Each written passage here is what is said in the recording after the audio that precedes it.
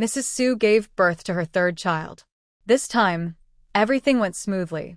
The midwife thought it was a quick delivery, but when the full-term baby was born, it didn't cry or fuss. It just opened its eyes and looked around, which made people feel uneasy. The baby's eyes were deeper than those of an old wise man. Was this baby a special creature? Seeing something was wrong, the midwife handed the baby to Mrs. Su Zhang and hurried out, lifting her skirt to leave. Outside, Su Qingqi handed her some money for her hard work, but she ignored it and rushed out the door. 2 hours later, Mrs. Su Zhang called the grandmother and cried to her husband, "The third child won't eat anything. She refuses all food." Su Qingqi called a doctor. The doctor looked at the closed-eyed baby and listened to her faint breathing. He was worried the baby might be dying. The doctor didn't dare give medicine and packed up his things to leave. Mrs. Su Li found a fortune teller. When the fortune teller tried to open the baby's eyelids, the baby suddenly opened her eyes. The fortune teller was so frightened she stepped back and didn't dare look again. The fortune teller whispered to Mrs. Su Li, "Maybe your ancestor has returned. Just leave it to fate." No one could figure out what to do. No one could persuade the baby to open her mouth. Mrs. Su Zhang held the baby and cried, forcing her to drink some juice.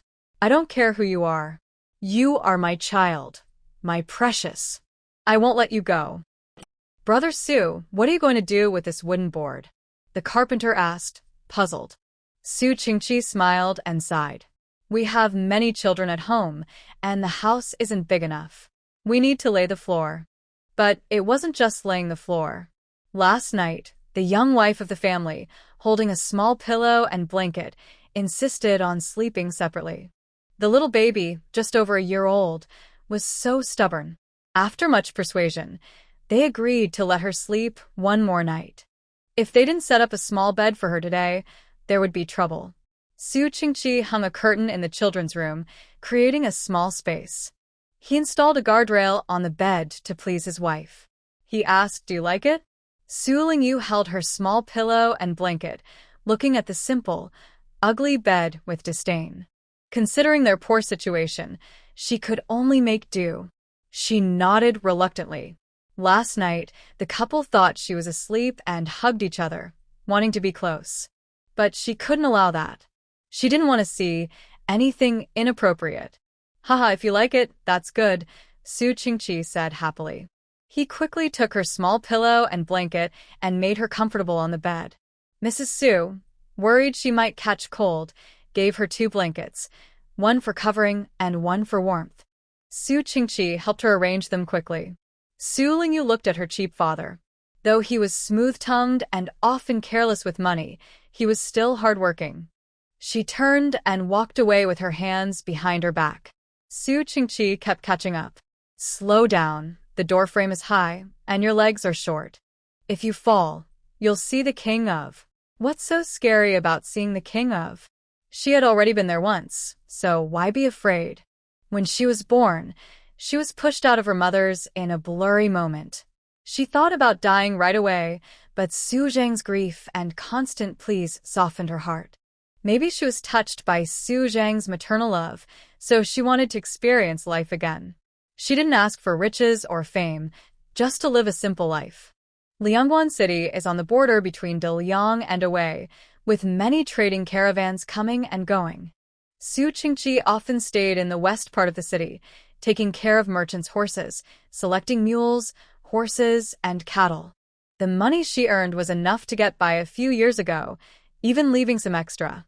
But after her younger brother started school, life became very tight. The Su family agreed that they would rather eat less than not send their 2 boys to school. After washing her hands and feet at night, Su Lingyu sat on a wooden board, swinging her little feet and shaking the water off. She overheard Su Zhang scolding her brothers, "Your sister will sleep in this room tonight. Don't sleep in the wrong bed or climb over the railing and disturb her." Okay. Mother is at ease. I will watch over my little sister." Just as Su Lingyu was about to fall asleep, she saw her older brothers' heads, De Lang and Er Lang, leaning over the railing, their carrot-like heads peeking in. The older one asked, "Is sister asleep?"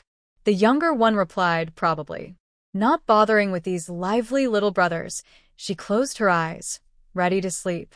In the middle of the night, mice came to disturb her.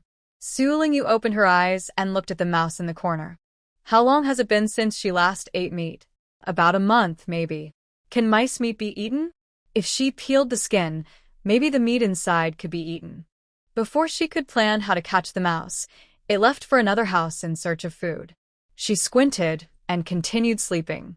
The two little brothers got up for school, and she got up too. Her sparse yellow hair stood up, and Su Lingyu, still unable to reach her head, had to step out of the room with her hair standing on end. Hey, Sanner is up. Huh, your hair looks quite funny. Her cheap father always teased her. Su Lingyu pouted and glared at him. The little girl pretended to be serious, but it looked more like she was trying to be cute rather than threatening. 7-year-old Su Zhong held a clay bowl and squatted in front of his sister. Come, sister, eat a bit. Su Lingyu looked at her big brother, who had crooked teeth and spoke with a gap. Her big brother needed a bowl of thin porridge with more water than rice and wouldn't eat lunch until noon. If she ate a few bites, he would go hungry for 2 more incense sticks worth of time. Su Lingyu didn't want to eat his. Su Zhong, who was teething, put the bowl near his sister's mouth. No runny nose, I haven't drunk yet.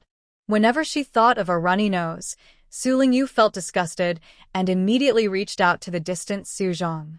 Su Zhong wanted to hold her, but Su Qingqi took the lead. Her chubby little hand slapped Su Qingqi's face. Pushing away his face, she didn't want him to kiss her. His beard was too prickly. Third brother didn't want to be kissed, but he insisted. He pushed her away and then offered his face again, smiling happily. Su Qingqi cheerfully took his daughter to wash her face. Third brother, did you wet the bed? Su Zhong took out a large, wet blanket. Their own third brother was so sensible that he learned to himself at 9 months old. Seeing the blanket wet suddenly surprised Su Zhong. Not only Su Zhong was surprised, Su Lingyu was also very frightened. Her pants were fine, so how could she have wet the bed? Seeing her daughter's surprised, embarrassed, and awkward expressions, Su Qingqi laughed happily. Su Lingyu, with her small hand, patted Su Qingqi's hand, pushing it away. She climbed onto a small stool and a tiny table, looking upset with her chin resting on her hands. Look at that, sister wet the bed. So embarrassing, Su Shan made a funny face at her. How can you laugh at your sister? You're 3 and still wet the bed. Su Zhong picked up his school bag and kicked Su Shan. Let's go. Mom, I'm going to private school. No, you're not. Don't say nonsense. Su Shan chased after him. Jumping over the doorframe, he called back, Sister, I won't tell others you wet the bed. Su Lingyu's little face grew even more serious. Go on, hurry to school. Su Zhong drove away the little troublemaker. Third brother, where are your wet pants? Bring them out, so I can wash them. The adults in the family knew she was different, but they all treated her as a child. Su Lingyu's voice hadn't fully developed, so she could only say one word at a time, dried. Her pants were fine, so how could she have wet them? The only explanation was that her pants had dried after being wet, but they still smell a bit. Come and change into clean ones. Su Zhong held out her finger. Su Lingyu took her finger and followed her inside. Su Zhong thought it was good that her third brother held her hand. When she got older, she probably wouldn't hold hands anymore. Su Lingyu quietly tested her ability. Her index finger could produce water again. In her previous life, she used this water to build a restaurant empire. She worked hard her whole life, but never got to enjoy her success. When she accumulated wealth, others took it, and she suffered. Why go through all that? This life should be lived peacefully. P.S. My new book, My Entire Family Has a System, has been published. Feel free to add it to your collection. Grandmother Su Li returned from the countryside, bringing back a few mulberry leaves with black spots. It is said that these spots are silkworm eggs. Su Zhong and Su Li took out the farming tools used for raising silkworms and cleaned them. Silkworms are very precious and cannot tolerate any moldy smell. Seeing her third son's head, which looked sleepy, Su Li said, Santa, it's time to go back to sleep, isn't it? It was about the usual bedtime. Su Lingyu stood up from the small stool, placing her hands on her sides, wobbling like a penguin as she slowly walked into the house. When she woke up, it was mealtime again. Other families eat twice a day, but theirs eat 3 times. A thin porridge in the morning, another in the afternoon, and a thick one at night. The 3 men ate outside, while the 3 women stayed inside to eat. Su Zhang and Su Li only had the leftover rice water from breakfast, with no rice grains visible. She was lucky to get a bowl of millet porridge. Yesterday, Su Li went to the countryside and brought back a basket of eggs. Today, she could have 1 egg for lunch. Su Lingyu peeled the boiled egg, cut it in half, leaving the yolk intact, and shared the whites with the hardworking women in the family. In this family, they protect her, and she also wants to protect them. She should think more for them so they don't leave this world too young. Life isn't very long. You eat, I don't like this, Su Li said with a bitter face that looked worse than crying. Without hesitation, she tapped the clay bowl and looked at Su Li with questioning eyes. Su Zhang placed half of the egg white into Su Li's bowl. Just eat it. If you don't eat, Sanner won't eat either. Sanner's temper was getting worse. She was very assertive and wouldn't listen to anyone. It's better to go along with her. After an informal lunch, one person went to weave cloth, and another sat under the eaves embroidering. Su Li was skilled in Su embroidery, which was the second source of income for the family. Su Lingyu picked up the mulberry branches thrown in the corner and stuck them in the wall. She diluted the spring water into a bucket and used a gourd ladle to water the plants. Su Li noticed Sanner playing with water silently. She thought Sanner's clothes were too short and needed longer ones. The clothes at home were either gray or black, and Zhang's old clothes were not suitable for Sanner. The new fabric was expensive, but it was time for Sanner to wear it. No matter how poor, she shouldn't suffer. Hey, it's sprouting. Grandma, they are sprouting. Big and small carrot heads are crouching in the corner, looking surprised at the mulberry tree branch. When will the big and small carrot heads mature a bit? Now is spring, the time when everything grows. It's normal for sprouts to appear. Tonight, the silkworms will come out. Su Shan, would you like to go pick mulberry leaves with Grandma? Asked Su Li. Outside the town, there is a mulberry forest where anyone can gather leaves. To raise silkworms well, you need to compete for leaves. If you go late, only leftovers remain. Today, the 2 grandchildren are on holiday, which is good for the family. Children from poor families often take charge early. Su Zhang gave Su Chong 10 coins to buy some salt. She squatted in front of Su Lingyu. How about you go for a walk with your brother? Staying in the small yard all the time makes people feel closed in. That's a good idea.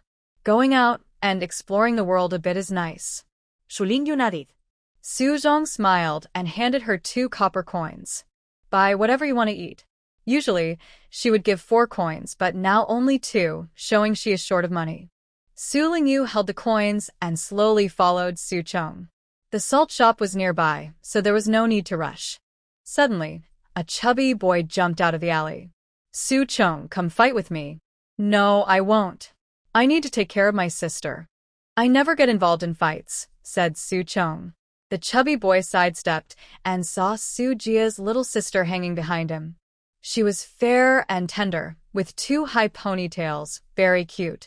Su Chong and Su Shan often talked about how adorable and sensible the sister was. Today, seeing her in person, she truly was lovely. Su Jia's little sister was so charming that her mother should find a match for her early. Hello, sister Su. Can I borrow your brother for a moment? Su Lingyu didn't nod or shake her head. Her clear black and white eyes stared at the chubby boy without blinking. The boy thought she didn't understand and immediately held up to Su Chong. Seeing no response, he added 2 more. Su Chong was tempted. Just as he was about to speak, he felt his sister tug on his pants. He looked down and saw her holding out her palm. Her soft, white palm looked so cute that he wanted to grab it and play. Su Chong felt itchy, but knew his sister didn't like being teased, so he didn't move. He told the chubby boy, 5 coins. 5? The boy hesitated. 5 is fine. But if we fight, you have to protect me. Okay. Suzhong quickly grabbed the copper coin from the little fat boy and, with swift speed, bought 15 coins worth of salt. Then, he carried his sister home. He put down Su Lingyu and the salt, and left with a quick "I'll be back soon," then disappeared. After finishing, Suzhong tiptoed home first to check the situation and prepare himself mentally. He didn't hear anything at home, so he boldly walked inside. When he reached the door, he saw his sister sitting on the threshold, dozing against the door. Suzhong felt both warm and guilty. Today, there were no fights. He only helped Zhang Pengzi scold someone. He could have gone home earlier, but he played outside for a while longer. If he had come home sooner, maybe his sister wouldn't be sleeping on the door. Suddenly, someone lifted her into the air. She blinked sleepily and saw it was Suzhong, who had no injuries on his face or hands. She felt relieved. She brought a bowl of spring water to Suzhong to drink, then climbed into bed and went to sleep. Unaware, after she fell asleep, Mrs. Su pulled Suzhong's ear and scolded him, warning him not to fight anymore and saying he couldn't afford to hurt anyone. When silkworms hatch, they must be fed. Tender leaves should always be prepared. Silkworm farmers are like birds racing the sun. Before sunrise and before sunset, they pick, wash, dry, and chop tender leaves to feed the young silkworms. When the silkworms molt for the first time, everyone breathes a sigh of relief. They no longer need to fight for tender leaves, and the silkworms can eat normally. Mrs. Su held a basket and wandered to the corner, looking at the mulberry trees as if they saw coins. These mulberry trees are all looked after by Sanner. They've grown new shoots and leaves without us noticing, said Su Qingqi. Exactly. Mrs. Su couldn't help but smile, thinking about how many silkworms to keep for the second batch of silkworm rearing. To protect the mulberry grove and trees, the government only allows raising silkworms once. Violating this rule results in a fine of 500 coins. The villagers, however, were not so strict. They had private land and could grow mulberry trees and raise silkworms if they wanted. Under the nourishment of Lingquan, the mulberry trees grew strong, spreading their branches and leaves, making Mrs. Su happy. She walked lightly every day, as if she might fly. The silkworms began molting their second skin. Mrs. Su swept away the 2 baskets of silkworm droppings, which could be used as medicine. She touched the droppings and thought she could sell them for over 100 coins, enough to buy fabric for Sanner. Sanner was small and wouldn't need much fabric. Maybe she could buy some meat at the slaughter shop with the remaining money. Su Shan and Su Zhong played around with Su Lingyu, chasing each other, one hitting the other's head, the other hitting the other's shoulder. She was completely confused by these 2 mischievous boys. If she had a weapon nearby, she would definitely drive the 2 boys away from riding. I'm back, Sanner. Look, Dad brought you some flowers. Su Qingqi led a donkey home, holding wildflowers in his hand. Su Qingqi asked Su Zhong to tie up the donkey. He crouched in front of Sanner, holding the flowers, and looked at her with a half-smile, as if he guessed what Sanner was thinking. Su Qingqi felt a bit awkward but forced a smile and said, Haha, Sanner, do you like the flowers? Seeing that Sanner didn't take the flowers, Su Qingqi put them on her head, with 2 small flowers sticking up. Sanner, with red and yellow flowers, looks so pretty. Su Shan snatched the remaining flowers, plucked the petals, and scattered them on her head. Wow, it's like a rain of flowers. Su Lingyu felt helpless. 2 naughty kids at home were enough, and now her troublesome father was added. She stood up, clasped her hands behind her back, and went to find Su Zhong. Seeing the lame donkey walking, Su Zhong felt uneasy. Her husband wouldn't have brought back a donkey for no reason. She dared not ask directly and hinted for her mother to inquire. As a mother, she knew her son's temper well. Once out of the kitchen, she asked, Whose donkey is this? It's the cattle manager's, Su Qingqi replied with a forced smile. We messed up today.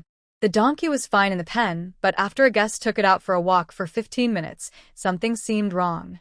The guest returned to return the donkey, but the cattle manager refused, saying once sold, it couldn't be returned. Clearly, the cattle manager was cheating honest people. When the guest argued with him, They accused Su Qingqi and the cattle manager of working together. To save his reputation, Su Qingqi had no choice but to buy back the donkey himself. Su Lisher immediately understood the situation and questioned her son. "How much silver did you ask for?" 23 taels. Hearing this amount, Su Zhang felt dizzy with anger. How did she marry such a man? He never brought money home but kept taking money out. Even if their family had mountains of gold and silver, it wouldn't be enough. Are you crazy? With just one copper coin in the house, you split it in half to spend. Instead, you keep adding debts outside, Su Lisher scolded, full of disappointment. Is it the cattle manager? That heartless man actually used a sick donkey to deceive people. I must get justice. Su Lisher pulled the donkey out the door, determined to confront the cattle manager. The three men followed her, but Su Zhang was so angry she nearly blacked out and couldn't go. Otherwise, she would have gone to help her mother argue with that heartless cattle manager. Su Lingyu saw that Aunt Su's hands and feet were trembling, and she was having difficulty breathing. She quickly went to get a bowl, cracked an egg into it, poured in rice soup, and stirred well.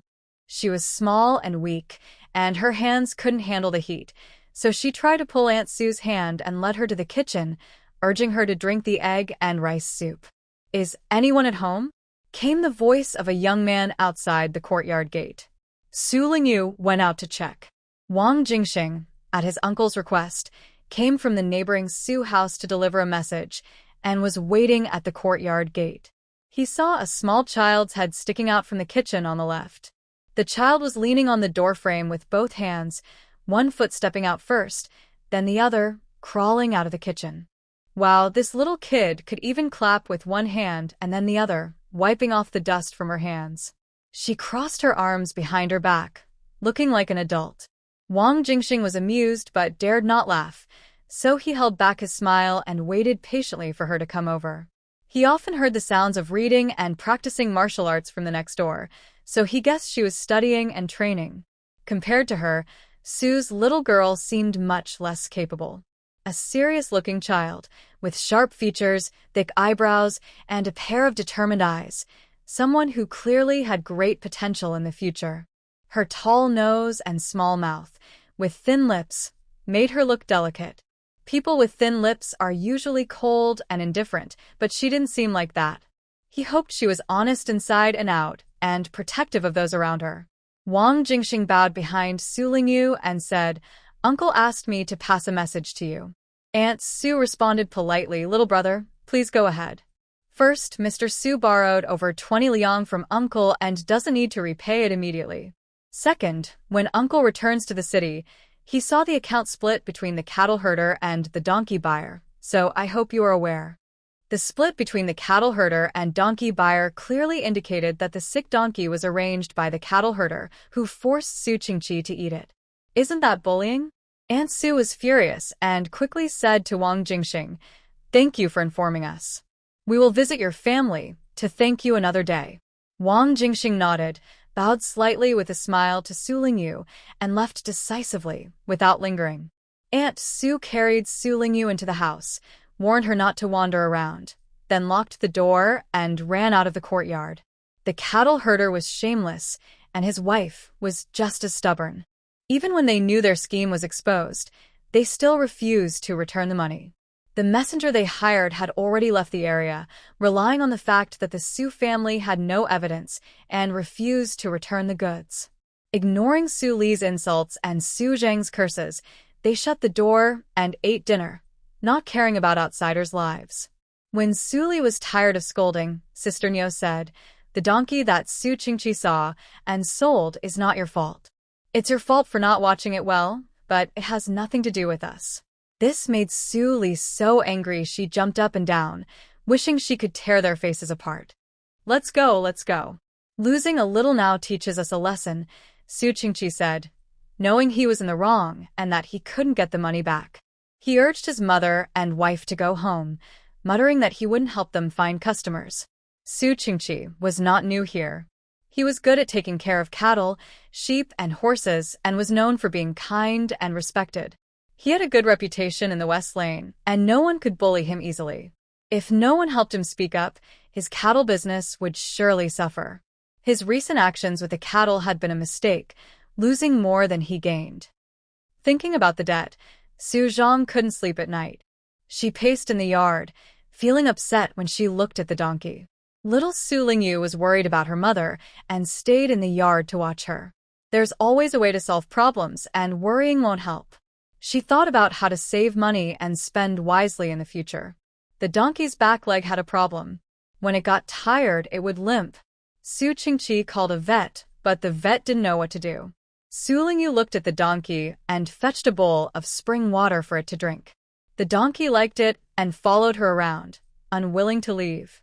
She hoped to cure the donkey's leg so she could sell it for about 20 silver coins. But she was worried that others might find out the donkey was sick and refuse to pay a good price.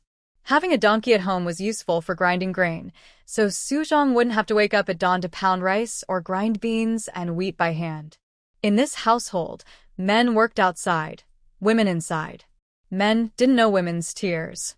Just talking about rice, women had to wake up at dawn and grind grain until sunrise to get enough food for the day. If a woman did nothing all day but grind grain, she could only produce enough for 3 days. This was just for Su's family. In larger families, women would be exhausted. Su's small yard was already crowded, partly taken by a mulberry tree and partly by a small donkey, leaving little space to move around. Since the yard was small, Su Lingyu used wood to build a square fence along the wall in the limited space. She hammered a small stick to keep the radishes from digging in the dirt after school. "Is my sister going to make a vegetable garden?" Su Zhong asked, supporting his knees. "Making a vegetable garden is a good idea. Every penny counts. Saving 1 penny is saving money," she replied. Su Li's eyes were red and swollen, probably feeling sad inside. She must have cried secretly at night. Sanner's small vegetable patch is also good, growing some vegetables to eat and saving a few coins. She originally wanted to make clothes for Sanner, but now it seems impossible. Luckily, summer is coming soon, and it's hot enough that long sleeves and pants are unnecessary. Hard times will pass eventually. She hopes her son will learn a lesson and not be tricked again. Su Li went outside the town and brought back some seedlings and young plants to plant with Su Zhang. They wait for the plants to grow. Every morning, Su Shan and Su Chong run out of the house first thing to see how many leaves their planted vegetables have grown and how tall they are. "Has your wife finished cooking?" "I am hungry," Su Qingqi said, rubbing his stomach as he entered the yard. He saw that his wife and daughter looked upset, knowing that the matter hadn't been resolved. "Sanner, is your mother still angry?" Su Lingyu's bright eyes stared at her cheap father, protecting her tall ponytail, and took a few steps back. "Do you not know whether she's angry or not?" Seeing him try to pull her ponytail again, Su Lingyu ran to the side to hide from her cheap father. Su Qingqi smiled and went to the kitchen to find his wife, trying to comfort her. "Today I helped a guest choose 2 horses. The guest rewarded me with 200 big coins. Keep them safe. I was wrong, forgive me. From today on, I won't invite people to drink or lend money. I will save every big coin for you. In less than half a year, I will pay off this debt." Su Qingqi spoke kindly and gently, making Su Zhang smile. "Everything depends on this family, and it's all because of you supporting us." I was wrong, he said again. Su Lingyu secretly watched outside. Her cheap father was quite flexible and adaptable. She diluted the spiritual spring water into the water jar and water bucket. She poured the dishwashing water into the yard's water ditch, which was overgrown with tender green grass, perfect for feeding the donkey. Holding a small stick, she drove the donkey out of the pen, pointing to the grass along the ditch for it to eat. If it didn't eat, she would serve it with the stick. In her hands, the stubborn donkey was obedient like a little dog, doing whatever she asked. "The donkey doesn't eat this kind of grass." "Come on, I'll take it out to eat." Su Qingqi just came out of the kitchen looking puzzled. "Strange, even donkeys have their picky times." Su Qingqi laughed loudly. "Not picky is good, easy to raise. It would grow a few more jin, a Chinese weight measure, and then be slaughtered for meat. This donkey not only was not picky but also easy to feed. Whatever she gave, ate. In less than 10 days, it gained a few jin. the water from the Su family is really good. The vegetables in the small vegetable patch have grown well. Su Lingyu asked Su Zhong to pick some for tonight's meal. Whether the food tastes good depends on how much oil is used. Too much lard makes the heart ache, but without lard, the vegetables don't taste as good. Su Lingyu thought of a good idea. She told Su Zhong to boil water, then put the greens in to blanch them. When just cooked, she took them out, added 2 drops of oil, a little salt, and mixed everything together. Su Zhong and Su Shan were like starving ghosts, grabbing porridge and fighting over the vegetables, eating quickly and greedily. Quickly, Su Lingyu took away the vegetable plate and divided the remaining few greens between her grandmother and mother. They each only took a bite, not daring to take more, leaving the tasty parts for the children. They didn't care about themselves. She looked after them. They were reluctant to eat everything, which was bad for their health. In the end, they would need medicine. Why suffer like this? Seeing that she ate more, Su Zhong gave a piece of vegetable to his sister. Su Shan tried to give her sister a piece too, then thought better and gave another piece to their grandmother. When they divided the vegetables, they found that their mother had none left in her bowl. With difficulty, they split half a piece for her, but saw their father watching. He was angry, quickly gobbled up all the food, leaving not a grain of rice or a drop of water. Su Qingqi looked at her third brother eagerly. Her bowl had the most vegetables.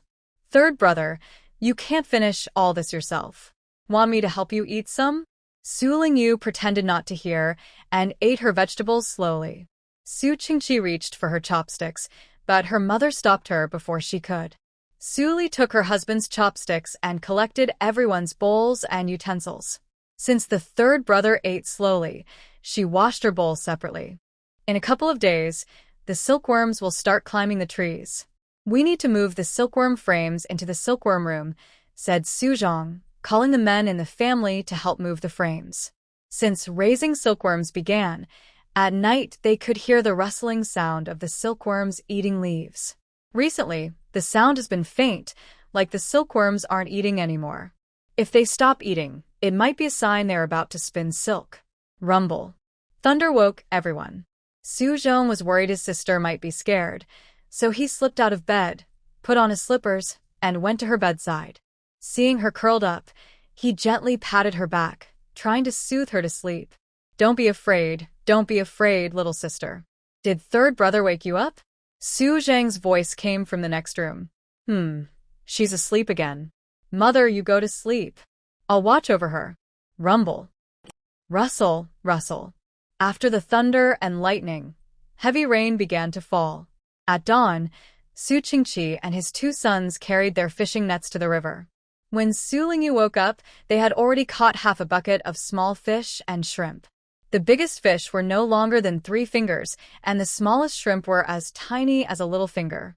Whether big or small, they were all meat, rare and precious, a gift from nature. Frying or pan-frying fish used a lot of oil, so making soup was the main way to eat fish. Large fish were stewed with scallions to remove the fishy smell, resulting in a delicious fish soup that made mouths water. Small fish and shrimp were meant to be boiled into porridge, but there were too many bones, so she didn't feel comfortable giving them to the children. Su Lingyu brought some cloth to wrap the fish and shrimp, then placed them in a clay pot to stew. Once cooked, she took out the soft fish meat and added it back to the pot to stir-fry. This way, they avoided small bones hurting the children's throats and still enjoyed tasty fish meat with their meals. It was a perfect solution. After being nourished by the spring, the 2 little carrots started to grow taller. "Mom, my pants got shorter. Did a fairy come and cut a piece off?" Su Shan asked nervously. Su Zhong was fiddling with his shoes. They didn't feel comfortable and kept hurting his toes. He knew his feet had grown and his shoes no longer fit, but he didn't want to tell his mother. They had no money left at home, so they had to save every penny. He went outside wearing his shoes, planning to take them off once his mother couldn't see. Walking barefoot was much faster than wearing shoes. Su Lingyu looked at the big carrot. That big carrot head was really struggling inside. She thought, a crying child gets milk. If you don't tell anyone, no one will know your troubles. Her gaze shifted to the little donkey. Maybe she should sell this little donkey? The donkey had been following Suli around, helping with mulberry leaf picking and seemed fine. Its legs should be healed by now. The donkey saw her staring and flicked its tail, hiding behind a pillar, trying to stay out of sight. Su Shan's pants didn't need to be replaced yet. He could wear them as shorts. But Su Zhong's shoes needed fixing. He would need a day or two to sew new soles and repair the upper part. Suli was patching the soles when she looked into the silkworm house. The silkworms had started climbing higher. She quickly placed the soles inside and helped put the silkworms onto the racks. The silkworms, which were grayish-white, had been hatching earlier than last year, just 21 days. That was good. The earlier they hatched, the sooner they could raise the next batch. The eggs in the house had run out, so she decided to use the money to buy more eggs. They had no meat to eat, so eggs were their main source of nutrition. The two grandchildren needed good nourishment for their studies. Suli stayed in the silkworm house, praying that this batch would sell for a good price. Silkworms spin silk for 2 days and nights to make a large cocoon. On the silkworm frame, each white cocoon looks like a cotton ball, which makes people happy to see. The frame is taken out to be sun-dried. Mrs. Suli takes out the best cocoons and places them in a shady spot, waiting for the silkworms inside to break out and lay eggs. Sun-drying kills the pupae inside the cocoons so that the silk remains intact. Broken cocoons are not accepted by merchants. After removing all the cocoons, Mrs. Su Zhong asks someone to find Su Qingqi and send Su Lingyu to the neighbor's house. The three of them carry large baskets to the silk cocoon buying shop. Su Lingyu sits on a small stool, watching little Wang chop firewood next door. With each swing of his axe, the wood splits evenly into 2 halves, perfectly sized. Little brother Wang has good skills. With 5 or 6 more years of practice, he might become a master. Wang Jingxing turns around and sees the girl from the Su family sitting quietly, not crying or making trouble, curious as she looks around. He thinks for a moment, puts down his axe, and takes out a handful of wild berries. Just bite through the dark brown skin to enjoy the sweet juice inside. Wang Jingxing likes to eat them but is afraid his uncle will say he's too delicate and loves sweets, which isn't manly. So he hides a few to eat each day.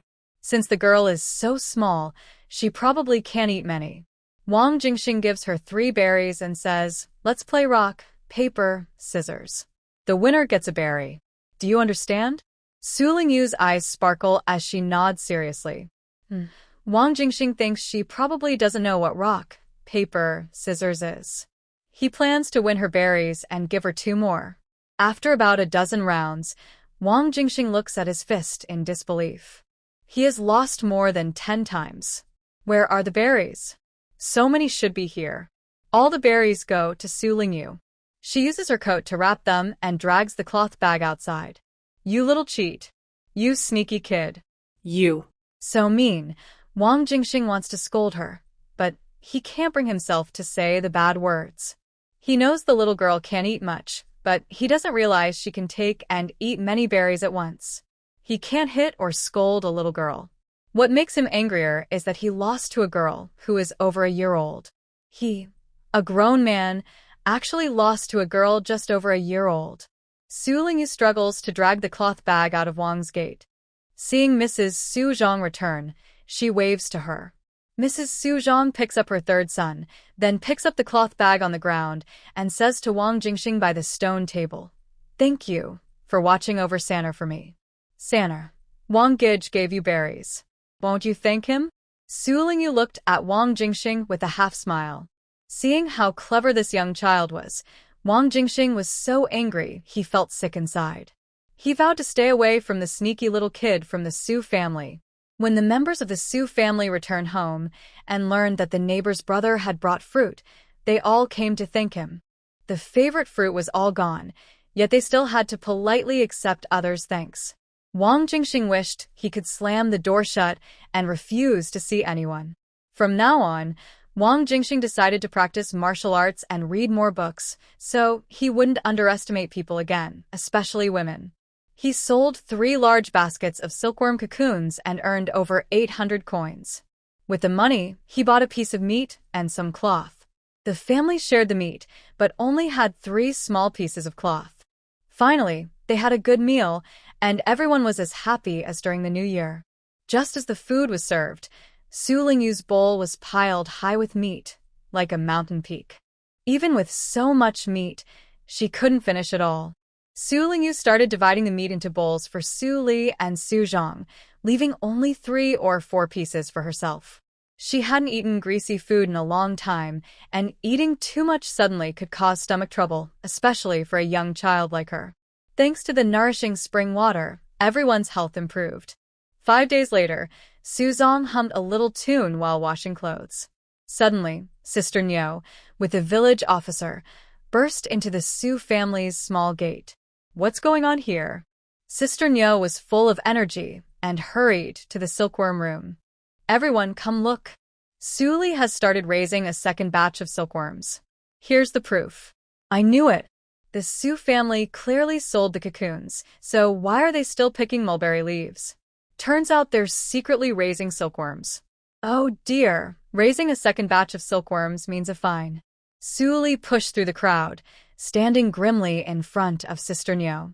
Sister Nyo was not afraid, and first placed her hands on her hips, then waved her hand dismissively, mocking, "Su Li, the evidence is right here. Do you want to deny it?" "Village officer, I'm right, aren't I? Poor folks will take risks to make money," Sister Nyo sneered, looking down on the Su family. Su Li rolled her eyes and said impatiently, "Everyone look behind." They turned to see the mulberry trees along the wall, full of lush branches, enough to feed over 200 silkworms. Sulipusht cisterniu asadratli. "Back off. You smell of sweat and sourness. Don't ruin my silkworms." Many people held back their laughter, but Su Lingyu couldn't help but giggle out loud. Sister Nyo blushed and stubbornly said, "You ordered Su Chong and Su Shan to pick mulberry leaves. The silkworms in the early stage are fed with leaves from the mulberry forest. You should be fined. You need proof to accuse someone. Spreading false accusations without evidence is a crime." The stern Su Li was steadily approaching. Aunt Nyo's heart skipped a few beats, and she fell silent, unable to speak coherently. "Humph," Su Li said domineeringly. "These few mulberry trees are enough for the silkworms in my silkworm house to eat. Magistrate, you are very fair. Please go in and check if what I say is true." Su Li generously moved aside, and the magistrate and others hesitated, unsure whether to enter. Clap, clap. The magistrate looked back and saw a child clapping 2 hands together, as if cheering or entertaining himself. Only the Su family knew that Su Lingyu was clapping and cheering to support Su Li's commanding presence. Each batch of silkworms fed on a set amount of mulberry leaves. The magistrate counted the silkworms in the house, then looked at the mulberry trees by the wall and said, "These few mulberry trees are enough for 200 silkworms to eat." Su Li has not harmed the mulberry grove. Aunt Nyo was dissatisfied and stomped away, saying as she left, "Just wait and see. If I catch you picking mulberry leaves from the trees, I will report you." Mrs. Su Zhang blocked her path with a cold smile. "Why is my family like this?" "Aunt Nyo, don't you know? If it weren't for your family setting a trap and falsely accusing us, and stealing over 20 taels of silver, why would we act like this?" Aunt Nyo's eyes flickered with uncertainty. She gathered her courage, crossed her arms, puffed out her chest, and raised her chin, saying, "What nonsense are you talking? Who stole your money? Spreading lies and slander will land you in jail." Mrs. Su Zhang still looked young, but her confidence was quickly overshadowed by Aunt Nyo's defiance. Sitting properly, Su Lingyu smiled and called out, "Donkey." The little donkey in the shed responded with 2 neighs. "Hit her." The little donkey brayed and ran out of the shed, as if aiming to bump into someone. "Go away." "Ah." Aunt Nyo tried to chase the donkey, but seeing it stubbornly refuse to listen and running closer, she was so scared she fell on her backside. Seeing Aunt Nyo so frightened, Mrs. Su Zhang burst out laughing. Su Li laughed as she ran to find the donkey and brought it back. "Mother, why do you keep causing trouble for the Su family?" Aunt Nyo tugged little Fatty's ear. "One Su girl made you faint just because you wanted to marry her? You won't have a chance. A girl from a poor, outsider family dared to enter our house. She's just daydreaming. That day, her son came home after playing with Su Zhong and said he wanted to marry a girl from the Su family. Aunt Nyo then discussed it with Nyo Guan, who thought it was not a good idea. Smiling happily, Su Li led the donkey into the yard, saying joyfully, "This donkey listens so well. I won't sell it anymore. I'll let Sanner ride it." Laughing so hard she nearly cried, Mrs. Su Zhong finally managed to respond. Little donkey proudly lifted its head, very happy.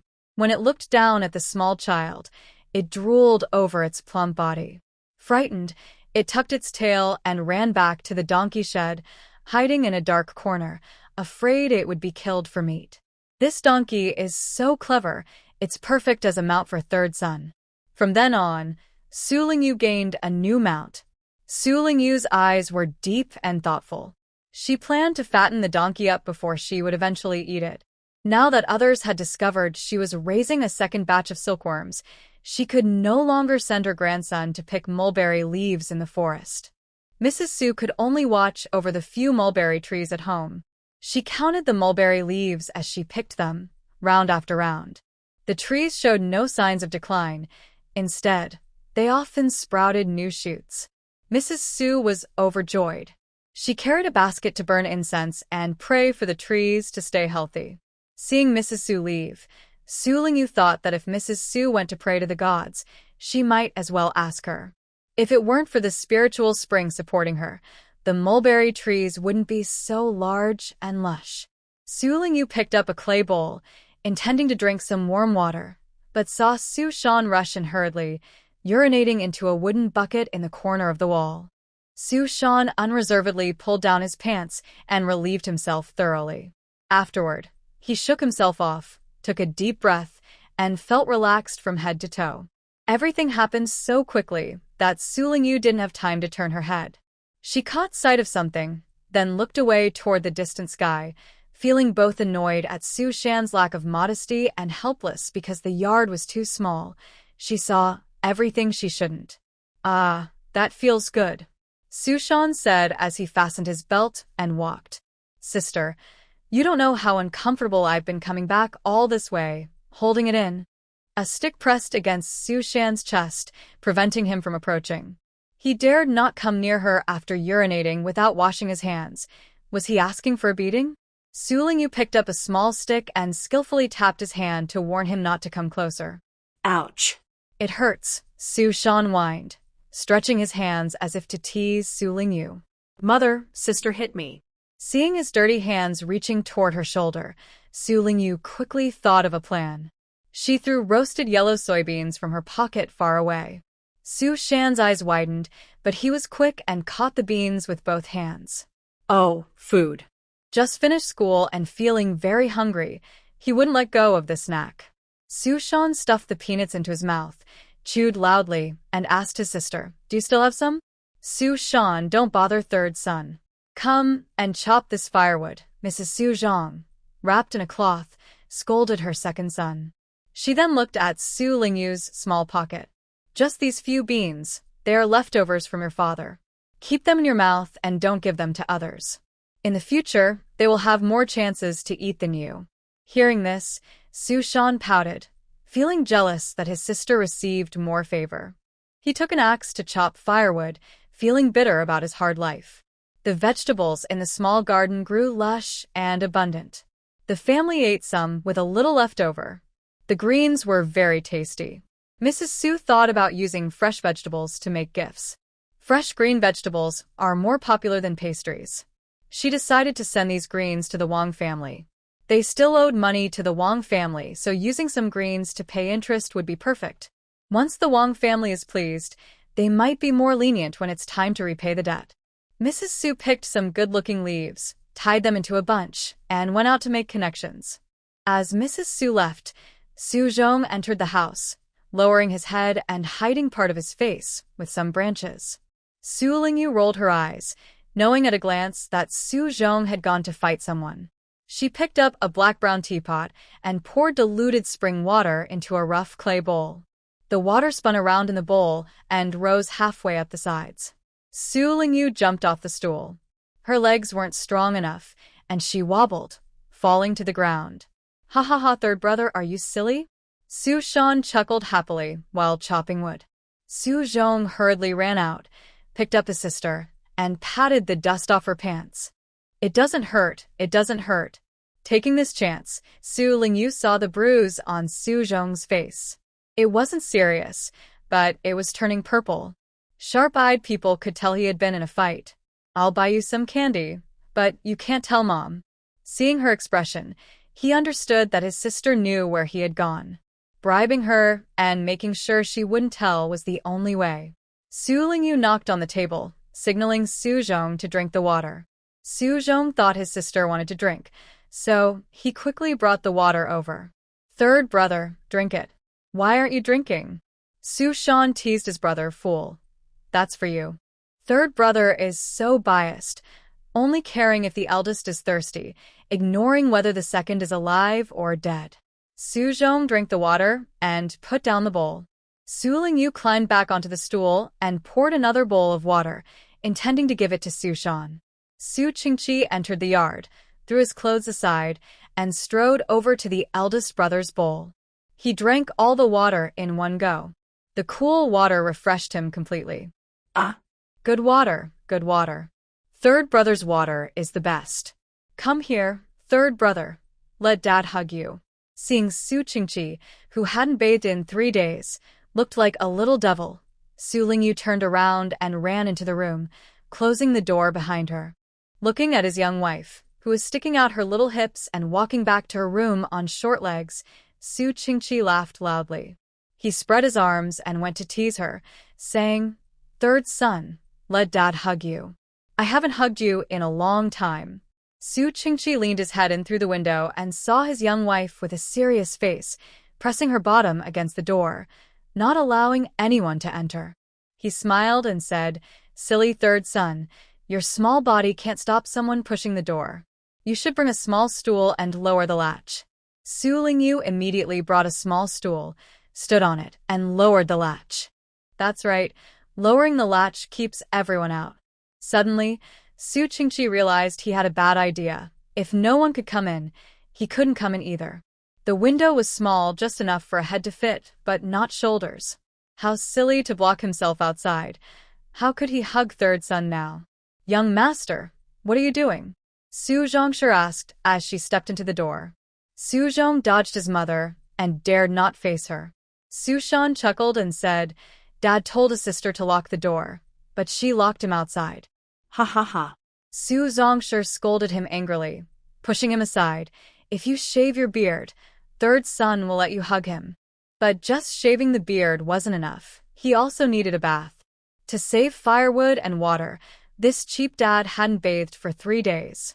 His body smelled either of sweat or of sheep and cow dung, extremely unpleasant. Su Lingyu climbed onto the bed and leaned by the small window, cutely calling out, Bath. Oh, third son wants a bath. Come, Dad will carry you to bathe.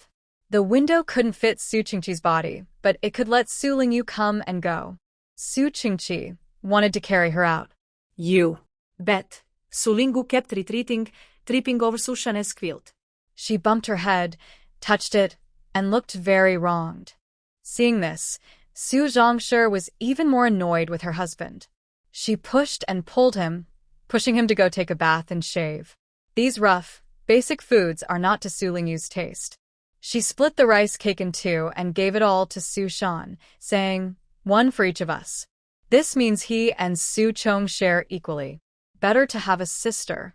Su Shan happily ran to find her brother, swallowing a few bites of the rice cake and secretly eating a small piece of her brother's. The siblings get along well, which makes Mrs. Su Li happy. She knows her third son won't keep everything for himself, so she always gives him some snacks first. Mrs. Su Li took her basket, ready to fetch water. The days are getting hotter. Third son likes to stay clean and refuses to bathe or go to bed at night. She needs to prepare water for bathing. The water from the city moat is muddy and often has floating waste. She doesn't dare wash clothes in it, let alone fetch water to drink. In the city, to get water, you must go to a house with a well. It costs 1 coin per bucket of water. Though not expensive, it still hurts to spend. 1 coin can feed a family, so she tries to save her money. Mrs. Suli carried 2 large wooden buckets to Lai Heng's house nearby. The well water is sweet and clear. Lai's wife is friendly and sometimes doesn't charge when they have a good relationship. As usual, Mrs. Suli entered Lai's courtyard and said to Lai's wife, "Fun, I'm here to fetch water." She lowered her bucket and began to scoop water. Lai's wife looked down without raising her head and sat at the stone table in the yard.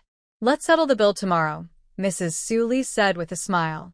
Lai's wife looked up, her face dark with anger, and said, "1 payment a day. That's the rule. But everyone knows this rule is for outsiders." After a long time of exchanging visits, paying every 2 days is common.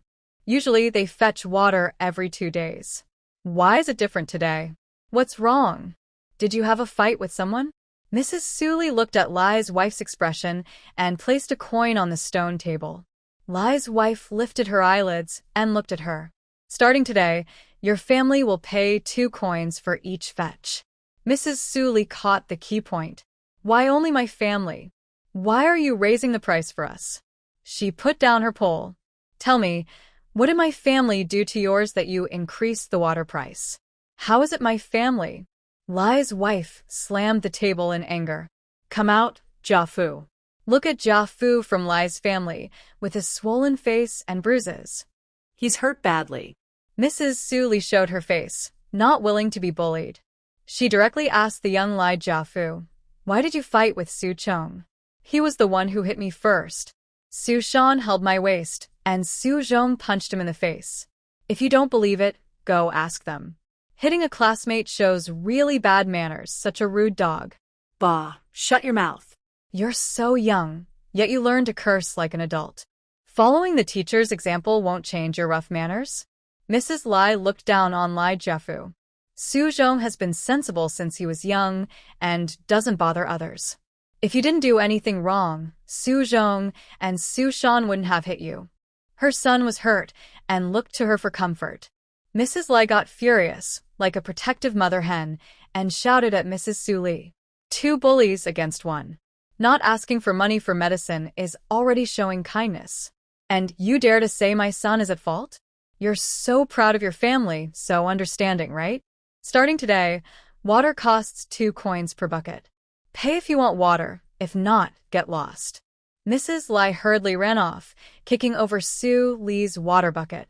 2 full buckets of water spilled onto the ground. The water soaked the blue stone tiles and created a big puddle. Mrs. Lai kicked the bucket outside and shouted, "Get lost. All of you, get lost." Su Li pushed her away with both hands. "You shrew. You broke my bucket. You owe me a new one." "Bah, you old hag." Mrs. Lai spat at Su Li. "Get out of here. Don't come to fetch water at my house again. You heartless woman, daring to charge extra for a bucket of water. Aren't you afraid of Lord Thunder striking you?" Su Li hit the ground with a pole, saying, "How can you treat elders like this? Aren't you afraid of retribution? Lord Thunder will strike you dead." Mrs. Lai closed one door panel and said, "Your family is in the right to hit people? Come everyone look. Come see." The Su family boy hurt Jiafu. They refused to admit their mistake and even blame my family's Jiafu for poor manners. Mrs. Lai pointed at Su Li and told the neighbors, "They did wrong and still scold us. Do you think that's fair?" Su Li straightened her neck and said angrily, "What did I say to scold you? Did I scold Jiafu?" News had already reached Su Qingqi, who came with Mrs. Su Zhong to Lai's house, each pulling Su Li aside. Su Qingqi smiled and said, "There's a misunderstanding here. Let's calm down first, sit down, and talk nicely." "Talk nicely? You cut a piece of meat, buy a pound of sugar to apologize, and then we'll talk, Mrs." Lai's husband wasn't home, so she didn't want to argue with Su Qingqi. She went inside and slammed the door shut. "Everyone disperse." Su Qingqi waved them away and took his mother home. Upon entering the house, Su Qingqi looked grim and searched for a stick in the woodshed. Su Zhong and Su Shan were so frightened they knelt down. Su Shan was very scared and kept shouting, It's not us who cause trouble. Lai Jiafu was the first to bully us. Su Zhong said. Su Shan was hungry and asked Fat Cow for some food. Lai Jiafu then said we looked ugly, like beggars. Later, Su Shan, hungry, went to the chef's back kitchen to get some water to drink.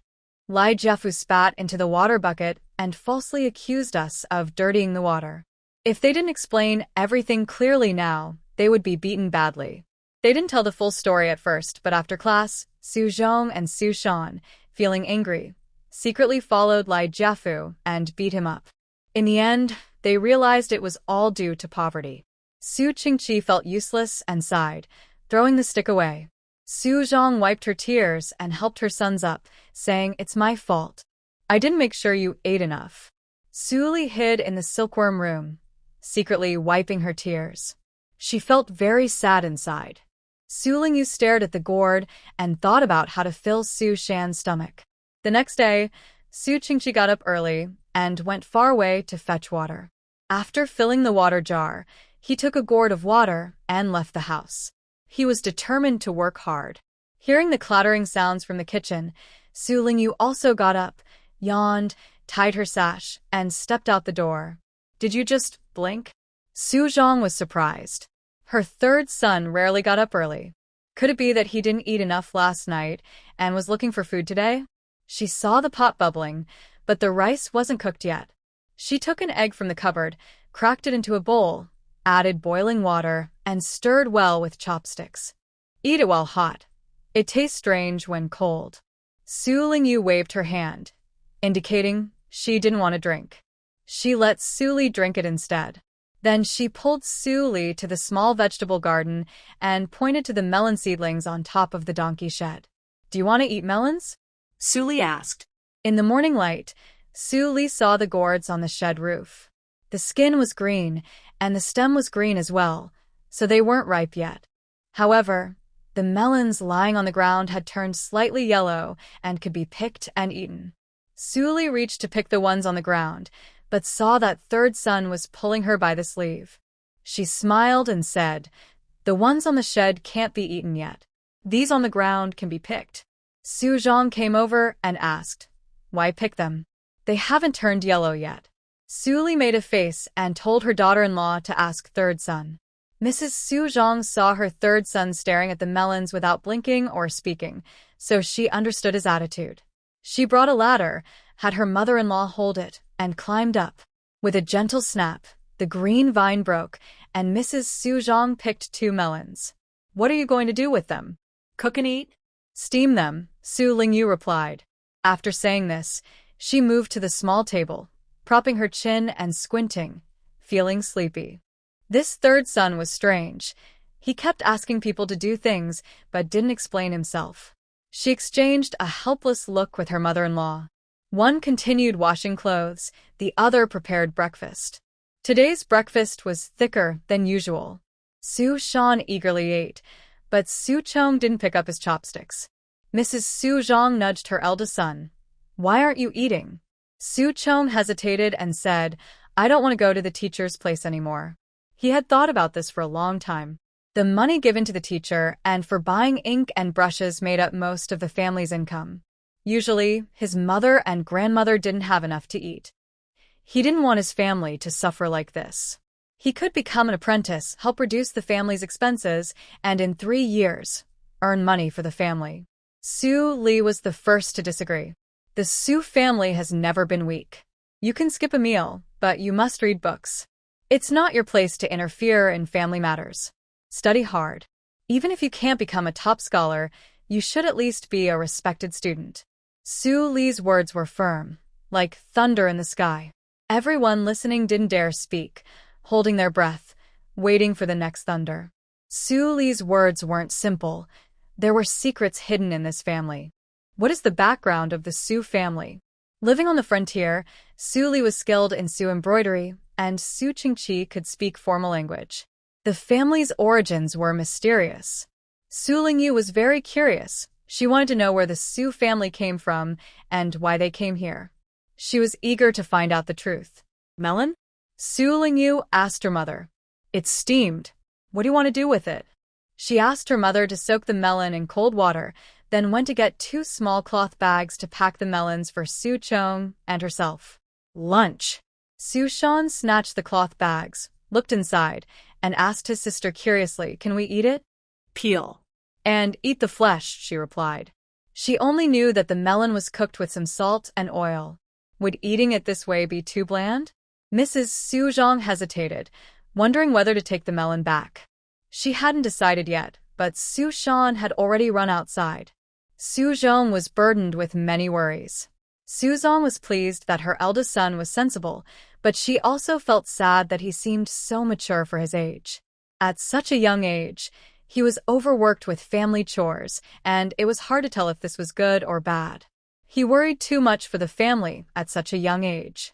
He couldn't help with the family's work and had hurt his own natural intelligence. Why go through all this?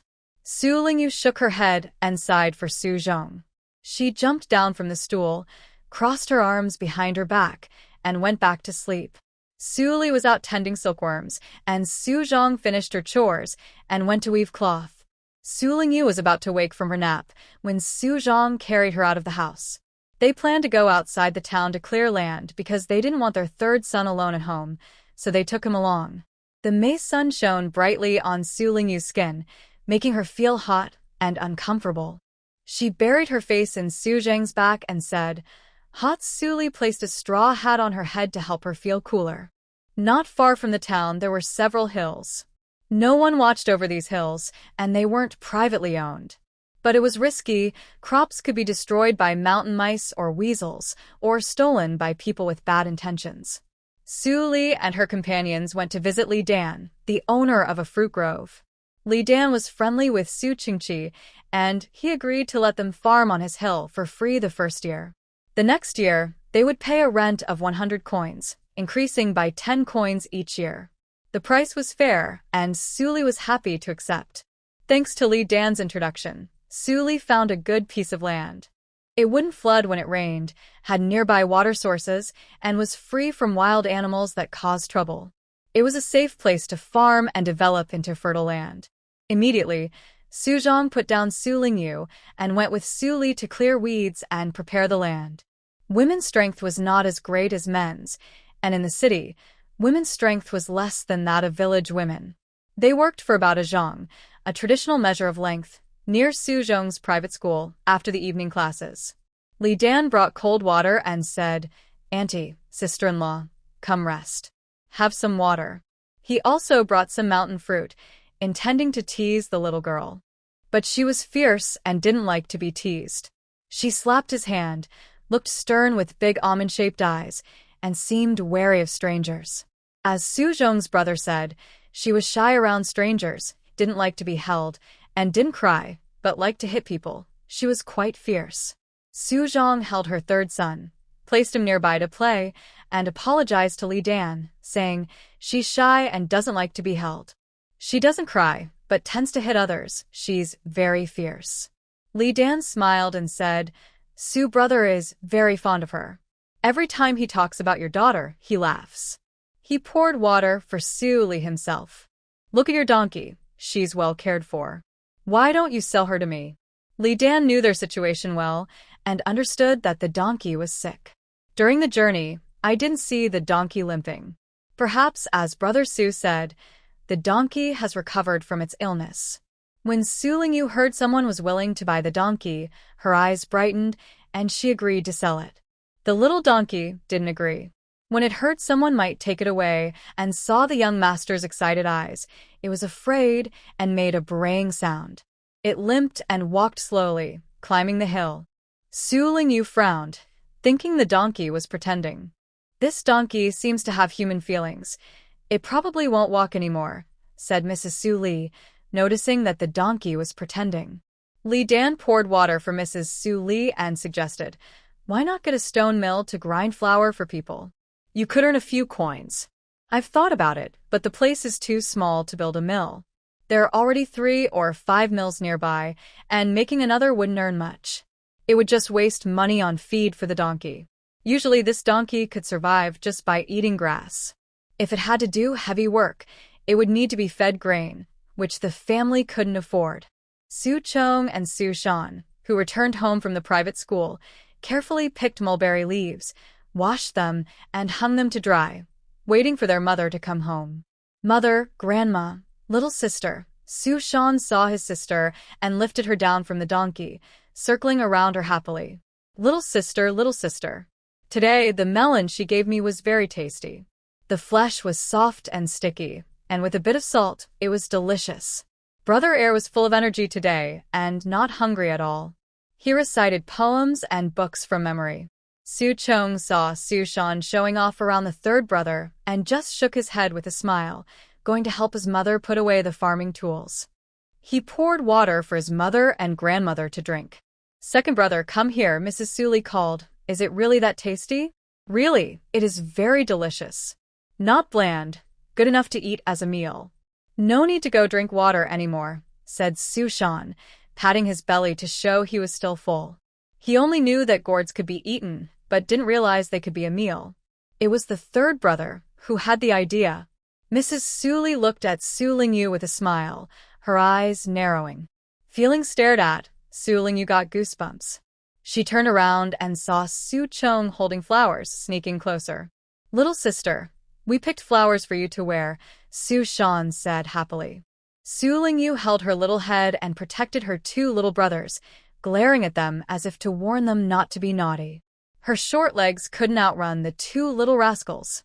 They each held her and showered her with flower petals.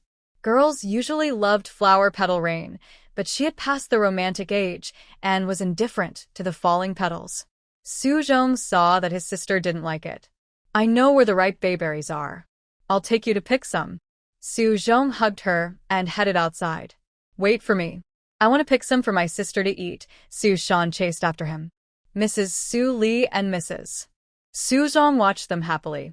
Wild bayberries are not sweet, especially the half-green, half-black ones. Her little teeth would be sour from biting them.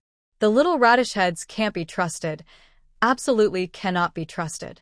At dusk, a pot of porridge, 6 taro roots, and a large plate of greens were placed on the table. The hot, steaming greens cooled down gradually, and Su Qingqi had not returned home. Mrs. Su Zhong kept looking outside, sending Su Shan to look for him. When no one returned, she sent Su Zhong out. No pedestrians passed by outside the door anymore. Night insects and cicadas sang together. 3 figures finally appeared at the end of the alley. Mrs. Su Zhong turned back, lit a torch, lifted her skirt, and hurried to meet them, anxiously asking from afar, "Where have you been?" You. Su Qingqi, with a cold face, pulled Mrs. Su Zhong to walk home. Seeing the eldest son carrying a large bundle and the second son supporting him behind, both walking unsteadily as if carrying about 20 jin of grain, Mrs. Su Zhong pushed her husband aside to help her sons. Her rough hands touched the cloth bag. The surface of the bag didn't look like grain. The faint sound of collision made Mrs. Su Zhong suddenly nervous. All her worries and accusations were swallowed in her stomach. Silent, she snatched the bag, threw it over her shoulder. The bag bent her waist, but she didn't shout or complain about the weight or pain. Mrs. Su Zhong told her mother-in-law to go inside and let the children eat first. Su Lingyu heard the door close and the sound of copper coins. She looked at her cheap father. Under the faint moonlight, his face didn't look good. She looked at the 3 men of the Su family, all drinking porridge and eating taro, but their expressions were different. The second radish head was simple-minded, happy just to fill his stomach. The big radish head's brows relaxed, and his worries seemed to be solved. He probably knew what was inside the cloth bag. The cheap father was the heaviest-hearted, carrying many worries, probably hurt emotionally. Su Qingqi, having peeled the taro, handed it to the third son, swallowed hard, and said with difficulty, "Eat it all, then sleep well." Su Lingyu held the taro, eating small bites, ignoring the sadness in the voice. No one in this family went hungry, so she wouldn't go hungry. First, she had a small appetite. Second, they didn't want her to go hungry. 1 big taro was enough for her. Midnight, the moon was high, shadows of trees flickered, and moonlight bathed the small courtyard in glow. Su Lingyu dragged her small fan and stepped out of the doorway, glancing sideways at the neighbors, who were still counting copper coins one by one. Su Qingqi felt angry inside and wanted to vent his frustration by chopping firewood. His back was covered in tiny beads of sweat, which dripped down and soaked his waistband. She first placed her small fan on the table, then climbed onto a stool and sat down. She picked up a dark teapot and poured water into a rough clay bowl. A small spring of water flowed along the bowl's wall, swirling around a few times. Su Qingqi put down his axe, grabbed a cloth to wipe his sweat, and sat down. He picked up the clay bowl and drank greedily, then turned it upside down to refuse Su Lingyu's attempt to lick the water. Don't laugh at me. Borrowing money is easy. Asking for it is hard. This has been true throughout history. He usually showed loyalty to others. If someone was in trouble, he was willing to help. If he had 3 coins, he would lend 2. Whether the person truly needed help or whether he himself needed money didn't matter. Over the years, he had lent out countless coins. Now, with a difficult family situation, when he asked for repayment, 8 out of 10 people avoided him. In the 10-mile radius, he had asked everyone who owed him money. His throat was dry, but no one paid him back. He used persuasion, threats, tricks, and inducements just to get a little money. His proud brotherly loyalty turned out to be just a joke. Su Qingqi felt deeply useless, unable to recognize people's true nature. He had caused suffering for his family and his wife and children for the sake of his brothers. He warned himself that he would never do this again. His kind father was not stupid. Since she had replenished his energy, she decided to go back to sleep. Her small body couldn't stay up all night. She climbed down from the stool, folded her small fan, and with her hands behind her back, she walked into the house on her short legs. She thought her kind father would bring back a lot of silver money. When the 2 women at home counted it, it was mostly copper coins, more than 2,000 coins, worth about 2 taels of silver. The scattered silver coins added up to less than 1 tael of silver. Just enough for 3 taels, but far less than the debt of a dime. Su Lingyu didn't think it was worth it for the exhausted Su Zhang and Su Li to work all night just to pay off this small amount. When would the debt be fully repaid? She looked again at the little donkey. The family's life was as simple as a small donkey.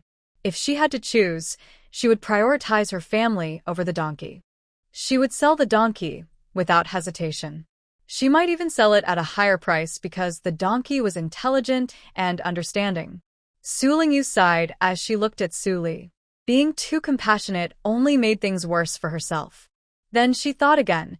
If they weren't so full of human kindness, perhaps she, Su Lingyu, would have already gone through her 3rd reincarnation. Because of them, live for them, and make more changes for their sake. Su Lingyu wandered by the water bucket, pretending to play with water, pouring spiritual spring water into clear water to improve her family's health. Brother Wang is still at home. You should go to the Wang family and deliver everything from the bag, Su Zhongshu advised her husband. They still owe a few silver coins, but with 20 taels left, they should be able to pay off the debt in a few years. Having hope makes life feel much better.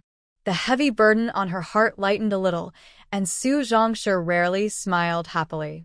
The second batch of silkworm cocoons arrived, snow-white and laid out on bamboo mats to dry, shining with a silver glow. Su Lisher estimated the weight of the cocoons, feeling very happy. Selling this batch would allow her to buy fabric, and her grandchildren's summer shirts could be made. Her 3rd son's birthday was coming soon. She planned to boil a few red eggs to celebrate. Cutting some meat was also fine, but she worried she might not have enough silver money at that time. The busy market was lively, with people coming and going. There were buyers and sellers of cocoons, silk threads, fabrics, furs, and medicinal herbs. Su Lisher led her donkey, with 2 baskets of cocoons hanging on its back. A sharp-eyed shop assistant noticed the difference in the cocoons and hurried over to Su Lisher, holding up and inspecting them. Another shop assistant came running, also holding up, and examined the cocoons with both hands. One offered 20 coins per jean, another 22, but neither was what Su Lisher wanted. She waved her hand and led her donkey inside. "Madam," a respectful term for an elderly woman. "What do you think of this price?" The shop assistant asked, adding 2 more coins. A clever person would go straight to the shopkeeper, who had been in the silk business for many years. How could he not tell the quality of these cocoons? The shopkeeper wasn't in a hurry to offer a price. Instead, he carefully examined the cocoons in his basket. Only top-quality cocoons look uniform. He picked up one cocoon, licked his finger, and pinched a silk thread with his damp finger. The silk was shiny, slightly white, and smooth to the touch. When rubbed between, the thread was continuous, fine, and elastic. The shopkeeper nodded in satisfaction, ready to bid but noticing others nearby. Good quality cocoons attracted many traders, all eager to see and buy. They weren't just here for fun. They wouldn't miss a good deal. Don't offer less than double the price of the imperial cocoons, someone said with a smile. Double imperial cocoons are those with 2 or more silkworm pupae inside. Because their silk threads intertwine when spun, they are not a single continuous strand. This type of cocoon produces fluffier silk, making it more popular among wealthy families. Humph, I'm not afraid to speak big words, but a single cocoon can't compare to a double cocoon. It's larger, but has too many yellow spots, so it doesn't sell for good money. Besides, just looking at the color and shine, the price isn't low.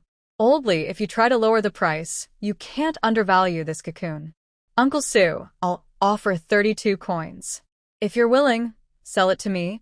A familiar friend stepped forward to bid. 33 coins. 33 coins and 5 cents. 38 coins. Who is that fool trying to raise the price like this? Do they understand the rules? The shopkeepers looked outside for the person calling the prices. Wang Long pushed through the crowd, reached the inner circle, and bowed to the surrounding shopkeepers. Sorry to bother you, but our shop needs to sell some goods, and we're also looking for special treasures. If we don't find good ones, we'll take them back to the master. Please, everyone, help us out. Seeing it was this troublemaker, the shopkeepers thought he was not a trustworthy person. They wanted to raise the price but knew he wasn't honest, so they all kept quiet, turned away, and left. Wang Long sincerely bowed and persuaded his fellow traders to leave, dispersing the onlookers. This way, Su Li's wife couldn't get a higher price. People who knew each other spread the news that the Su family's aunt had raised good silkworms. Some envied, some were jealous, and some looked down on it. Madame Lai heard the news and gritted her teeth in anger. She asked the Su family to apologize, but no one showed up. Her son was beaten up, and she couldn't swallow this insult. She insisted on teaching the Su family a lesson. Meanwhile, Su Li's wife was leading her donkey home, happily placing her money pouch in front of her daughter-in-law. Su Zhong looked at the money pouch and was surprised. So much. Su Li was quite proud. The silkworms I raised aren't cheap. She lowered her head and smiled, covering her mouth happily. A young man named Wang Long paid 38 coins per jean. Quite generous, really generous. He's a good person, said Su Zhong as she put away the money pouch. She went to pour water for her mother-in-law, thinking about what fabric to buy and how many sets of clothes to make for the children. This over 700 coins made the Su family happy for several days. Su Zhong and Su Li cut some cloth and stayed up all night making summer shirts for the children. When Su Shan put on his new clothes, he jumped around happily, feeling very joyful. But Su Zhong kept his new clothes hidden and didn't wear them. When he took them out again, they no longer fit. One day, Su Qingqi hurried home and told his wife to prepare a small bag, as he needed to go out for a few days. He squatted in front of Sanner and handed her 2 red hair ties. Sanner, Old Li wants me to go to Dongwangswang to look at horses. This trip will take about 7 or 8 days, so I can't celebrate your birthday with you. He gently patted Sanner's head and sighed. In the blink of an eye, 2 years have passed. Sanner is growing up so fast. Su Qingqi felt a bit emotional inside. He thought that touching Sanner's head was the most satisfying thing. Maybe he should pretend to be more pitiful and touch her a few more times? He frowned sadly and said, Sanner, it's because Dad couldn't. Su Lingyu thought her father was truly remorseful and determined to change. But seeing the forced smile he was trying to hide, she knew he was just pretending to be sad to take advantage of her. Her soft, white little hand slapped the rough, yellowed wrist, and her clear, black and white eyes stared fiercely, as if saying, "How dare you? You can't bully me." Sanner, hitting Dad, feels so good. Come on, hit me a few more times. No one else was as shameless as this.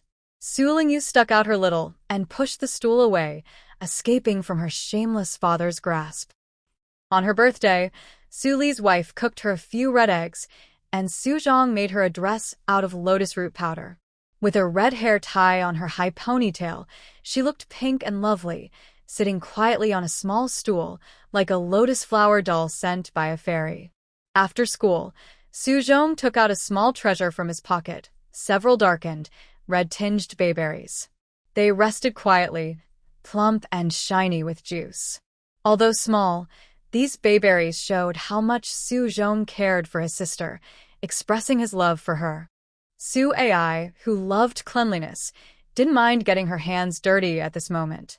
She picked up a berry and bit into it, grinding it with her teeth. The soft, tender flesh of the berry burst with a sweet and sour juice, making her mouth water. She spat out the seed, and her tongue felt a lingering sweetness, making her want to eat another one. At this moment, Su Shan ran into the house, sweat dripping from his hair, his cheeks flushed, panting heavily. He placed a bunch of ripe mulberries on the table. The ripe mulberries were dark with a hint of red, and some juice had spilled out onto the table.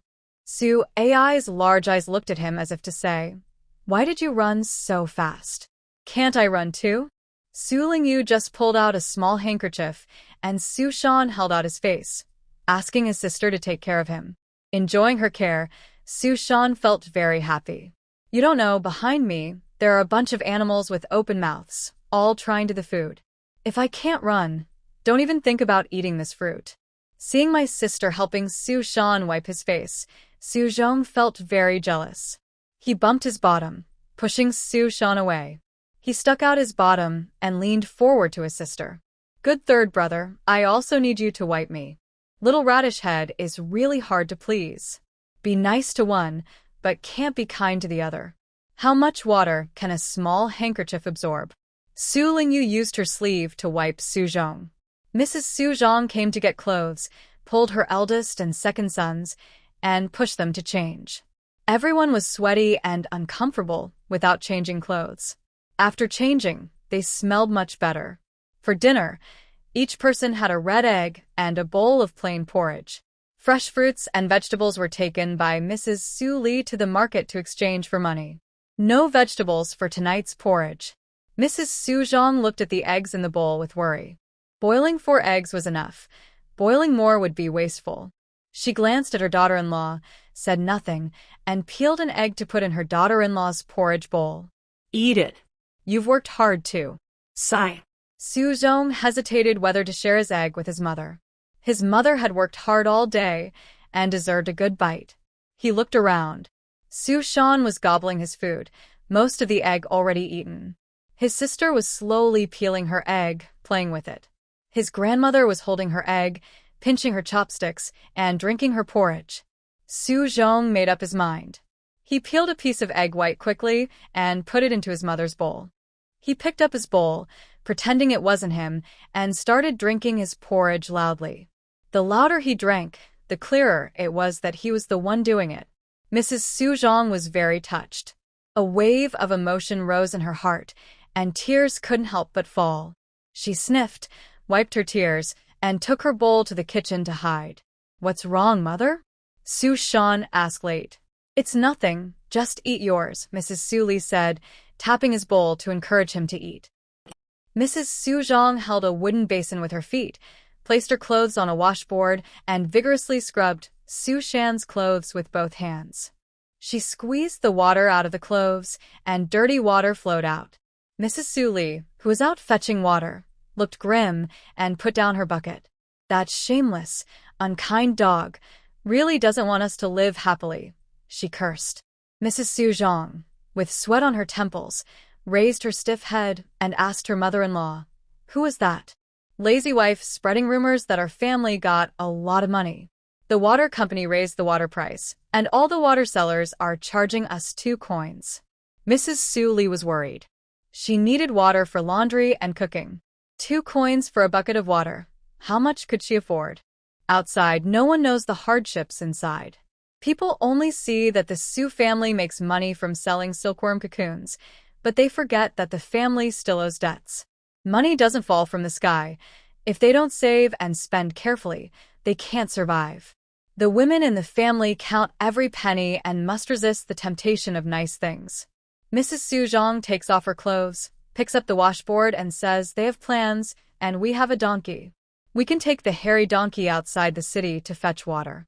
We won't need to rely on others' opinions, and it won't cost us money. The discouraged Mrs. Suli seems to brighten up, standing with a smile. Yes, she says. Shallow-minded women are not fit to be with us. Haha. Su Lingyu holds a wooden comb, fluffing her messy hair, and leans on the doorframe, yawning. Hashi looks sleepy, but tries to stay awake. Her half-closed eyes glisten with a few tears. Mrs. Su Zhang places her hands on her hips and wipes her palms on her clothes, wiping away watermarks. Santa has woken up. This morning, I picked an extra melon, and it's boiling in the pot. Do you want to eat now or at noon? This morning, she picked melons and steamed them to bring to the children at school and to add some lunch. She remembers that Santa has been taking care of the melon plants herself. Since planting the melons, Santa has only eaten once. Before the melons fully ripen, she plucked them from the vine, so Santa can't eat another one. She decided to pick an extra melon secretly and steam it for Santa. Su Lingyu didn't say anything.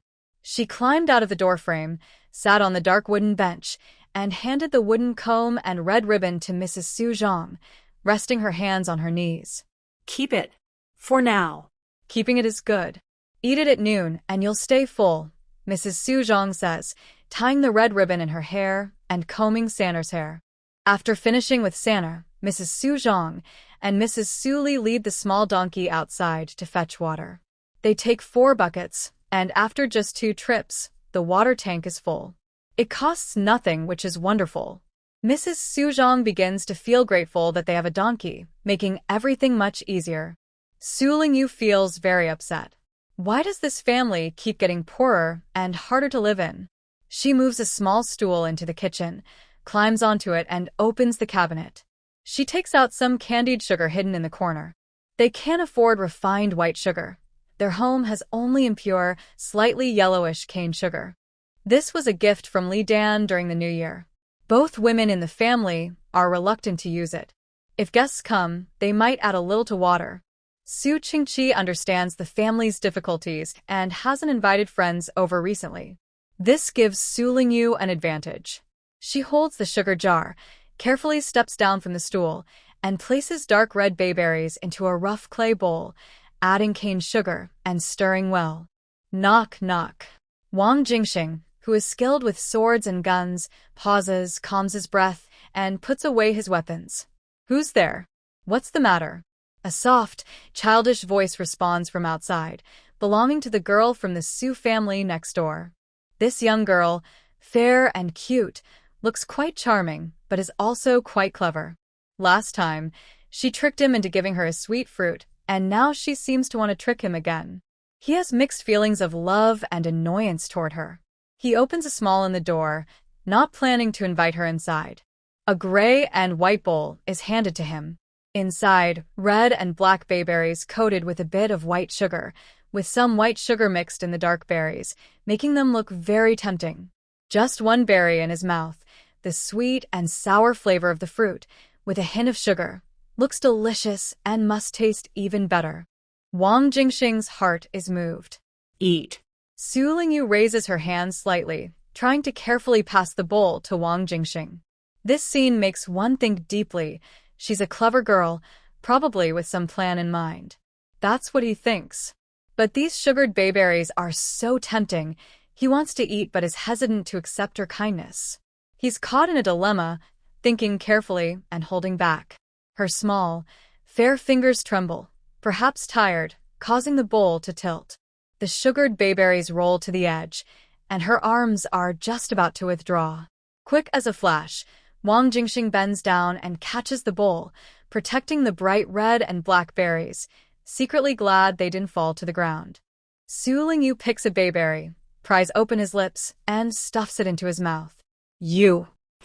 The sour and sweet flavors alternate, and the sugared bayberry immediately wins him over.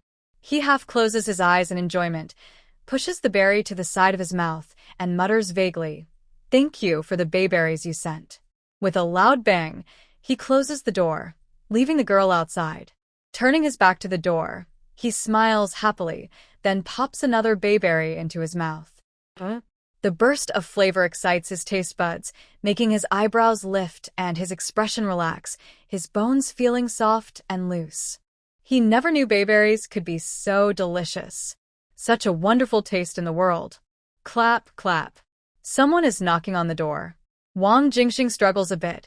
He knows he shouldn't be easily swayed by such a young girl, but the delicious taste still lingers in his mouth, making him reluctant to give up this treat.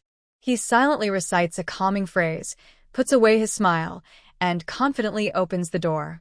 Looking down at the girl with her high ponytail, he says, "I only overheard a little about your family matters. Let me discuss it with my uncle first, then I'll give you an answer." Su Lingyu smiles sweetly, crosses her arms, and happily heads home.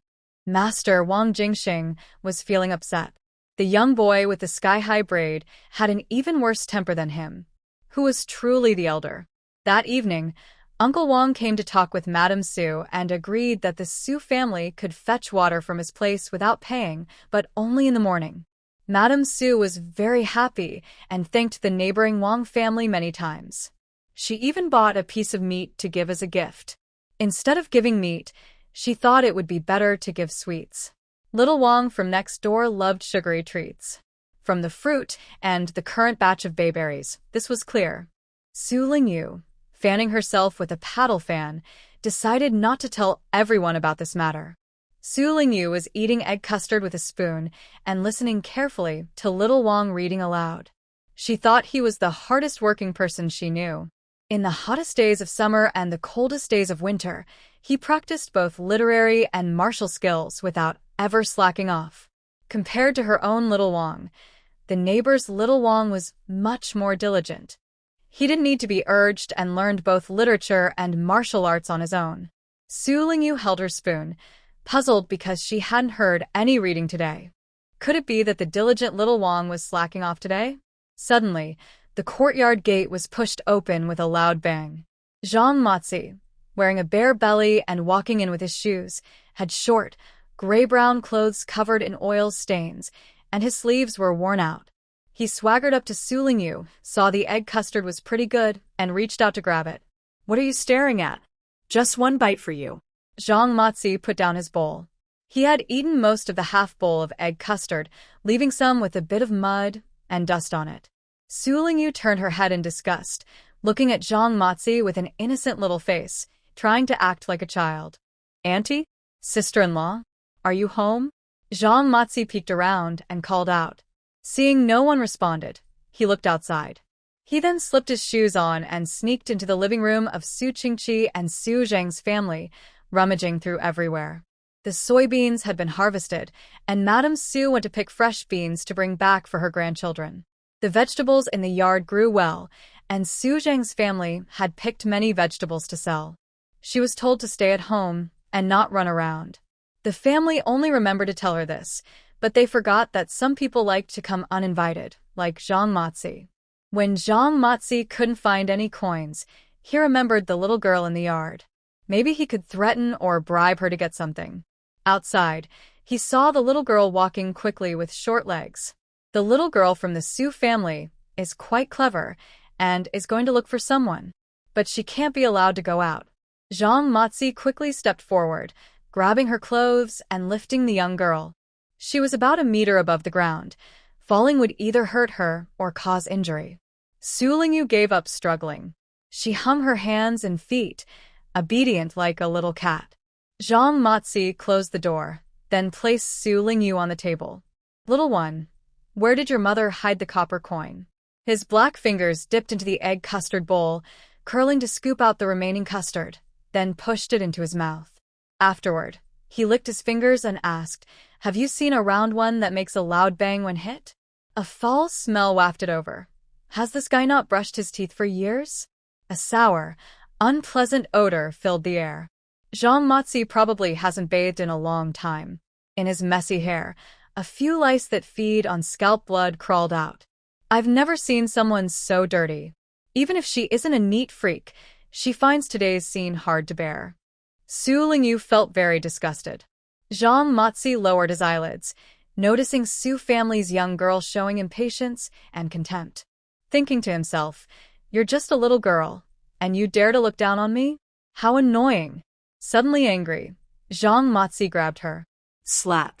A loud slap echoed as he smacked her bottom. The sound of the slap was very loud, and even after it ended, the noise lingered in the small courtyard. This slap stunned Su Lingyu. She was dazed. She had been reincarnated twice into kind families. Even if she made big mistakes, she was only slapped on the palm, never on her bottom. Su Qingqi and Su Zheng's family loved her dearly and hated to hit her even once. Seeing the fat little girl being spanked by Aunt Nyo, she felt ashamed but also very proud. She had never been hit before. If she were still young, she might have an excuse. She had lived another life, different from others, with a different mind. This slap hurt her pride, her face, and broke her boundaries. The more she thought about it, the more she couldn't accept it. Her anger grew, uncontrollable. She saw her 5 fingers, hardened, then curled 3 fingers into a scissors shape and stabbed upward, aiming at Zhang Matsi's eyes. Third brother. What? Zhang Matsi, in pain, forgot about the young girl in his hands. He covered his eyes with both hands and stepped back. When Su Qingqi returned home and pushed open the courtyard door, he saw his precious third brother falling from above. In that moment of falling, Su Lingyu turned her body just right and landed beside the table. As she fell, she hit her nose. Her small white hands covered her nose, making soft sounds. Her eyes were red, tears streaming uncontrollably, and her eyes were full of tears. Su Qingqi was furious and shouted, "You, Zhang Matsi, not only steal chickens and sneak around, but you also bully my third son." He grabbed her by the door and chased Zhang Matsi to hit him. Zhang Matsi couldn't dodge in time and was hit twice, crying out in pain, then ran away from the Su family. Su Qingqi couldn't hold back and went outside to fight Zhang Matsi. "Are you crazy or just stupid? How can you leave the third son alone at home? Do you think she has a magical helper and isn't afraid of bad people?" Su Qingqi pointed at Su Zhang and scolded. Su Zhang was full of grievances, wiping tears and crying. Sixth aunt only wanted some greens and gourds, just a few steps away. "I thought I could go quickly and come back soon, but I didn't expect those bad people to break in." "Did you expect that? Did you expect you are so foolish? If I hadn't come back a bit earlier, I don't know if the third son would be safe. She didn't want to live much longer, and if she had left this world because of this, where would you cry? Who would you cry to? Even the king of can't help you." This hit Su Zhang's heart deeply. The little piece of flesh she had finally given birth to, barely 2 years old, how could she just give it back so easily? She staggered to her feet, tightly holding her third son. "Sanner, oh Sanner, please don't leave Mama." Su Lingyu sighed deeply. Why scare her? She was naturally timid. After this incident, Su Zhang probably wouldn't leave her side. Su Lingyu gently patted Su Zhang's back to comfort and pity her. Su Li, carrying a donkey loaded with packages, was returning home. The donkey was carrying many parcels, and he wanted to show off to his young master, but saw the young master being held by someone and unable to move. "What's going on?" Su Li was confused. Su Qingqi saw the scene and told his mother everything in detail. Su Li clenched her teeth and hated Zhang Matsi so much she wanted to tear him apart. She scolded Su Qingqi angrily. "It's all your fault, you unworthy son. Everyone is coming into our house. If it weren't for you, Zhang Matsi wouldn't dare to break in recklessly." She punched Su Qingqi's shoulder, full of disappointment. "Unworthy descendants, unworthy descendants." Many years ago, Zhang Matsi was a good boy. Although he was lazy and didn't work hard, He was polite and respectful. Su Qingqi got along well with him and often invited him to their house for meals. Over time, Zhang Matzi became familiar with the Su family. A few years later, Zhang Matzi fell into drinking and gambling, lost his family fortune, and his mother was furious, causing his life to fall into despair. Su Qingqi still treated him the same, inviting him to drink and eat, which led Zhang Matzi to borrow money from the Su family and beg for food. If they didn't give him a meal, he wouldn't leave. In recent years, Su's third son was born, and the younger brothers attended private school. The family was short on money, and the things used to entertain Zhang Matzi were not as good as before, so Zhang Matzi rarely appeared. Everyone seemed to forget about this person. Who would have thought Zhang Matzi would bully even the little children? Truly not a good person. Mrs. Su Li was upset and went out to look for him, but she didn't find Zhang Matzi and gave up. She was still angry and drove Su Qingqi away, sending him outside the city gate to fetch water. Having such a son, I really feel sorry for our ancestors.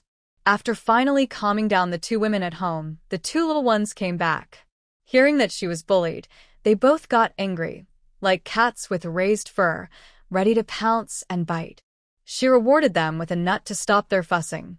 The little one stayed by her side, each asking, "Sister, your nose is so red." "Sister, a red nose is also very pretty." Luckily, they didn't know what a clown was, or Su Shan would have burst out laughing, making fun of her red nose. "Sister, does it hurt or not?" Su Chong asked. "Of course it hurts." To prevent the two women from worrying, she endured the pain. She didn't know when she would recover fully. "The medicine is here. It might sting a bit." "Third son, bear with it," said Su Qingqi, holding some ointment to apply on his nose. "This dark ointment, is it really effective?" Su Lingyu doubted it. Su Qingqi didn't hold back and directly picked her up onto his lap. "Don't move. Let Dad put the medicine on you. After applying, you'll be fine." Su Shan shook his head. "Dad, aren't you just wanting to hold your sister?" Su Chong shook his head and went back to his homework. When Dad returned, third son couldn't stay still. "Third son, let Dad hold you a bit longer. Did you miss Dad these days?" "Hey, don't go." Third son's short legs couldn't keep up with Su Qingqi's long ones. Every step Dad took was like 3 of hers. No matter where she hid, her lucky dad would always find her. Her tiny eyes rolled, and her chubby face was adorable, making Su Qingqi laugh happily. "Are you really unmanageable?" Su Lingyu turned around and ran to the donkey shed.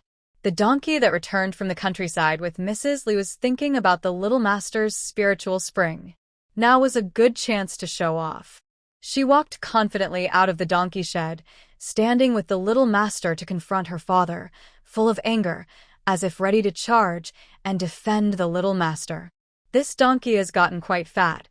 It should sell for a good price. Tomorrow I will sell it. Selling this donkey can get quite a bit of money." Su Qingqi felt happy and reached out to touch the donkey. Startled, the donkey clamped its tail and ran back to the stable. Su Lingyu's finger trembled with frustration at this useless thing. Su Qingqi quickly picked up Sanner. "Good Sanner, look, has Daddy's beard grown?"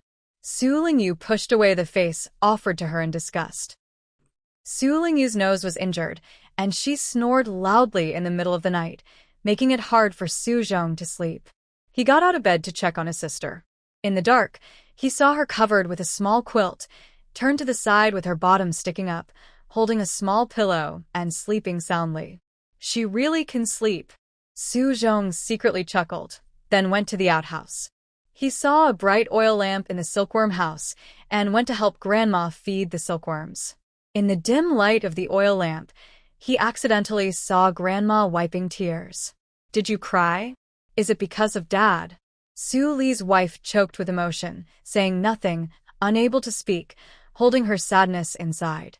Seeing Grandma like that, Su Zhong also felt sad. As a son, he couldn't say anything bad about his father, so he warned himself not to follow his father's old ways and make the family suffer. "Yaya."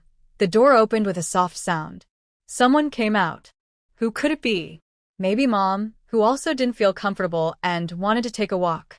Suzhong stepped out of the silkworm house and saw not his mother, but his father. He saw his father wearing a dark short shirt with a cloth covering his face, looking like a thief at night.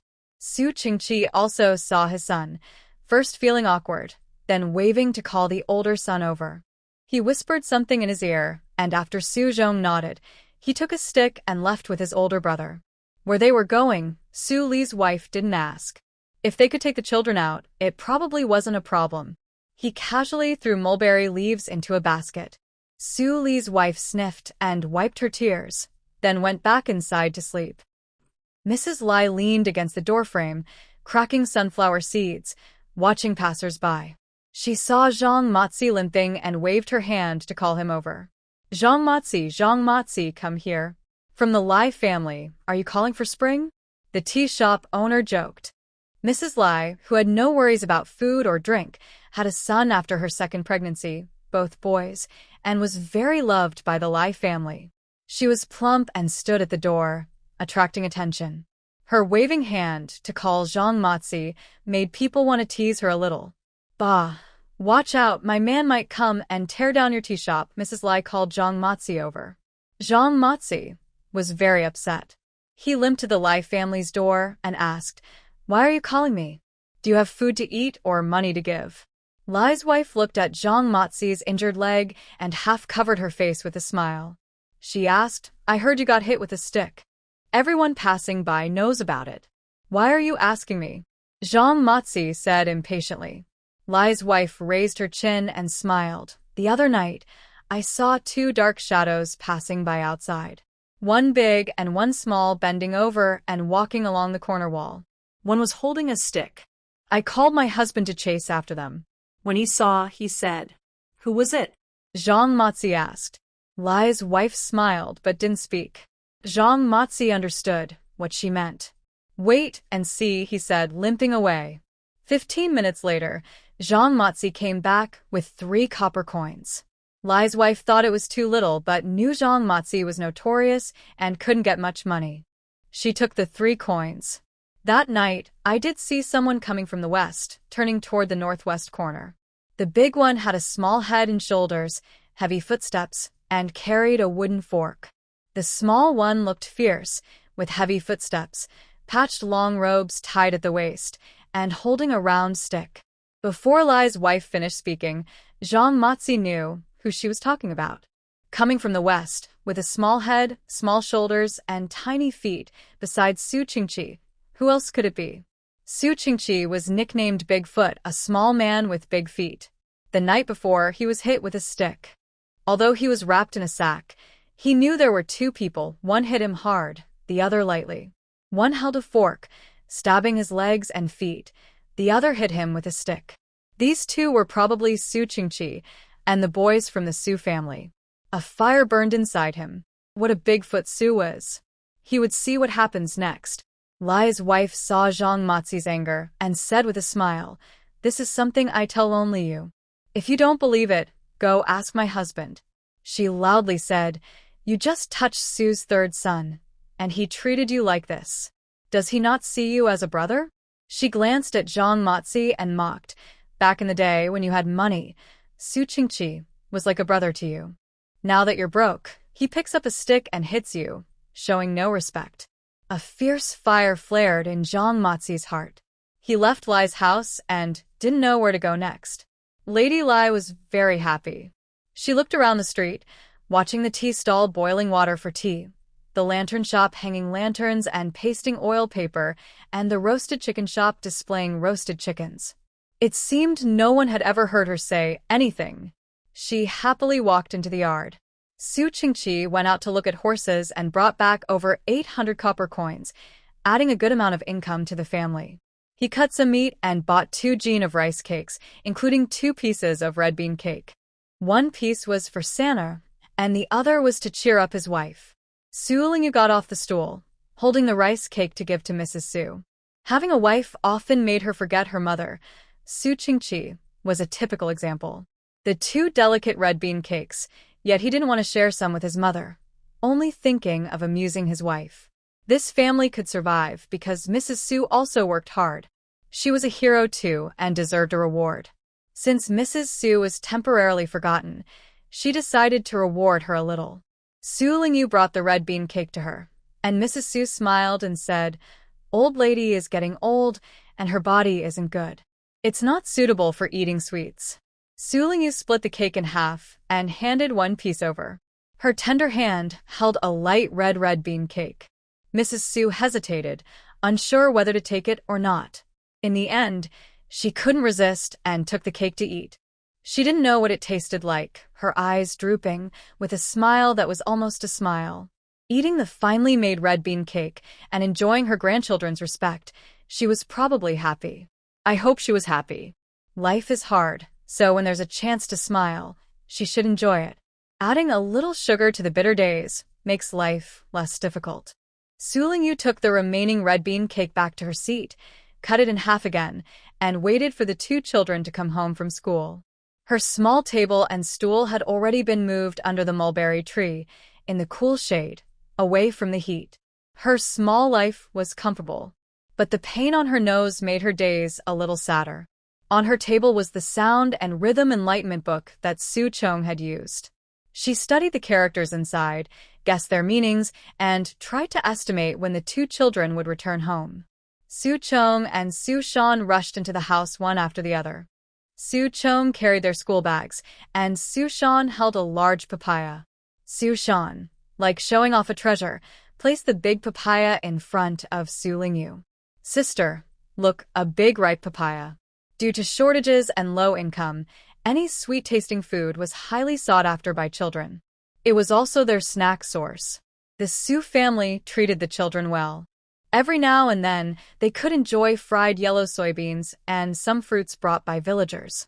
Ripe papayas are the sweetest and softest, loved by both adults and children, especially elderly people with poor teeth. Su Li took out a greenish-black knife, holding it upright to cut the papaya. Su Shan looked forward eagerly, waiting to eat the fruit. The papaya was cut in half, revealing yellowish flesh and black seeds. The expected red and yellow colors did not appear, which made Su Shan quite disappointed. Su Zhong also felt a bit sad, saying, "It's not ripe yet." The surface of the papaya was turning yellow. "I thought it was fully ripe, but when opened, it was still not ready to eat." Su Qingqi held rice cakes and tried to cheer up his sons, saying, "Yesterday I saw that the papaya trees by the river had ripe fruit. Most are yellow, few are green." "Really?" Su Shan quickly finished his rice cake and said vaguely, "Let's go pick some." Su Zong also ate his rice cake eagerly, hoping to go with his father to pick papayas. Su Qingqi grabbed a bamboo pole and smiled at Su Lingyu, saying, "Third son is waiting at home. Dad will go pick papayas for you." The father and sons of the Su family took their bamboo poles and ran toward the city moat. "Tonight's dinner is settled," said Su Li happily. She planned to cook the papaya as a dish. Fresh vegetables at home are popular outside. Eating papaya tonight means tomorrow they can sell some green vegetables and earn about 10 copper coins. There are probably over 1,000 copper coins hidden in the jar. After some time, they could pay back a debt. Su Li was delighted and wanted to take the papaya away, but she saw the small, tender hand of her third son resting on her hand. "Third son wants to eat papaya? This papaya isn't good. It's hard and not sweet enough to bite." Su Lingyu left half of the papaya and asked Su Li to give her some mustard seeds. Mustard seeds are spicy and may sting your eyes. "Be careful not to get them in your eyes," Su Li warned, feeling uneasy. Su Zhong, who was tidying her hair, had sticky, messy hair sticking to her cheeks. Her cheeks were flushed, and her lips were slightly swollen as she bit on a hairpin. Once her hair was done, she inserted the hairpin into the cloud-shaped bun, then pulled her clothes and walked to the table. She took the mortar from third son's hand. "Mustard seeds are very spicy. What are you going to do with them?" she asked. Seeing her mother's spring-like expression, Su Lingyu only smiled silently. She let her mother grind the mustard seeds while she went to prepare the papaya. She peeled and sliced the papaya, soaking it in spring water. She peeled and cut a fresh white radish into strips, then mashed it to extract juice. She poured the papaya and radish juice into a clay basin, added mustard seed powder, and 2 spoonfuls of vinegar. After waiting for a tea's time, the papaya slices would be ready to eat. The papaya can be used in cooking or eaten as fruit. Crispy, sour, and spicy papaya is a fruit-based dish. They had 2 radish heads at home that had never been eaten before, and they thought this way of eating would be quite new and interesting. The mustard seeds are too spicy, similar to mustard, and I wonder if they can accept it. The Sioux father and sons returned home, bringing back a handful of red and black mulberries instead of papayas. We arrived late, and those kids from the southern part of the city took the papayas, Sushan said, setting down the mulberries for his mother and grandmother to eat. Little sister, this one is for you. This one is the sweetest. After eating many mulberries, his tongue was all black. Su Lingyu stayed still, her hands pressing on a clay basin. In front of her, an upside-down gray-blue basin covered another basin. Sushan was very curious. The more she refused to show him, the more he wanted to see. Su Lingyu pressed down on the basin, and when he reached out, she quickly slapped his hand away. He withdrew one hand, reached out with the other, and in a few quick moves, he snatched the upside-down basin. Seeing the crescent-shaped papaya slices lying in shallow water, Sushan couldn't help but grab one, biting into it. The crisp, fresh papaya broke easily. Chewing the papaya, his taste buds were filled with the sweet flavor of fresh fruit, the numbing sensation of mustard seeds, the spiciness of radish, and the sourness of vinegar, all balanced to create a new, exciting taste. The 2-inch-long papaya slices disappeared in a few bites. He kept swallowing and kept exclaiming how spicy it was, yet he still wanted a second piece. Su Qingqi used chopsticks to pick up a piece, took a bite, and nodded repeatedly, praising it highly. This is a good thing, great for rice and also good with wine. Delicious, so tasty. Su Zhong kept salivating, eager for a second piece. Eating too much would upset the stomach, so Su Zhong suggested sharing some with their friends. Su Zhong quickly grabbed a piece and ate it, feeling a bit regretful. If only he had paired it with a little wine, life would be perfect. The children had strong appetites and little food. Whenever they found something delicious, they wished they had more mouths to eat more. Within 15 minutes, the entire bowl of spicy sour papayas was gone.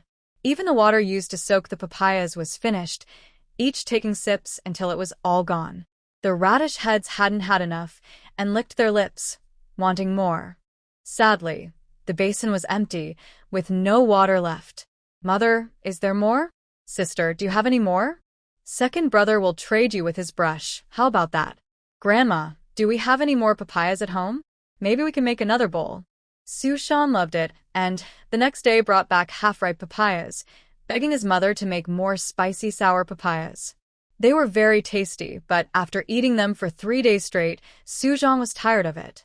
Plus, vinegar costs money, and they couldn't keep wasting coins on it. Mrs. Suzhong scolded her second son, forbidding him from eating papaya again recently. From home to the private school, there is a curved street lined with many shops. Su Lingyu sat on a donkey, looking around. She admired the handmade workshops, fabric stores, sauce shops, roasted chicken shops, and grain and oil shops. She passed by a paper craft shop, watching the craftsman turn a thin bamboo stick into a lantern. Then she saw a silversmith pouring silver into a mold. Everything was so diverse and interesting, she never got tired of looking. The donkey trotted along, carrying her to the private school. The class was in session. The teacher read aloud, and students followed, singing softly like a song. Afterward, the teacher asked students to recite on their own, planning to have each one recite later. The teacher never explained the meaning of the texts. Su Lingyu patted the donkey's head, and it knelt down, allowing her to get off. Inside the school, the children saw the obedient donkey and forgot about studying, leaning over to look at it more closely. The teacher tapped the desk with a ruler, trying to focus the students. Nearby, a chubby boy whispered to remind Su Shan and Su Chong that third son had arrived. Su Chong was more calm, but Su Shan was anxious, fidgeting nervously. Su Lingyu got off the donkey, took Su Li's hand, and led her to the school gate. Su stood outside, bowed to the teacher inside, and invited him to come out for a chat. Today, she brought some silver coins, more than one tael, to pay for her 2 grandsons' tuition, and some copper coins to buy medicine powder for her 3rd son. Recently, her 3rd son had many red marks from bug bites. She needed to buy medicine powder to treat the bugs and lice. Seeing the teacher coming, Su bowed again. "Thank you for your kindness," she said. "The teacher deserves it," replied the teacher. She handed him a basket. "We made some homemade wine, and want to share it with you." In the basket, there was a small bottle of mulberry wine, a piece of mutton, a bag of sugar, and a bag of salt. For a poor family, this was a generous gift. It was a respectful gift to the teacher. Su handed over a small purse. "This is the tuition money from Su Chong and Su Shan. Please take good care of them and teach them well." The teacher took the purse, and the gatekeeper came forward to take the basket, thanking Su. She bowed again, held her 3rd son's hand, and left the school. Su Shan, inside the school, felt a bit sad because he couldn't go out and play with his brother. Su Chong was worried because the family didn't have much silver money. The money given for tuition might reduce their food. Every family has gourds, but theirs are especially tasty. Neopong was willing to pay 10 copper coins to buy some, but instead, they decided to sell the gourds in their bag. The 10 coins they earned could last half a month for salt. 10 coins a day, 300 coins a month, that would be great. Su Chong decided to sell the gourds, even if it meant going hungry. After leaving the private school, they went to the pharmacy and sold silkworm sand. Spring silkworms are raised once a year, but since their mulberry trees grew well, they also raised summer silkworms. The cocoons from summer silkworms are better than spring ones, and the silkworm sand could be sold for about 10 coins.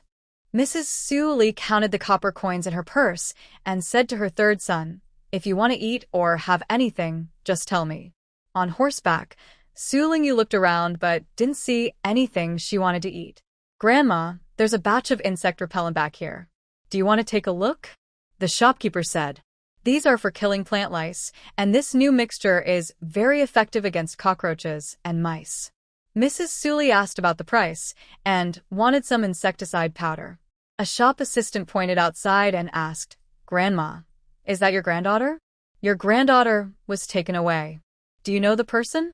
Mrs. Su turned to look and saw a stranger covering the 3rd son's mouth with one hand and holding his waist with the other. The stranger was running with the 3rd son toward a small alley across the street. Mrs. Su was shocked. She lifted her skirt, ran, and shouted, "Kidnapper! Kidnapper!" Someone's kidnapping a child." The kidnapper ran quickly and disappeared into the winding alley. People chasing after Mrs. Su spread out in 3 directions to look for him. While running, Mrs. Su saw a corner of a garment and chased after it. She didn't see the kidnapper, but saw Zhang Matzi talking privately with a woman in a blue shirt. "Hey, Auntie, what's wrong? Why are you so out of breath? Have you seen my 3rd son? Someone took him." Mrs. Su was both anxious and panicked. "I haven't seen him. Go check over there. I'll call Brother Su for you." Zhang Matzi was also very worried. He ran toward the alley, ignoring the woman beside him. Mrs. Su trusted him and turned to run into another alley, shouting, "The kidnapper is here. The kidnapper has taken my 3rd son."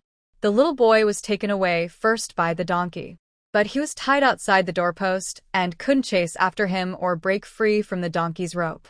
While pulling on the donkey's rope and making loud noises to attract the shopkeeper, being timid, dared not approach to untie the rope. The donkey couldn't help itself and had to pull hard, injuring its ear and turning its head red from the pressure.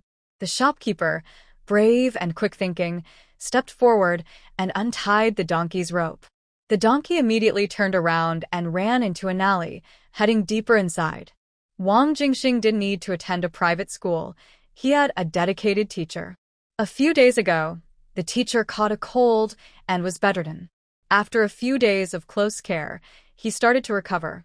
The hot summer was tough. Wang Jingxing went out to buy some ice cubes to make his teacher more comfortable. After paying the money and instructing the shopkeeper to deliver the ice to his home, he saw a donkey with a bloody head running wildly toward him. Passers-by hurried to get out of the way. A man tried to grab the donkey's rope to stop the frantic animal. Looking at the rope on the donkey's head and its eyes, Wang Jingxing was sure this was the donkey from the neighbor's Su family. People said this donkey was very intelligent, understood human speech, and was worth a lot of money. So why was it here? The donkey stopped beside him and opened its mouth as if to bite him. "Young master, be careful," someone with a knife stepped forward, ready to attack the donkey. Wang Jingxing raised his hand to stop the man. Only then did they realize the donkey was biting his shoulder and clothes. The donkey was pulling at Wang Jingxing's clothes, trying to lead him away. Wang Jingxing understood and told the people nearby, "I'll be back soon. You all go to the teacher's place first." Then he jumped onto the donkey's back. The donkey used its strength to carry Wang Jingxing out of the city. Outside the city, a black wooden carriage hurried forward toward an unknown place. "That's enough, slow down," someone said. Once outside the city, they were in their territory, and no one could harm them. A man wrapped his wound with gauze, muttering, "Old woman, her teeth are really sharp." When leaving the alley, they unexpectedly met an old woman with a donkey. Luckily, they had a handy weapon and managed to knock out the old woman and drive away the donkey. Otherwise, they wouldn't have been able to leave the city. They arrived at a hilltop, where a young woman in a blue shirt jumped down from the carriage. "Zhang Matzi, come out." Zhang Matzi stepped out of the grass, caught the purse thrown to him, and weighed it. "Boss Liu, this money isn't enough. That old woman bit my hand, and the donkey kicked me. Shouldn't I deduct some medical expenses?" Boss Liu, the third son of the Su family, is well cared for, fair and tender, with a good appearance. Selling him to the brothel could make a lot of money. "Are you just going to give me this little?" Zhang Matzi refused to move aside. Although Zhang Matzi liked drinking and gambling and had caused trouble at home, he was still strong and growing more powerful. He picked up a stick, held it across his shoulders, and looked at the people with his chin raised. The two men had no choice but to stand there. The man threw a string of coins over, saying, "All right, don't block my way." He then stepped into the carriage, and the woman sat inside, ready to drive away. Zhang Matzi received the money and no longer blocked the path. He thought about finding a place to drink. The donkey ran very fast, leaving the horses on the road behind. Passers-by were amazed, saying, "What a hairy donkey. It's as fast as a horse." The donkey forced itself to run, causing Wang Jingxing on its back to wobble and almost fall off. The carriage, thinking it was safe, moved slowly. 20 miles outside the city, the donkey caught up and breathlessly blocked the carriage's way. Inside the carriage, the man saw the donkey and realized help had arrived. Knowing trouble was coming, he grabbed the whip and urged the horses to run faster. The Su family's donkey had brought him here. There must be something inside the carriage. Wang Jingxing didn't doubt him. He jumped off the donkey and ran with his legs, catching up to the carriage. He reached the window and tried to pull himself in, but the carriage dragged him along. "Big brother, he's just one person. Killing him and then leaving is fine," said the woman in blue. Lao Lu saw that Wang Jingxing was young and alone, so he was no real threat. He grabbed the reins and shouted, "Who?" Before the black wooden carriage stopped completely, the woman in blue drew a dagger, aiming to cut Wang Jingxing's fingers. Wang Jingxing used the momentum to leap up, punching the woman to deflect her dagger. Lao Lu jumped down, drew a large sword, and quickly moved to attack Wang Jingxing. He swung 3 times, but Wang Jingxing dodged each. Lao Lu was furious and lost his temper, determined to kill the boy. Wang Jingxing had no weapon, but he was small, light, and quick, avoiding the large sword easily. "Young master, catch the spear." A servant riding a horse threw him a red tassel spear. Wang Jingxing caught the spear and swung it around. Lao Lu was no match for him. He kept dodging and trying to run away. Although he was only 10 years old, he was incredibly strong. He pierced Lao Lu's shoulder armor, flipped him over, and pressed him down, spinning like a scarecrow in the wind. After killing Lao Lu, Wang Jingxing took a deep breath. He was still too young. Killing a weak person took so much effort, he really needed more practice. He looked at the woman who had been subdued by his servant. Wang Jingxing lifted the carriage curtain. Inside, 3 children lay down, one of whom was the 3rd son of the Su family. Su Lingyu had been drugged and knocked out, then thrown into the carriage. If it weren't for the donkey bringing help, her future would be uncertain. Su family's 3rd son looks more handsome when he is sleeping than when he is awake. When he wakes up, he either tries to take his fruit or ask him to do something. At 2 years old, he is almost as clever as a little devil, and he will surely grow into a fierce mother tiger. Is it a human trafficker? How should the young master handle it? The person was taken into the woods and dealt with there. The body was thrown into the mountain ditch. Wang Jingxing finds it troublesome.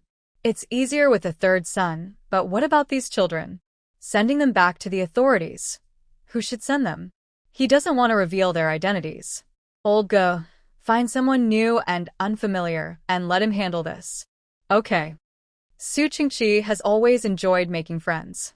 News that his 3rd son was kidnapped quickly reached him. Many friends, upon hearing that his daughter was kidnapped, started searching the streets and alleys for her. Grandmother is here, over here. Grandmother is badly hurt and needs to see a doctor. Mrs. Su was cut on her arm and hit on the head, and the doctor's prescriptions kept coming, but she still hadn't woken up. Meanwhile, her daughter was missing. Su Qingqi was overwhelmed with worries. He arranged for his wife to take care of his mother while he led people to question villagers and look for clues about his daughter. After some inquiries, they found a lead. Su Qingqi rode out of the city with his men, heading to find his daughter. Less than 3 miles from the city, they encountered Wang Long's convoy. It's common to see carriages outside the city, but what was strange was that behind the convoy, there was a wooden cart with their family's donkey on it. Su Qingqi stopped his horse, turned around and followed the cart. The donkey, exhausted from forcing itself to run, was bleeding internally and barely alive. Su Qingqi was heartbroken. He thought his 3rd son had been harmed. Choking with emotion, he asked the driver, "Brother, where did you find this donkey? Did you see my little girl?" Hearing the commotion at the front, the leader Wang Long came over. "Is this donkey yours? We saw it lying on the ground, bleeding from the nose and mouth, and we felt sorry for it, so we brought it back. Yes, today my mother and little girl went out." Su Qingqi explained the situation. Wang Long clapped his hands and exclaimed, "What a blessing! We found the scene of a fight 20 miles away in Qianshan Valley. A hero killed 2 traffickers and rescued some children. I believe your little girl is among them." Come with me. Su Qingqi quickly followed. When he lifted the curtain, he saw his 3rd son and exclaimed in shock, "3rd son? 3rd son? What's wrong with you?" Su Lingyu was sleeping peacefully, not hearing Su Qingqi's calls. "Big brother, the effect of the sleeping potion hasn't worn off. You can't wake her," Wang Long said. "Don't worry, there are people among the followers who know medicine. They check the children and they're fine. Once the potion wears off, she'll wake naturally." Su Qingqi was very emotional, his face turning red as he clenched his fists, eyes tearing up. He held Wang Long's hand tightly and said, "Thank you so much. Words can't express my gratitude. If you ever need help from me in the future, I will do anything without hesitation." Wang Long tried to decline. "Brother Su, you are too kind. The person who helped us isn't me. I was just passing by and helped send her back to the government office. Do you know the name of that brave knight?" Su Qingqi asked eagerly. "I don't know. He calls himself the Qiang swordsman. He wore a mask and didn't want to show his face. If you chase after him now, maybe you'll find him before it gets dark." Among Su Qingqi's group, someone was willing to go after him. The 2 of them rode horses to the end of the road. After asking Wang Long for his banner and residence, Su Qingqi thanked him again and bade farewell. He took his 3rd son and the donkey back to the city. Once the doctor gave her a small bowl of honey water and used a strong-smelling substance to stimulate her, Su Lingyu woke up from her dream. She saw her family around her and many familiar faces nearby. Su Zhang held her and cried loudly. Carefree Su Shan also cried, making Su Chong feel overwhelmed with emotion. She gently patted Su Zhang's arm to show she was okay. Su Lingyu was fine, but Su Li and the donkey had suffered greatly. Su Li was unconscious, and the donkey was injured inside. Third son found her, and Su Qingqi encouraged his friends to leave. They all understood that the family was going through a hard time and didn't want to disturb them, so they all left. After they left, some sent eggs, rice, and noodles to comfort the family. They took what they needed, accepted others' kindness, and planned to repay it later. Su Lingyu stayed by the bed, holding Su Li's hand tightly. Before she lost consciousness, she saw Su Li come to find her. Unfortunately, she was too weak to help her. Su Li was willing to give everything for her, which moved her deeply. They truly treated her like family. Since arriving in this world, the Su family had been kind to her without question. Their sincere care made her reluctant to leave. She accepted this family and recognized their blood ties. Her feelings were so strong, she couldn't hold back tears. Her nose felt sore, and tears welled up in her eyes. She couldn't help crying, burying her face in her mother's embrace and letting her tears fall. Suzong gently patted her back to comfort her and cursed the human traffickers. Family members gathered nearby. Su Lingyu couldn't inject spiritual spring into her. She could only wait until no one was feeding Su Li with his spiritual spring. 2 days later, Su Li woke up but couldn't see and couldn't move her left hand. It was likely a blood clot pressing on her brain nerves, causing her blindness and paralysis. The doctor examined her and said her condition was not optimistic and recovery would be difficult. Su Qingqi took his mother home to rest and care for her every day. That day, he didn't allow Su Chong and Su Shan to attend school and gathered everyone together. He said, "I have decided to sell this house and move to Dongquan village." The family was already in debt, and now Grandma needed ginseng to recover. Selling the house to pay for her treatment was understandable. Su Lingyu believed that her father was truly out of options, which was why he wanted to sell the house. From his tone, she understood this was a decision, not a discussion. "Are you not going to school anymore?" Su Shan asked. After some hesitation, Su Qingqi confidently said, "Not for now. Once things settle down, we will attend school in Dongquan village. The teacher there has taught many talented students, including several successful scholars. Not attending school is also okay," Su Shan said happily. Su Chong didn't say anything and simply followed his father's arrangements. Su Qingqi patted his eldest son's head and said, "Eat your breakfast first. Later, we will go to say goodbye to the teacher. Then we will buy a house in Dongquan village." After breakfast, Su Lingyu entered her grandmother's room. Now she was willing to call this old woman her grandmother and acknowledge their blood relation. She diluted the spiritual spring into hot water and gently moistened her grandmother's lips, letting the water seep in. The spiritual spring, besides helping plants, had little effect on the human body, mainly strengthening the body and improving health. She prayed that this spiritual spring could save her grandmother's life. The family continued spending money, aiming to sell the house quickly and get the funds to buy medicine for her grandmother. Su Zhong was busy, taking everything that could be carried, even a piece of wood. Dongquan village belonged to her friend Li Dan. Through Li Dan, they bought a thatched cottage suitable for a family of 6. The living conditions were simple. They had to build their own kitchen stove and donkey shed. After finding a place, Su Qingqi hurried back and forth to sell the house, bringing people to view it daily. A 4-room house like theirs could sell for about 200 taels of silver in the city. Due to the urgency, Su Qingqi set the price at 180 taels. Someone tried to lower the price but was refused by Su Qingqi. Although eager to sell, he would not sell cheaply. After living in the area for 8 or 9 years, he was reluctant to sell at a low price. He spent some effort to sell the yard for 180 taels of silver. Immediately, Su Qingqi repaid his debts and bought 2 acres of good farmland and 3 acres of mountain land in Dongquan village. He kept some money for daily expenses, mainly using the rest to pay for his mother's medical treatment. He called the best doctor, who used acupuncture, bloodletting, and massage, and his mother's condition improved. She could see shadows of people, but couldn't recognize who they were. When Su Qingqi learned he was moving, Strong men came to help. They borrowed 2 carts, one to carry Sue's mother and the other to carry beds and clothes. They worked all day to move the big items, while the smaller belongings were left for the men of the Su family to handle later.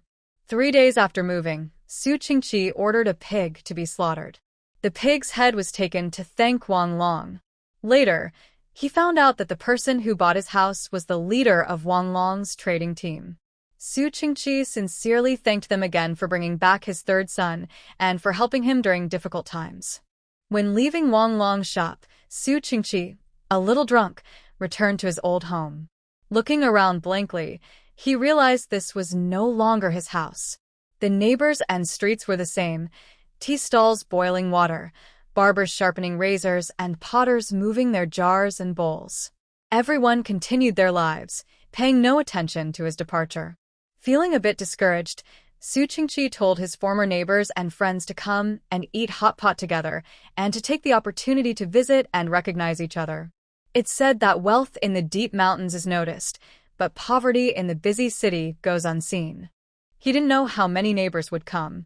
He shook his head and muttered to himself, "It's just friendship. If they come, good. If not, forget it. Let it pass like clouds and wind." He still needed to visit each household to inform those who had helped him find people or move. He knocked on the Wang family's door. Wang's younger brother answered. "Is Wang's younger brother going to see the teacher in a long gown?" Su Qingqi asked. "Teacher hasn't been able to eat these days. It's right to go and serve him for a few days," Wang Jingxing replied smoothly. Wang's eldest brother was a guard in a martial arts troupe, skilled in martial arts. His family was small, so Wang's younger brother could invite a teacher for lessons without sending him to private school. Everyone knew about this, and they all admired the Wang family. "My family has moved to Dongquan village. If Wang's eldest brother comes back, you can come and have a meal with him. The meal will be served at the end of the day. Thank you for your concern. If uncle returns home, we will definitely be there as promised." I also spoke with Wang's young master for a while before Su Qingqi left the alley. Zhang Mozi, holding a wine jar, staggered into the alley, hiccuped, his eyes unfocused, and his steps light. "Brother Su, I heard you moved away. Is that true?" Su Qingqi stayed 3 steps away from Zhang Mozi and stopped, not getting closer. "Yes. I now live in Dongquan village. If you're free tomorrow, come over for a meal. The meal starts at noon, so come if you can." Then Su Qingqi left without lingering. Zhang Mozi didn't try to stop him. He continued drinking and playing with his dice. "I always said we shouldn't marry into the Su family. Look at them now, they've moved into the village. Their family has fallen so much, they can't compare to ours. Luckily, we didn't agree to marry our children to the Su family. Keep an eye on your son, and don't let him hang out with the 2 big boys from the Su family." Nyoguan saw Su Qingqi approaching and thought he would invite him to dinner. Instead, Su Qingqi bypassed him and went straight to Old Li. Nyoguan felt annoyed and didn't smile at Su Qingqi anymore. After the Su family's trouble, some people mocked them like Nyo's family, while others avoided them. Few truly showed concern. Su Qingqi didn't want to waste energy on these people. He had many other things to do. The courtyard with mulberry trees changed owners. The new owner was very famous. Before moving in, he brought several boxes of belongings. He seemed to have valuable items inside, judging by his position as the head of Wang Long Trading. It was likely nothing was broken inside. Zhang Mozi, having lost his money gambling, wanted to get some wine money and eyed these pinewood boxes. The new owner was careless and didn't change the locks on the Su family's door, giving Zhang Mozi an opportunity. At dusk, families sat in the shade to eat. Zhang Mozi took the key, unlocked the door, and peeked behind him cautiously before stepping into the courtyard. Though afraid of the reputation of the head of the household, the temptation of food and drink was greater. He turned around and saw Wang Jingxing holding a book, smiling faintly. Zhang Mozi's heart skipped a beat. He didn't realize there was someone else in the courtyard, nor did he expect this young man to smile so eerily. "Why you? What are you doing here?" Thinking that the young master was young, weak, and naive, Zhang Mozi didn't see him as a threat. He stammered and quickly put away his tools, then sternly said, "You're so young, sneaking over the wall to steal. Such courage. Brother Wang Dage is not at home. I will teach you a lesson in his place." He said it as if it were true. Zhang Matsi rolled up his sleeves and stepped forward to hit him. Wang Jingxing was calm. He put down his book, picked up the red tassel spear beside him, and pressed the sharp end against Zhang Matsi's throat. Zhang Matsi quickly stopped, afraid to breathe or move. "Little hero, little general, calm down, calm down. Be careful. I have no grudge against you. Please don't kill innocent people." Fearful Zhang Matsi even used the word you, which was very useless. Wang Jingxing sneered coldly. "You are not innocent. Before you Xingyang died, she told me everything about you contacting Boss Liu and robbing Su Sanner. Are you seeking revenge for the Su family?" "No, I just can't stand seeing bad people live better than good ones." That was one reason. The second reason was that he didn't know Zhang Matsi would break in, so he had to silence him to protect the secret of this house. This house belonged to him. It was going to be his study in the future, and he didn't want it leaked out. Zhang Matsi stared at Wang Jingxing's back in shock and asked fearfully, "Who are you?" Wang Jingxing looked back. The space behind was empty, and he realized he had been tricked. Just then, a spit flew toward him. He ducked to wipe it, but Zhang Matsi escaped. Wang Jingxing chased after him, but couldn't find him anywhere. Zhang Matsi didn't want to stay in this place. He hurried to the city gate, pushed open the gate, and ran outside, far away from Liangguan City. Knowing that Wang's young master wanted to kill him and thinking about Su Qingqi's revenge, Zhang Matsi dared not return to Liangguan City. He found a hill and became a bandit. Li Dan's wife, Yunyang, was a beautiful woman. Not because she had the appearance of a fairy or a beauty like Shishir, but because her features were gentle, her waist like a willow, and she didn't look like the mother of 5 children. She smiled at people, her eyes like bright moons, and her smile like spring sunshine, giving warmth to others. The only flaw was that she couldn't speak. Her arrival eased a lot of pressure on Su Zhongshi. In this unfamiliar place, she was new and didn't know what was taboo or what was appropriate. She was afraid of angering the villagers and being driven out by the village chief. On the day she cooked simple meals, luckily, the Li family helped her a lot, or she wouldn't have been able to hold on. In gratitude for the kindness shown by the Li family, Su Lingyu will remember it well and make sure Su Chong and Su Shan do too. When someone helps you, you must remember and repay it.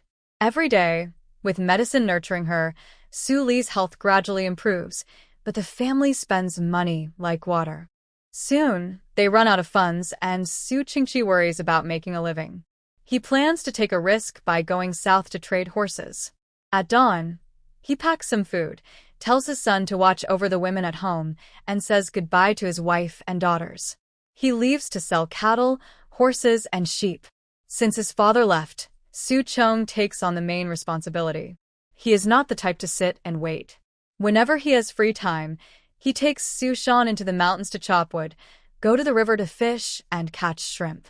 Though tired, he never complains. The family's financial situation changes, and Su Shan finds it hard to adapt. Daily work makes him unhappy, and he longs to return to his old life, going to school and playing with friends after class. His temper becomes more and more irritable.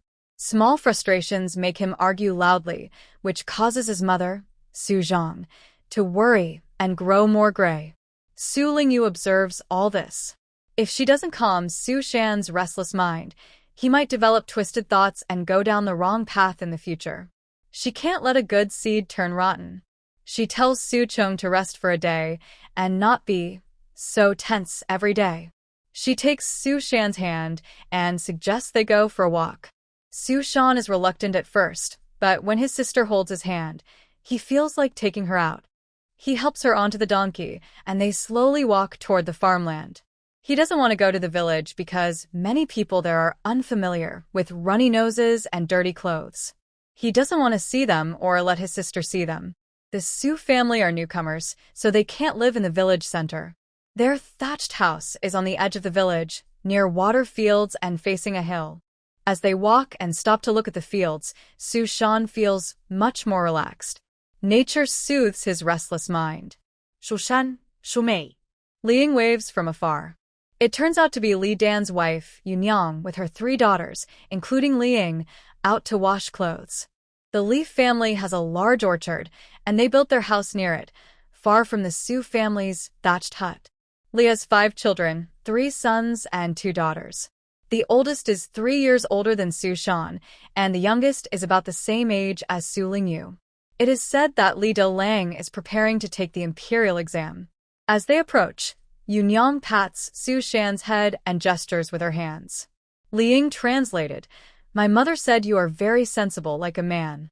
Not only can you chop firewood and feed the donkey, but you can also look after your sister."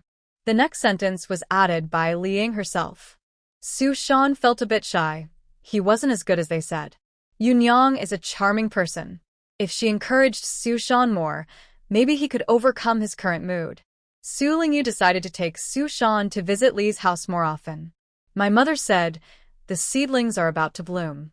You should fertilize your fields once, or the rice harvest will be poor. Also, your mountain land needs weeding, or mice and snakes will come to dig holes." "We understand. Thank you for the reminder," Su Shan said sincerely. Yunyang smiled and patted Su Shan's head. She wanted to tease Su's 3rd brother, but was avoided. Maybe Su's 3rd brother was shy, so she stopped teasing him. After saying goodbye to Yunyang and Liing, Su Shan became lively. "3rd brother, I'll take you to see our rice fields. Look, this acre of land is ours." Having his own rice field made Su Shan feel proud. Su Lingyu let the donkey down and stood on the field ridge, looking down at the seedlings. The previous owner of the rice field hadn't taken good care of it and had been lacking fertilizer for a long time, so the seedlings looked yellow. "Snake," she said, pulling Su Shan and pointing at the water puddle. "Water snakes are harmless and not poisonous. This is a loach." Su Shan was excited, rolled up his pants, and planned to go into the field. Seeing him focused on catching the loach, Su Lingyu walked to the water inlet of the rice field and poured spiritual spring water into the puddle. As long as the water flowed through the rice field, the shortage of water would be made up. The small puddle reflected a corner of the blue sky, and a bird flew across the mirror surface. She couldn't help but be captivated. Fish, fish. "It's a loach," Su Shan said, stepping on the mud and running over with both hands, startling her. She snapped out of her trance, realizing she had been distracted, which caused the spiritual spring to release too much water, attracting a group of big and small fish. The largest was no bigger than 3 fingers, and the smallest was smaller than a little finger. Loaches are very slippery. Su Shan had no suitable tools and fumbled in the muddy water for a long time, but couldn't catch any. Even if he caught one, it would escape. Su Shan held the loach in his hand and placed it on the field ridge. "3rd brother, watch it. Don't let it run away," he said, then reached out to grab a loach. Su Lingyu felt embarrassed. She couldn't handle the loach. Seeing it trying to crawl down the ridge, she quickly reached out with her small hands and pressed down on its tail. Su Lingyu is not very strong. She reached out with both hands, but couldn't hold the round, slippery eel, which slipped away. She watched helplessly as the eel escaped from her hands and looked foolishly at Su Shan. The eel got away. "What should we do?" "Oh dear, why are you so clumsy?" Su Shan quickly tried to catch the eel but couldn't grab anything. They didn't catch the loach, and the eel escaped again. Su Shan was so angry, he stomped his feet. "Wait here, and don't go anywhere. I'll go find Big Brother." The eel was as big as a thumb, and even adults find it hard to catch, let alone young Su Lingyu. Su Lingyu stood on the ridge of the field, sighed, and watched Su Shan walk away.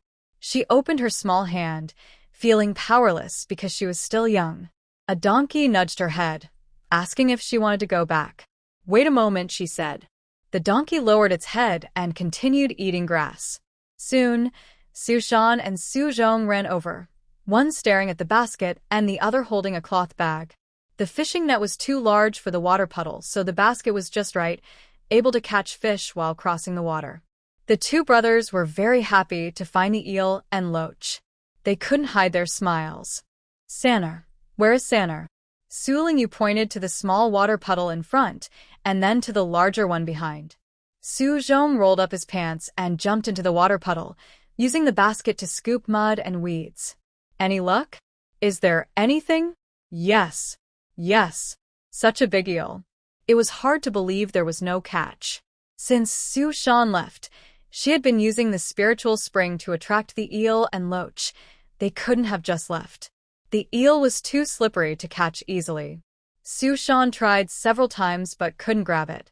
Su Zhong held the basket with one hand and pinched the eel's head with the other, then put it into the cloth bag.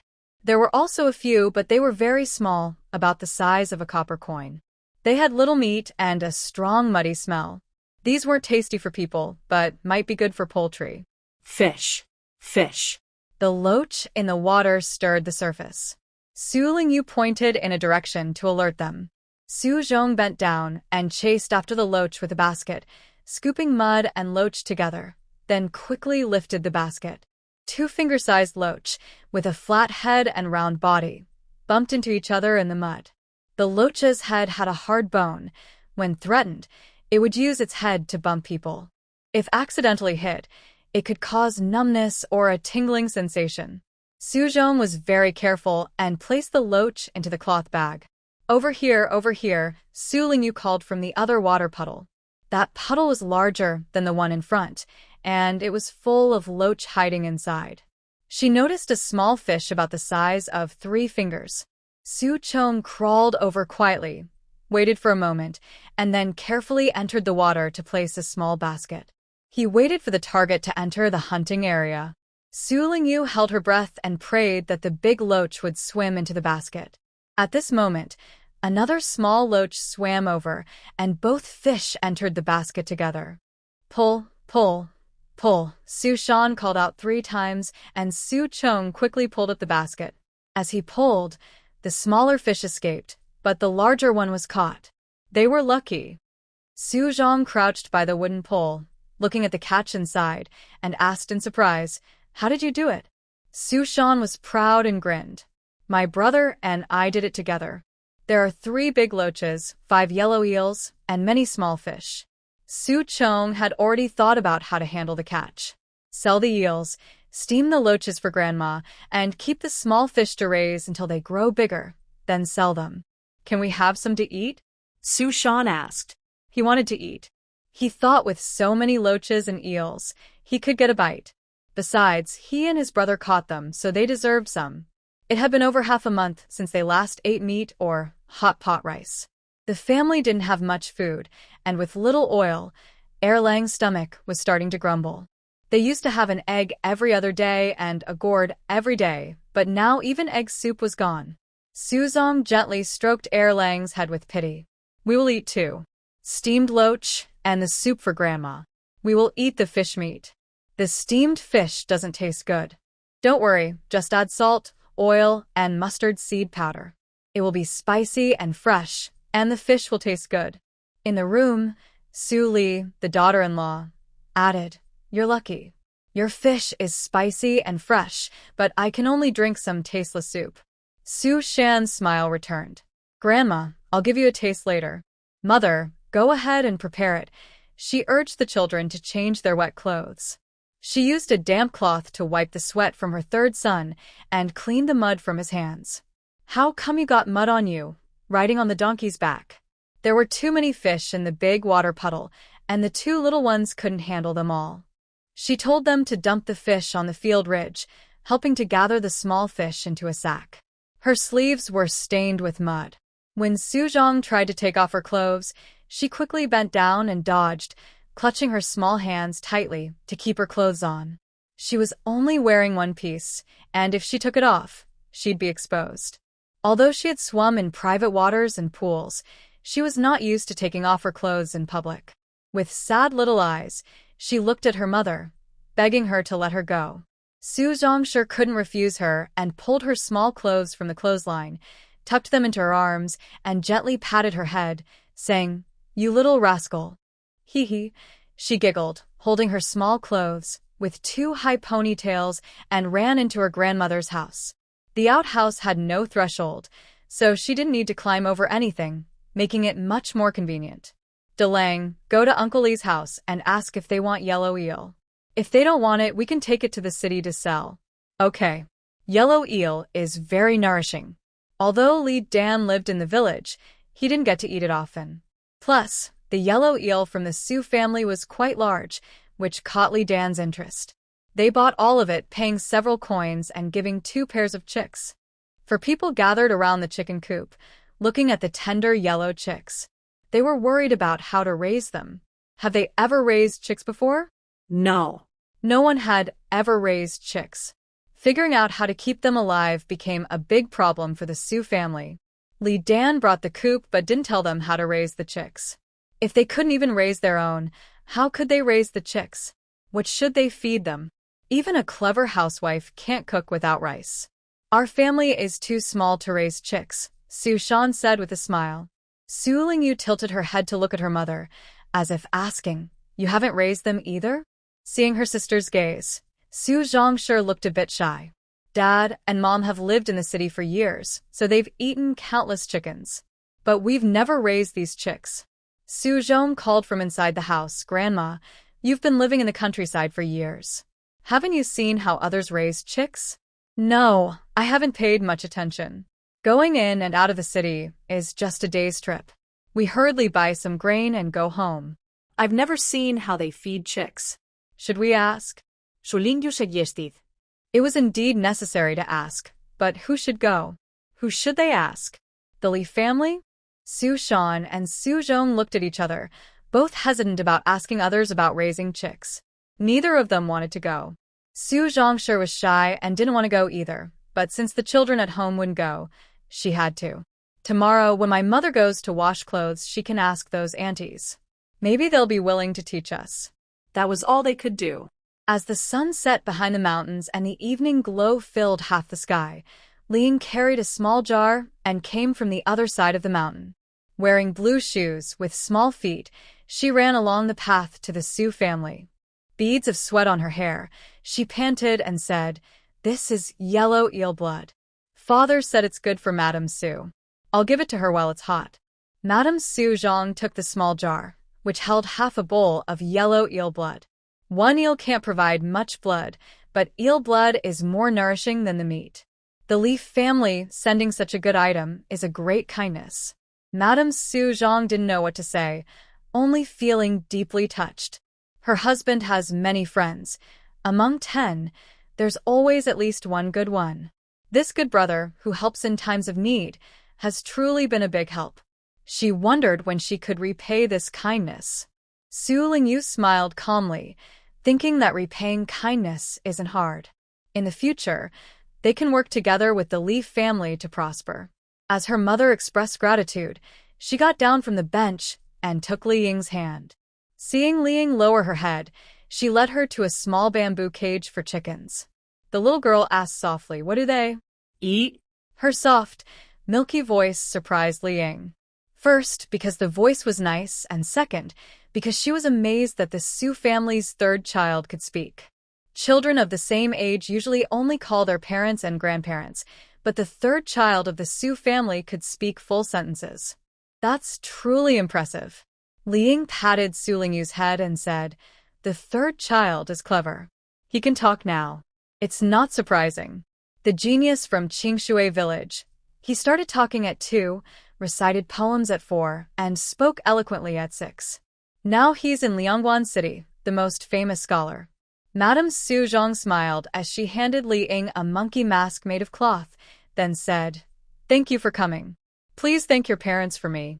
When Uncle Su returns, he'll come to thank you personally." The red, white, and black monkey mask caught Li Ying's attention. She couldn't hide her joy. "Thank you, madam. This little chicken eats everything. Just let them go outside to find insects to eat, and feed them some rice bran at night. They're easy to raise." "Thank you," said Su Lingyu, thanking her. She turned aside to avoid Li Ying's playful hand and the risk of being pinched. "I should go back," Li Ying said, waving her hand. She carried the small jar and ran off. The barking of dogs woke the sleeping people. The villagers didn't mind and continued to sleep. But Madame Su Zhong was very scared. She heard footsteps outside. There was no wall or fence. If a bad person came, they might take away third child's donkey or something else. That would be a big loss. Next door, third child's voice was heard. "Mother, don't be afraid." Only third son climbed down the bed and gently patted his older brother's faces. Su Zhong, tired from a long day, could sleep peacefully and often slept until dawn without hearing any footsteps. He was suddenly awakened by his sister calling him. "Huh? "Third son? Someone is here." The donkey brayed twice. Su Zhong woke up, but his body was not fully under his control, and he moved slowly to get out of bed. He turned over and reached for the kitchen knife under the bed. If it was a thief, he would not hesitate to defend himself. Su Lingyu was the first to act, crouching by the door to look outside. Su Zhong followed her, also peering out through the door. Seeing a broad back outside washing his feet in the water, Su Lingyu relaxed. "It's Dad." Hearing this, Mrs. Su from next door, worried but happy, got off her bed, slipped on her shoes, lit an oil lamp, and went to greet her husband returning home. Su Zhong opened the door, exchanged a quick glance with his father, then yawned, picked up his sister, and went back to sleep. "Did you eat?" "Had a little at Old Lee's place. I was hungry after walking back." "Do we have anything to eat?" "No need to light a fire. It's late at night, no need to bother. There are 2 taro roots cooled down." "That will do. I'll go see Mom first." "Is Mother awake?" Mrs. Su was not up yet, but had woken up. As she was old, she couldn't sleep long. The barking dogs and crowing roosters could wake her easily. "You're back.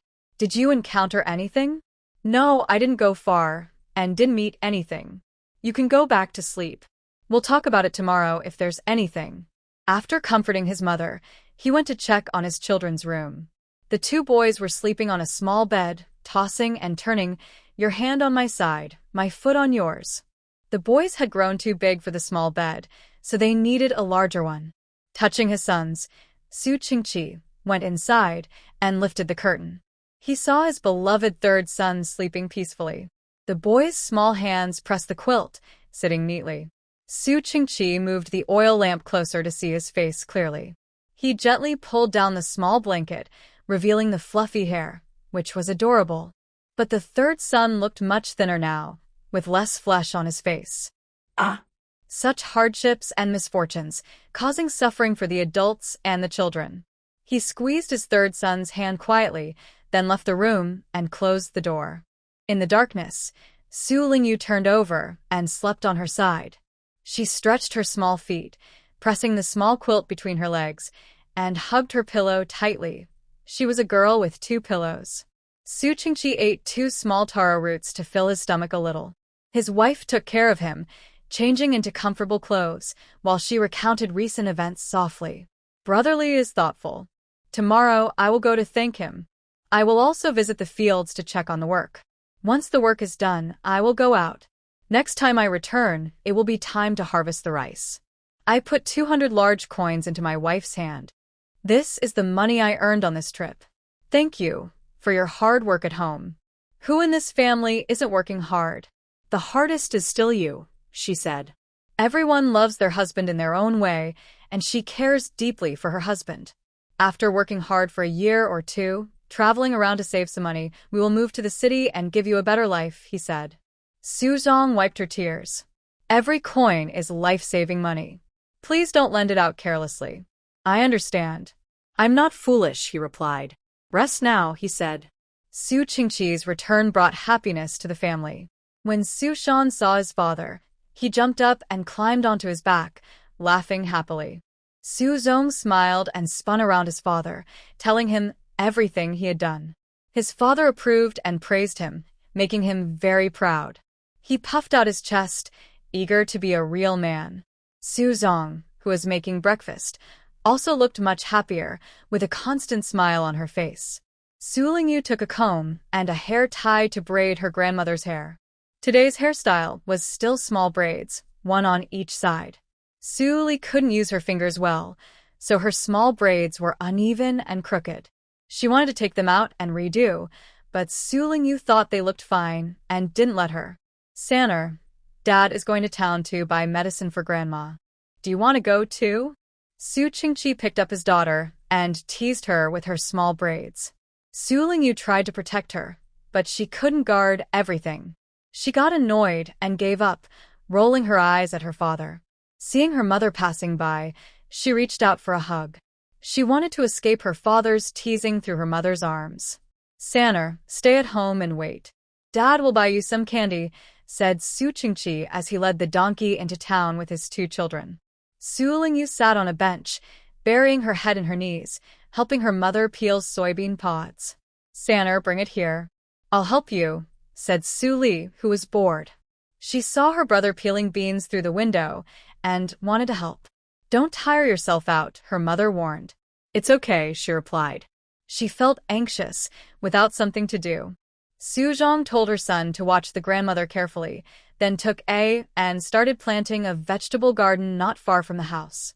Su Li's hands were weak, and Su Lingyu's strength wasn't much better. The two struggled to open the soybean pods and harvest fresh soybeans. This soybean planting was done in early April, near the Li family's orchard. They rented a piece of land from the Li family to grow soybeans and white rice beans, planning to sell them. Now, they have become a dish for the Su family. Grandfather and granddaughter peeled the soybeans, then started peeling the white rice beans, selecting some seeds needed for planting. Su Li's health was not good. Su Lingyu brought water to her to drink and helped her lie down. The little girl yawned, feeling sleepy. She remembered there were still some tasks to do, so she went to sleep. Some melon seeds need to be wrapped in ash, soaked, and warmed to sprout. Her mother forgot about this step, so she had to do it properly. It wasn't difficult. She could handle it alone. After finishing, she was sweaty.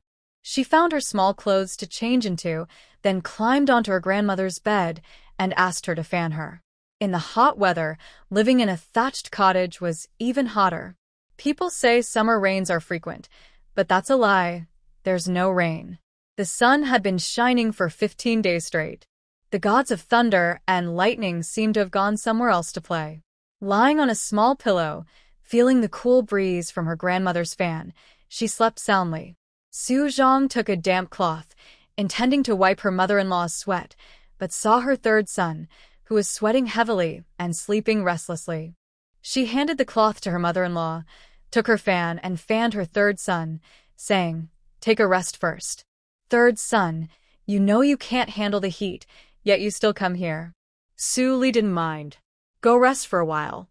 They're back, and you're busy running around." When Su Lingyu woke up, her father-in-law and the 2 little ones had returned. He had promised to buy her sugar candies, but hadn't brought any back. He spent all the silver money from Su Qingqi on medicine and daily supplies. When he went to buy the candies, he realized there was no money left. Afraid of third son's disapproval, Su Qingqi took his son and slipped out of the house. He bought a pound of sugar and took it to the Li family to thank Li Dan for his help. Yun Yang slaughtered a chicken and invited Li Dan to stay for a meal. That day, the Su family's father and son ate at the Li family before returning home. When Su Qingqi got home, he saw third son helping his wife in the vegetable garden. He cheekily approached and said, "Third son, I brought you chicken soup. Come and have a sip." Su Lingyu, who was bending over pulling out weeds, stood up straight, clapped her hands, and wiped the dirt off her hands. She smiled at her cheap father with bright, clear eyes. When she woke up, her grandmother had already told her that her cheap father was not trustworthy and hadn't brought back the sugar candies. She told her not to be angry. Su Lingyu just wanted to tease her cheap father, especially because he always liked to pull on her high ponytails. Su Qingqi pretended to be silly and handed over a small jar, saying, Here, be careful with it." Su Lingyu didn't take it. She crossed her arms, made a serious face, and acted like a little adult. The little wife copying the stance of crossing her arms made Su Qingqi laugh, but he didn't dare to smile openly. He just chuckled quietly and said, "Next time, I will buy one for you." Dad was wrong. I will definitely buy it for you next time. This kind of coaxing a child might work on Su Shan, but she didn't fall for it. She turned around to call her mother to drink the chicken soup. Su Zhongshu held the small jar, but didn't drink. She insisted that her daughter take a sip before she would drink. Su Zhongshu didn't finish the soup either. After a few sips, she handed it to Su Zhong to take back to her mother-in-law. Men are quicker at heavy chores like wielding a. Su Qingqi swung his, laid it down, and quickly cleared a new patch of land. Su Lingyu picked out some grass from the turned-up soil and threw it away. If you don't remove the roots, the grass will grow back in the spring breeze. The vegetable garden can't be overgrown with weeds, or it will be like someone's farmland, full of weeds and sparse crops. He broke up the turned soil into small plots for planting vegetables. Under the glow of the evening sunset, Su Qingqi took his son to fetch water and irrigate the land, making sure the soil was soaked through. Su Lingyu followed Su Zhongshu, scattering seeds into the vegetable patches, waiting for them to sprout. Li Dan took Yunyang for a walk and came over to see the work done by the Su family. Seeing their progress, she smiled and said, "Tomorrow, Brother Su and I will go cut some bamboo to make fences. If we don't enclose the vegetable field, the vegetables won't be enough for the chickens." Yunyang gestured and Li Dan translated, "I have some sprout vegetables and bean seedlings. I can bring some over to plant. Do you want melon seeds? I have winter melon, cucumber, and gourd seeds." "That's great. Having seedlings makes it easier. We won't have to wait too long," Su Zhongshu said without hesitation. "What are you planning to plant on your mountain land?" "I have some fruit seedlings, too. Let's plant a moo of sorghum, a moo of beans, and another moo for mulberry trees. Sorghum and beans are for paying taxes, and the mulberry trees are for raising silkworms to sell for money. At least there's some income. The Su family can manage their farming well, so they don't need to worry about it." Before leaving, they said that the Su family didn't understand farming and might struggle to survive. But now, it seems that concern was unnecessary. Yunyang smiled knowingly and gestured again. Li Dan said, "The mulberry tree roots, my father-in-law's family has some. Yunyang will go back to her family in a few days and can bring some for you." Thank you, sister-in-law. "We really appreciate it." From Li family's generosity, Su Lingyu saw the simple sincerity of farmers. Mutual help and support are the true principles for human survival and progress. At dawn, Su Qingqi returned from the fields. He took the rice porridge his wife handed him and said curiously, "Li Dan said our fields are less fertile than before, but just adding a small amount of fertilizer should be enough." Strangely, there are many fish, shrimps, and freshwater snails in the fields now. The snails are especially numerous, big and small, densely packed, almost covering the entire acre. "Isn't that strange?" he asked.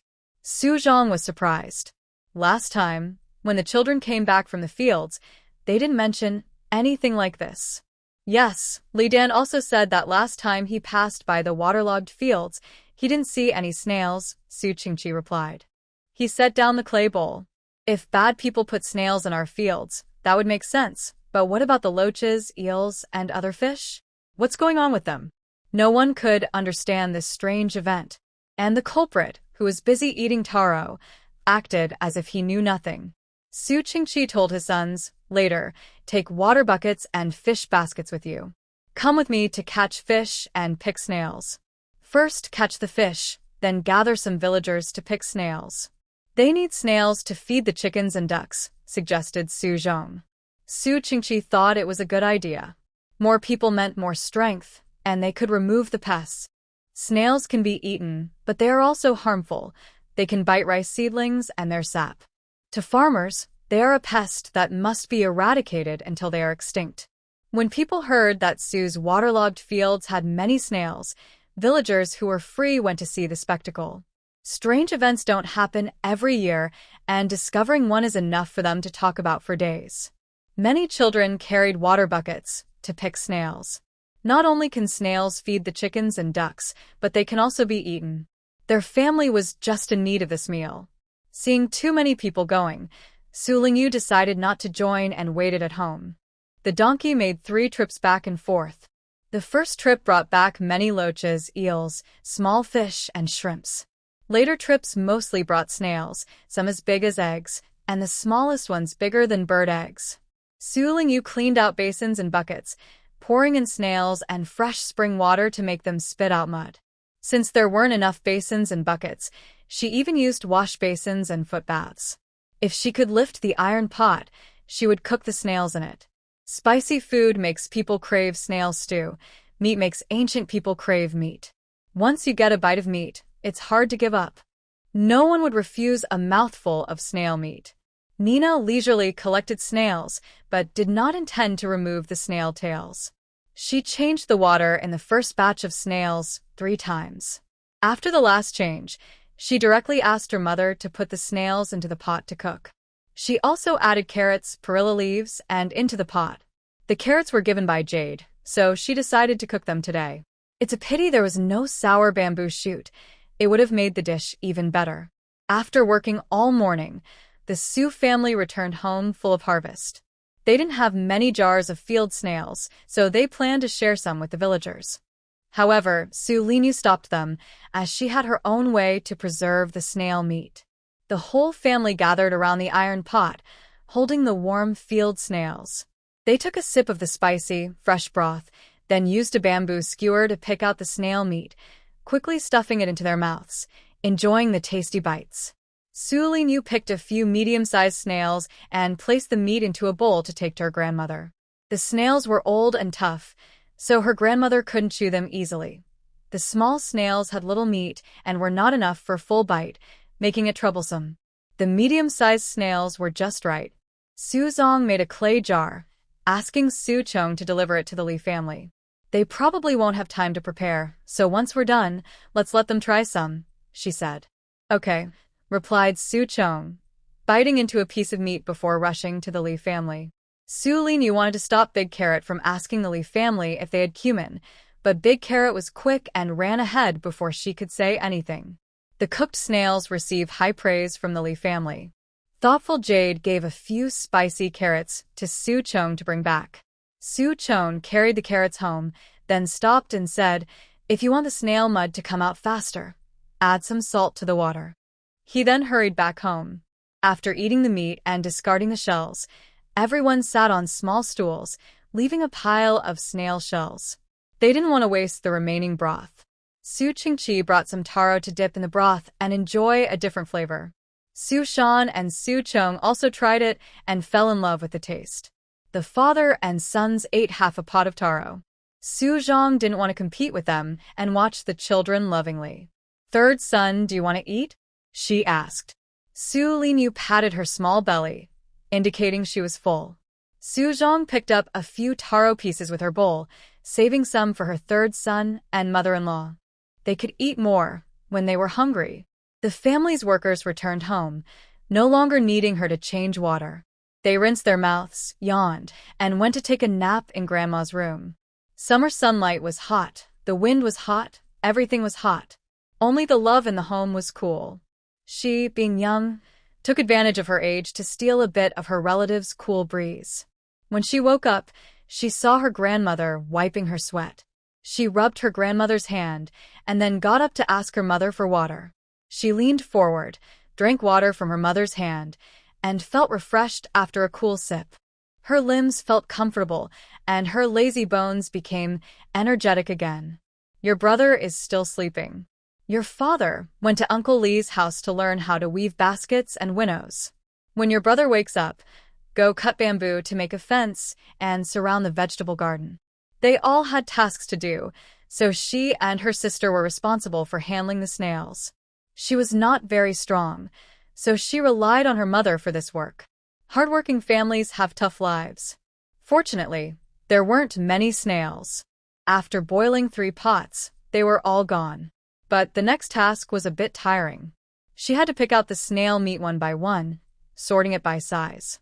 By sunset, they had only picked half of the hundreds of snails. Her mother needed to go cook, so Su Lingyu's hands felt sore, and she gave up. She carried her small hands to the vegetable garden to see how the Su family's father and son were doing with the fence. "Third brother smells so good. Did you sneak some snail meat?" Su Shan teased with a smile. Did she really need to sneak to eat snail meat? She ate openly and couldn't finish it anyway, so there was no need to hide. She was just tired from sitting and wanted to take a walk. Her cheap father, although not used to farm work, could do it well once he started, and he learned quickly. The Su family's vegetable garden was becoming quite large. In about 10 days, they would be able to harvest fresh vegetables. Third brother, do you miss your father? Come over and see him, she said. She glanced at her cheap father, and then turned to leave. Her small figure with her hands behind her back looked like an adult, making anyone who saw her smile. With everyone working together, by the time the light disappeared, all the snail meat had been picked out. Even while eating some during the process, they still had quite a bit left. After drying and sun-drying, the large ones were sold, and the smaller ones were kept for their own meals. During festivals, they would cook soup with the snail meat and eat it with taro. That was a tasty dish. Mrs. Su Zhang cared about the snails and often called her children to collect snails and catch eels in the fields. These were all money. Today, out of greed, Su Shan and Su Chong ate too much. Su Chong's stomach couldn't handle it and ran to the outhouse in the middle of the night, causing him to have a bad stomach. He was given a bowl of salt water before he could rest. Su Lingyu was not greedy, but she was force-fed a bowl of water in her sleep. To make the snails spit out mud, Lingquan released more water, and many snails didn't absorb it. The water was poured into the ditch in front of the house, where the grass grew very thick. To hide this, Su Lingyu drove the donkey to eat grass. Seeing this, Su Qingqi spoke seriously to the donkey. Big Mao, our waterfield's fertilizer depends on you. You must eat more grass and more. The donkey looked up, scared and afraid to chew. How much would it take to fertilize 2 acres? The rice grains are about to merge. Is it still okay to now? The donkey was frightened and wanted to run away. But then it heard, if Big Mao doesn't behave, we'll have to slaughter him. Seeing the donkey trying to escape, it widened its eyes and dared not move. It lifted its tail too. Mrs. Su Zhang scolded her husband, don't scare Big Mao. He still has to watch over Sanner. Su Lingyu, holding a taro, looked at the donkey. Who was watching whom? She ate a big bite of taro, then went to catch the little chicken.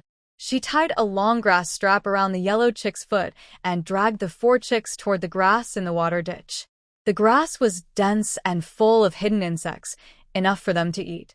She tied the grass to a small wooden stake and beckoned the donkey to follow. Mountain, let's go. She was 2 years and 2 months old, still unable to pronounce words clearly, even though she had a speech system. She needed more practice to speak properly. Su Shan held the taro, took a bite of snail meat, then ran out. They were going to look for bird eggs. A flock of large birds had flown from the north and settled in the southern mountain valley, building many nests. There should be plenty of eggs. These migratory birds had been watched by Su Lingyu for days. Today, she had free time to find some eggs to eat. When humans can't sustain themselves, how can they protect nature and the birds? These ecological protection tasks should be left for future generations. Right now, she just wanted to survive and take her family with her. Su Zhong ran after her, while Mrs. Su Zhong warned from behind, be careful of snakes and such. They didn't know that their family and many children were nearby, and one child had the leadership qualities of a little king. He directed the village children to gather bird eggs and fairly distribute them. The village children played with him happily. Big Egg, look, it's from the Su family. Climbing in the tree, Big Egg saw the girl sitting on the donkey's back, mocking the Su brothers, going out to gather bird eggs and bringing along a little burden. Suddenly, their eyes met. The girl had a lovely face like a peach blossom, with calm eyes, more beautiful than her sister at home. But how beautiful she was still an outsider. Big Egg sneered. The forest was full of bird nests, so there was no need to compete with others. The Su brothers deliberately avoided strangers. Su Lingyu got off the donkey and made some grass nests to hold the bird eggs. Hey, this is our forest. You are not allowed to dig here, Mao Dan said firmly. Around Mao Dan, about 10 children gathered, more or less following his lead. It is common for locals to reject outsiders. If it weren't for Li Dan connecting us, Su Qingqi might not have been able to buy land or a house in Dongquan village. Such a big forest. How can you say it's yours? Is your name written here? Do you have a land deed? Su Shan asked. This forest is ours. You outsiders are not allowed to come near. Mao Dan raised his chin and pouted. I insist on climbing. What can you do to stop me? Mao Dan snorted, then lunged downward, kicking at the tree Su Shan was on. Su Shan swayed a few times above. Ah! Mao Dan, stop it. Su Chong climbed down from the branch. Seeing Mao Dan wouldn't stop, he turned sideways and shoulder-barged him, pushing Mao Dan away. Brother Mao. Brother Dan. Hit him. Outsiders are bullying us, the children shouted, rushing to surround Su Chong and Su Shan. Su Lingyu felt angry inside. She patted the donkey and said, Go. Hee hee. The donkey lowered its head and charged forward. The children, unfamiliar with this obedient donkey, were so scared they ran in all directions, afraid of being hit. Only Mao Dan was not afraid. Not only was he unafraid, but he was also excited. He had some sharp eyes, some courage, and dared to challenge. When the donkey charged, Mao Dan dodged to the side, climbed a tree, and jumped onto the donkey's back using the trunk. He held tightly, bouncing along with the donkey, never letting go. The donkey was helpless too. Go, hit them, Mao Dan shouted. 2.5 people against more than 10, even with the donkey, they were no match. Su Chong protected her and ran down the mountain with Su Shan. The donkey shook off Mao Dan and followed behind. Mao Dan, full of bravado, shouted, This forest is ours. Outsiders can't come in. Su Shan gritted his teeth, ready to fight Mao Dan. Su Chong held his brother back. No rush. There's still a chance. Let's go, said Su Lingyu, her face calm but her heart full of anger. The two brothers looked discouraged. This incident hurt their pride. They didn't know how to tell their mother. They walked slowly, letting their frustration fade before heading home. On the way back, the sun disappeared, the birds stopped singing, and the branches kept swaying. Mrs. Su Zhang and her husband were tending the vegetable garden when they saw the children returning. They wanted to go greet them, but stopped after a few steps. The children's faces looked strange. Did something happen on the way? Did they fail to find bird eggs? Judging by their expressions, they probably didn't find any, but it's not their fault. Hurry home. It's going to rain, she called to the children. Looking at the sky, it was indeed much darker. Su Qingqi hammered the wooden stake into the ground. A drop of rain fell on his forehead. It's starting to rain, let's go home. The rain came suddenly, and they hurried inside as the raindrops poured down, creating a curtain of rain between the sky and the earth. Mrs. Su Zhang asked the eldest son, Did you not find any bird eggs? Su Zhong replied honestly, Those people won't let us get close. She patted the child's head, wiped the rain from his face, and said gently, This is temporary. Over time, things will get better. It's like a young horse entering a stable. The herd might initially reject it, bite it, or chase it away. But after a while, as they meet more often and play together more, they will accept each other. There will be no more fights, Su Qingqi comforted the children. Su Zhong and Su Shan nodded in agreement. Let's give them some space and not argue with them. Su Qingqi changed his tone. If they dare to bully Santa, just punch him and make him lose his teeth. Or kick him in the groin. Yes, Su Zhong and Su Shan nodded firmly. Mrs. Su Zhong chuckled and playfully hit her husband. How can you teach the children to fight? Haha, Santa, if someone bullies you, just tell Dad. I'll bring my tools and help you fight back.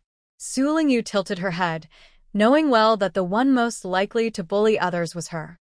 As the heavy rain poured down, a group of children ran with their pockets in one hand and pressed the taro leaves on their heads with the other, playing happily in the rain.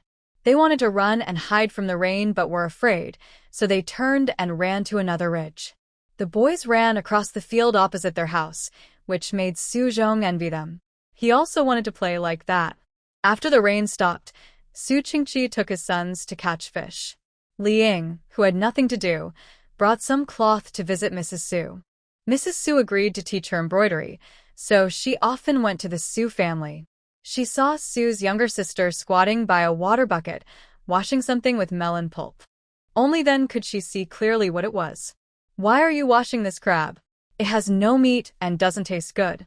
Mrs. Su Zhang was biting her silk thread, inserting the needle into her pants, and said while shaking her clothes, she said she wants to make crab sauce. Crab sauce? Can it be eaten? How to eat? Li supported her knees, looked at the water bucket, and watched Su Lingyu wash the kids just playing, who knows what they'll do. Su Zongshi changed into a different shirt and continued sewing. She didn't know what crab paste was nor how to make it. Everything was left to the third child to play with. If help was needed, she would go and assist. There weren't enough to make crab paste, so Su Lingyu just kept raising them and cleaning off the mud from their shells. Su Lingyu observed that these small were quite fat and sweet, and people here would like crab paste made from them. "It's too few. You still think it's not enough? It's already filling my big water bucket. When will I get it back?" Su Zongshi glanced at her third child and continued sewing with a smile. "You can go to the fields to catch them. There are holes and burrows in the rice paddies where you can dig them up. Or you can fish at the pond, especially near the lush water plants." Su Lingyu looked up at her older sister, eyes shining, watching her. Her sister's pores were so tiny they couldn't be seen. She would definitely grow up to be a beautiful girl. Not now, though. It just rained, so there's a lot of water in puddles, ponds, and ditches. Won't come out. Li patted her disappointed little sister's head. "Tomorrow I'll take you." On the day they went crab fishing, Li arrived quickly, but she wasn't the only one. Several cousins and siblings came along. A large group headed toward the pond. A few children gather happily, playing together, very lively. Su Zhong and Su Shan shared the dried freshwater snail meat, and they got even more excited. Chewing the flavorful snail meat, they ran toward the pond, full of joy. Among the children, there was a boy on a donkey, very different from the others. No matter if the kids were running or jumping, he moved slowly. The donkey also walked slowly. He didn't rush. Instead, he sat on the donkey's back, enjoying the scenery, trailing behind the crowd. "We're here. Here there are the most. There are also many loaches. Su Shan, I told you, Mao Dan digs for the fastest. Yeah, he catches the most." Su Shan didn't like the name Mao Dan. He smiled and waved to his sister. "Third child, come over quickly." Su Lingyu got off the donkey and was led to the pond. "They say this grass nest has the most shrimp, and you stay here to fish. Don't go anywhere else, understand?" Li, standing nearby, teased her, "If you wander around, a monster might swallow you whole." She truly thought she was a child, even resorting to such clumsy tricks to scare her. Su Lingyu smiled helplessly. Boys who like to play wild don't like having little followers behind them. Since they found her troublesome, she sat on a small stool, leaning against a tiny donkey, and peacefully fished for shrimp and whether fishing or catching shrimp and skill is important. Fishing depends on patience. Staying calm helps catch good fish. Catching shrimp and, on the other hand, requires movement. Moving the hook a couple of times can attract their attention better. Su Lingyu's goal was a small crab about the size of her thumb, red-orange in color, the best and fattiest. Naturally, small are not as big as large, nor as good as autumn. Crab paste can only be made from small. Large are best steamed plainly. This is a girl from another town. They've come here too. Don't let them stay here. Chase them away. Mao Dan held a fish basket. Little kid, no need to get physical. Go find her brother. Wait, Mao Dan, look, she can actually fish. Such a young girl. Usually just follows her mother asking for food and acting cute. Unlike this outsider, who can set his own fishing hook and bait the fish himself. She placed bait into a waterweed nest, moved it around, and then pulled up a catch. A small crab, which made them all laugh. During this time, she kept casting her line and reeling in, never missing. She caught either small or big shrimps. All the little kids watched in amazement. Bravely, Mao Dan stepped forward. "Hey, what bait are you using? Share some with me." Hearing Mao Dan's voice, Su Zhong, who was digging in the mud for loaches, dropped his tools, ran up the bank toward the pond. Mao Dan.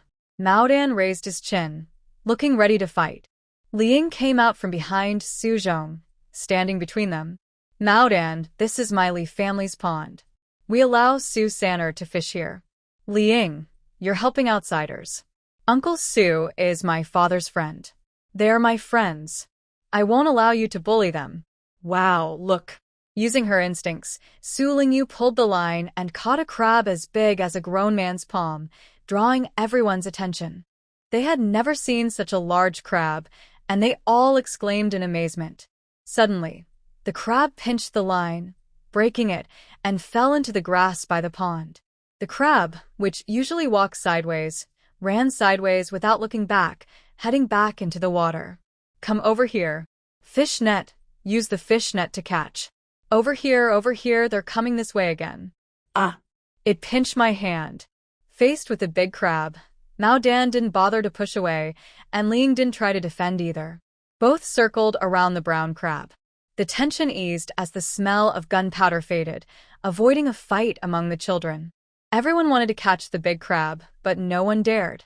The crab's claws wouldn't be gentle with anyone. Someone brought a fish net, and Mao Dan quickly caught the crab, trapping it with a net. It couldn't escape anymore. Now what should we do? The crab was caught by Su Sanner's fishing, and Mao Dan was the one who caught it. Who should the crab belong to? This crab belongs to Sanner, Liang was the first to say. This crab I caught, so it's mine, Mao Dan insisted. Liang wanted to argue, but she was stopped. Looking down, she saw Su Sanner had come over. Smiling kindly, Su Lingyu waved at Mao Dan, made a small fist, then extended, flipping the back of her hand downward and the palm upward. No one understood what she meant, but Su Zhong thought for a moment and understood. He often went to the market with his father and had seen many secret signals used in trading. Flipping the palm and back of the hand meant double. Moving up and down meant 20. Su Zhong told Mao Dan, you can have it, but you'll need to give 20 small in exchange. 20? Mao Dan, don't let us outsiders look down on you, Su Shan said. Mao Dan struggled a bit, but finally agreed. I'll take the big crab home first, and when I come back, I'll dig some for you. Such a big crab, and you just gave it to him? Su Zhong, are you stupid? Everyone thought he was foolish for giving away the big crab he caught. Su Zhong also thought he was silly, but it was Sanner's crab. Sanner said to give it away, so he did. Other families listened to their elders, but the Su family was different. Every time they went out, their mother and grandmother told the brothers to listen to Sanner more. Su Zhong usually translated Sanner's intentions, but this time he just handed over the big crab. Not only did Su Zhong regret it, but Su Shan, who had helped, also felt regret. After seeing Mao Dan leave, he suddenly wished he hadn't spoken so thoughtlessly. That big crab, the one Sanner caught and brought up, was taken away just like that. 20 small couldn't compare to one big crab. Words once spoken are like water spilled. They cannot be taken back. Third brother, how could you give away the big crab? Su Shan asked her. She smiled silently and went back to fishing for. Why make such an unfair trade? It's all for these two brothers. When you rely on others, you're vulnerable. When you depend on their kindness, you're soft. Mao Dan took her big crab, hoping that his hostile attitude might soften a bit. Mao Dan originally thought there would be many in the grass by the pond, but after leaving his fishing rod for a long time, No took the bait. His proud crab fishing skills seemed useless now, offering no hope. He turned to look at the girl beside him, whose speed in catching was so fast it was like we're wading in underwater burrows, lining up to bite her hook. Fishing for was impossible now, so Mao Dan gave up his fishing rod and went to dig for with his basket. His skill in finding by feeling the holes was unmatched. He could tell at a glance whether they were hidden in the mud. The in the water bucket were enough, and the from the water plants had been attracted over. There were no more left. Su Lingyu decided to end the fishing. Here, 20, Mao Dan handed over the basket. He proudly lifted his chin, showing everyone he was honest. Why don't you count them? Su Lingyu simply poured the into the water bucket, without counting. She returned the basket to Mao Dan, threw a handful of grass into the bucket, and covered the surface to prevent them from escaping. Hey, is this okay? Mao Dan felt he couldn't communicate with the little girl and decided to call her brothers. Shufun, Shushan. Su Zhong poked his head out from the distant field, seeing third brother riding the donkey. Su Shan should go home now. Su Zhong, I caught 20. I poured them all in, and I can't tell which ones I caught. Consider it a gift for you. All right. Thank you. Since he could remember, no one had ever said thank you to him. Hearing those words made Mao Dan feel happier than eating honey. He lifted his chin even higher. First, the small must be washed carefully, one by one, cleaning thoroughly. The large crab legs are kept, but all the small crab legs are removed. Next, the small are crushed, then mixed with salt, red wine lees, sorghum wine, cumin, and Sichuan pepper. More sorghum wine can be added, which helps preserve the crab sauce, enhances its aroma, and removes the fishy smell. A little sugar and salt are added, just a few spoonfuls, while his mother looked on with caring eyes. She moved her mother aside and added 2 more spoonfuls of salt. When Su Zhang's wife returned with water and saw the salt was less, she felt a sharp pain in her heart. She sealed the prepared crab paste in a clean, dry clay jar and placed it under the eaves to ferment for 5 days. Su Lingyu wanted to make shrimp paste, but there weren't many shrimp here, and the family's sorghum wine was finished, so she lacked the necessary ingredients.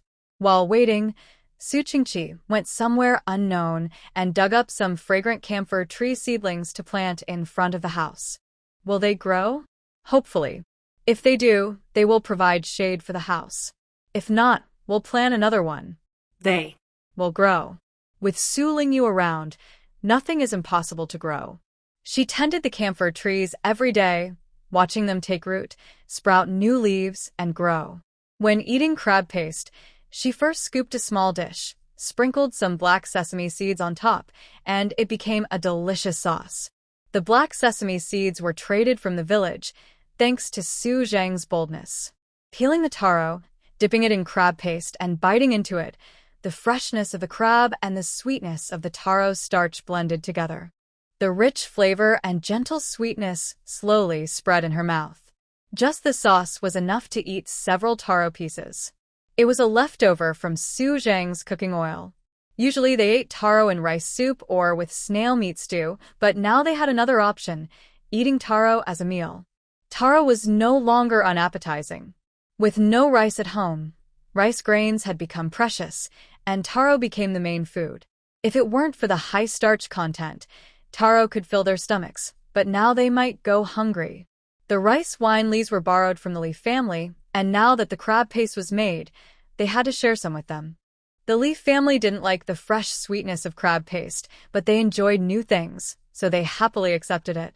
Su Qingqi and Li Dan discussed and decided to leave the village together to trade cattle and sheep.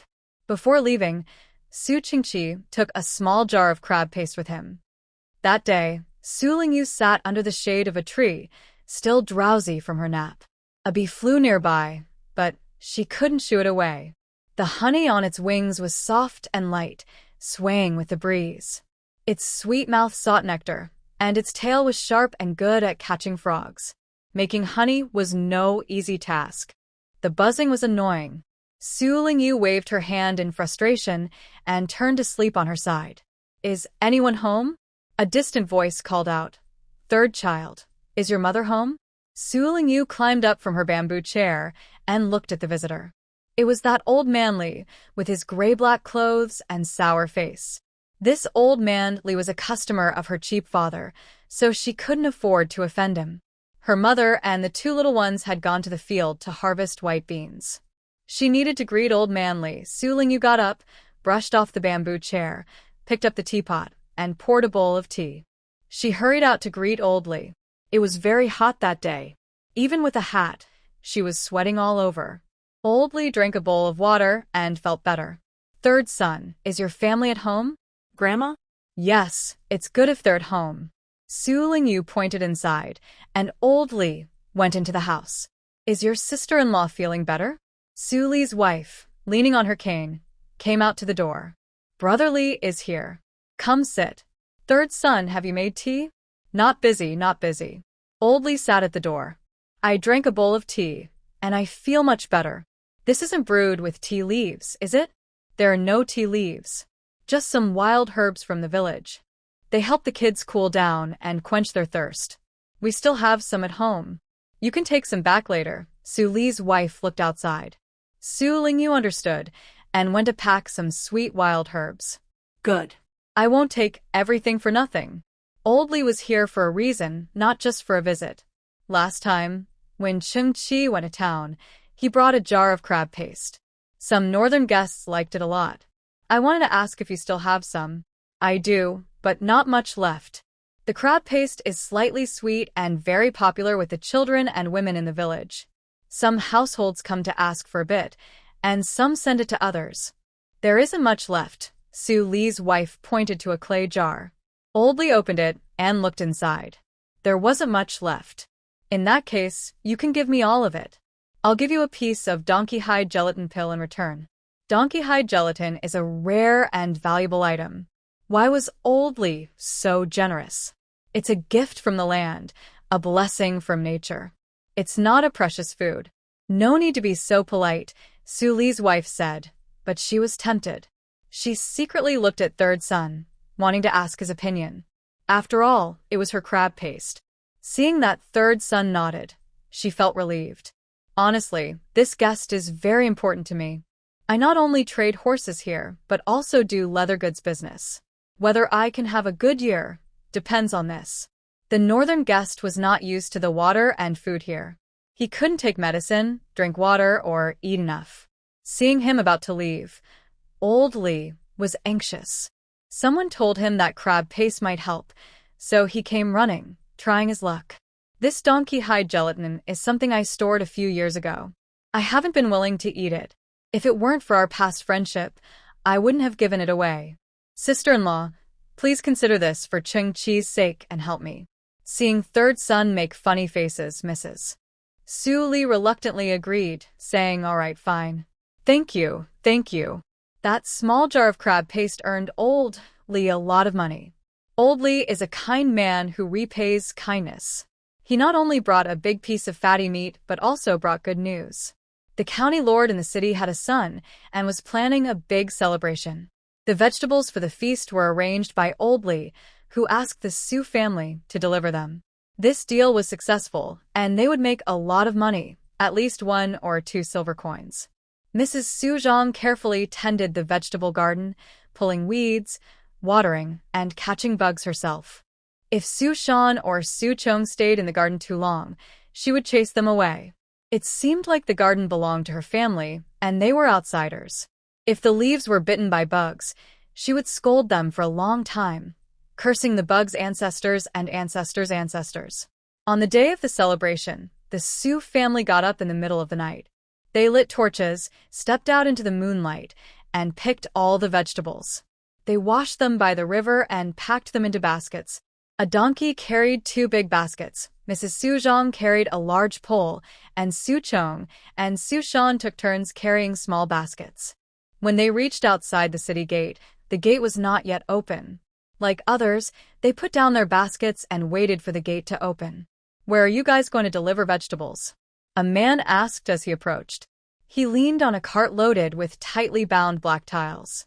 The ox pulling the cart chewed grass, looking honest and simple. But the Su family's donkey was different, holding its head high proudly. Mrs. Su Zhang wiped her sweat, took the water bottle from third son, took a sip to calm herself, and said, "Today is the county lord's happy day. We're going to congratulate him." "Huh. I guess you won't be able to go," the man said mysteriously, making Mrs. Suzanne feel nervous. "Big brother, don't say that. Why wouldn't we be able to go? I tell you, today not only your family is delivering vegetables. The villagers from our village also delivered vegetables last night." Su Chong and Su Shan moved closer, wanting to hear more clearly. "Let me tell you, the county lord's son was born to a concubine. The county lord's wife doesn't want to handle the celebration. Everything that the concubine arranged was changed yesterday. Looks like you're out of luck." Mrs. Su Zhang was shocked. The hope she had been holding on to for days, The joy of seeing her wish come true was suddenly dashed with a cold splash of reality she couldn't accept. Like a stone sinking into water, drifting downward without touching the ground or reaching the shore, my heart feels uncertain. Sushan doesn't know what has happened. Su Chong is worried, and Su Lingyu's face looks dark. Su Lingyu holds her mother's hand to give her strength and to tell her not to be afraid. Mrs. Su Zhang forces a smile and says, "No matter what, I still need to ask the elders." "Thank you, big brother, for telling me. Better you sell your vegetables at the market instead of going somewhere to get scolded." "Oh, the city gate is opening. I won't talk to you anymore." As she walks again, Mrs. Su Zhang's steps are less light than before, and she no longer urges her child as she did earlier. Su Lingyu worries that if what others outside say is true, that the county lord's wife is in charge, they might not want the vegetables they originally planned to sell. The steward of the county lord's residence didn't pay a deposit, so their effort is wasted, and they might be scolded or beaten by the estate's officials. Instead of this, they might go early to the market, find a good spot, and let the officials from different households choose, maybe earning some extra silver. Their vegetables are grown with spiritual spring water, and their taste and appearance are top-notch. No one could deny that. In the early morning in Liangguan City, many people are still asleep. Few are out walking. As soon as they enter East Street, they see a woman with her face covered by a cloth, running with a large basket. Inside the basket, there are dark blue cloth bundles that look heavy and mysterious. No one pays much attention, but Su Shan keeps staring at her, following her with his eyes until she passes by. Mrs. Su Zhang hangs her head, feeling anxious. The closer they get to the county lord's residence, the more worried she becomes, fearing that reality might be worse than her imagination. What if the county lord's estate refuses? Should they cause a fuss and force them to buy? Making a scene is impossible. The county lord is not a neighbor in a small alley, and loud arguments won't work here. Before they arrive, they see a strong girl dressed in red plum-patterned clothes running toward them, standing tall and glaring fiercely. People say that even the minor officials in front of the prime minister's mansion have a certain air, so even this young girl from the county lord's household seems to have a bit of authority. "Why are you only just arriving? The kitchen staff are waiting for you. If you delay the big family's full moon banquet, you'll be skinned." "What's going on? Are they saying they don't want it anymore?" Mrs. Su Zhang is about to turn back, thinking of what to tell her mother-in-law. Mrs. Su Zhang suddenly doesn't know what to say. "Come quickly." The girl walks briskly, and Mrs. Su Zhang, trusting her, hurriedly follows. Su Zhang carried his load and kept catching up. Su Shan led the donkey and walked a few steps faster. Little girl Su Lingyu lagged behind a few steps. This was very strange. Some said no, but others were waiting here. She kept her small hands behind her back and thought carefully. She always felt someone was causing trouble on purpose. If the Su family didn't deliver vegetables but sold them at the market instead, it would not only upset the county magistrate but also harm the relationship with Old Li and his family. Even the Su family might be hated by Old Li. The man selling tiles had bad intentions. Could it be that her kind father offended someone outside? Or maybe Old Li offended someone, and someone was trying to use this situation to cause trouble for Old Li. Standing at the back door of the county magistrate's house, she watched them count money inside. The steward took out 1 or 2 silver coins from the embroidered purse and gave a few strings of copper coins to Madame Su as a kind gesture. "Madame Su looked pleased." She opened a string of copper coins and took out about 100 coins to give to the steward. The steward smiled and said a few nice words, hinting she should leave quickly. Madame Su understood and took her children out. She saw her third son by the door, knowing he didn't like what just happened. She awkwardly smiled. "Sorry you saw that." Su Lingyu shot her a glance. If she really didn't want her to see, she wouldn't have let her come. Su Zhong suddenly picked her up, placed her on the donkey's back, and led the donkey by its rein. "Let's go home." Touching the silver in her pocket, Madame Su's heart felt sweet like honey. She walked lightly, her lips no longer drooping but curved into a smile. "Shall we buy some red rice wine?" Madame Su asked her. "Your last crab sauce was so delicious. Why not make more this time?" Tell your mother if you need anything. This silver is thanks to you, she added. Su Lingyu's face lit up with a smile. You. Don't mind? Madame Su hesitated, her thoughts turning. She wondered if her third son would need to spend a lot of copper coins. Thinking again, she knew her third son had always thought about the family. He wouldn't spend much silver on unnecessary things. Her smile softened. Be kind to your mother. Spend carefully. Seeing her words, Su Lingyu silently smiled again and again. She gently kicked the donkey's belly, urging it to walk faster. With the silver in hand, her wishes seemed to come true. No matter whose footstep, everyone would walk a little faster. The pedestrians on the street hurried by. The porters helped deliver goods to various shops. The shop assistants and shopkeepers cleaned and prepared to open their stores. The Su family, with 4 people and a donkey, happily came along, chatting about what to buy to take home. Some people say they want red dates and goji berries, others say they want Sichuan peppercorns, and some say they should buy meat. Whoa, whoa. The baby's crying sounds far away.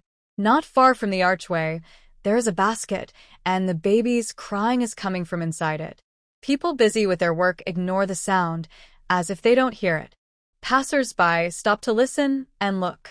A woman carrying a basket approaches and looks inside, then mutters a few words, shakes her head, and leaves. Su Shan holds his mother's hand. Mother, that basket. I saw that woman not long ago. The basket looks familiar.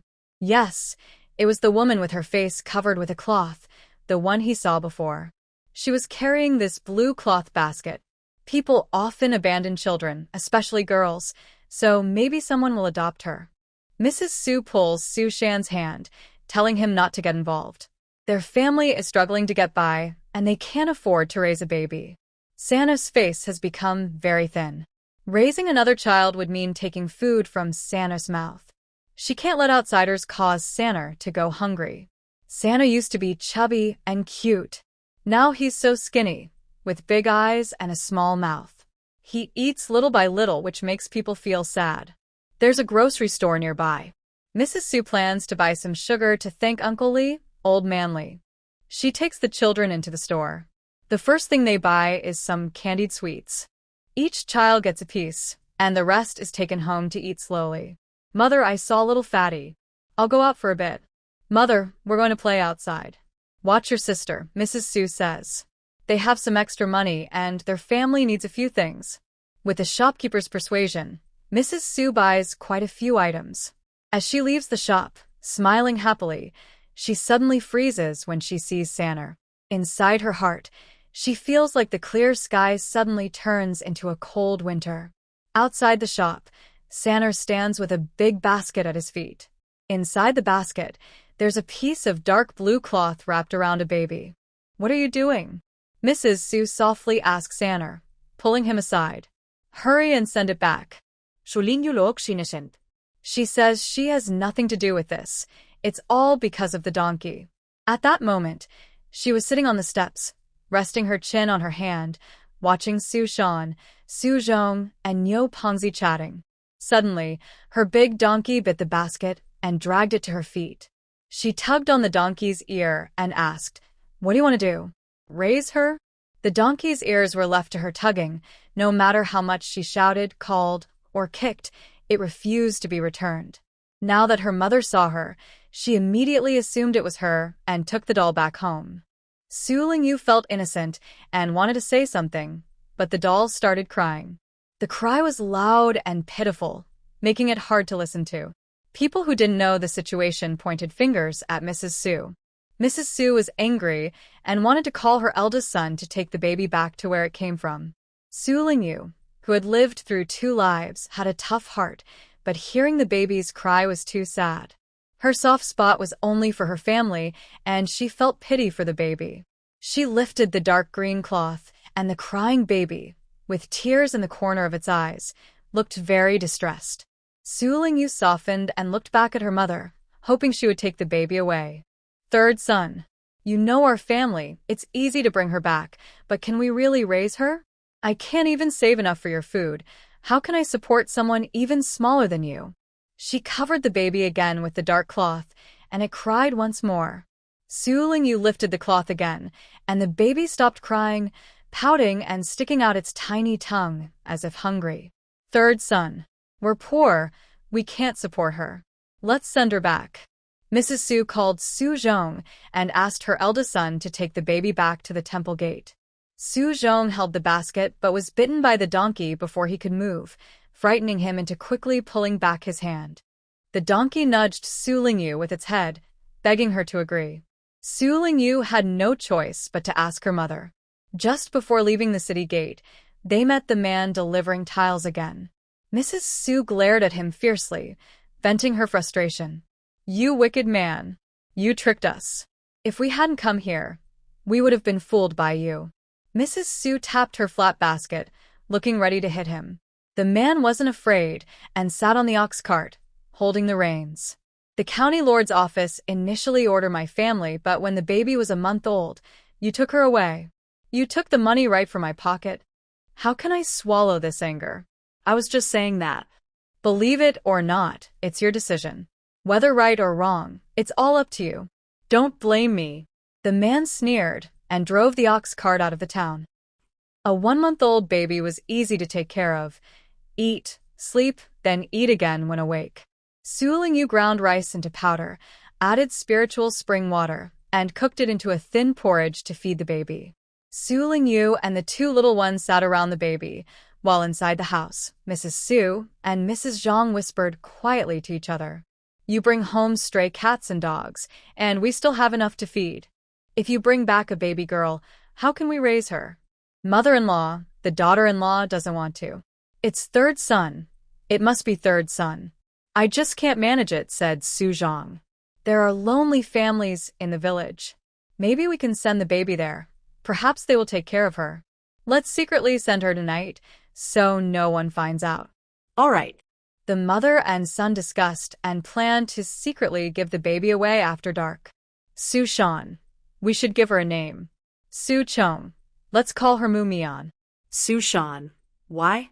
Su Chong. Mumian flowers are pretty. At night, Su Chong bathed his sister and laid her on the bed so she wouldn't dirty her feet again.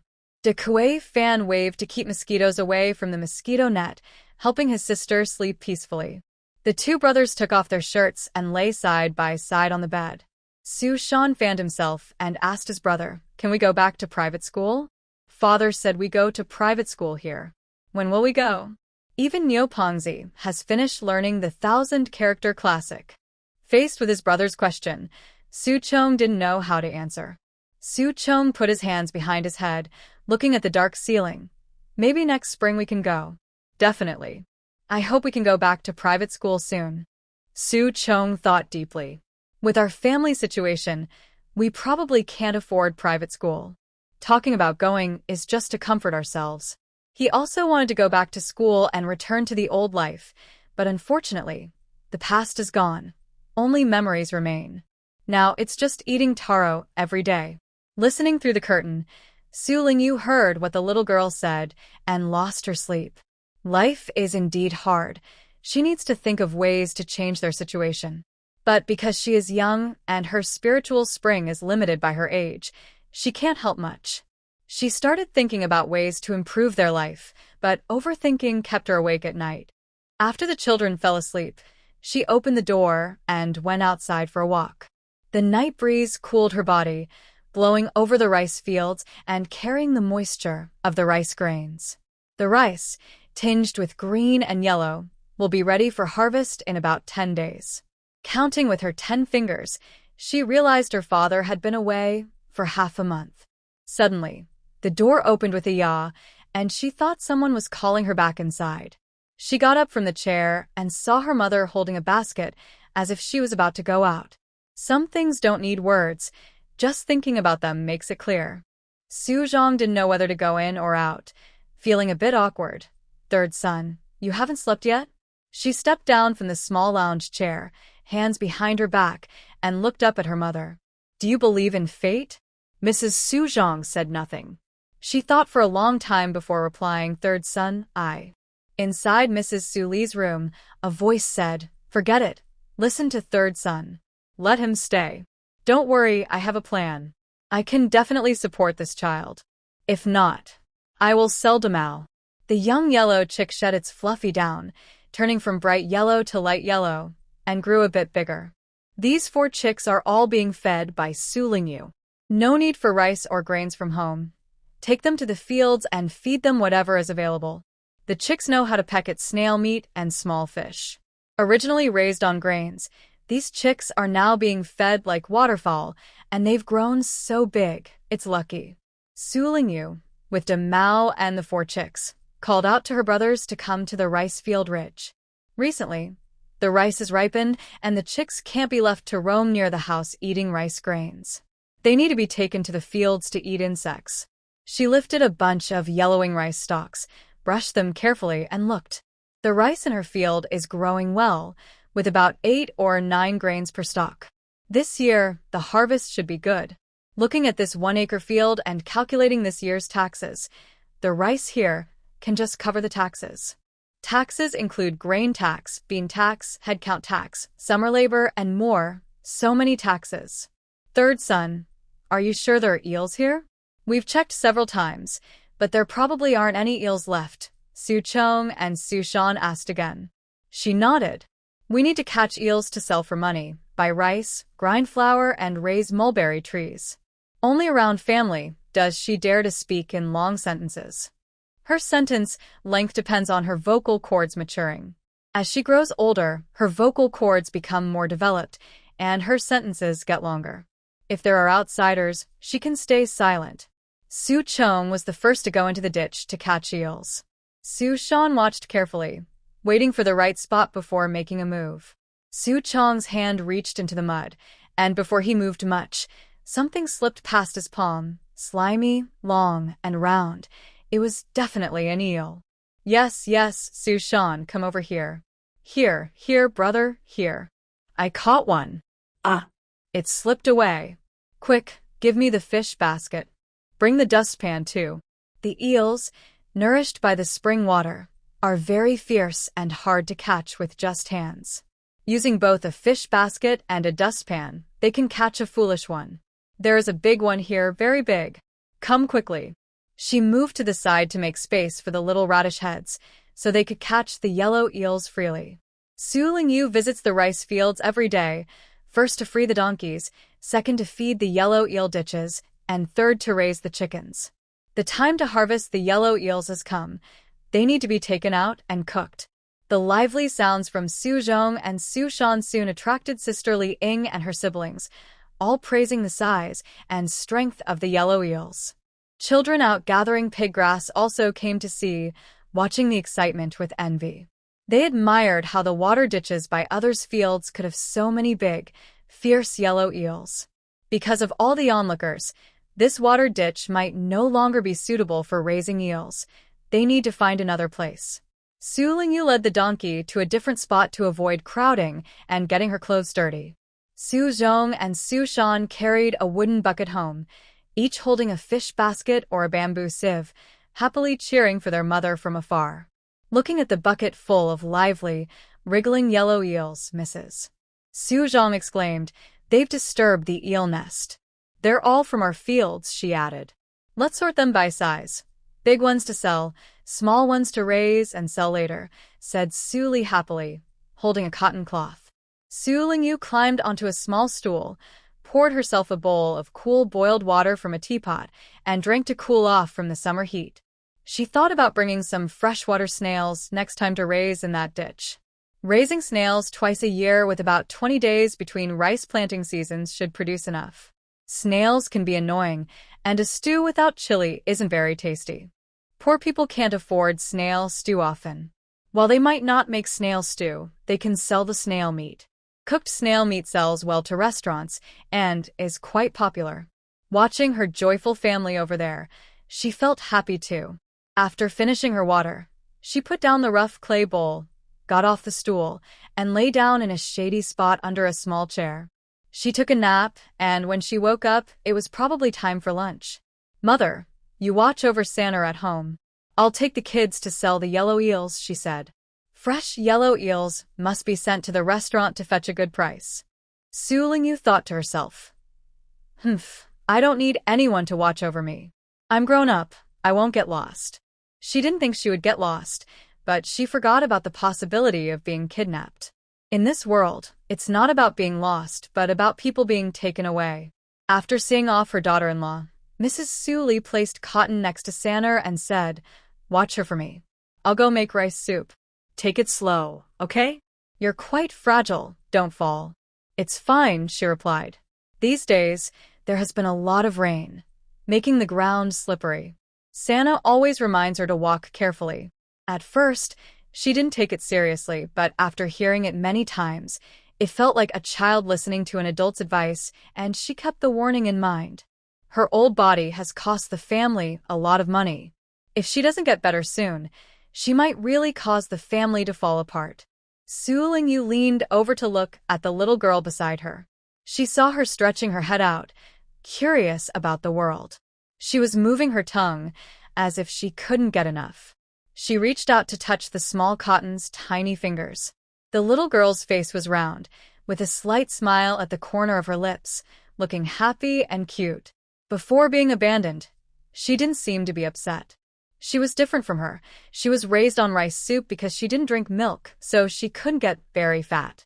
Looking around and seeing no one nearby, she poured spiritual spring water into a teacup, washed her hands, then put her fingers to the Cotton's lips, using the spiritual spring to gently touch her lips. The little girl moved her tongue and drank some of the spiritual spring water. The water isn't wine, mainly good for plants rather than people. She wasn't sure if it was good for the little girl. The little girl yawned, put her hands on her cheeks, and fell asleep with a gentle smile. Su Lingyu lay back down, yawned herself, and happily drifted to sleep. In her daze, she felt something wet. She touched her hand and realized it was water. She raised her hand to her eyes and squinted, seeing the water clearly. "Mom, the Cotton girl peed." "Oh no, I forgot," said Suli, coming out of the kitchen with a cane. "Did she wet her clothes?" Su Lingyu got up from the reclining chair and looked at her clothes. Now, the little girl's water had soaked her clothes and pants. The person who peed was still sleeping, completely unaware of the chaos outside. "I'll take her to change her diaper. You change your pants and put them in the wash basin. When your mother comes back, she'll wash them." Having the little one now made her the top priority at home, unlike before. Sigh. Su Lingyu sighed helplessly. In the past 6 months, she had sighed more times than she had in her entire previous life. She pointed at the shaded donkey nearby. "It's all your fault." The big fluffy dog stood up and wagged its tail at its little owner. Although Baby isn't smelly, she still went to change her clothes. Su Zhang's wife loved her very much. The fabric for the small shirts and pants was softer than that used by Su Zhong and Su Shan. The small clothes were easy to wash, just rinsing and rubbing with water was enough. There wasn't much, so she didn't need soap, just soapy water would do. But the clothesline was too high, so she had to throw the wet clothes onto the nearby firewood pile and let the sun dry them. The Su family's rice paddies used a lot of yellow eels. Many people knew about this, and some, hoping to get lucky, went to check the water channels in the Su family's fields. A few lucky ones caught 1 or 2 eels, but most only found empty nets. Li Lizi also went to look for fish. When he didn't catch anything, he cursed a few times. Lazy and fond of eating, Li Lizi had planned to catch a couple of eels to add to his meal. Now that he couldn't get any, he worked harder and felt even worse. Passing by Li Gui's fruit forest, he saw the full tree of longans and had the idea to steal some. He quickly ran up the mountain path, climbed the nearest longan tree, and tore off some branches. He picked the biggest one and put it in his mouth. He bit open the longan shell, which had a thin layer of flesh between the skin and the seed. The seed inside hadn't turned black yet, so these longans weren't ready to eat. "Phew, this tastes terrible." Li Lizi spat out the fruit he was holding and picked another bunch, trying to find the biggest one to eat. Out of 10, only one was still good, with the black seed. While eating and discarding some, Li Lizi spoiled many of the longans. He didn't just eat, he also took some to keep. The commotion caught the attention of Yunyang, who was patrolling the orchard. Seeing most of the longans on one tree ruined made her very angry. She put down the dog's leash, pointed at Li Lizi, and told the dog to chase him. Woof woof. Li Lizi saw he was caught, jumped onto a tree to escape, still holding the longans in his hand. He wasn't afraid of being chased. In the hot summer, if you don't wear a hat, walking under the blazing sun will make your head feel hot in less than half an hour. Whenever he went out, Su Chong always took a straw hat, and Su Zhang's wife didn't need to be told. The mother and son carried water buckets home. As they turned a mountain bend, they heard Li Ying cursing loudly. Around the next curve, they saw Li Ying jumping up and down, arguing with her mother-in-law. Yunyang was gesturing wildly, apparently saying something. Li Laopa, however, looked indifferent and cursed Yunyang with foul words, also cursing Li Ying. Dumb girl, you'll never get married. Be careful, or you'll curse your parents to death. No one wants you. Even Li Lizi wouldn't want you in my house. You old witch, you cursed your husband to death, but that doesn't count. Do you want to curse your son too? I don't think she'll live long. Talking about Li Lizi hit a sore spot for Li Laopa. When she was young, a fortune teller said she would bring bad luck to her husband. By the age of 18, no one dared to marry her. Her parents, wanting just a little silver, sold her to a troublemaker in the village. After finally having a son, her husband was killed during a robbery. The villagers said she was unlucky and caused her husband's death. Her in-laws didn't like her and treated her badly.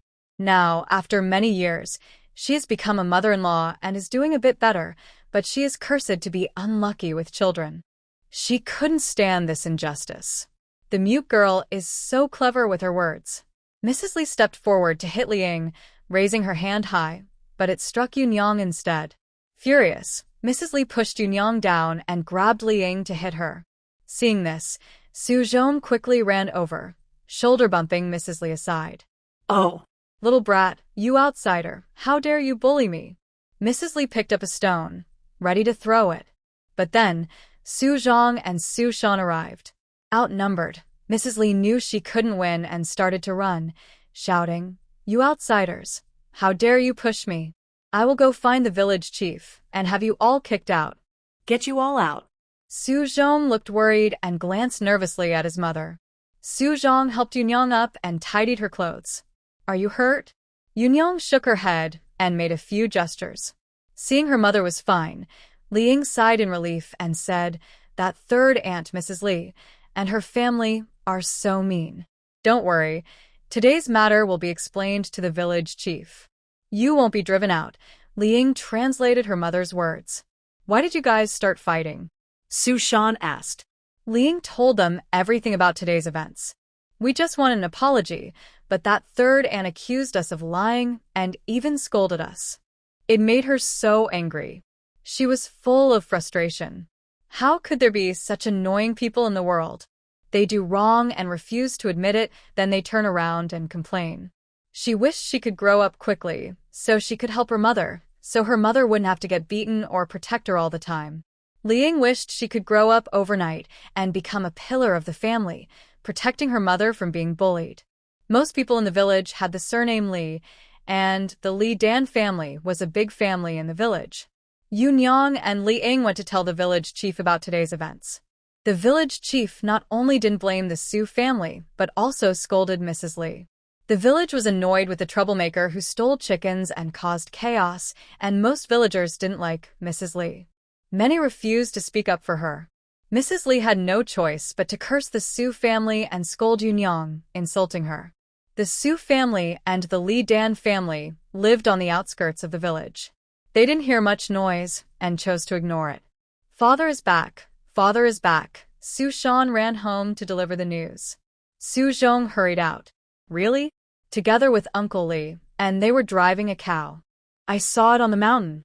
Let's go and welcome father, Su Zhong said, pulling Su Shan to go outside. Su Lingyu was lazily lying on a small lounge chair, unwilling to move.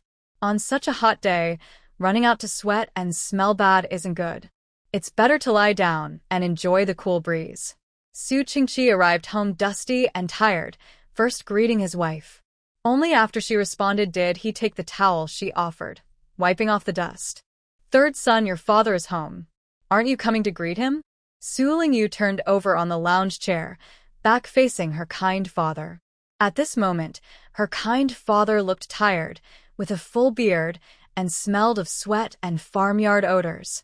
Su Lingyu didn't want to go forward now, sticking out her little and turning her back to him. My third son has changed. No longer a lazy pig, now more like a little bug. Third son, come give your father a hug. Alarm bells rang in Su Lingyu's mind. She flipped over and got up, her short legs moving like a tiny bug crawling, sliding off the lounge chair. Before she could walk 2 steps, she was caught. No. Su Qingqi grabbed her little pigtail and leaned down to ask, does third son miss father? Unable to escape, Su Lingyu held her breath and snatched back her pigtail. Her kind father didn't hold her pigtail, but tugged at her red hair tie. Yes.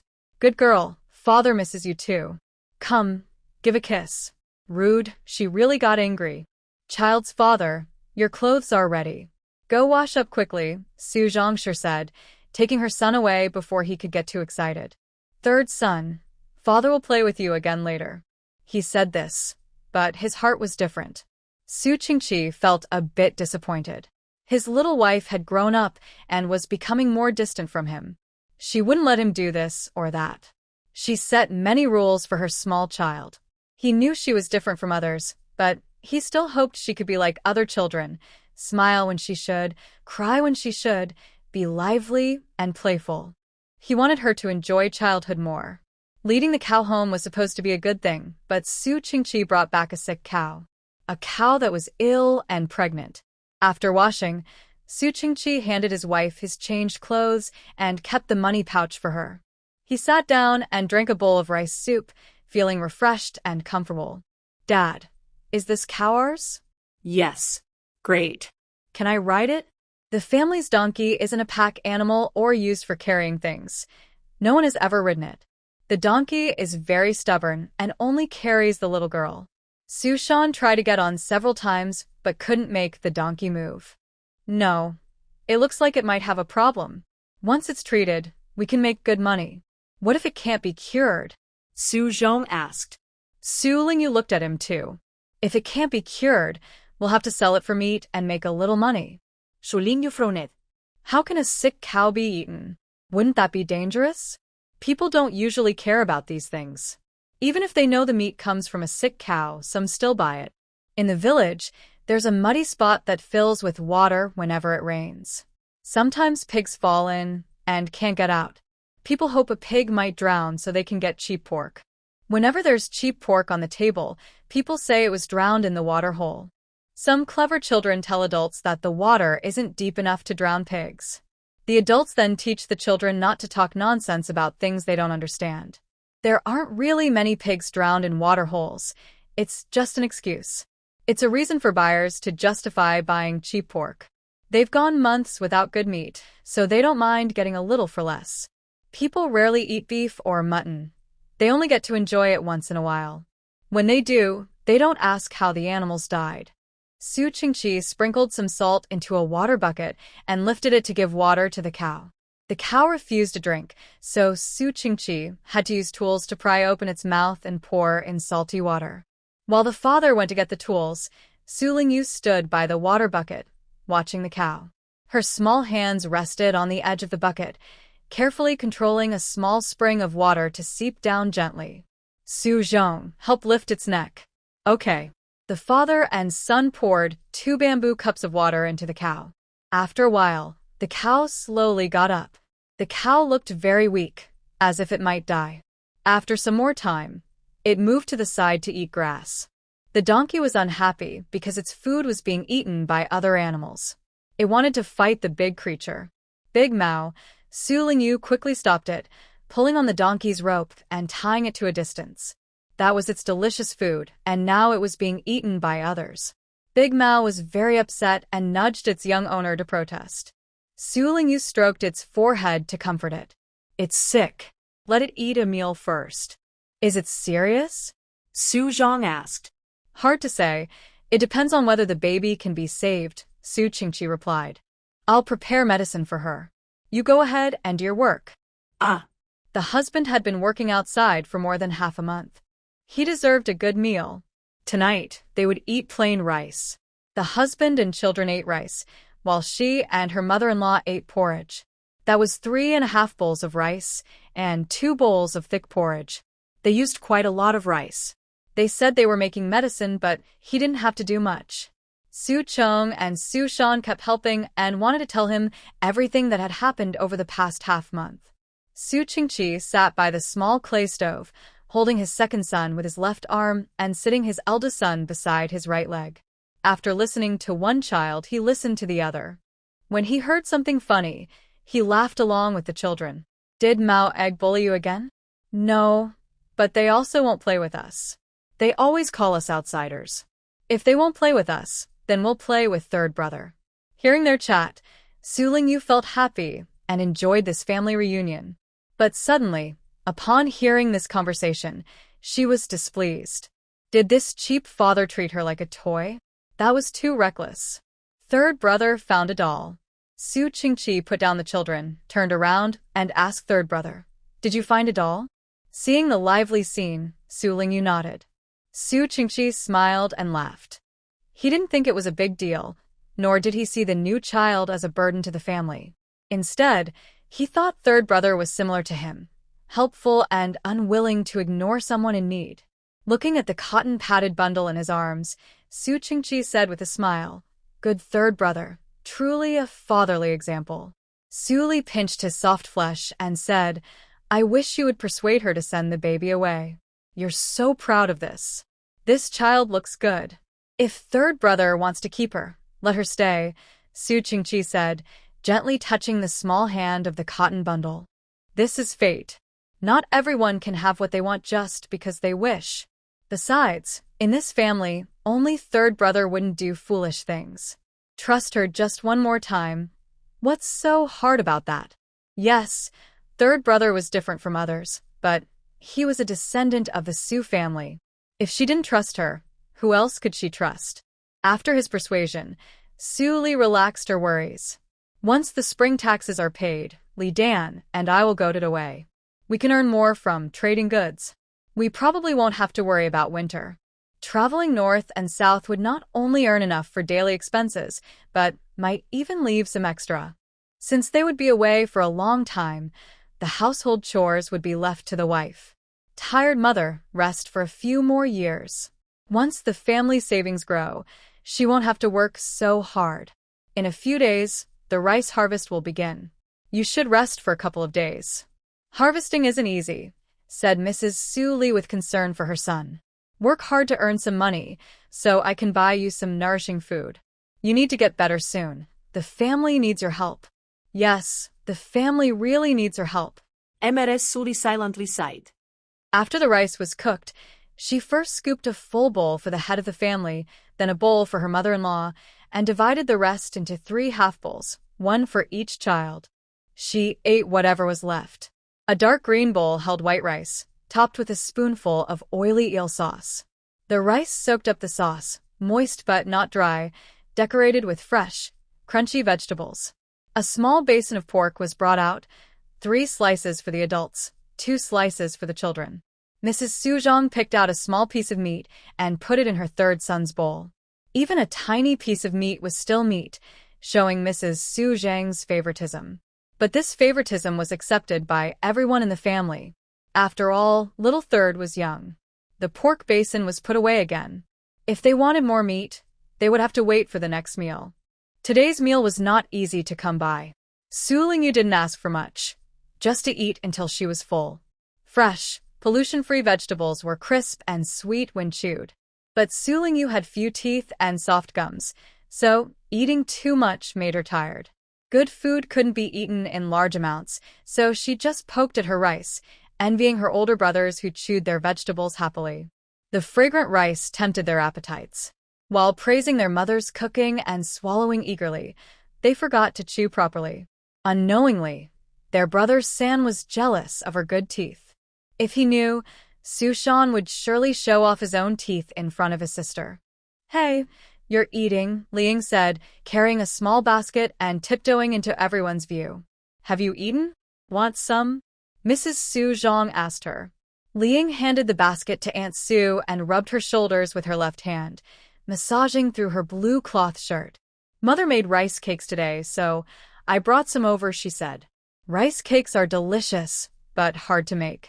First, the rice must be ground into a paste, then cooked into a thin skin using a special bamboo sieve. Layers of sesame, rice bean crumbs, and soybean crumbs are added between the layers, with rice paste and fire repeated several times until the rice cake is ready. This is similar to a multi-layered rice cake called mita, which smells very delicious. However, pounding rice, grinding rice paste, and crushing beans are very tiring tasks. Today is the day my husband is coming home, which makes me very happy. All the tiredness seems to disappear because of this. For a meal my husband likes, I am willing to endure any hardship. By the way, last night there was a strong wind that blew down the rice stalks in your family's fields. Mother asked me to remind you to harvest the rice early, so it doesn't sprout in the water. Before she finished speaking, Liang grabbed a small basket and happily ran home, eager to eat. Not only is the girl sensible, but she is also lively and charming. She glanced at her own daughter, thinking if only her daughter were as lively as Liang. Such a scene is hard to imagine. This thought is probably a wishful dream. It's already difficult enough to get Sanner to tie up a bundle, let alone make him jump around like a bird. Su Zhongshe found her own idea amusing and turned around to divide the rice cakes. The rice stalks can't support the weight of the rice grains. After a strong wind, they fall over into the water fields. With hot weather and water flooding, the rice grains easily fall into the water and sprout. Falling over is a major reason for reduced harvests among common people. If rice-resistant to lodging were developed, it would greatly increase the yield per acre. When Su Zhongshe learned that her family's rice had fallen, she early on sharpened her sickle and prepared baskets, ready to harvest the rice. Spring rice isn't covered in golden yellow grains. As long as the stalks are still green and lively, they are harvested early because the weather doesn't wait. If you don't harvest in time, you'll suffer heavy losses. The young boys are used as laborers. When harvesting rice, Su Zhong and Su Shan are so tired they can fall asleep right there, especially if they didn't have the donkey to help. The Su family, who don't farm regularly, are already exhausted. That day, Su Lingyu fed the water buffalo with spring water and gave it medicine with Su Li's help, then led the water buffalo to deliver water to the fields. 2 clay jars tied with a rope hung on each side of the water buffalo. Su Lingyu walked slowly with the water buffalo. Her steps were small, and she moved even slower than Li Ying's tiny steps when she ran. She decided not to run anymore. Why tire herself out? No need to look cheerful for others. Walking slowly with the water buffalo, she enjoyed the hot summer day. Next year, she planned to learn to play the flute. Sitting on Mao's back, she would play the flute leisurely, raising the donkeys and chickens in spring. If someone asked for directions, she would simply point with her hand, inspiring them to come up with poetic lines like the herdsman points to the apricot blossom village. Such a life is truly wonderful. Su Lingyu regrets her small body, even though her soul is that of an adult. Li Lizi carried half a basket of rice and rested in the shade. From afar, he saw a child from a foreign family with a high ponytail, wearing shoes, walking ahead, with a water buffalo following slowly behind. Feeling very thirsty and irritable, someone came to offer water, but he had to stop and demand water. "Little kid, come here," he said lazily. The child ignored him and pulled the buffalo's reins straight past. This child was brave, pretending not to hear. Li Lizi chewed on a root, took a step forward, swinging his hands side to side, and swaggered up to the child. He looked down at the child from above. The high ponytail tied with a red ribbon shook as the child walked, not realizing someone was blocking the way. Yet, the child still dared to move forward. Li Lizi reached out his index finger and thumb, grabbing the ponytail. "Little kid, stop right there." Not long ago, his mother had a quarrel with the Li family and also argued with the Su family. The Su family moving into Dongquan village was a big event. Everyone knew how many people the Su family had, and he knew this was the third son of the Su family. Usually, he saw her riding a donkey from afar, passing through the village and fields. Today, right in front of him, he took a closer look. She looked pretty good. He let go of her ponytail and pointed at her forehead with one finger. "Where are you going?" This little girl was really small. One finger was enough to stop her from moving forward. He saw she was holding a black fruit. Li Lizzie snatched it away. "If you have something good to eat, don't hide it. You're asking for a beating. Why are you looking? Even if you glare at me, I won't give it back," she said. Li Lizzie wanted to eat the black fruit, but saw she was trying to walk around him. He didn't care about the fruit anymore and grabbed her collar. "Why did you run away?" Su Lingyu was very angry. She hated this uncivilized world, hated such uncivilized people, and hated that she wasn't strong enough. If it had been her in a past life, she wouldn't have let this person get close, nor would she have allowed him to bully her. If she had a chance, she would make him understand what pain really was. There was no one ahead and no one behind. Even if she shouted for help, no one would hear. She could only save herself. But her small body couldn't fight Li Lizzie. Sadly, her water buffalo behind wasn't as big as Mao and couldn't understand her words or help her. Suddenly, the sound of hooves came from behind. Soon, she saw Xiao Wang riding a horse, appearing at the end of the small path. Although young, he sat steadily on the horse, moving with it as it ran, quickly reaching her side. He tilted his body backward, pulling tightly on the horse's reins to stop the horse. Hoo-hoo.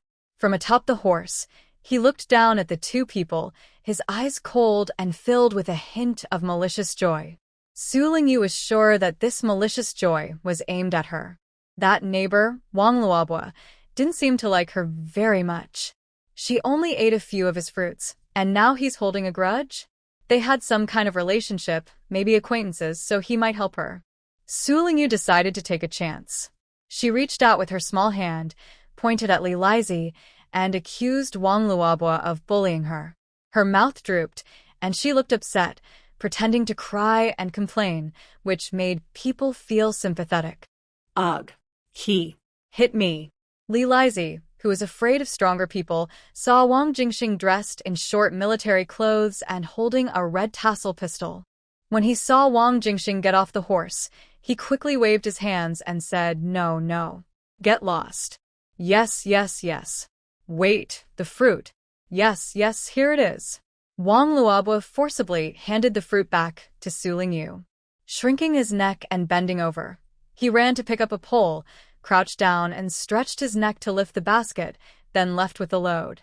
Su Lingyu noticed that Wang Jingxing's gaze stayed on her handheld fruit, following her from Li Lizzie. "Here."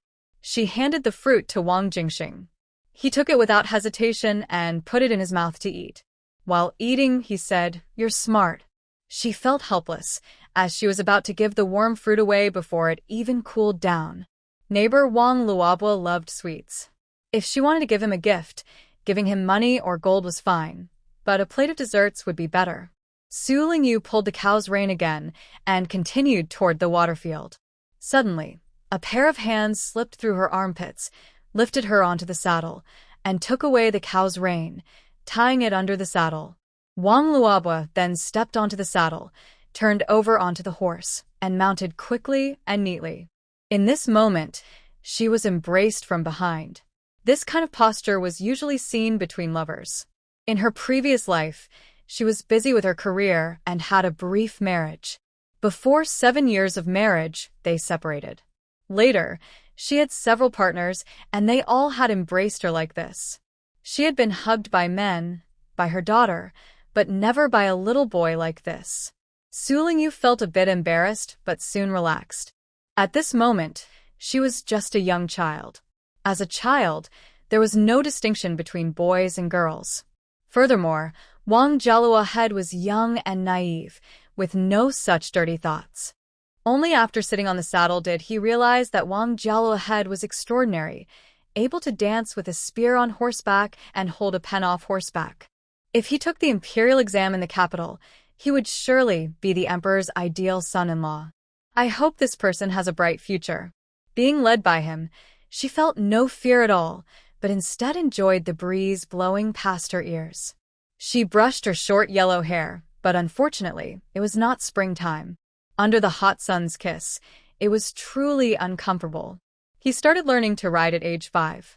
The first time he mounted a horse, he cried and begged to be taken down, asking his uncle to let him off. Even riding a small colt, it took him several days to get used to it. But Sue's third son was different.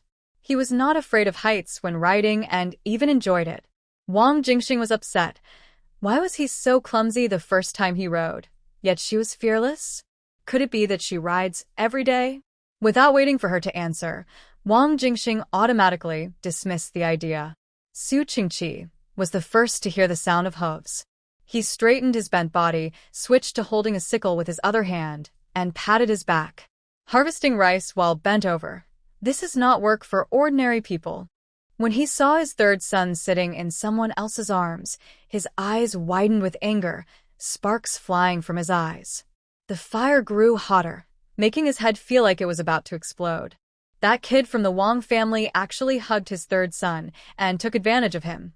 That's outrageous. He must teach him a lesson. Su Qingqi stepped through the mud and ran to the shore, grabbing Wang Jingxing's horse. Wang Jingxing dismounted smoothly and was about to lift Su's third son down, but was stopped by Uncle Su's slap on his hand. This doesn't need to trouble Brother Wang, Su Qingqi said loudly. Brother Wang, you've been taught by a Western teacher since childhood, and you know that men and women shouldn't be close. I hope you practice this yourself. Hearing this, Wang Jingxing was first stunned, then suddenly understood, and then fell silent. Su's third son was only over 2 years old. What could he do to her? Besides, he just wanted to see Uncle Su sooner, so he thought of taking her along. If he had known it would cause such trouble, he would rather see her bullied than cause more problems himself. Uncle Su misunderstood. Wang Jingxing said politely to Su Henge. When I came, I saw. Seeing Wang Jingxing's angry expression, Su Qingqi, upon learning that Li Lizi had snatched her fruit and even pulled her collar, immediately shifted his anger to Li Lizi. Even so, Brother Wang, you should be more careful, because my third son will get married someday. I placed my hand firmly on Wang Jingxing's shoulder and patted him hard, making him want to turn and hit me. If he hadn't restrained his body's reaction, Uncle Su would have been knocked over with the first slap. Thank you very much, Brother Wang, for helping to chase away I said. But why did you come, Brother Wang? It's nothing serious. I came to ask for your help. Not long ago, I took a trip to Lantau Island with my husband. I don't know why, but after Qingji returned, his skin started to rot and was covered with pus. We called several doctors, but none could cure him. Today, I mentioned you to my uncle, and suddenly I remembered you. I came especially to ask you to come and see him. Qingji was the first horse he ever owned. Not only was he good at running, but he also understood people, which many good horses do not. Recently, he had been worried about Qingji not eating well. He brought in a few doctors, but none could treat him, which made him so angry that his lips blistered. Today, after hearing about Su Qingqi, he didn't hesitate and rushed straight to Su's house, eager for Uncle Su's help. How is his appetite? Su Qingqi asked. Usually, he can eat a bushel of beans, but now he leaves some food at night. He drools yellow saliva, his lips turn white, and he has eye discharge every day. His temper has become much worse, and he even bites the people feeding him, unless I feed him myself. That's about all I can tell you. Do you have any ideas? Su Qingqi hesitated for a moment before saying, burn some earth fungus into ash and apply it to his skin. That might help treat the skin rot. As for the yellow saliva, white lips, eye discharge, and bad temper, those are caused by something else. I need to see him myself to know for sure. Wang Jingxing was overjoyed and respectfully bowed to Su Qingqi. If you can cure Qingji, I will be forever grateful. We're neighbors, so there's no need to mention these things, Su Qingqi said casually. This is a small matter, and I don't need any reward. Although he said that, Wang Jingxing didn't think the same. Whoever could cure Qingji, he would reward generously. My nephew won't bother you. Everyone, Thank you for your work, Wang Jingxing said, bowing to Su Qingqi and then to Madame Su. Su Qingqi reached out and grabbed Wang Jingxing. Why rush? Stay for a meal before you go. By the way, yesterday they caught quite a few field frogs. Today, third son will surely make a 3-ingredient frog stew. Use a clay pot to stew the frogs, adding red dates, white radish, scallions, and a little wine at the right time. When cooked properly, the frog meat will be tender and delicious. You should come and try some. King Jingxing was not moved by these words, but when Su Qingqi took down the clay jar from the cow's back and opened the lid, a strong aroma wafted out. He moved to leave, but could no longer walk. It really smells good. Of course, this is my third son. Personally watching the fire. Su Qingqi wanted to praise his third son, but saw her there, arms crossed, trembling her right leg, glaring fiercely at him. He suddenly realized he had spoken carelessly in front of others. He quickly changed the subject, swallowing his praise and saying only a few simple words, hoping she wouldn't be angry. King Jingxing felt something and turned his head to look at the third son of the Su family behind him, but saw nothing unusual. She was there playing with insects and pulling grass, just like always. Maybe it was his imagination. Time to eat. Come over and rest a bit. Su Qingqi called everyone, pulling King Jingxing to prevent him from looking at her. King Jingxing had eaten frog from the field, but not this 3-element braised frog. Today, just one bite of meat and a sip of soup would stay in his mind for more than 10 days. He wanted to eat more but felt embarrassed to ask the Su family to cook a meal for him. So, he could only hold back and look for a chance to sneak over for a meal again. With the help of Li Dan's family, 2 acres of rice paddies were harvested before the rain came. The Su family was a newcomer and had no place of their own to dry grain, so they had to borrow Li's granary. 7 or 8 families used this open space to dry their grain, each hiding in the shade, guarding their own fields. They wanted to finish before the rain to avoid getting their grain wet and to prevent theft. Su Qingqi and his sons took turns watching the granary. Near noon, his wife brought food and called the children to go home and eat. Li Dan carried a jar of water and sat beside Su Qingqi at the granary, placing the clay jar on her lap. Did you turn it over? Yes, I turned it. Twice. The grain should have been turned. Su Qingqi took out a small bag and scooped out a handful of roasted yellow soybeans. Li Dan quickly reached out to catch the soybeans. They were full and cracked open from roasting. The roasted yellow soybeans from the Su family were different from others. They generously added 5-spice powder, Sichuan pepper, and salt, making each bite salty, crunchy, and fragrant. Your beans are still the tastiest, Li Dan said, picking up a fallen soybean, blowing off the dust, and chewing it. It's not about taste. It's about waste. 5-spice powder, Sichuan pepper, oil, and salt all cost a few copper coins. My third son hasn't finished losing his baby teeth and insists on eating all sorts of mixed foods. He ends up making a mess but can't eat it himself, which makes the 2 little boys happy. Li Dan figured out that this wasn't just complaining, it was showing off and bragging. Li Dan moved closer to Su Qingqi and whispered, I just heard some news. Someone from higher up came to give a heads up that your grain taxes won't be a problem. Grain taxes? You live inside the city, so you might not know much about these taxes. During spring and autumn, when the grains are dried, officials and villagers come. Everyone brings their land contracts and household registration, carrying grain to stand in the village center. You need to pay 4/10 of your grain as tax. If you measure out 4/10 of your grain at home and send it, it might not be enough. You pile the grain in a cone shape, and when they kick the grain in the pile, 5 gene of grain will be reduced by 1 gene. Then you have to make up for that 1 gene. That 1 gene on the ground. The question slipped out and Su Qingqi understood. That 1 gene of grain on the ground probably went into the landowner's pocket, belonging to someone else. If you have good relations, they won't kick the grain pile. If your relationship is just okay, they might kick it 2 or 3 times. If they dislike you, it could be bad. They kick once, you add another gene, and they kick again, probably emptying your grain bag. Brother Su, do you know any officials? The city's constables knew a couple of officials, but they didn't know the grain collectors.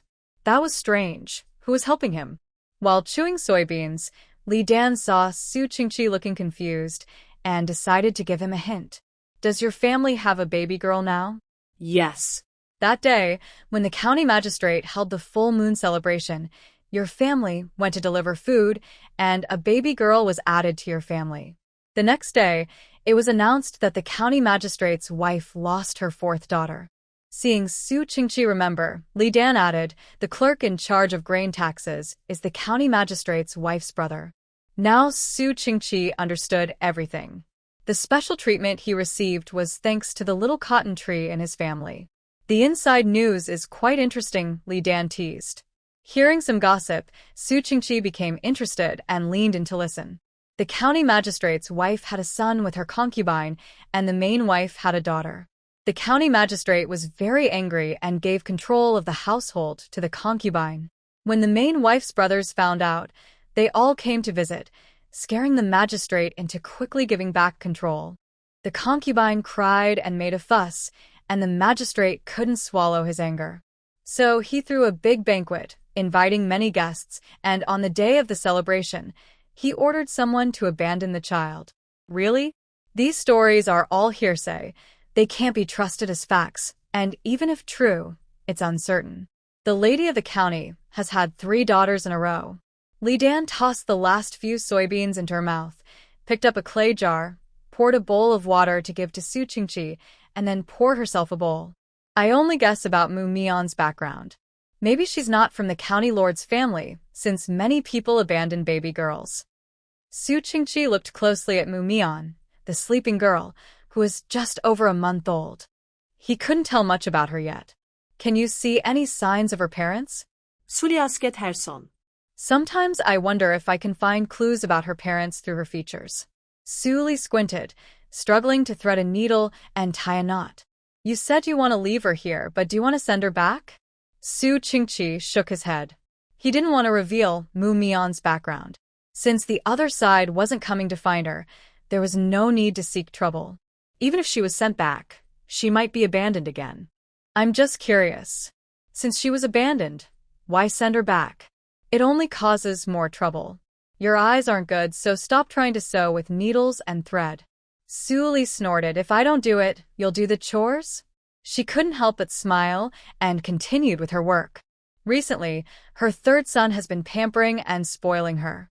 She hasn't gained much weight, but her temper has improved. She used to be less impulsive. Wow.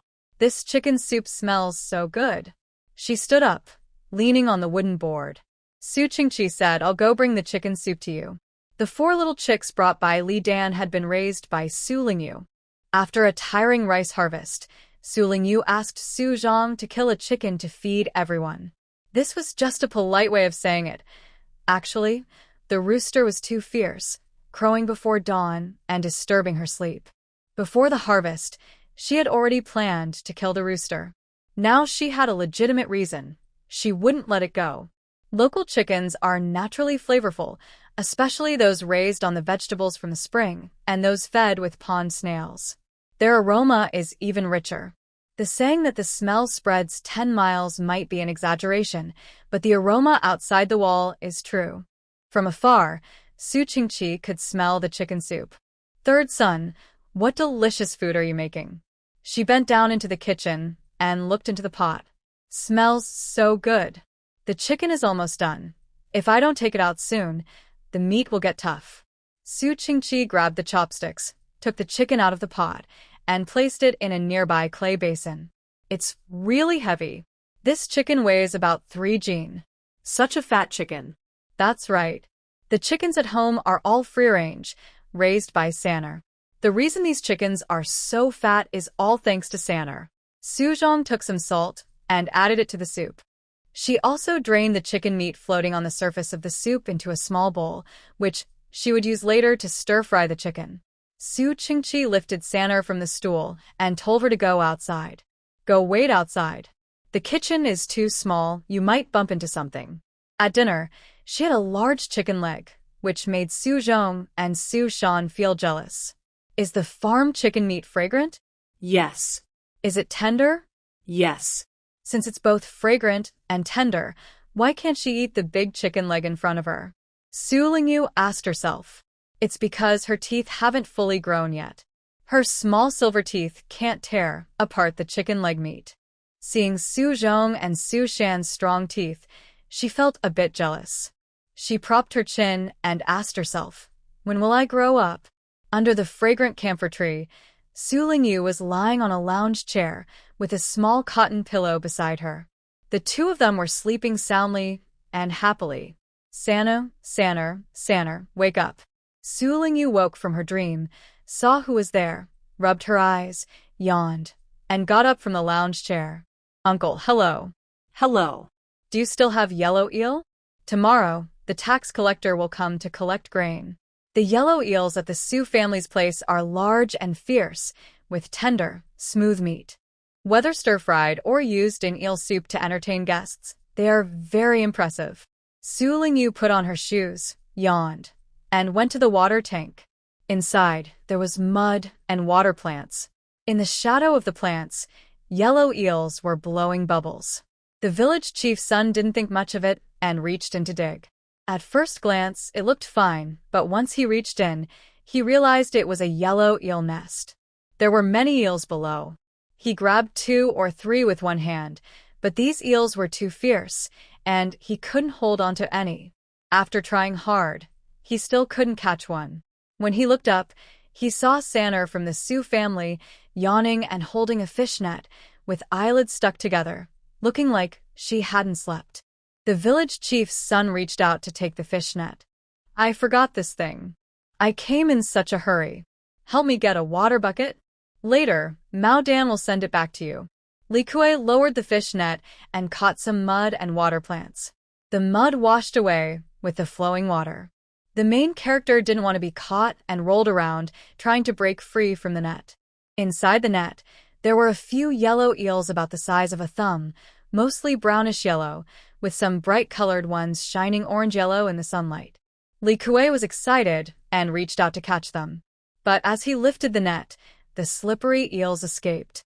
When squatting, he tried several times to pick up the eel from the ground but couldn't catch it. Just as he was about to reach out again, he saw the third son of the Su family walking with his eyes closed. The boy placed a water bucket nearby, squatted down, pinched and caught the eel, then put it into the bucket. Third son is really amazing.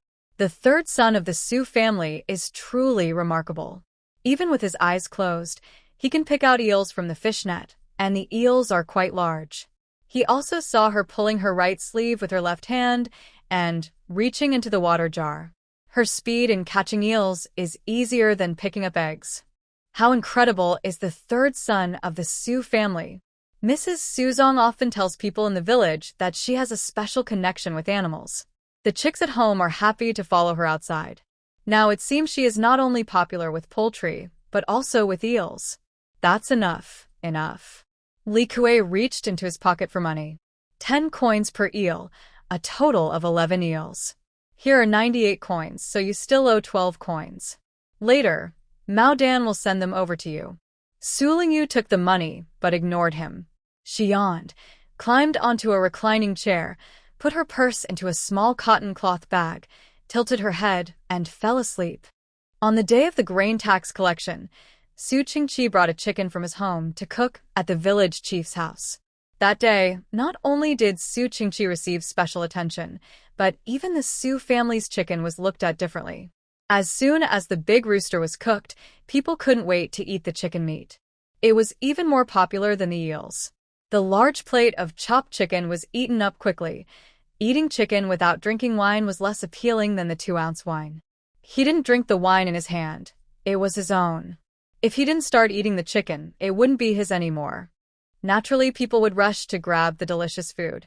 When the chicken plate was empty, everyone praised the chickens raised by Su Qingqi's family. Su Qingqi's friendly nature made him good at making friends. During toasts, he called others brothers, and those collecting grain and the village had liked him very much. Before they left, Su Qingqi gave them the only 2 hens left at his home. Back home, facing the third son, Su Qingqi smiled awkwardly. I used your chicken to make a favor. I should have told you first. Sorry, father. Humph, Su Lingyu forgave him. Although it looked a bit shameful to go and give gifts, it was very helpful for making good relations with the village head and for the upcoming summer labor. Su Lingyu didn't oppose giving away the well-raised hens. He just wanted his father to understand that things at home can't be taken just because he wants to. It must be with the owner's permission. Third son, look at the chickens you've raised. Their meat is delicious, comparable to delicacies. Aren't you planning to raise a few more? Su Qingqi slowed his pace and walked with third son, trying to encourage her to raise more chickens and ducks. Raising chickens is good. In March, we can eat eggs. In April, we can eat meat. It's a great gift for visiting relatives. Now, raising them for the new year. What do you think? Su Lingyu approached the water tank, tapped it, and made the simple gesture of change water. Her attitude was unmatched in seriousness. The excrement of eels is toxic. Raising eels requires changing the water every few days.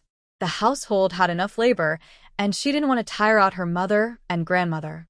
Su Li, who was selecting seeds from a pile of grains, looked at the father and daughter silently and smiled. The newborn third son was very irritable. He would glare at anyone who looked at him. Only Zhang was not pleased with others getting close, and he didn't like being held. Even if he wet himself, he wouldn't cry out. As time went on, third son gradually adapted to life here and became part of the family. This was what she wanted to see. I've roughly calculated our family's income and asked about the tuition fee for the village school. It can only support one person to attend.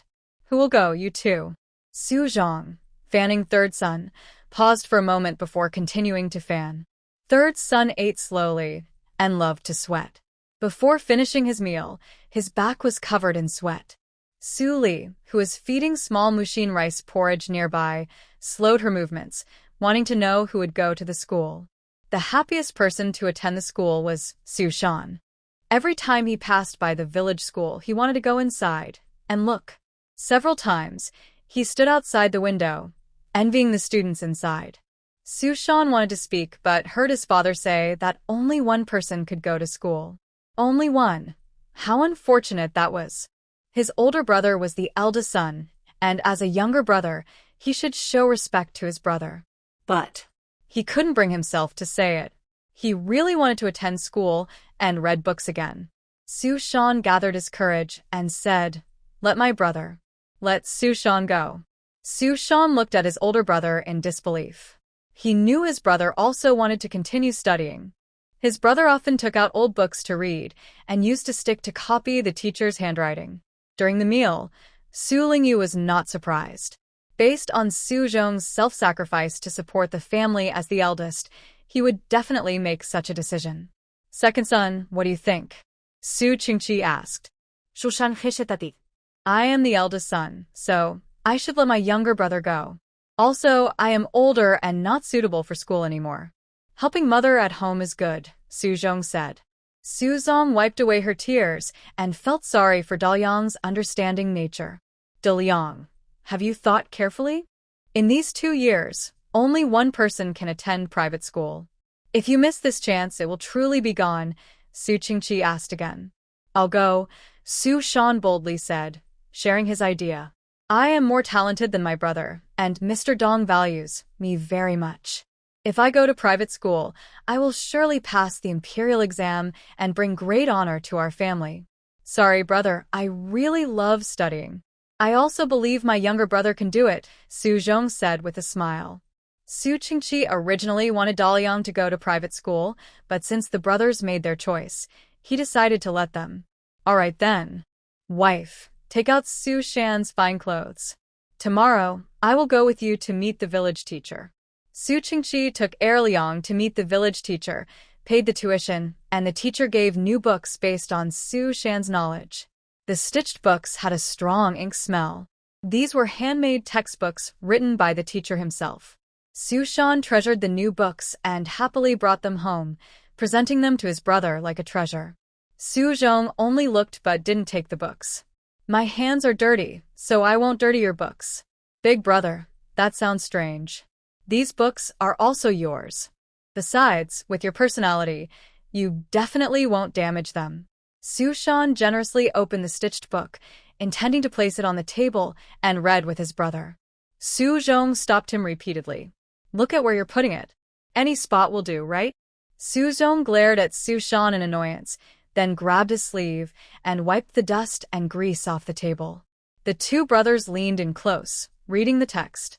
When they encountered unfamiliar characters, they paused and guessed what they meant. Su Lingyu climbed onto a small stool, stood on it, leaned over the table, and joined the other two heads. The three heads huddled together, studying the characters on the page. The three children gathered, chattering happily. The ancient characters looked very different from the traditional characters she knew. She was also relearning how to read. Su Zhong and Su Shan learned new characters, and she joined in, not only recognizing the characters, but also drawing on the ground with a stick. What's this character? Is Li Ran a name or a meaning? What does this sentence mean? Is it really this meaning? Faced with her eager-to-learn sister, Su Shan, who had limited knowledge, couldn't answer many of the questions. He had to ask the teacher tomorrow. To avoid being asked difficult questions, he would always carefully understand the meaning of sentences before going home. He would review related passages multiple times, thinking carefully, before daring to enter the house.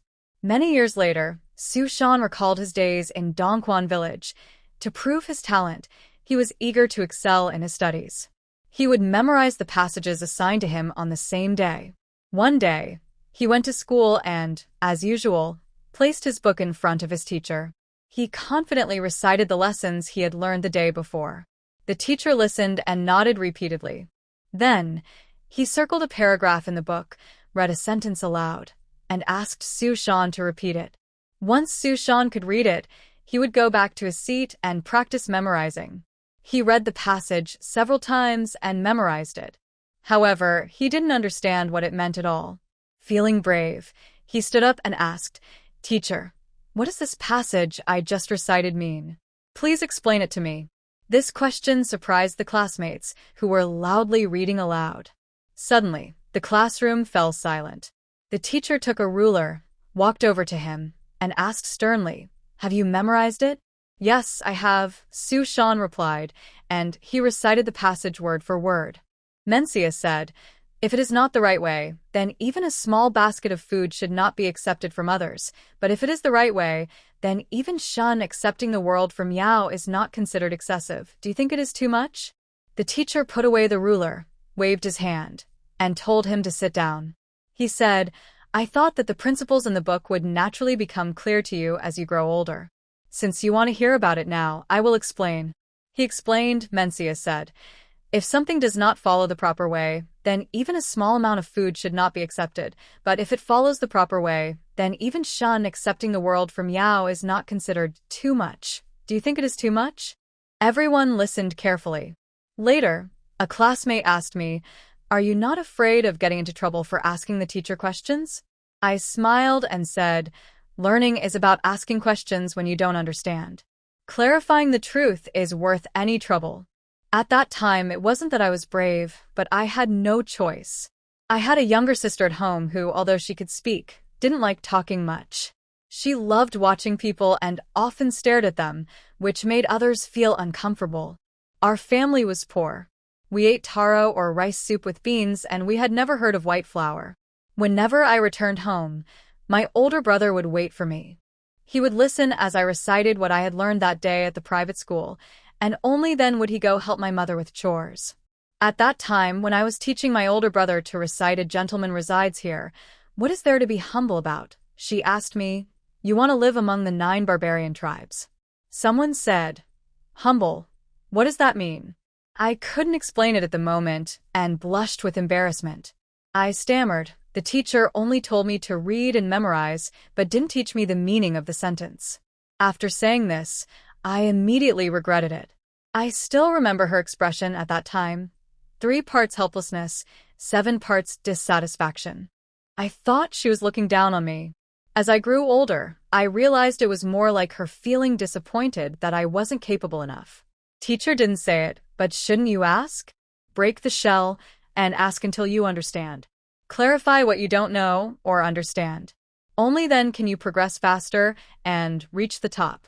At that time, I thought, yes, what's the use of memorizing blindly? So I started to ask my teacher or others who knew more than me whenever I didn't understand. My current reputation for being eager to learn is thanks to her inspiration. Everything I have today is because of her teachings. Grandpa said, which auntie? The grandson asked Sushan. Sushan patted his grandson's head. You will know in the future. Homegrown soybeans are ground into soy milk, boiled, and then pressed into tofu pudding.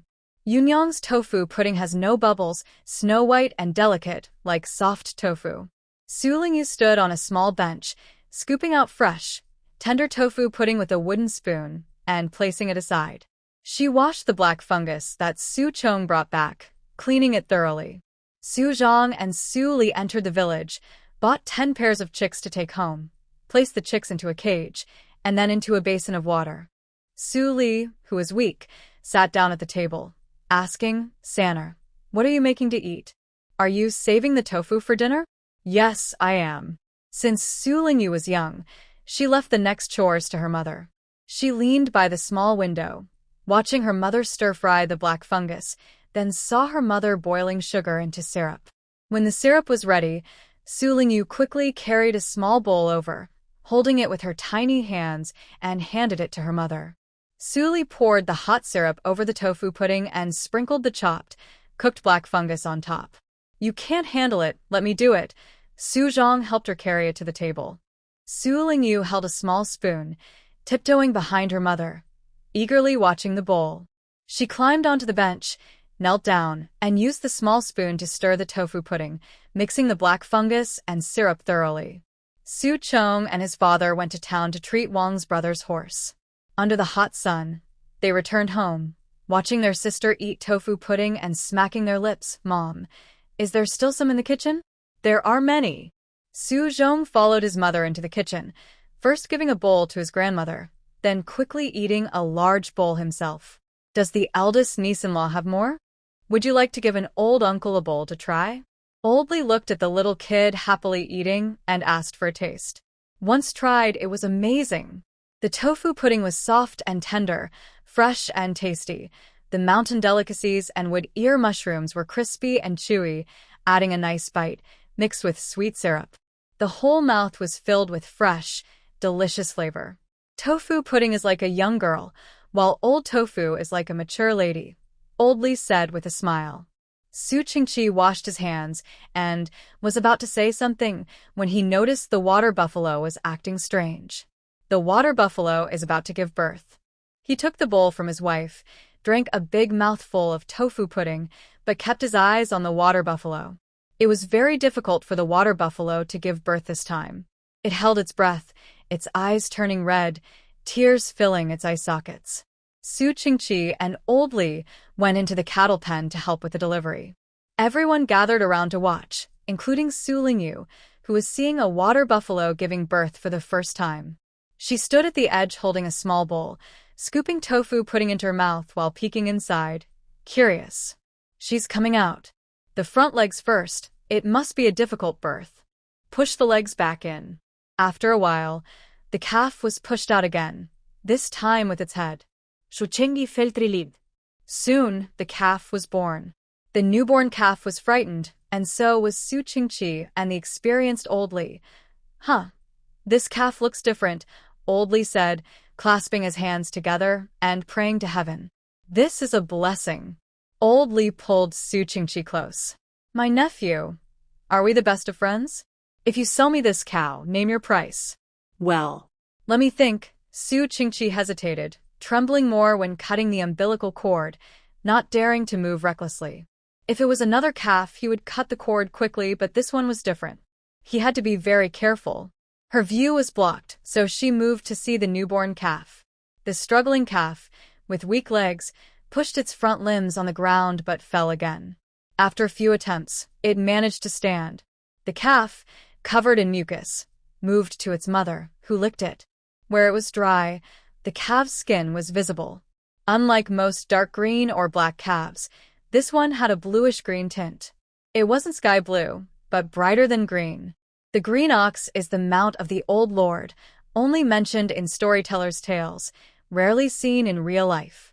Now that it has appeared among people, it truly frightened everyone. A young calf was being fed by the mother cow, but the mother kept lying down and closing her eyes. By the time Su Qingqi noticed, the mother cow had already passed away. "That's just her fate," someone said. "The green ox was born from her belly. It's her blessing," another replied. "What do we do? The young one has no food, and the mother is dead. What can we do?" asked Su Zhong. "This cow is dead. We must report it to the officials. Should we slaughter it? Let's find a place to bury it. It gave birth to the green ox, but eating it might cause trouble. Killing a working ox without permission is a crime. Su Qingqi, I think you shouldn't go back today." Su Qingqi rolled up his sleeve and said, "Ox catcher, you can tell if it's a legal slaughter just by looking." The ox catcher and the ox keeper were from the same family. Since they parted ways, Su Qingqi had been working for Old Li, bringing him many business opportunities. The ox keeper often scowled at him and seemed eager to drive him away. Su Qingqi was also not polite to the ox catcher. "I've heard of oxen dying from illness, old age, or broken legs, but I've never heard of a calf dying at birth." "That's because you're inexperienced," Su Qingqi said sarcastically. His sharp eyes caught the official coming out, and he quickly stepped forward, bowing politely. "Good day, sir. I hope you are well." The official, Zhang Ming, examined him subtly. "Are you telling the truth?" "Absolutely. Sir, you're welcome to come and see for yourself. If it really is a green ox, it wouldn't hurt to go take a look. Lead the way." "Yes, yes. Please, sir." After this display, everyone in Liangguan City knew that a rare green ox had appeared in Dongquan village. Because the calf was born, the mother cow died. People started telling stories, saying the green ox descended from the heavens to undergo a trial, carrying the mother cow's soul to be reborn. The mother cow was too weak to handle the blessing and died. Some said the green ox was noble, and the mother cow was lowly, unable to withstand the respect given to the green ox, so she chose to die. Even more absurd stories claimed that the green ox could drink water and eat grass immediately after birth without being fed by the mother cow, so the mother had no reason to survive. All these stories were made up to attract attention, to earn a few coins, with little regard for truth or falsehood. In reality, the mother cow was weak and frail. If it weren't for the spiritual spring nourishing her, she might not have survived until now. If they had raised the cow for 2 more months, the mother cow would not have died from exhaustion. The small blue calf attracted many visitors to the Su family. People from 10 miles around came to see it, and some troublemakers even tried to steal it at night. If the donkey hadn't been alert and kicked over several people, the calf might not have been safe. Keeping such a valuable animal is dangerous. It's better to ask the official to take the blue calf away. Zhang Ming was thinking about offering the calf as a gift, but Su Qingqi suggested it first, saving him from embarrassment. Zhang Ming looked up to Su Qingqi a little more. "All right, since you say so, I will take it back to the government office," Zhang Ming said. "It's not a big deal to take your money. Just tell me a price, and I'll buy the calf from you. This calf is not an ordinary one. Since you want it, 50 taels of silver will do." 50 taels. The people nearby were shocked by Su Qingqi's bold offer. Some secretly laughed at him for being inexperienced, thinking he was rushing to please the official and shouldn't have spoken so boldly. "Brother Su, why are you asking for 50 taels? Aren't you worried about offending the official?" Li Dan scolded. "The official handles grain taxes and has dealt with countless silver coins. Asking for 50 taels isn't too much. Everyone knows that debts of favor are hard to repay. The official would rather spend money to buy it than owe me a favor. Why shouldn't I go along with this?" Su Qingqi thought carefully about these matters. In social dealings, Su Qingqi was more experienced than Li Dan. That afternoon, the official Zhang Ming sent a steward with 50 taels of silver, 2 pieces of cloth, a pound of sugar, and 2 packs of snacks. The small blue calf, after being raised for a day and night, left the Su family, taking away the lively atmosphere. Su Lingyu breathed a sigh of relief, finally able to sleep well. That 50 taels suddenly changed the family's difficult situation. This time, Suli held the money tightly and refused to lend it to anyone who came asking. If someone begged persistently, she spat at them. She couldn't scold outsiders, but she could scold her son and criticize his friends for being untrustworthy. Anyone coming to eat free meals was served only with taro. They couldn't waste money, just because they were well off. Every copper coin was precious. At night, Suli bathed Mumian and sighed. It's a tricky situation.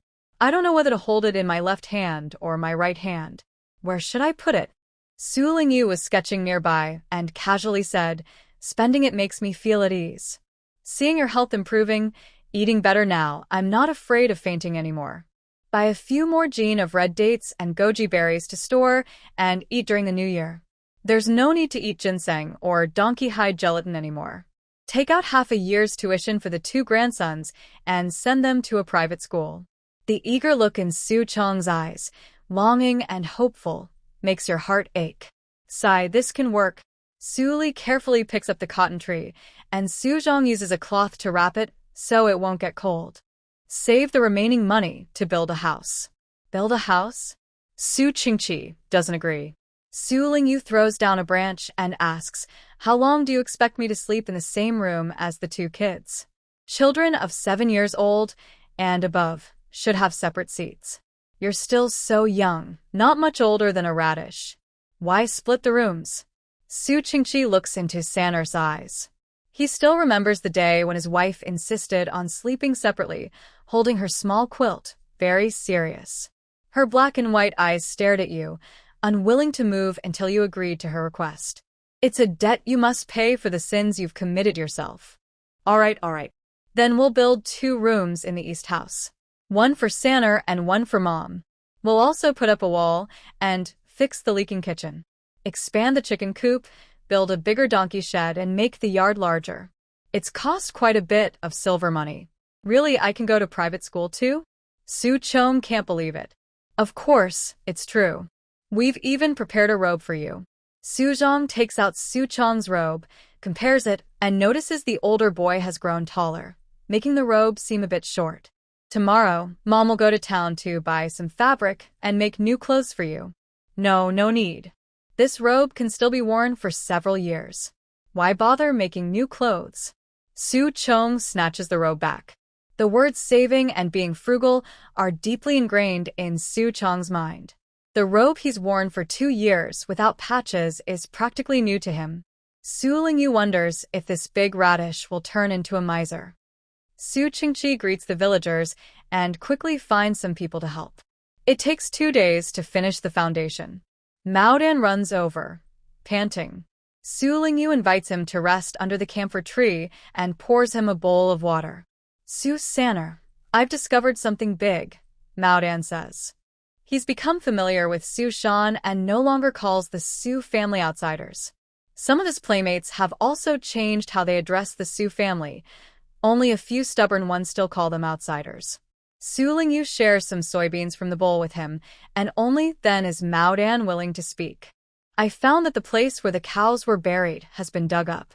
That is the mother cow that gave birth to the young ox, and it has been taken away to eat. Mao Dan chewed on soybeans and guessed, I think Li Lizi and his people dug it up. Yesterday, Erbao came back from Grandma's house and said Li Lizi was buying beef over there. Although Li Lizi said that the cow was killed because it had a broken leg, it didn't look fresh at all. Mao Dan spoke very seriously, as if he had seen it himself.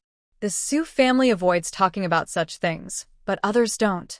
When a buried cow is dug up and eaten, it's inevitable. Su Lingyu can imagine it being dug up and sold, which she didn't expect.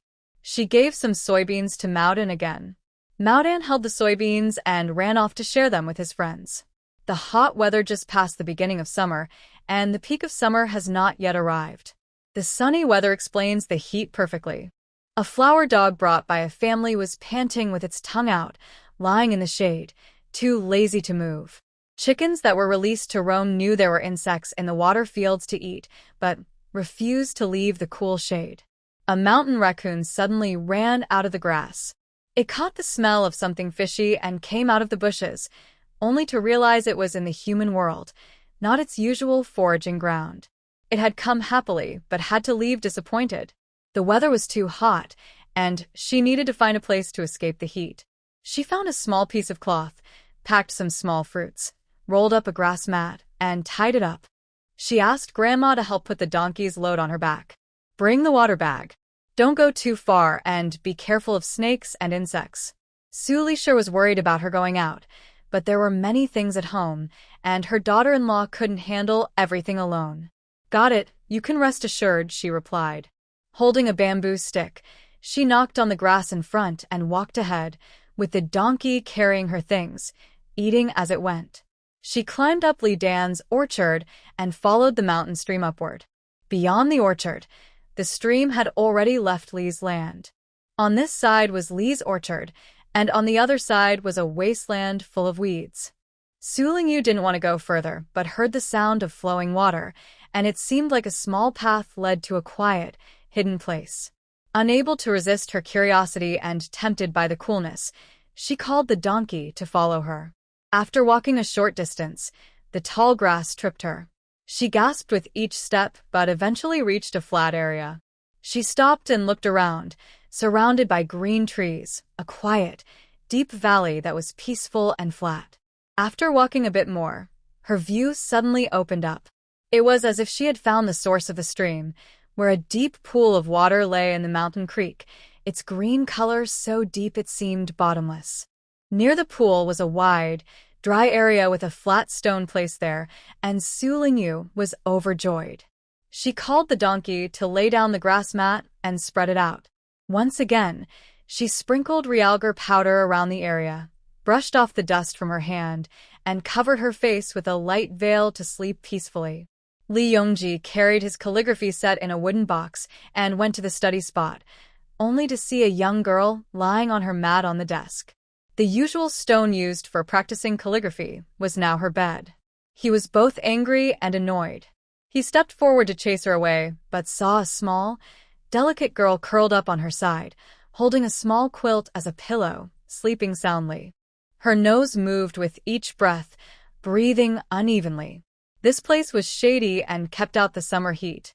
Whenever the private school was on holiday, he often came here to read. He guessed she came here because she liked the coolness. This wasn't his own land, so it wasn't right to chase her away. Li Yongji gave up and decided not to wake her. He picked up his box and headed back the same way. Why is De Wang back? Isn't he at school? Lady Yu gestured. I forgot my book, so I came back, Li Yongji told his mother. Since someone was at the pond, he didn't want to disturb them. He spent a day reading at home, sweating heavily and unable to relax. Even practicing writing didn't help his restlessness. That's when he realized how good the pond was. The next day, he couldn't wait to go see the pond, hoping the girl wasn't there.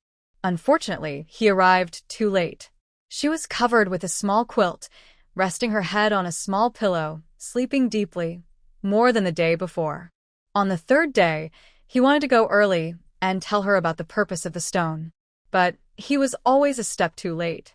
He stood nearby, hesitant to leave, waiting for her to wake up, so he could tell her that this place was set up by his father for him to study. He stood for half an hour, but she didn't wake. He sat down to read for another hour, still no sign of awakening.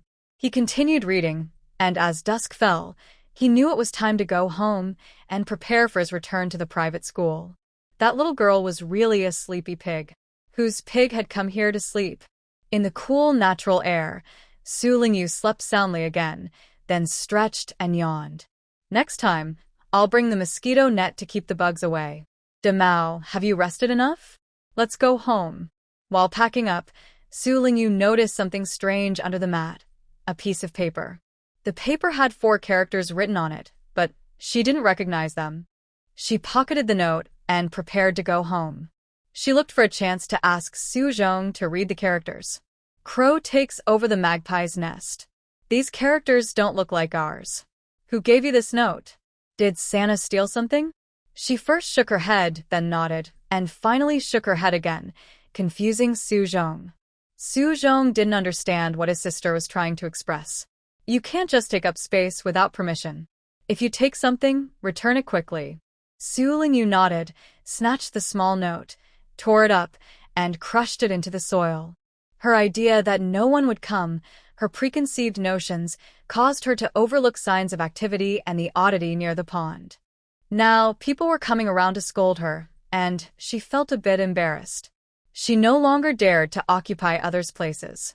3 years later, on the 5th day of the 3rd month, it was grain rain.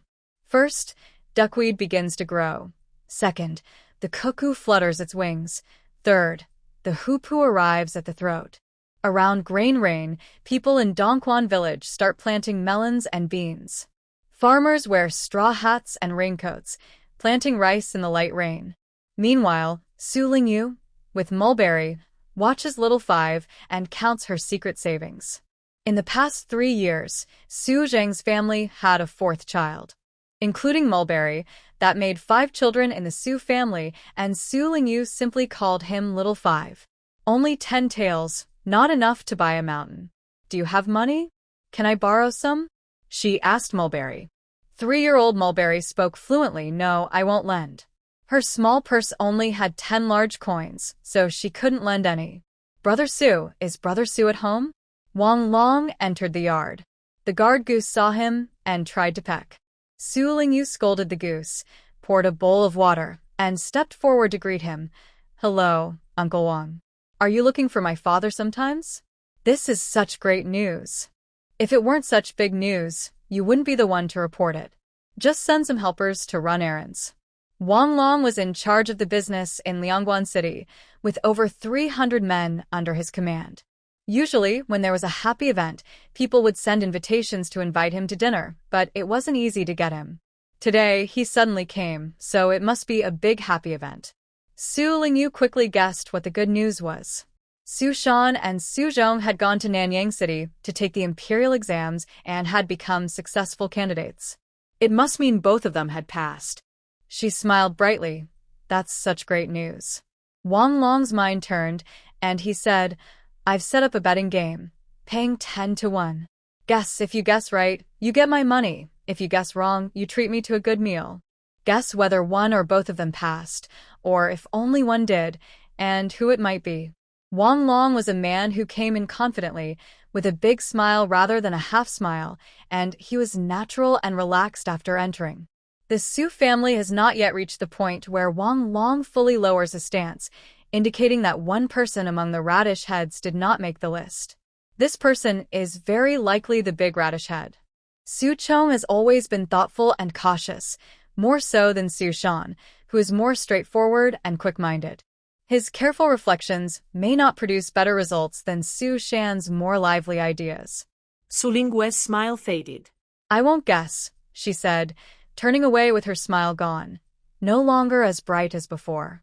People who are obsessed with money aren't usually uninterested in it. Why? It's a 10 to 1 payout, Wang Long tempted. Uncle Wang, I guess, Mu Mian said with a small, playful smile. You don't cook, so what are you guessing? Wang Long asked, standing on tiptoe to talk to Su Lingyu. Third brother, are you sure you won't guess? News will soon spread, and many people will come to congratulate. She plans to boil more water and make more tea. She stuck her head out of the kitchen window and firmly replied, I won't guess. Wang Long shook his head, feeling bored. The third child of the Su family really isn't someone who can be coaxed with childish tricks. Wang Long went to the fields and loudly told the villagers in front of everyone, Big Brother Su, Su Shan has passed the exam. The workers bending over planting rice all straightened up and looked at Wang Long. Wang Long waved to Su Qingqi. Congratulations, Big Brother Su. Li Dan, carrying a bunch of seedlings, hurried over, still holding his burden on his shoulder. Do you know if my son Yongji made the list? Wang Long bowed and saluted Li Dan. Congratulations, Brother Li. Your son Li Yongji ranked 10th. Ha ha ha. Our ancestors are blessing us. Blessing us. Li Dan ran happily, more excited than his own son. He told everyone, my son passed the exam, my eldest son passed the exam. Anyone with the surname Li celebrated joyfully. The first successful candidate in Dongquan village was from their family, surnamed Li. The top spot must be a Li. As for Su Shan, he's an outsider and not considered part of the village's people. Are they going crazy? Mumion asked her sister from inside the doorway. Yes, they're going crazy, she replied. After supporting 3 generations of the family, only one succeeded. How could they not be happy? How could they not be crazy? Watching the people celebrating from afar, Su Lingyu understood their feelings. In her past life, her nephew became a high-ranking official, and the entire village was proud of it, the whole clan proud of it. Whether a family rises depends on whether they have officials among them. Becoming rich first, and then becoming officials is very different from becoming officials first, and then getting rich. Getting rich first, and then becoming an official is much easier. Becoming an official first, and then getting rich is very hard. Su Lingyu knew clearly the effort involved. Second brother passed the exam. Should we celebrate? Yes, let's slaughter a pig. The pig's head will be used to honor our ancestors, and the pork will be shared among us. Can I eat pork chops? Of course. Great. Mumion jumped up happily. Su Shan is now in high school, but I don't know how Su Chong feels, probably very upset. Will he be able to overcome this obstacle? Mumion, can you watch Xiaowu for me? I'll be back soon. Okay. Come back early to change Xiaowu's diaper. Because they received the official notice first, the Su family prepared sunflower seeds and tea early, waiting for the government messenger to arrive. The messenger knocked loudly and shouted to everyone. Dongquan village, Su Shan of the Su family, ranked at the bottom of the second list, passed the imperial exam. He shouted from Liangguan City all the way to Dongquan village, stopping at the Su family's door. He loudly announced to the neighbors and then asked for gifts from Su Qingqi. Su Shan is at the bottom of the second list. Li Dalong is 10th on the first list. Who is higher? Really silly, first or second list, first or second. Can't you tell the difference? Besides, one is last and the other is 10th. Surely you can tell who is higher. The Su family was disappointed that their son was the last. It might be better to marry into the Li family, since they are relatives. Many people had this idea and left quietly. Su Qingqi pretended not to see and welcomed the messenger. Thank you, thank you. Please come inside for some tea and pumpkin seeds. Su Lingyu comforted Mrs. Li.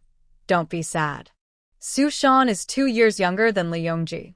Don't look down on young people. Su Shan might not be worse than others. Mrs. Li's unhappiness disappeared. You always know how to comfort people. Anyway, being last isn't so bad. At least he passed. That's better than those who failed. Grandma, you should be careful with your doorstep. Don't accidentally push me out. Su Lingyu said as she walked inside with her hands behind her back. Taking care of guests was the adult's job, while Su Lingyu looked after the 2 young children. In the past, others helped her tie little pigtails. Now she was helping Mu Mian tie her pigtails, turning them into little chicken legs. Mu Mian ran around with her 2 little pigtails. However, her hair was still black and thick like her mother's. She wanted to braid it into 2 pigtails, but Su Zhang refused. As evening fell and the guests left, Su Qingqi personally drove the carriage to send everyone home. Tired from work, Su Li pulled up her pants and soaked her feet. Mu Mian's small feet splashed water inside, making the water fly everywhere and wet Su Li's pants. Little troublemaker, it's time to go to bed, Su Lingyu said as she picked up Mu Mian and took her inside. After calming Mu Mian, she went to Su Zhang's room to give her a massage. Su Zhang enjoyed her son's massage, gently patting Xiao Wu's arm. When they come back, how should we set up the feast? How many dishes should we prepare? That will cost quite a bit of money. When the boys studied in private schools, it didn't cost much. But after they passed the imperial exam and entered a college, it would require more money. The money paid to the teacher for clothes, food, ink, and paper, plus the expenses for the 2 younger children, used up a year's savings. If they held a big banquet, they worried they wouldn't have enough money to send Su Shan to the capital. If the banquet was poorly arranged, they feared people would laugh at them. Su Lingyu pinched her mother's neck and said with a smile, "It's not hard. Tomorrow, you can discuss with Yunyang. The celebration feast shouldn't be about showing off. 10 dishes, perfectly balanced, is just right." Su Zhang paused and asked, "Are 10 dishes too many?" "No, not at all. Listen to me. Passing the imperial exam is a big joy, and it should be celebrated grandly. 10 dishes are enough. 1.5 tables of chicken, then pumpkin bone soup, cucumber stir-fried with lean meat, gourd stir-fried with lean meat, wood ear mushrooms stir-fried with lean meat, tofu stewed with snail meat, and stir-fried eel. Then a fish, cut into pieces, coated with flour, fried in oil, and served per person. 1 piece each, no more, no less. But that's not enough. Only 8 dishes, her mother replied. Su Lingyu's hands grew tired, and she stopped to rub her own shoulders. Add a plate of stir-fried mustard greens, a vegetarian dish, and a dish of fried soybeans to keep the kids happy. We have pigs, chickens, snails, and eels from our own farm, so it doesn't cost much. It's just a bit troublesome. Tomorrow, after talking with Yunyang, you should go to the village. Talk to some kind aunts, and see who's willing to help. Each person can bring 2 jean of soybeans or rice beans. Let's do the preliminary work first. When they come back, it won't be so rushed. She placed her warm hands on her mother's neck and continued to massage her. Su Zhang enjoyed the moment and said, "You've arranged everything for me, but it makes me feel useless. Sanner just talks about it, but you need to carry it out for it to work. If you don't do it, all I say is empty talk." As the time approached, she grew tired and stopped. Mrs. Su Zhang put down little 5, took the oil lamp, and sent San Air back. "Go to sleep now, don't wait at the door. Your father is probably staying at Uncle Wang's house tonight." Okay. In recent years, 2 more trading caravans have gone to Great Wei, and merchants from Great Wei also come here. The streets of Liangguan City are filled with many horse teams. Waiters in the shops rush outside to attract customers, calling out, "Don't Yuan's chicken, tender and delicious. Lushan's water, sweet and thirst-quenching. Thumb-sized yellow eel, stir-fried or stewed." Silk shop vendors shout, "Fabrics from the capital, silk from Jiangnan and cotton cloth from Great Wei." Goods carriers shake small bells, singing, "Goo goo chicken," making a goo-goo sound. Amid the lively noise, Su Qingqi drives his horse carriage into the city gate. News from high school arrived. Young men sent letters saying when they would return home, but the difficult journey often caused delays. Recently, he and Li Dan took turns going into the city, waiting for the young men to come back. That day, San Air and Mushin also went into the city together. San Air sat on a large winter melon, his legs just reaching the carriage board. Mushin swung her small legs on the winter melon. Passing by, people saw what was under the children and exclaimed in surprise, "My family just planted a winter melon, and yours can be sold already." Su Qingqi looked back at the winter melon and smiled, saying, "This winter melon was grown indoors in winter. When the weather warms next year, I'll plant it in the field. As long as it's well fertilized, it will surely bear fruit." "Great uncle, you've come to the city." "Oh, isn't that San Air?" "San Air. It's rare to come to the city. What do you want to eat?" "Uncle will buy it for you." Old Li, passing through the South Market, looked for someone to hold the whip and unexpectedly met his nephew. Su Lingyu counted on his fingers as he spoke. Kaoji roasted chicken, soy-braised pork hock, the bean paste from Yixiao Tower, Li's secret fruit preserves, and also. Old Li's eyelids twitched. If Su San Air kept listing, he would definitely spend too much today. "That's enough. That's enough. I don't have that much money. I'll treat you another day." With a teasing stingy from Su Lingyu, Old Li waved and left. Su Qingqi parked near the vegetable market in the South Market, asked a familiar person to watch the children, then said to San Air, "Dad will go to the carriage shop to ask around. You all wait here a moment." Su Lingyu waved, cracking sunflower seeds and feeding the kernels to Mushin. Not noticing passers-by, he casually called out, "Selling melons." 3-year-old Mushin, with her soft voice, echoed, "Selling melons." The older child lazily responded, "Selling melons." The small girl called out, "Selling melons." Like a frog in a pond, she croaked louder and softer, rebiting. The morning market was busier than at noon or evening. Farmers carried scales and weights, placing the vegetables customers chose onto the balance. They looked at the carved dots on the weights to calculate the weight. If you asked them how to write their name, they probably couldn't do it. But if you asked how to do simple calculations, they could do it in a few seconds. A lotus leaf held tender tofu, placed into a basket. Chickens, ducks, and fish tied with straw ropes were carried in hand. They also looked around to see if there were any green vegetables without insect holes. "Is this Mr. Su's cart?" Two women asked, carrying baskets. They looked at the donkey, which seemed familiar, but didn't see Mr. Su nearby, so they asked. "Buying melons?" asked Su Lingyu. Selin, Croaking, replied Sumian. Although the vegetables grown by the Su family weren't very pretty, their taste was unmatched. They always ate vegetables from the Su family, and today they came to buy melons. When they saw the melons under the rough cloth, large, green winter melons, they were surprised. Such big winter melons. One could last for 10 meals at home. "Too big, can't finish it," they said. "But can cut it," Su Lingyu replied, lifting her knife and pulling back the rough cloth to reveal the green winter melon. "How much do you want?" 10 coins. The woman hesitated. Su Lingyu moved back slightly on the melon, then lifted the rough cloth again, placing her knife on the green skin. "Little girl, you can't sell it like this. Once cut, no one will want it anymore. If you cut it, you can't sell it again," someone nearby advised. But Su Lingyu didn't listen. She checked the size, then aimed her sharp knife at the green skin and cut decisively. "Here," she said as someone took the cut melon and reached out for the money. The piece she cut was about 2 inches long, cheaper than a regular winter melon. Someone eager to save a little money said, "Young lady, you're very skillful. This piece is just 10 copper coins. Please give me 10 coins." Su Lingyu moved her bottom back again, lifted the rough cloth, and cut off another piece of the winter melon, telling the customer, "Pay now," and then said to Mion, "Collect the money." Mion took the money and put it directly into her purse. If it was enough, fine. If not, Su Lingyu didn't care. A small woman watching the lively scene stepped forward with her basket. "Give me 10 coins too." When she handed over the money, Su Mion frowned. "Third sister, I think it might not be enough." Selingjiu, focused on organizing the rough cloth, looked up at the distant figure and said, "Remember this person.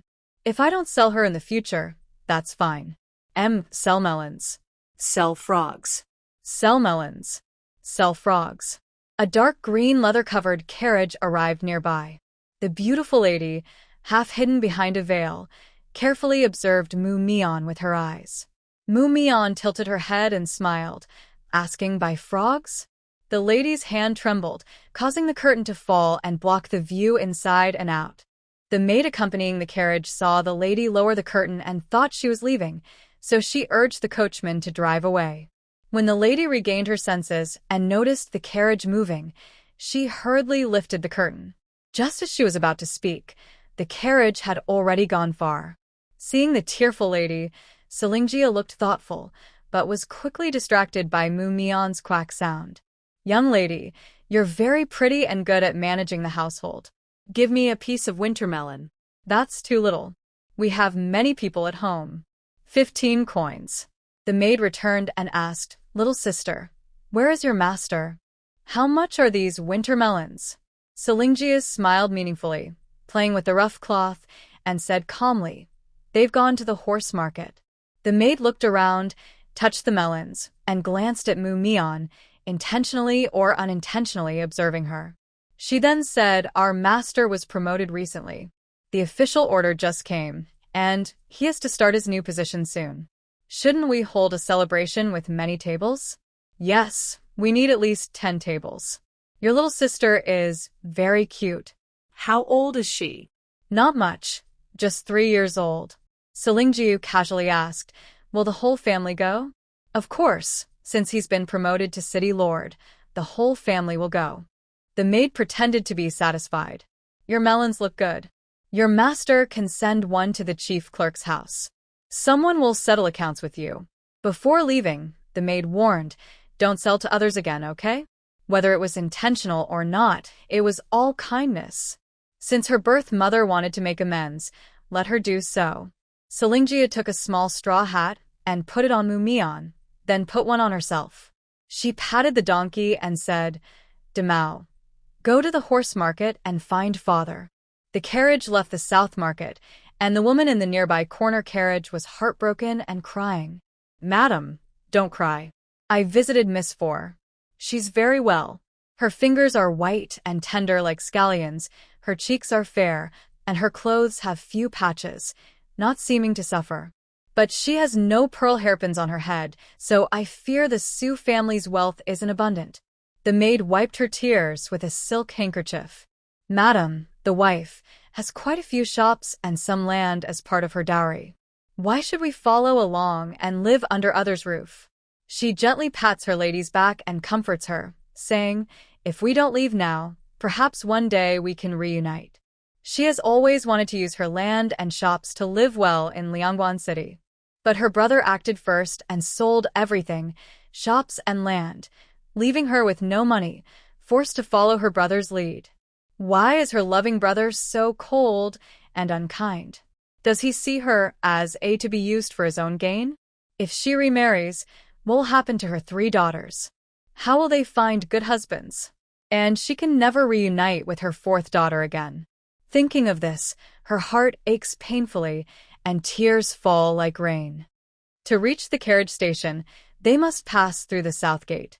Before reaching it, they see Wang Jingxing entering from the south with his young servant and old servant, heading straight to the west market. The young man called Qingji, who once had skin sores, has grown tall and strong, more than an ordinary person can tame. Like the change in the horse, the boy next door, Xiao Wang, has grown into a handsome, spirited young man. Still young, with sharp features like uncut jade, rough but valuable. He is bold and clear about right and wrong, but everyone who has met him knows he is not ordinary. Su Lingyu and Wang Jingxing pass by each other without greeting, just strangers. Cotton, however, is quite interested, watching the handsome, spirited young man on horseback. As evening falls, Su Qingqi drives the carriage away from Liangwan City. Su Lingyu and Cotton count coins in their small purse. Is that him? Sana asks randomly, and after thinking for a moment, Su Qingqi understands her question. Maybe, or maybe not. 2 years ago, the county magistrate fell seriously ill with a high fever and suddenly died. Before his body was cold, his wife relied on her sons to threaten her mother-in-law, forcing the county magistrate's wife and her 3 daughters to return to their hometown. In early spring, with the evening breeze still chilly, Su Qingqi takes a sip of sorghum wine to warm himself and says, the chief clerk's promotion is fortunate for her. Put on the rough cloth, it's getting windy.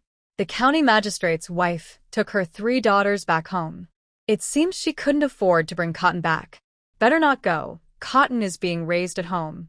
Su Lingyu pats Cotton's small head. Cotton is focused on counting money, ignoring everything else. But she can't count well. Every time she reaches 100, she struggles to continue. Su Lingyu always makes her start over. Seedlings have been planted. Tomorrow, go check the water fields and look for snails. Don't let the snails eat the seedlings. I told you Nyang to exchange 5 fish for eels. Can 3 gene of fish serve 10 tables? Better to be safe than sorry. Take 2 more fish. Su Qingqi wiped his feet and saw Sanner standing by the door. He put down the cloth for wiping and slipped on his shoes to go to the door. He looked down at Sanner and asked, is there something wrong? Su Lingyu handed him the small box she was holding. The small box was locked, with a gap at the top, either filled with copper coins or silver fragments. Since 3 years ago, after receiving 50 taels from Zhang the clerk, the family's situation improved. Occasionally, she would give a coin or 2 to the peddlers to buy candies. It seemed Sanner wanted to buy something, so she asked him to help. Little lady, what do you want to buy? The family has plenty of silver and money. You don't need to use your silver for buying things. Keep these copper coins. They can be your dowry. She didn't want to use the family's money. The family's funds should be reserved for the 2 students. She could earn her own expenses. Su needs money for school, and Su Shan for traveling. Don't go wasting money outside, Su Lingyu said as he stepped over the threshold and walked inside. Although her cheap father didn't have much silver, borrowing about 10 copper coins at a time had already loaned out several taels of silver. Su Zhong held her little Wu, feeding him and coaxing him to sleep. Sanner, keep your secret money.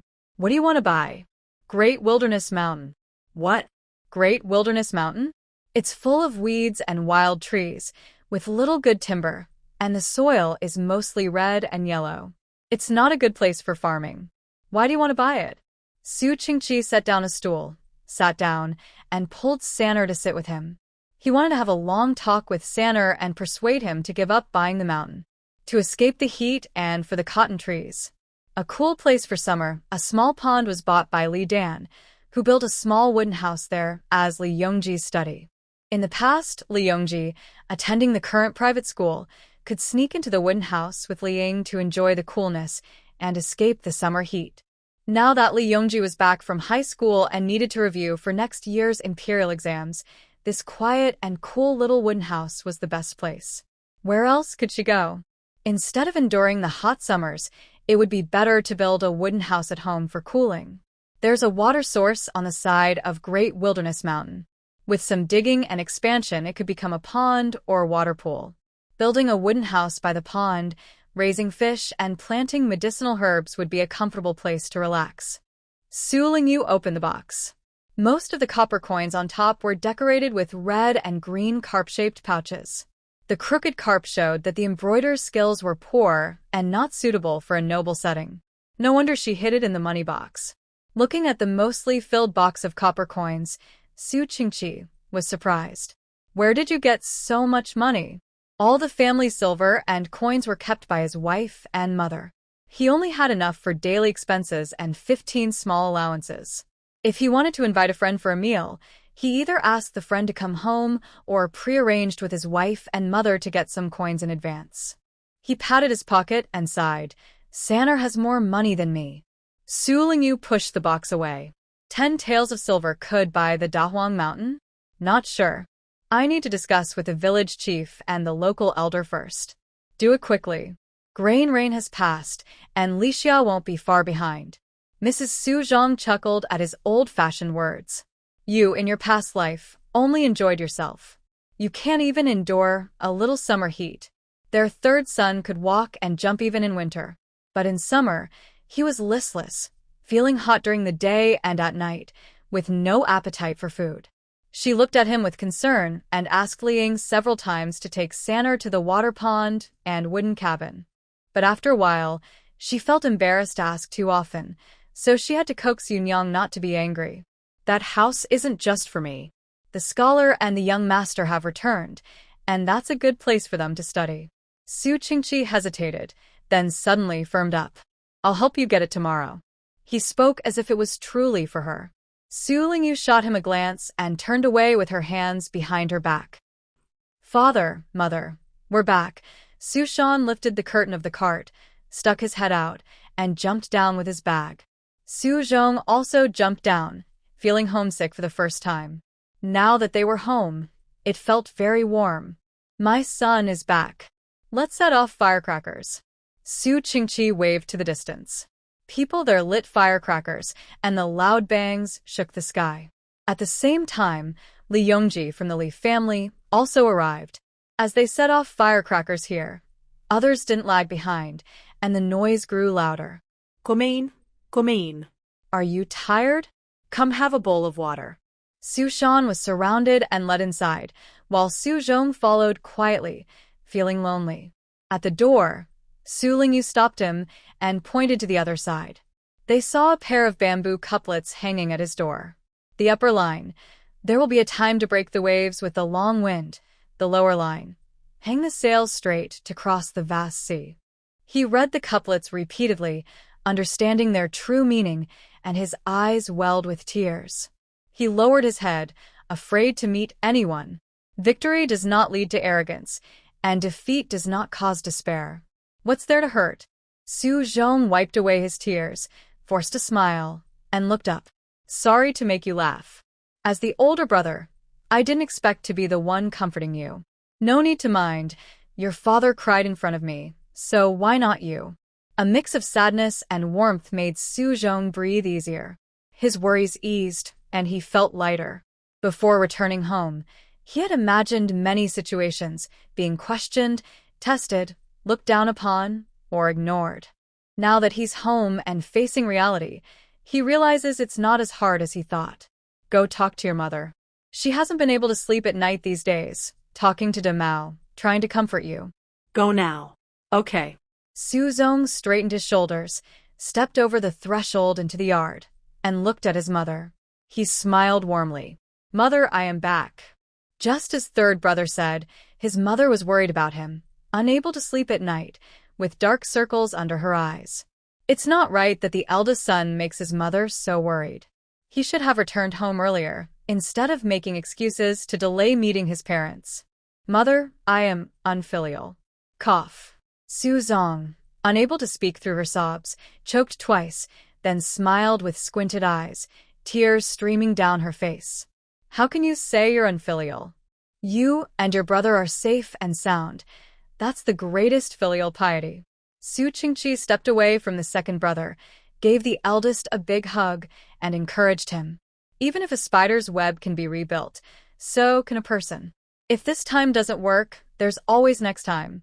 My son didn't do as well as the second brother in school, but passing the imperial exam is already good enough. No matter how far I go, I am satisfied. Whether he was comforting his father or himself, these words showed his kind heart. He hopes to stay humble and not let pride take over. Looking at Su Shan, who was smiling brightly among the crowd, Su Lingyu felt worried. Su Shan's success in the exam was probably luck, but he was only about 11 or 12 years old, still a minor. He went to gain experience and prepare for the imperial exams 3 years later, hoping to go with Li Yongji. But he didn't expect to pass on his first try and become a successful candidate as a minor. This might hurt his future if he becomes overly confident. Young fame is both good and bad. Su Lingyu turned to go to the small room. With so many people outside, it wasn't suitable to take the 2 younger children out. She brought some snacks inside, closed the door to block out the noise. The family gathered together and happily enjoyed a dinner. Little Mion held a chicken leg, eating from the start of dinner until now. Finally finished, her mouth was covered in oil. Su Lingyu used a rough cloth to wipe her face. The cloth was too coarse, making Mion's face red. Someone told me that I was able to pass the imperial exam because I burned incense and luck was on my side.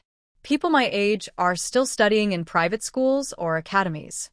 Those who ranked above me are 25 or even 17 or 18, all older than me. I am young and brave, like a young calf, daring to face the exam early, Su Shan said endlessly, eager to speak his mind. Everyone smiled while listening to him. Su Lingyu took Mion to wash. Hot water, I'll carry it, Su Zhong said, grabbing the bucket. She let him do it. Third brother, do you want to know who is at the top of the list? The scholars from the 3 towns gathered together. Those who ranked high were all talented from different places. Su Zhong asked this question. Does he know the person she's talking about? He looked at Su Zhong, waiting for his answer. He said, it's Wang Jingxing, the one who used to live next door to us. Su Lingyu was first surprised, then understood. A few days ago, she saw the little Wang at the city gate, so she knew he was quite accomplished. Becoming the top scorer would only make his reputation even greater. She tore off her bath towel and said, next door's Wang is much more hardworking than you guys. He studies and practices martial arts every day. His family even hired a famous teacher, Liang Guan. It's no surprise he ranked first. His temper has also become much worse. When I greeted him, he seemed not to recognize me. Thinking of Wang Jingxing's proud face, Su Lingyu nodded. If he doesn't recognize you, then he doesn't need to. We don't care if he recognizes us or not. The successful candidate returned, and they had to celebrate properly. On the first day, Su Qingqi took Su Shan into the village to thank the teacher for his guidance and invited the villagers to a meal the next day. The next day, 3 long tables were set up in a row. 5 knives started chopping chickens, slicing vegetables, buckets and basins full of food. 3 mud brick stoves held 3 large pots, 1 boiling bone broth, another stir-frying pork, and the last boiling hot water. A shirtless cook held a special spatula, moving between the pots and tables, directing ingredients into the pots. Su Qingqi and Su Shan welcomed and served the guests. Su Zhong and his mother helped set up the tables, preparing to serve the meal. The busiest person was the third son of the Su family. Today, he not only had to take care of two little ones but also watch over a group of mischievous children. Everyone was attracted by her continuous food sharing, which drew many children. One by one, the children with runny noses stood nearby.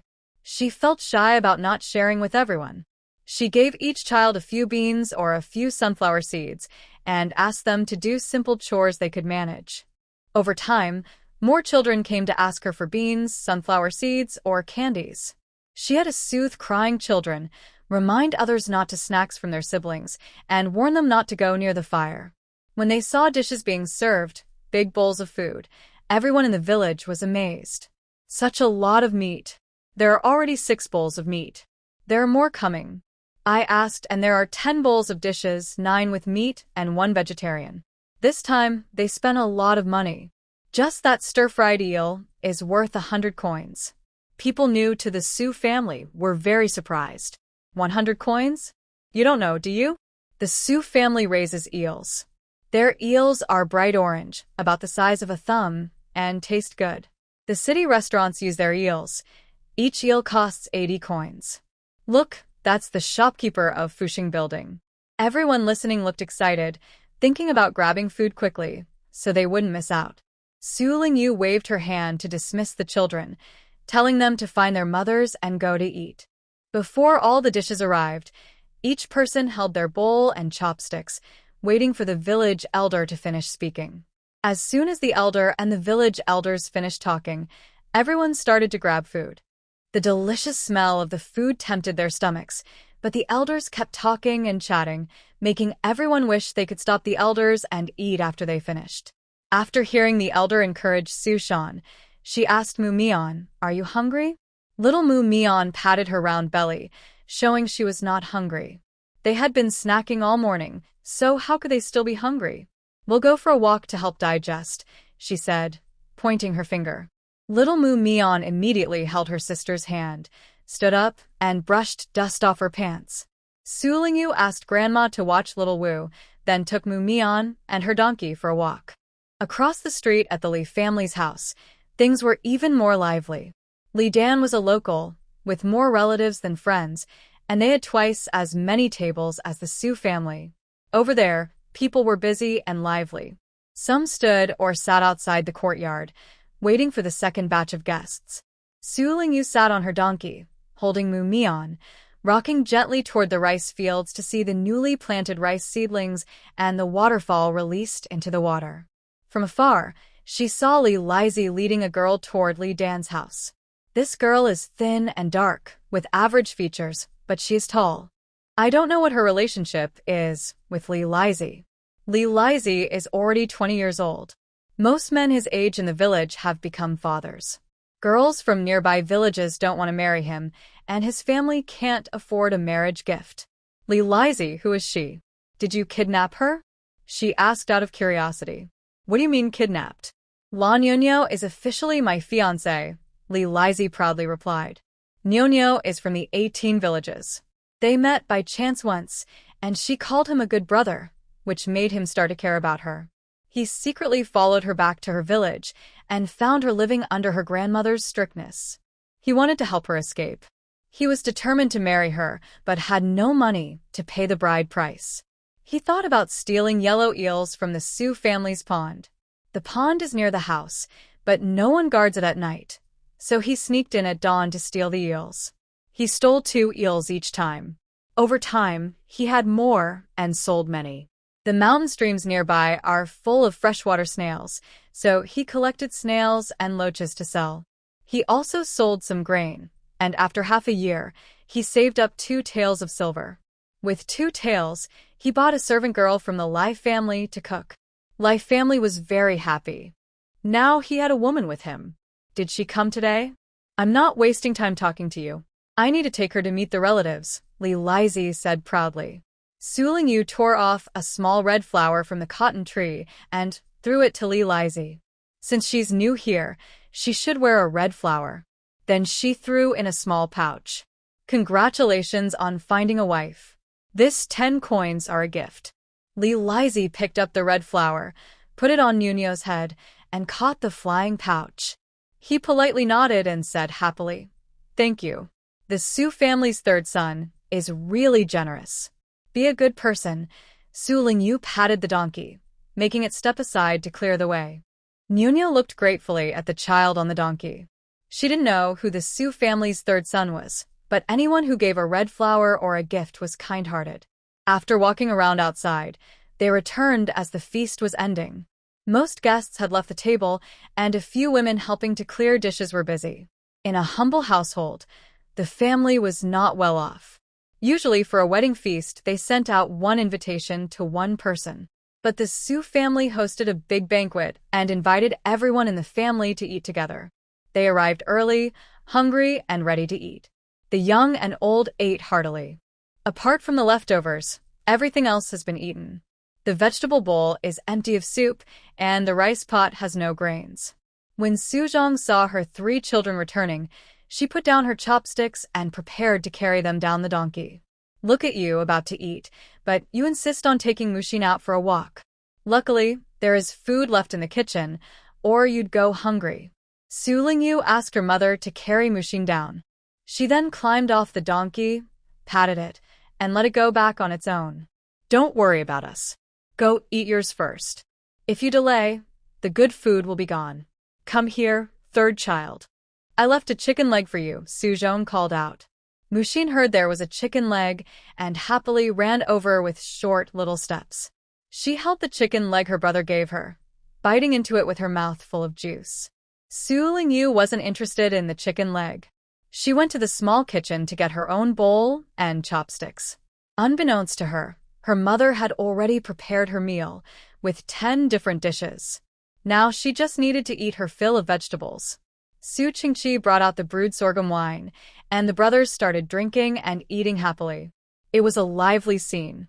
After many guests had left, and some had gotten drunk, Su Qingqi was helped into the house to rest.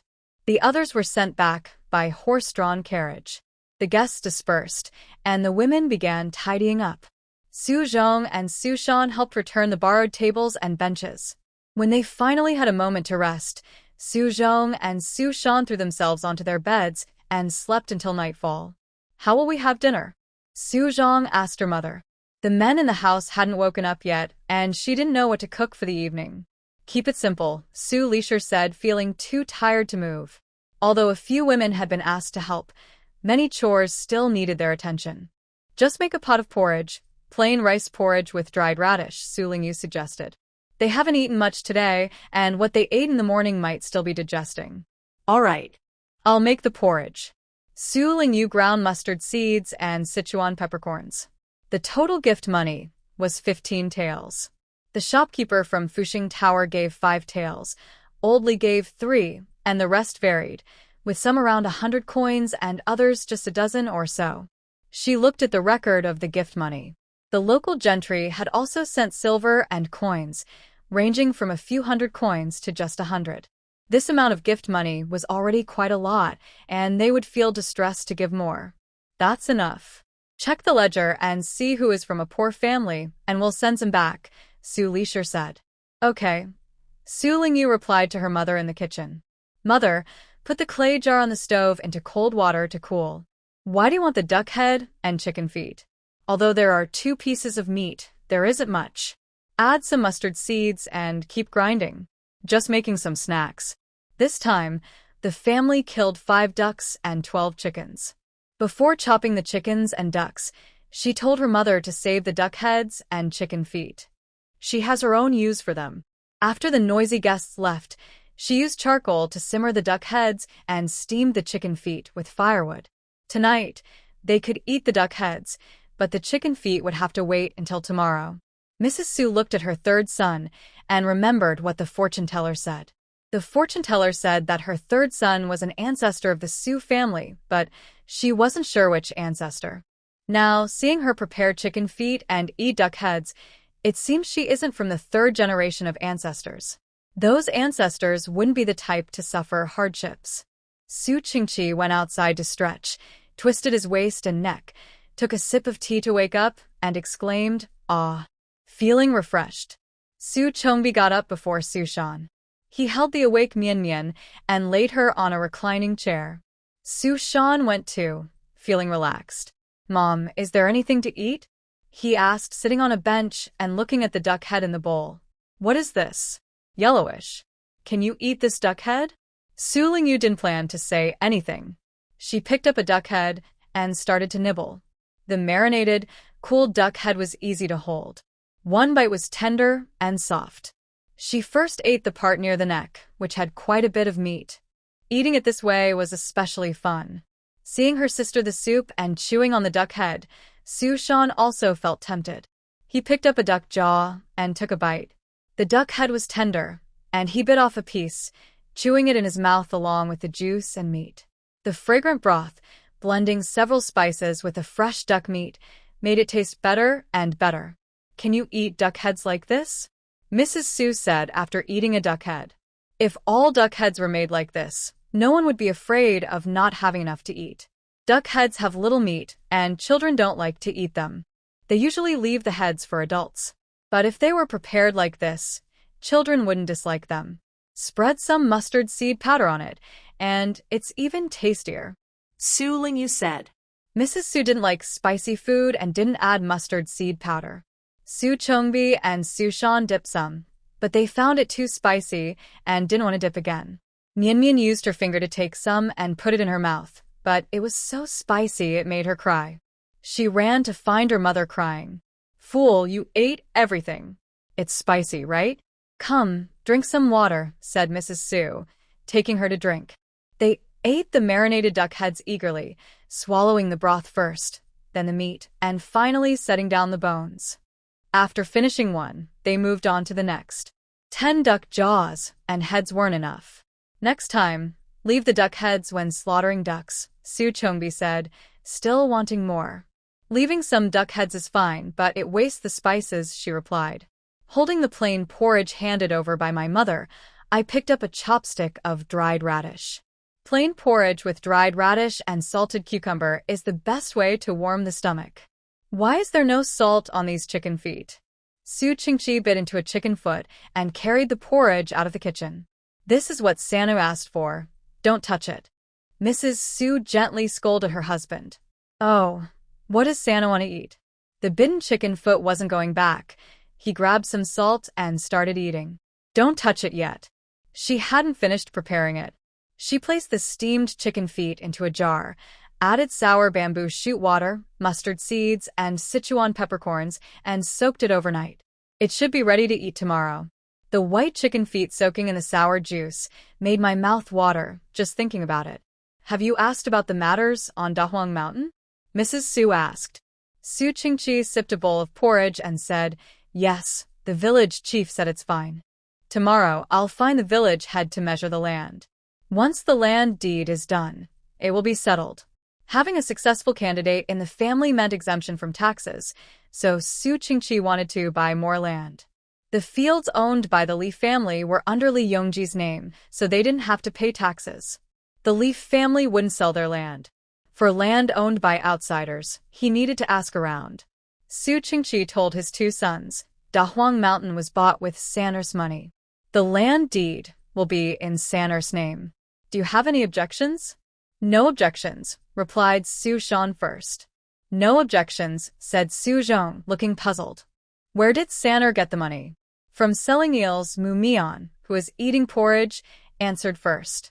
"That's how the money was made. San'er, you're not honest," Su Qingqi teased. "The eels are raised by San'er. It's right to keep some for himself." Mrs. Su always supported San'er. Mrs. Su followed closely, giving her husband a sharp look. Su Qingqi felt very regretful inside, but he didn't show it outwardly. "Let's try it first. If it doesn't work, I can plant something else." Hearing this, Li Dan stopped persuading him. In the past 2 years, longan trees have become popular. Traders say that people in the north call them guthyuan and use them to make sweet soups. You could plant half longan trees and half kapok trees. Su Chengdi listened carefully. "Thanks. Do you have any saplings?" If you do, I can come get some. Okay. Su Qingqi rode home and explained the pros and cons of planting kapok trees to Sanam. But his wife was stubborn and acted as if she didn't hear him, busy with her own food. He snatched a chicken claw from Sanar. Did you hear what Dad said? The chicken claw smelled sour, a bit like sour bamboo shoots. Su Qingqi couldn't help but taste it. It tastes pretty good. He chewed the chicken claw bones. It's delicious and tastes good. What do you think about planting longan trees? It's up to you. Don't worry about it. After the busy farming season, many people will be free. You can find some to dig a water spring in the mountain to create a pond, and prepare to build a wooden house. The road also needs fixing. Make it zigzag instead of straight. Little Kapok tiptoed, pulling at the edge of the table, eyes eagerly watching the chicken claws. Su Lingyu soaked a chicken claw in cold water for a while until it wasn't too spicy, then gave it to her. Kapok gnawed on the chicken claw skin like a squirrel nibbling pine nuts. Freshly made, the scholar's father was always so popular. Today he went to a gathering, tomorrow he went for spring outing, and the day after he went to exchange knowledge. The Su family didn't have a little C, so Su Chong followed to take care of Su Shan. The brothers returned from outside. Su Shan was cheerful, but Su Chong looked less happy. Chicken claws? Soaked for 3 days. Now I can eat them, Su Shan said, reaching out to grab some. Su Lingyu quickly slapped his hand. Wash your hands first. Su Chong was very disciplined. After greeting, he washed his hands without needing to be reminded. Did we by the Dahuang Mountain? Su Chong asked while biting his chicken claw. Yes, yes, Su Qingqi mumbled around his chicken claw, unwilling to speak. Su Chong turned to Su Shan. From now on, I won't go out with you. I'll stay at home to help. Finish it early so we won't be hot in summer. Good. Summer is the hottest time. I plan to invite some classmates over to review lessons together. They will definitely envy me, Su Shan said happily, spitting out the bones. Su Lingyu glanced at Su Shan softly, put down the chicken bone in her hand, and then handed another to Mu Mian. She picked up a cloth nearby to wipe her fingers. I have something I need second brother to help hang up, she said, jumping off the stool and walking into the house. Then she took out a pair of bamboo boards. Second brother, help me hang this outside the door. Let me see what this is. Pride makes people regress. Humility helps people progress, Su Shan immediately praised. Good couplet. Who wrote this? It's really good. Su Zhong and Su Qingqi looked at Su Shan at the same time. Can't he see this couplet is meant to criticize him? Su Qingqi looked a bit worried, thinking about whether young fame is good or bad for second brother. Our family is different from others. We need to display something special. How about hanging this couplet at the gate? Third brother has a good idea. If we don't make it special, how will people know the scholar is here? Su Shan shouted. Big brother, go get a hammer. Little Radish puffed up. It's time to burst his bubble and wake him from his dream. Third sister is coming. Li Dan's 5 daughters, Li Ju, saw third sister from afar and called out to the sisters inside the yard. Li Ying got up from the wash basin, wiped her hands on her apron, and opened the yard gate to see third sister approaching. Third sister, Mu Mian, coming quickly. What else did you bring? Chicken feet, made by my family, specially sent over for you to try. The donkey knelt down. Mu Mian helped her to stand, and Su Lingyu handed a clay jar to Li Ju before getting down herself. Li Ju is 3 years older than Mu Mian and gets along well with her. When the two little ones meet, they have endless things to talk about and games to play. When they arrived at Li's house, Su Lingyu didn't need to watch over Mu Mian much. Li Ying used a bowl to serve some chicken feet, leaving plenty for her family. She has 5 siblings, plus her parents and grandparents, 9 people in total. Good food can't be eaten all at once. Each person needs a share. She divided a chicken foot between Li Ju and Mu Mian, then sent them off to play. Li Ying pulled aside Su Lingyu and whispered, Does your family have a matchmaker coming? Not less than yours. The threshold has been worn thin. Have you seen anyone suitable? Last night, her parents seemed to have their eyes on 2 families and planned to arrange her marriage. She felt both happy and worried, hiding her thoughts and wanting to talk to third sister about it. There are two good families, but they don't want to arrange a marriage. Her parents said second brother passed the imperial exam, which makes her and Mumion's marriage more promising. Look at your older brother. He is very capable. Passing the imperial exam means he can become an official, and his status will improve. Why not wait a little longer? Tell your mother this, and she will help you. Help me watch Mumion. I want to go out for a walk. Liang wanted to go out with her, but there were many chores at home that she needed to do. She couldn't leave right now, so she had to hold back her thoughts. Su Lingyu turned and left the Li family house, heading into Longyan Garden. The donkey followed closely behind her, loyal and unwavering. The Li family makes money from longan trees and rice fields to support their three sons' education. Fortunately, the three brothers are spaced out in age, and Li Yongji is clever enough to pass the imperial exam as a recommended candidate. This eased the family's financial burden. Now, Li Yongji faces the journey of studying abroad and taking the imperial exam in the capital, both of which cost money and pose big challenges for the family. To avoid delaying his future, the elders of the Li family hope for a good harvest of longans this year, so they can sell them at a good price. The longan trees are lush with leaves, and small plants grow at the roots. The Li family is diligent, often weeding and fertilizing, and the mountain paths are not hard to walk.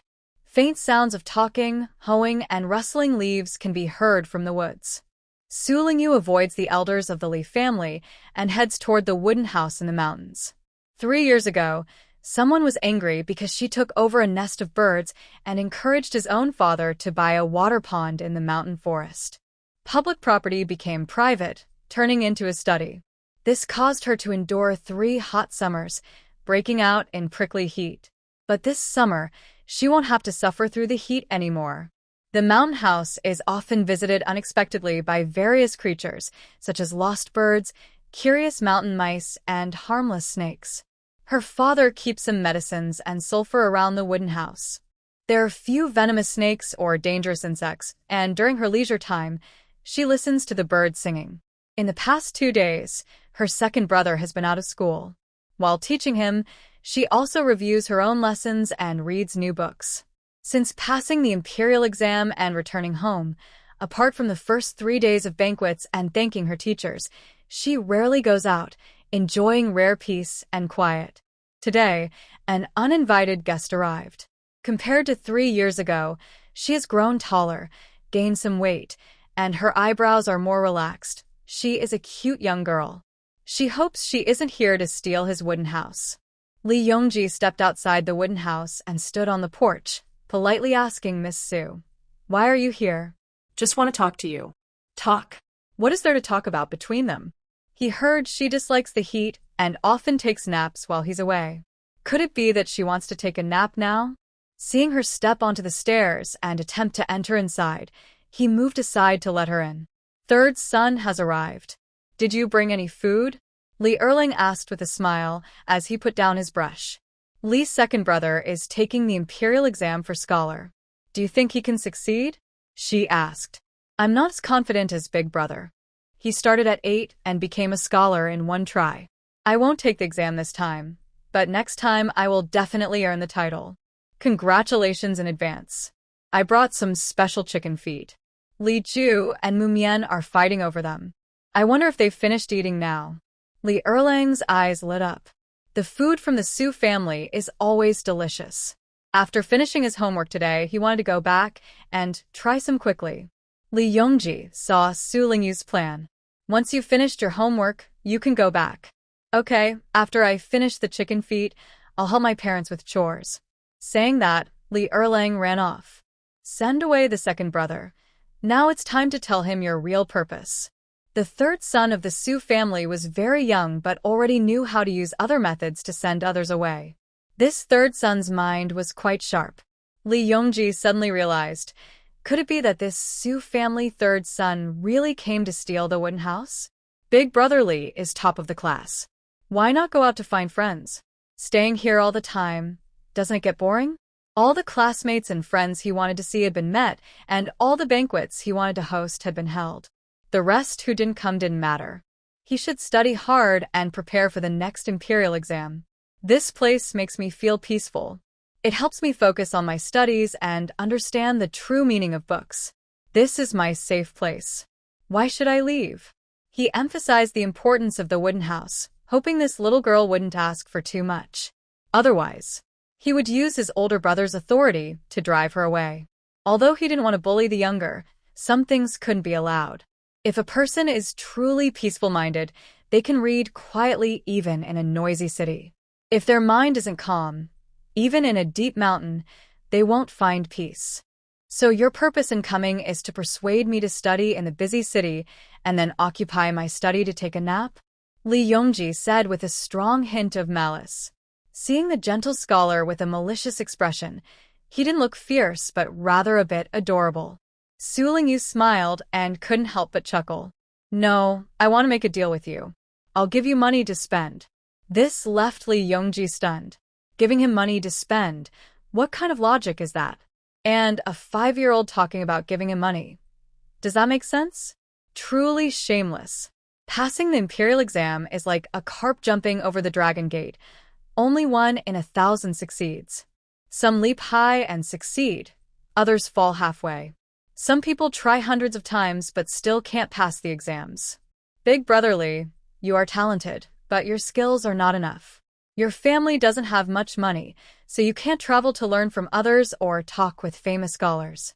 My mentor isn't very well known, so I doubt you'll succeed in passing the imperial exam this time. If you had more money, you could travel and gain experience, which would help you succeed in the exam. Lee Yongji was convinced by her and calmed down to listen to her continue. Our second brother at home is less steady than the eldest, simple-minded, and a bit wild. Now that he has passed the local exam, he is even more carefree and unstable. I want to ask Big Brother Lee to help him calm down and focus. If you succeed, I will give you 20 silver coins. Lee Yongji's heart was pounding, and he asked nervously, how much? 20 silver coins. Before you go traveling, I will give you these 20 coins.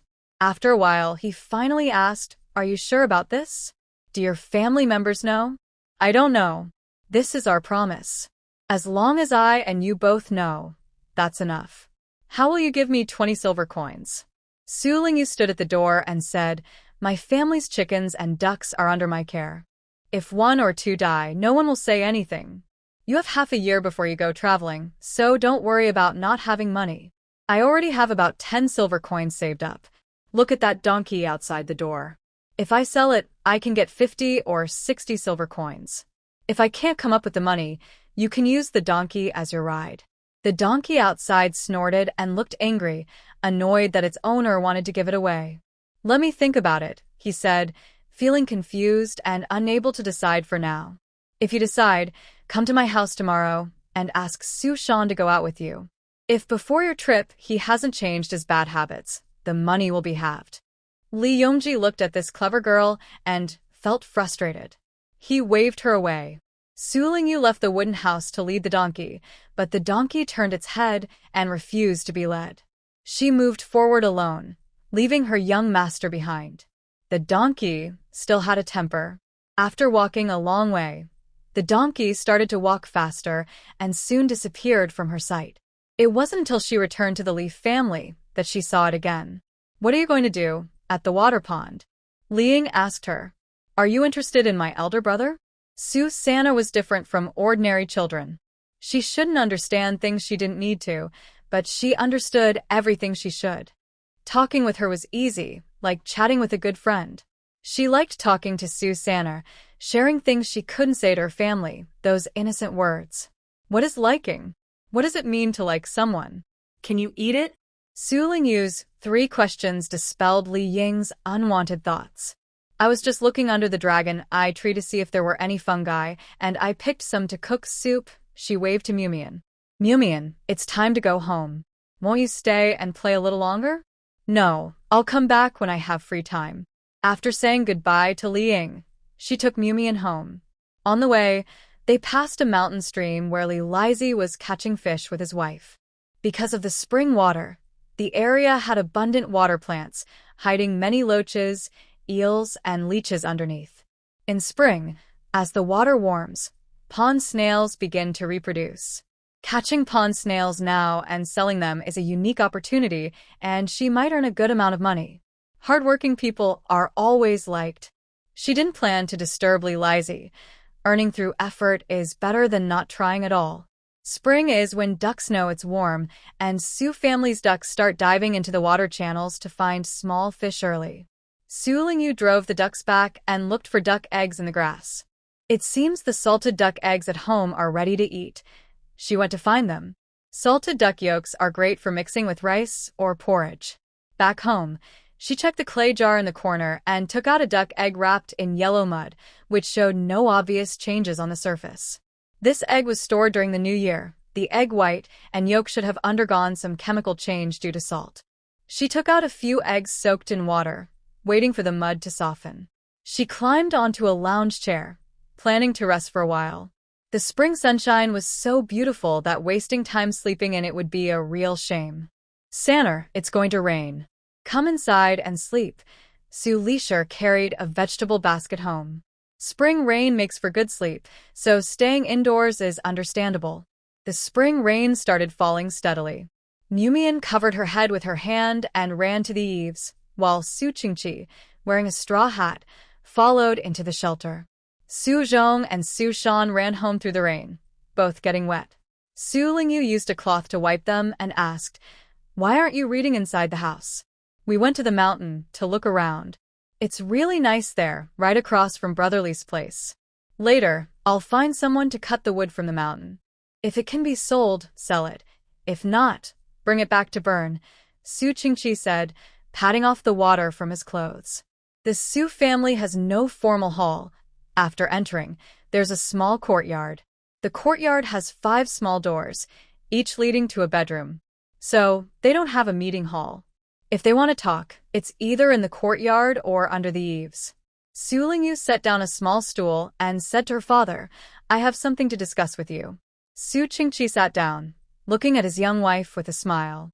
He reached out to hold her on his lap, but unfortunately, she had grown up and no longer allowed anyone to carry her.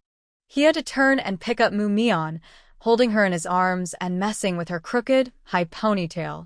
"The Huang Mountain belongs to me. I want the income from it to be split 3 ways, 3 parts for public use and 7 parts for me." Third son made this suggestion, which was no longer something a child should say. Su Qingqi thought for a moment and asked, "Are you talking about the money from selling wood? Why do you want so much?" "Money from selling wood is for repairing roads and building wooden houses. I mean in the future, the income from the Huang Mountain will be managed by me. As for what the money will be used for, you will find out. It's either for the men to marry or for Mu Mian's dowry." Su Lingyu smiled and told the grandmother, who was listening in the kitchen, "Since it's our own money, it should be used for our family." Su Qingqi looked at his mother, who said nothing. He said, "We need to discuss this and give you an answer tomorrow." He called his 2 sons into the study to ask for their opinions. The carefree Su Shan naturally agreed. "The Huang Mountain was originally bought with third son's silver money, so I have no problem with the income belonging to her. I have my own future, and I don't need to rely on her spending my money." Su Shan was quite proud. Su Qingqi had to remind him, "The money you've taken out these days is for a whole year's expenses. Money that isn't needed outside should be saved. Isn't that money the gift money those people sent me? Did we use up the silver money at home? You took all the silver money to Nanyang for the exams. During spring plowing, we borrowed quite a bit of outside debt. Although the gentry sent some silver money, it wasn't all for you." Su Qingqi's eyes were serious. "Second son, we are a family. Not all your money is yours, and not all ours are yours. You should think about our family. The silver money was saved through thrift, not just handed over." Su Shan felt ashamed, lowering his proud head and reflecting on himself. "Big brother, do you have any objections to the income from the Huang Mountain? I listen to you. Today I met Mr. Jean, who told me to return to the private school. Dad, what do you think?" "Good. I'll prepare the silver for your private school. Tomorrow, I'll go with you to see Mr. Jean." Su Qingqi and Su Shan also said, "Today I met Uncle Wang. Uncle Wang said that Wang Jingxing plans to travel abroad and is worried about not having a companion on the road, so he wants to invite you to go with him." Su Shan raised his head, eyes full of hope. Dad promised for you, but we don't have enough silver and money at home. I asked him to delay the trip for half a year. Uncle Wang also agreed. During this time, you can spend more time with Wang Jingxing and get to know him better. As for those class reunions, it's better not to go, so you can save some silver for traveling. Yes. Su Shan also felt hopeful.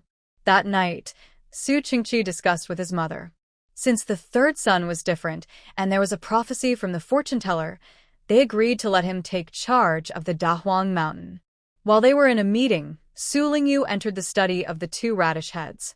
Su Shan, bored, was flipping through a book, and Su Zhong was deeply engrossed in reading. Su Shan was more talented in reading than Su Zhong, but Su Zhong was more diligent. Su Zhong's future achievements wouldn't be worse than Su Shan's. Third son. Sure. Seeing the third son put his finger to his lips, Su Shan lowered his voice and asked, "Is there something you want?" Su Zhong, startled from his book, turned his proper posture to look at the third son, with a slight smile in his eyes. "I'm here to borrow money. Can you lend me some silver and coins?" "How much?" "I have about 10 copper coins in my pouch," Su Shan replied, going to look for his purse. "I need silver to plant mulberry trees and raise silkworms. If you have money, please lend it to me. When I sell the cocoons, I will pay you back with a third profit. A family doesn't need interest. It's our own business, so just use it," Su Shan said, handing his purse to the third son. Su Zhong, calm and steady, didn't move. "How do you plan to make a profit?" "First, build a thatched house and set up a silkworm room. Then hire someone to help raise the silkworms. The details depend on the situation. When you return from private school, you'll see how it works." Seeing that the third son didn't want to say more, Su Zhong didn't ask further. He got up and went to a corner, moved some bricks, and took out a small jar filled with broken silver. "Is 2 taels of silver enough?" "Enough?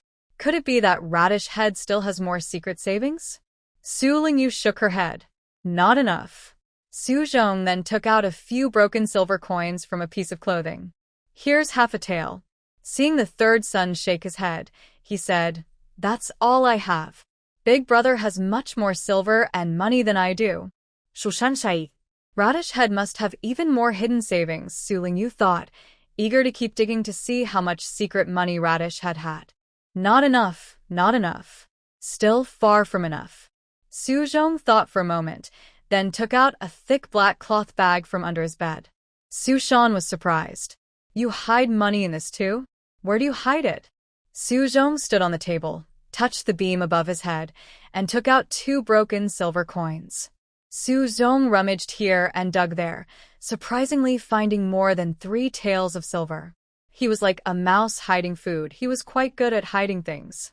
Su Shan lifted the quilt and looked around, then lifted the mat and searched, and surprisingly found 2 copper coins. "I didn't realize I had so much money in my house. This is all my silver and money. Please don't look at me like that.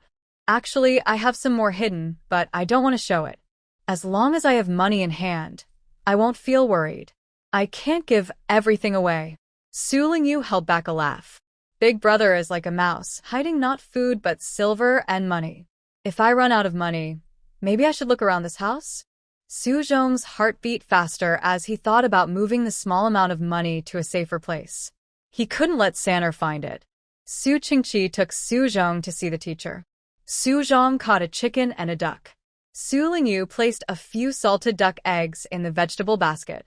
Coincidentally, Li Yongji came to find Su Shan, saying he was looking for Wang Jingxing to learn and exchange ideas with him.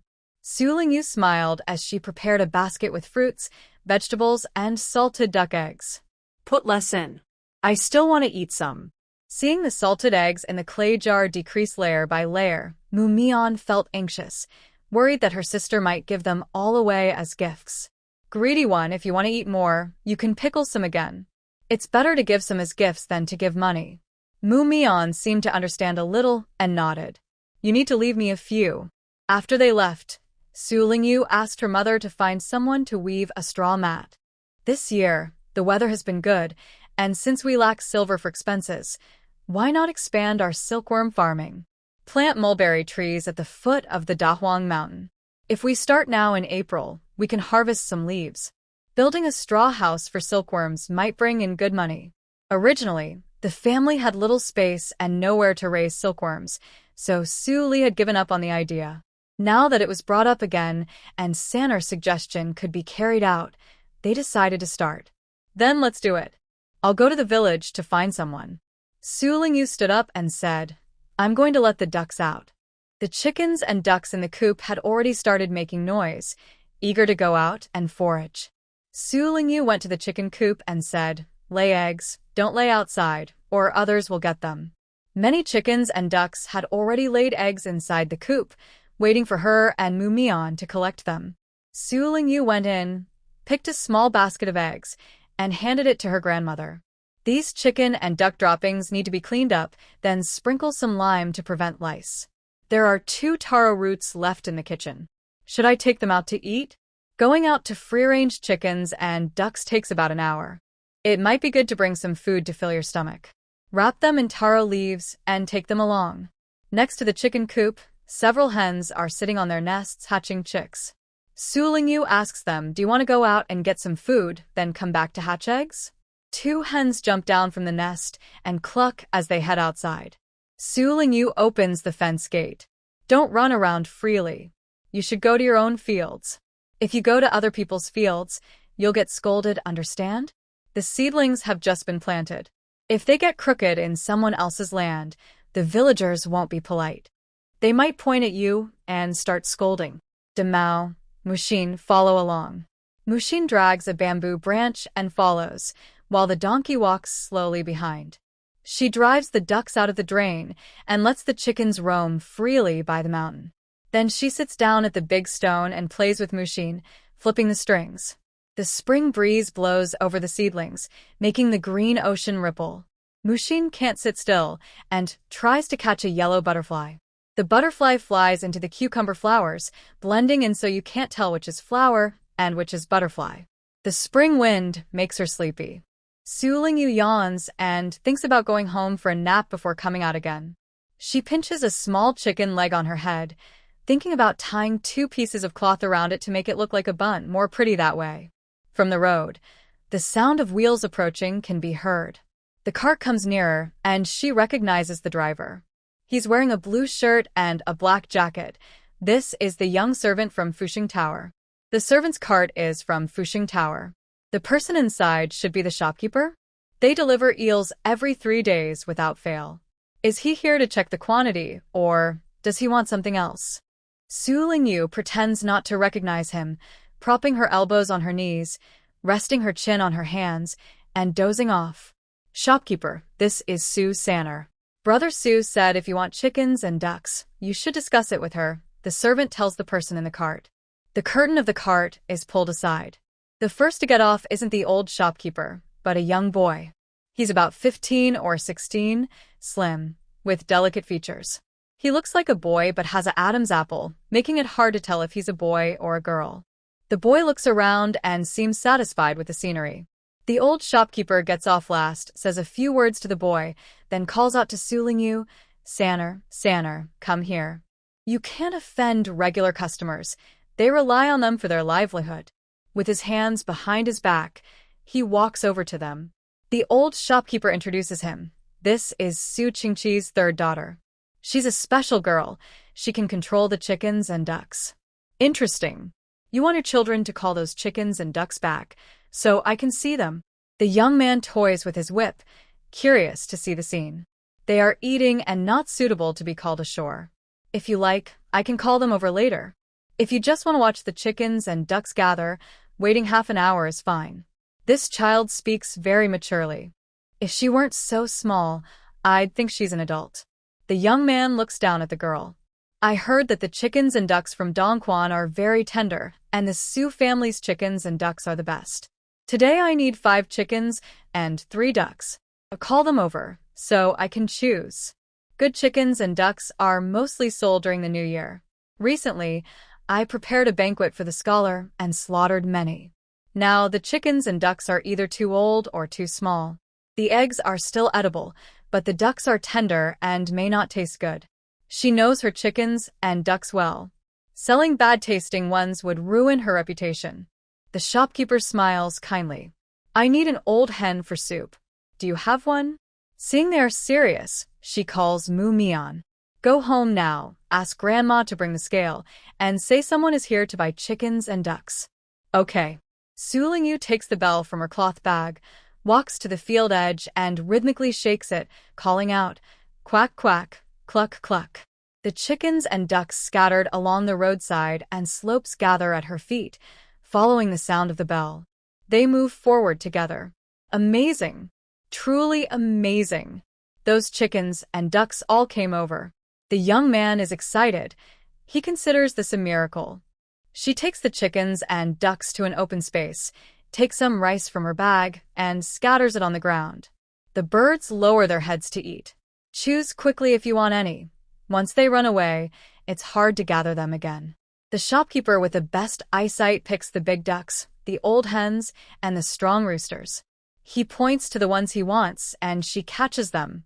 As long as she makes the move, the birds won't resist. If the young man tries, the ducks will fly, and the chickens will peck at his hand. They won't give in easily. The young man is amazed and finds it very interesting. This old hen is good. I'll take her too. No, she's brooding eggs and can't give you her. A nest has 11 eggs. Once hatched, there will be 11 chicks. She can't afford to lose such a good opportunity. She lifts the brooding hen and hands her to Mumian, who is returning. Take her back to hatch the eggs. Mrs. Su has arrived. The shopkeeper Dong greeted first. Shopkeeper Dong, you want chickens and ducks? Just have Chingchi deliver them. There's no need to go yourself, Su Li said with a smile.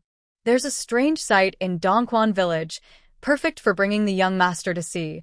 Dong hinted that the person next to him is the young master of Fuxing Tower. This is Grandma Su, the wife of a Su family. She is now 54 years old, a sign of a long life. The shopkeeper Dong introduced and praised her kindly. The young man first greeted Grandma Su, who responded politely. Since you want chickens and ducks, we won't weigh them, just 100 coins each. I need 120 coins, Su Lingyu interrupted. Business isn't about changing prices on the spot. It's 100 coins, and that's final, the young man replied. But these chickens and ducks are raised by Mr. Su. If you buy per piece, it's 120 coins each. If by weight, it's 28 coins per gene. This price is the highest in Liangguan City, not just Dongquan. Yet the chickens and ducks raised by the Su family, even without seasoning, smell so good they can be smelled from 10 miles away. People who love this taste don't care about the price. Shopkeeper Dong smiled, adding 20 coins for Mr. Su's chickens and ducks is fair. This amounted to 960 coins. To make the total an even number, Dong also bought 2 eels, then handed 1 tael of silver to Grandma Su. After sending off the shopkeeper Dong, she yawned, dispersing the chickens and ducks, then took Mir to sleep again. After Su Qingqi took Su Chong to see Mr. Jin, he returned to the village to find some villagers to cut trees. Nowadays, who owns the mountain? The trees and weeds inside the mountain belong to someone. If a generous person allows villagers to gather grass and branches for firewood, they can take some. Without the Su family's permission, no one can pick up branches to take home, even if they are as big as a baby's arm. But people secretly steal firewood at night, hide it, and burn it slowly. Unable to stop the villagers, the Su family simply stopped trying. They dragged home thick logs, leaving the rest in the mountain for villagers to gather. Meanwhile, Su Lingyu hired people to plant mulberry trees at the foot of the Dahuang Mountain. In the following days, Su Chong continued studying at a private school, returning home once every 7 days. Su Shan was taken out by Li Yongji, not to meet someone more powerful than him, but to go up the mountain and learn together. At first, Su Shan was happy to go out, but he felt disappointed when he returned home. For the 3rd time, he didn't want to go out, but Li Yongji's constant praise convinced him to change his mind. Li Yongji is good at using tricks. He has suppressed Su Shan twice and praised him once.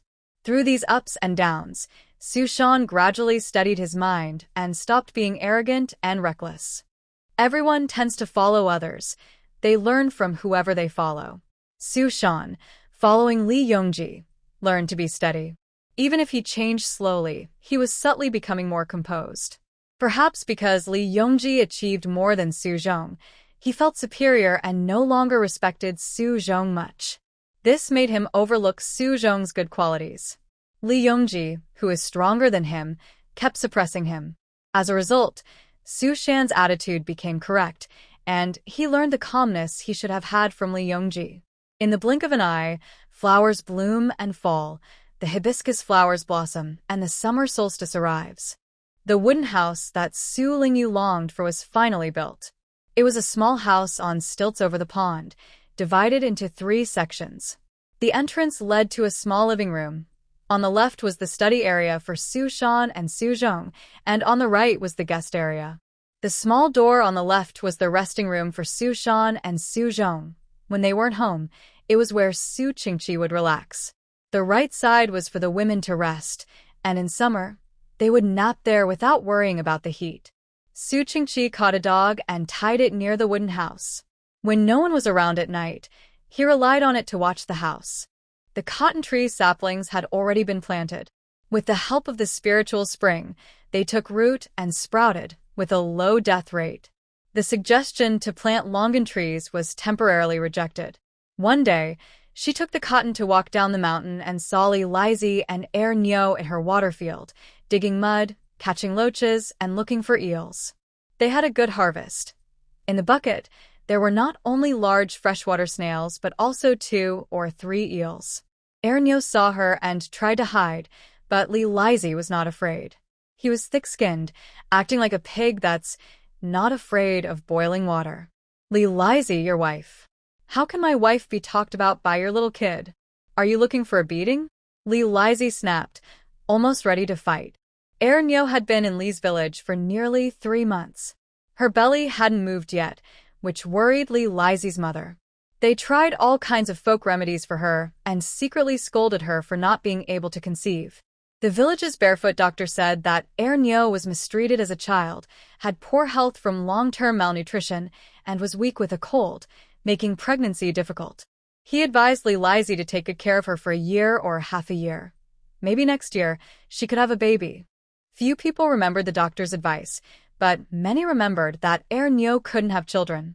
The women in the village mocked her openly and secretly, making her afraid to interact with others. Since Li Lizi got married, he is willing to listen to his wife. He now works with her and no longer steals chickens or sneaks around. Because of Er Nyo's issues, he often argues and fights with others, mostly arguing verbally. Water, bayberry, dragon sprout grass, moon lotus, zetoary, blood angelica, rose flowers. Crush these ingredients and soak them in yellow wine or sorghum wine for 7 days. Drink a sip morning and evening every day. In less than 3 months, it will change your appearance. Li Lizi relaxes his clenched fist and listens as she continues. All these herbs can be bought at the herbal shop, except for rose flowers, which are hard to find. No one in Liangguan City grows roses, so you have to go to Nanyang City to find them. If you can find 14 rose flowers, I will give you a gene of sorghum wine. After having little Five, his mother often suffered from painful periods and irregular. She didn't want to see a doctor, but when she went to the city the other day, she asked the city doctor and received this brewing recipe. Now she is planning to find someone to pick rose flowers. Will you keep your promise? Of course.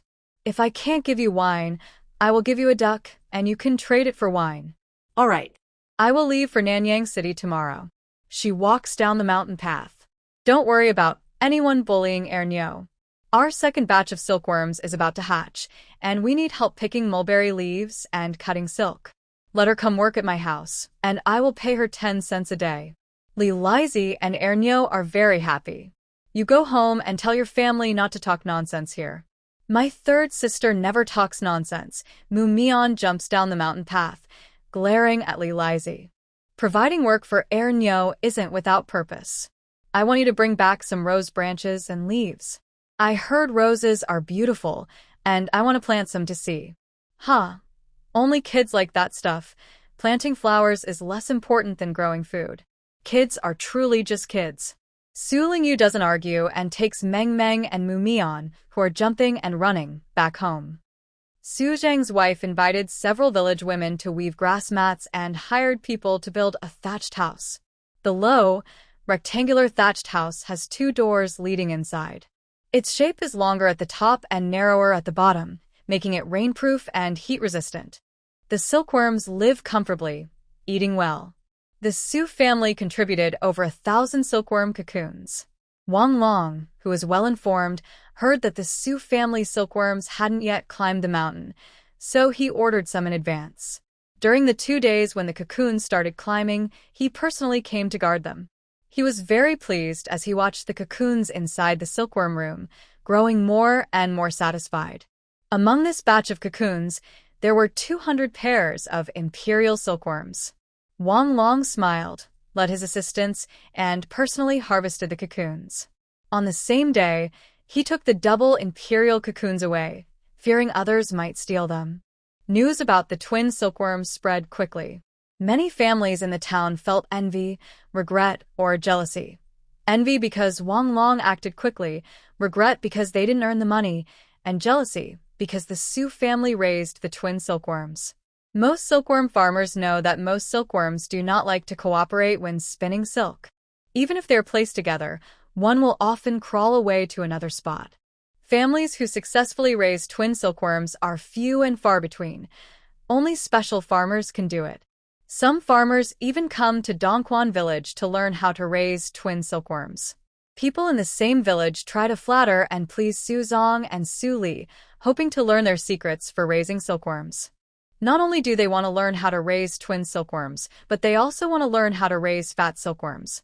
The Su family not only raised twin silkworms, but also shortened the silkworm rearing time by 5 days. This made Su Li and Su Zhong very proud in the village. They held their heads high and were happier than if they had passed the imperial exam. The shy sun hid behind the mountain peak, showing its blushing face.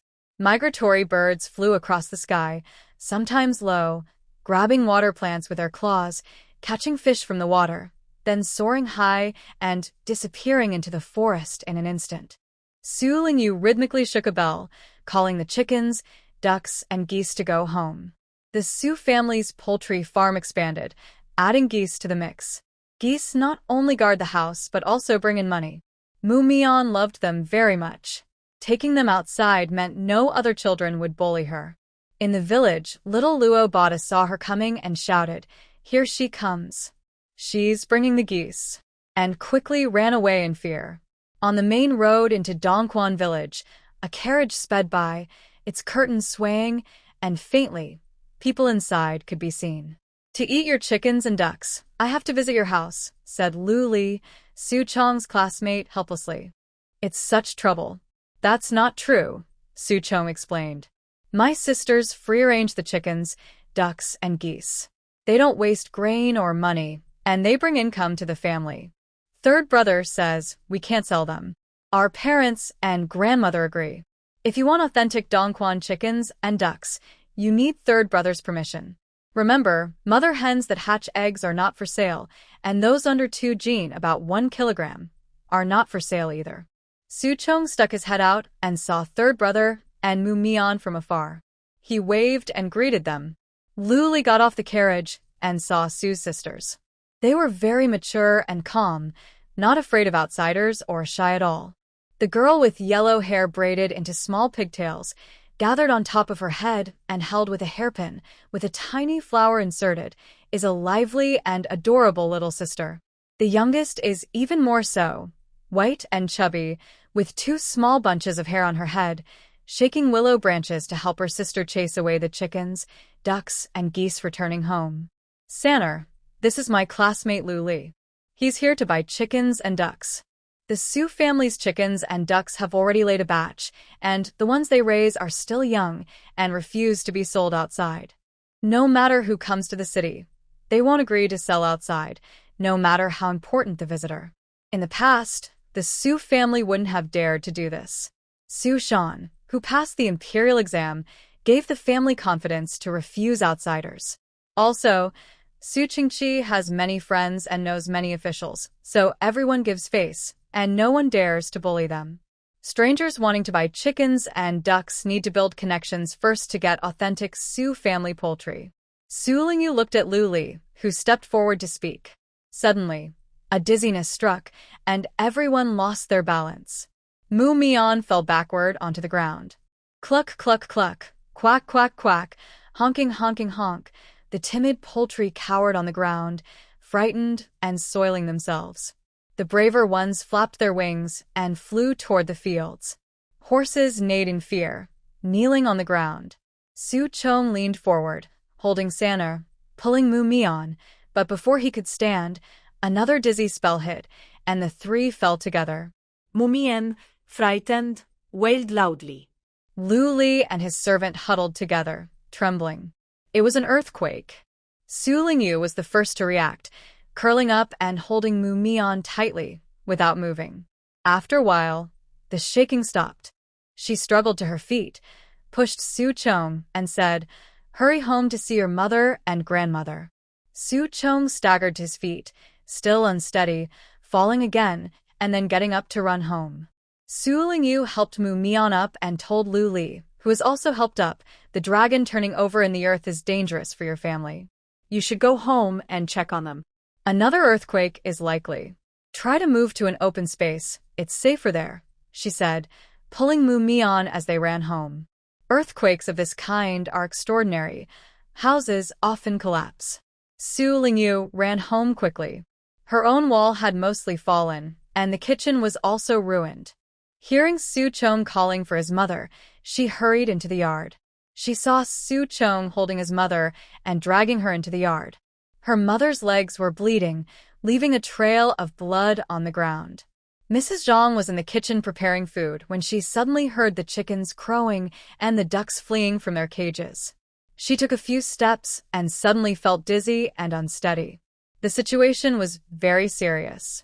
She shook her body and tried to run into the house, trying to carry little Five out. Normally, it was just a simple walk, but now she had to take 3 steps.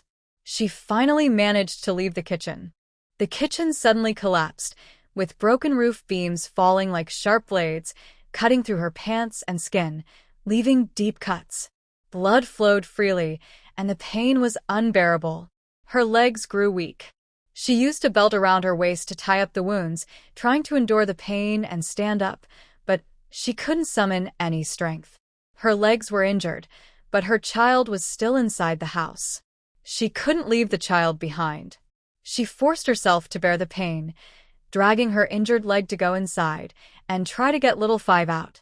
Just as she was about to reach for little Five, a wooden plank fell and aimed at her. She quickly turned her body to block the plank, shielding little Five with her body. The wooden plank was heavy, pressing down on her shoulders, making her unable to move. If she let go or lost strength, it would crush little Five.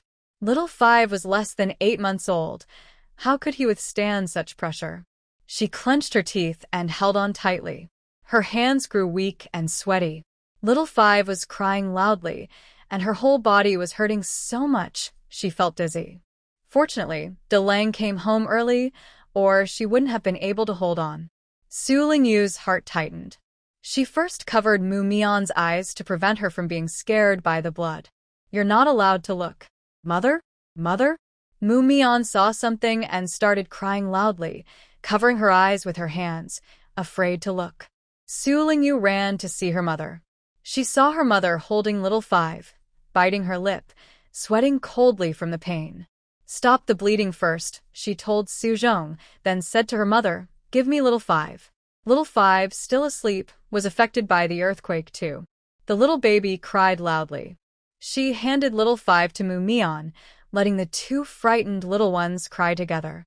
Then she helped Su Zhong pull the belt to tie up the wound above the injury, stopping the bleeding. Pieces of roof tiles fell and pierced her mother's leg, but Su Lingyu dared not move carelessly. Another tremor struck, causing more roof tiles to fall. They couldn't stay in this open space anymore. Su Zhong dragged her mother outside, while Su Lingyu went to hold the 2 children.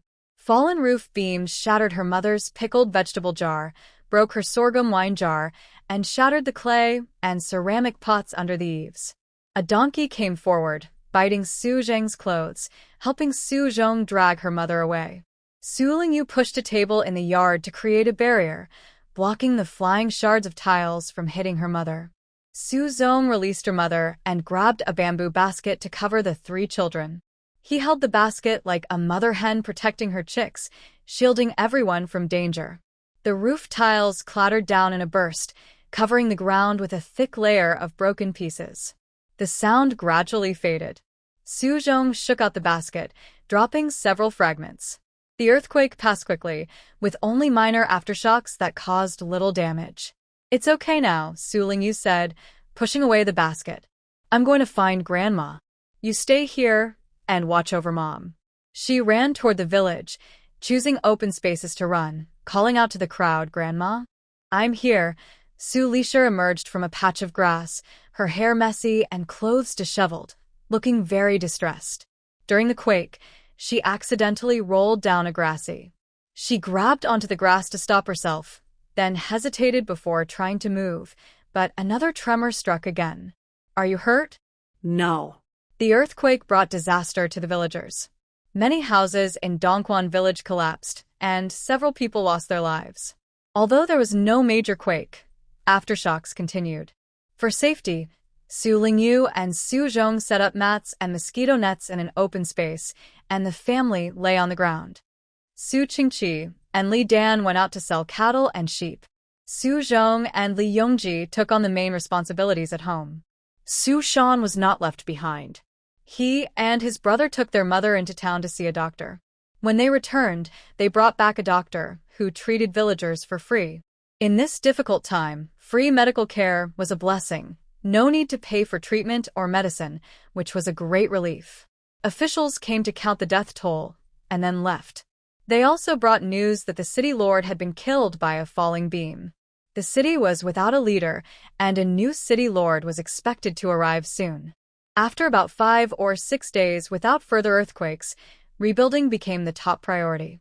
Li Yongji and Su Shan worked together with the village men, forming teams. "One day you help me build a house, and the next day I help you." The sound of hammering and the mournful cries filled the village, creating a somber atmosphere. The bustling Liangguan city had become much quieter. Many beggars appeared on the streets, families huddled together in tattered clothes, holding broken bowls, begging for food.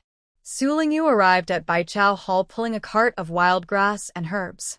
Outside Baichao Hall, 2 rows of people queued for medicine and treatment. Most of them were victims of the earthquake. "Go to the back of the line," someone said. "Little girl, don't cut in line. If you want treatment or medicine, go to the end of the queue." Seeing her try to move forward, some thought she was trying to cut in line and pointed at her to make her wait. Su Lingyu smiled instead of getting angry. "My master is busy building a house, so I came to deliver the medicinal herbs." Patients or their family members saw her cart, which indeed carried a few baskets of herbs, and thought she was delivering medicine for her family. They did not trouble her further. The apprentice at the 100-herb hall was busy and dizzy, constantly fetching this or that, with a hoarse voice but afraid to drink much water, worried about delaying the master and senior brother's consultations. "If you're a kid asking for medicine for your family, go to the back and queue." The accountant glanced at Su Lingyu and continued counting with his abacus. "Hello, I am. No matter who you are, you must queue at the back. No money. Hold on to your household register, and you can buy back the medicine when you have money." The accountant was too busy to pay attention to her, but the young man giving out medicine spoke to her a little more while packing the medicine bags. The 100-herb hall was quite kind and willing to extend credit. Since entering the city gate and walking along the street, she saw 2 or 3 pharmacies turning away patients and their family members. The next person to fetch medicine pushed aside Su Lingyu. "Kids, go to the back and queue. No cutting in line." She was pushed and stumbled a few steps but was not angry. Instead, she liked the rule of queuing. She stood far away and said, "I am here to sell medicine. High-quality raw Sichuan aconite. Do you want some? If your family doesn't need it, I'll sell elsewhere." Raw Sichuan aconite is used to treat sprains, falls, and muscle or bone pain. It is also a key ingredient for relaxing muscles, promoting blood circulation, dispersing blood stasis, reducing swelling, and relieving pain. She didn't know this herb initially, but the doctor from the free clinic brought back by Sushan knew about it. He asked villagers to find her some raw Sichuan aconite, so she paid attention. Many injured people needed Sichuan aconite. Almost every prescription required it. The herb was quite expensive, making it a good opportunity to earn some money. She planted it at the foot of the Dahuang mountain, using the properties of the spiritual spring. The accountant was the first to realize, "You have raw Sichuan aconite?" "Yes, fresh and not expensive." The accountant felt a bit regretful. Usually, herbs are processed before being stored in the medicine cabinet. Fresh Sichuan aconite isn't as effective. It needs to be dried before use. High-quality raw Sichuan aconite. You might want to see it. Although it's fresh, your yard is filled with smoke and fire, and the sun has been strong these days. Just dry and sun it in your yard for a day and night, and it will be ready. The accountant was tempted, but he couldn't decide alone and had to report to the shopkeeper. Lu Yong was inside, specializing in loosening muscles and tendons, using acupuncture to draw out blood stasis. When he heard the outside voices, he came out to inform the accountant. As long as the raw grass black snakeroot and the raw Sichuan snakeroot are not priced outrageously high, I will buy them. The accountant saw the shopkeeper and quietly approached to whisper. Lu Yong nodded and looked at the small child around 5 or 6 years old. This child, coming to such a busy place, was neither curious nor afraid. His calmness was admirable. "Take me to see the raw grass black snakeroot. Please follow me," she said, leading Lu Yong outside to look at the medicinal herbs. The raw grass black snakeroot still had water droplets on it, as if just washed. The 5 baskets of it were quite a lot. Lu Yong first examined the roots and rhizomes, then looked at the aconitum, and then broke a root to check the juice. "It's not top quality." He looked at Su Lingyu and said, "Your aconitum is strange. The wrinkles on the outside don't look like it's a year old. But inside, the medicinal strength suggests it's more than a year old. Who are you? What do your elders do at home?" "This aconitum grows on our mountain. In spring, we plant cotton trees and give them manure. My father is Su Qingqi, and my second brother is the scholar Su Shan. Recently, there was an earthquake, and our house collapsed. My mother was injured by a falling beam and is still resting in bed. My brothers and villagers are rebuilding the home. My father went out and hasn't returned, so I brought the aconitum to sell to you." Lu Yong nodded. He knew both Su Qingqi and Su Shan. Su Qingqi was kind and helpful, and Su Shan was a young scholar. Su Zhuang was his grandson's classmate. He knew all about this family. Lu Yong put down the raw grass black snakeroot. "How do you want to sell it?" He looked around and then took Su Lingyu inside to talk. "Young lady, your family is too careless. They let you go out alone, not knowing how dangerous the world can be," Lu Yong said, showing his disapproval of the Su family's carelessness. Outside, there were many beggars. If they had bad intentions or tried to kidnap children, this young girl from the Su family might never come back. "Dr. Lu, we don't take much of your money for your healing. Just add 5 cents more per gene to the usual price," Su Lingyu said. This girl spoke maturely, like an adult. The Su family's good upbringing was clear. They didn't try to bargain aggressively, showing kindness and fairness. Lu Yong said, "That's a fair price. How is your mother's injury now?" "A few days ago, her swelling was as big as a sandbag. Now it's a bit less, but the redness and swelling are still there," Su Lingyu asked Lu Yong. "Do you know Wu Yangyong?" "I don't know. It said he's a doctor in the city, doing free clinics in our village. His prescriptions are very accurate, and his medical skills are well known. I'm just curious. How can such a skilled doctor have time to do free clinics? Shouldn't he have been asked to see a doctor?" It's not surprising. Any outsider doctor often uses free clinics to boost their reputation. The accountant entered and said, "The raw wild aconite weighs 34 gene at 12 coins per gene, totaling 408 coins. As you ordered, I exchanged it for broken silver." Lu Yong signaled the accountant to give the silver to Su Lingyu, then said to her, Let Lu lead you back and visit your eldest brother along the way. No need, I came with the Wang. Other villagers are with us, so it's safe to go back together. Just then, since the staff at Baichao Hall was short, Lu Yong didn't insist. He found an apprentice and told him to take Su Lingyu to the city gate to meet people from Dongquan village. After seeing off the girl from the Su family, Lu Yong told the apprentice to hang the raw wild aconite to dry. He personally selected the best batch to prevent it from being dried near the boiler. At this moment, the accountant brought in a herbal supplier. Sorry to spoil your good intentions, but we already have enough raw wild aconite. The herbal supplier wanted to make a big profit but didn't expect someone to cut into his business. Since they couldn't do business, they remained friends. He smiled and said, "The wild aconite from Baichao Hall is enough. I wonder which farmer provided it. Such a large amount is rare." Lu Yong handed the carefully chosen wild aconite from a small basket to the apprentice and told him to slice, dry, and hang it. Smiling as he wiped his hands, he said, "Farmers trust Baichao Hall and send us wild aconite to exchange for some money. If you ask which farmer sent it, I can't say. I can't remember each one. The wild aconite of uniform size and quality isn't something small traders can supply." Lu Yong didn't want to say much. He was just protecting his supplier. After all, every herbal hall has its own medicinal fields.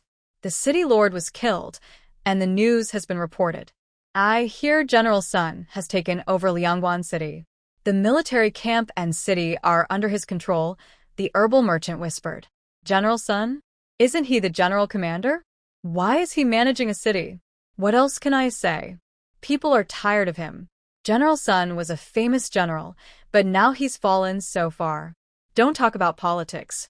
It's better to focus on seeing patients, the accountant advised. Lu Yong kept quiet at the right moment, took a few steps, then couldn't help but say, "It's not so bad. Now that he's here, the people of Liangguan City can sleep better at night." "Sir, you should go see your patients. They're still waiting for you," the accountant reminded him. Lu Yong nodded politely to the herbal merchant and entered the consultation room.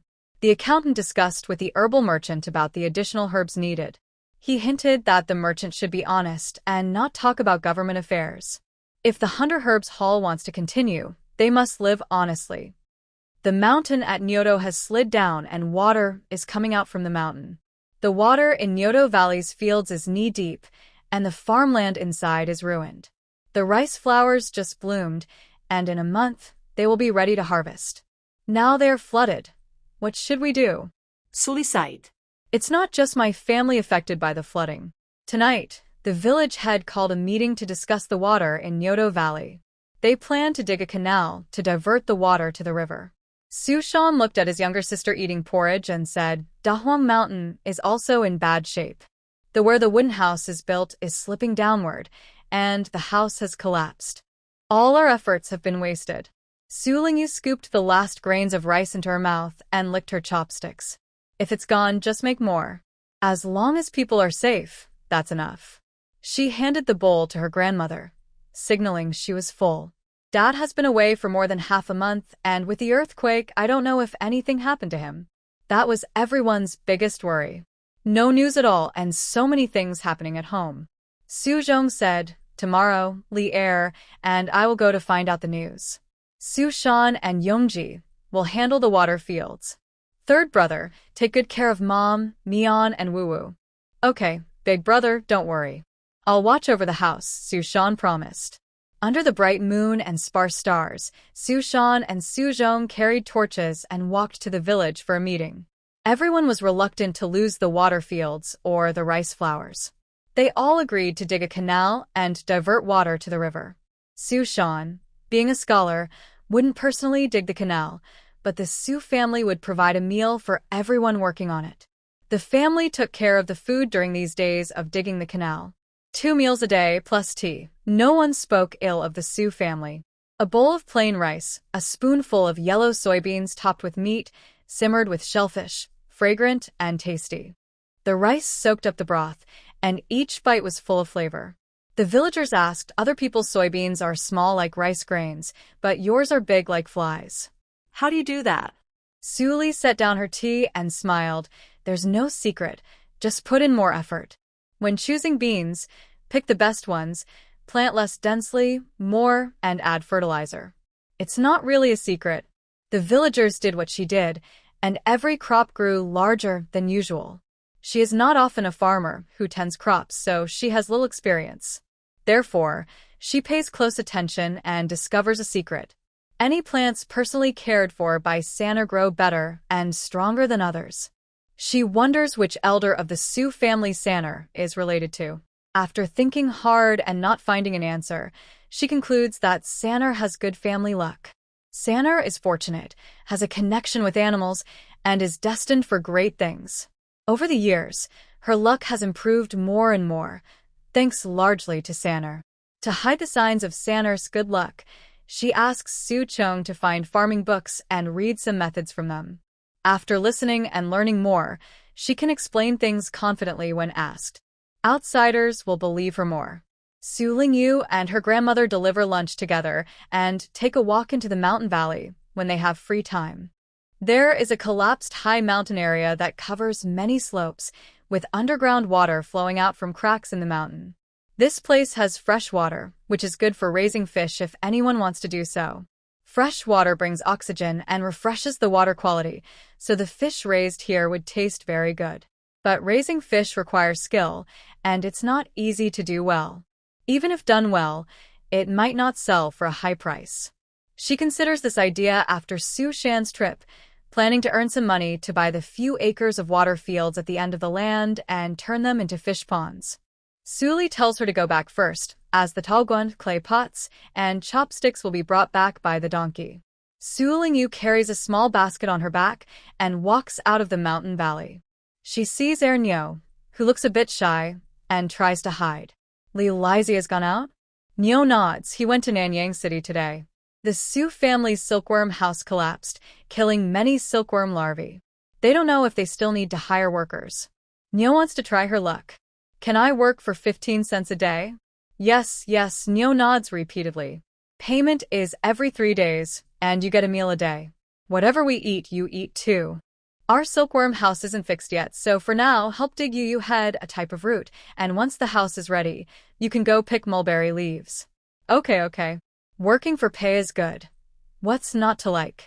She takes Nyo up to the Wangsunpo wild mountain.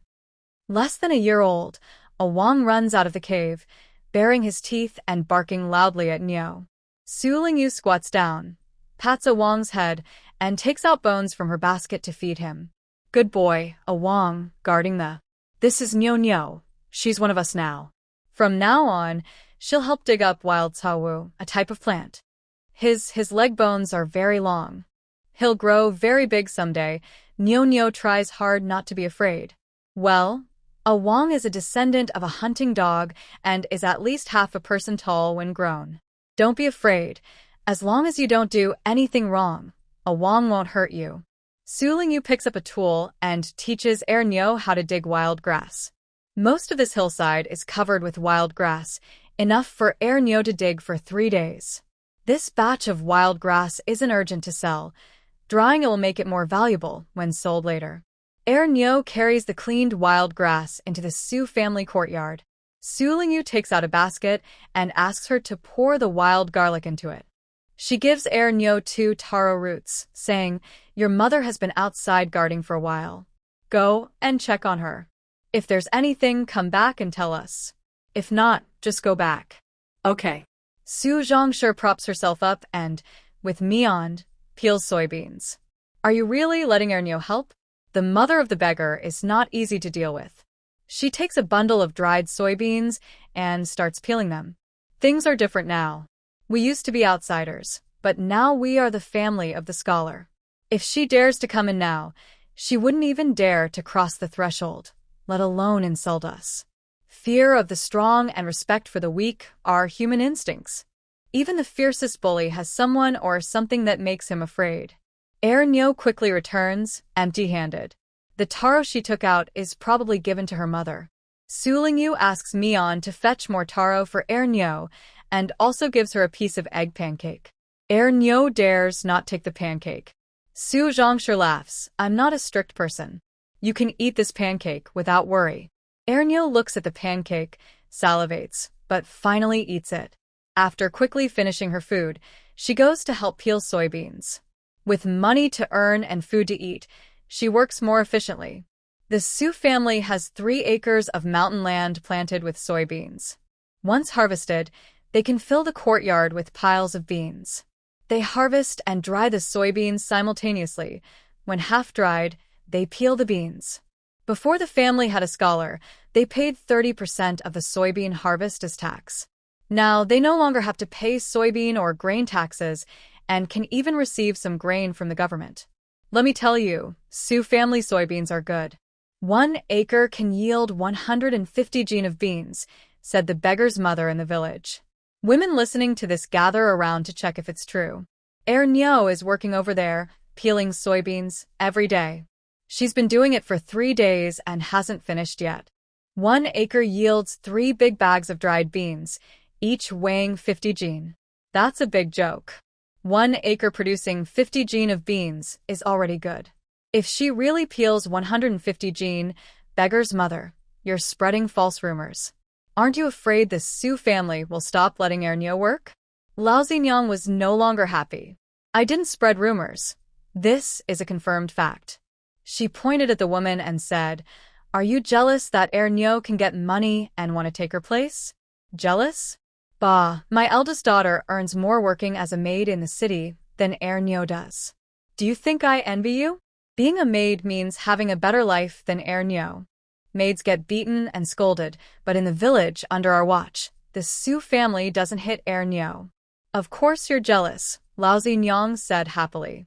The man glanced at Lao Xingyang indifferently and said, "A woman who brings bad luck and can't lay eggs. Truly a family. You wicked person."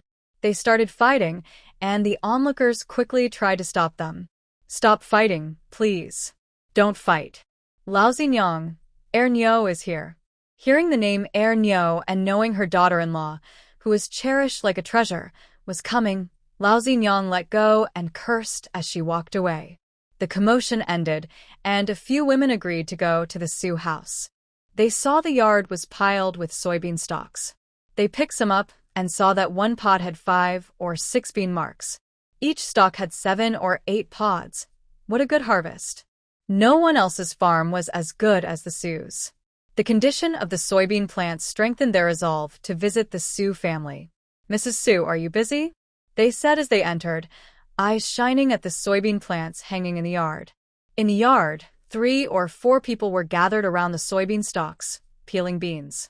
The baskets nearby were already half full. A woman bent down, picked a stalk, counted the pods, and checked the bean marks. The more she counted, the happier she became. "These beans are really well grown, much better than mine." Mrs. Su Zhang, leaning on her cane, stood up and smiled. "This year's good weather and hard work weeding have helped us get a better harvest. Who doesn't work hard too and fertilize? Your soybeans are so good. Would you consider sharing some as seeds?" "Of course," Lao Xingyang replied. As soon as she finished speaking, Su Lingyu quickly tied a bundle of stalks. 5 cents. Hearing the price, they were initially unhappy, but seeing the large bundle with many full pods, they decided it was worth it. Just buy the seeds. Su Lingyu tied a few more bundles and personally saw them out. She said, "My soybeans taste good.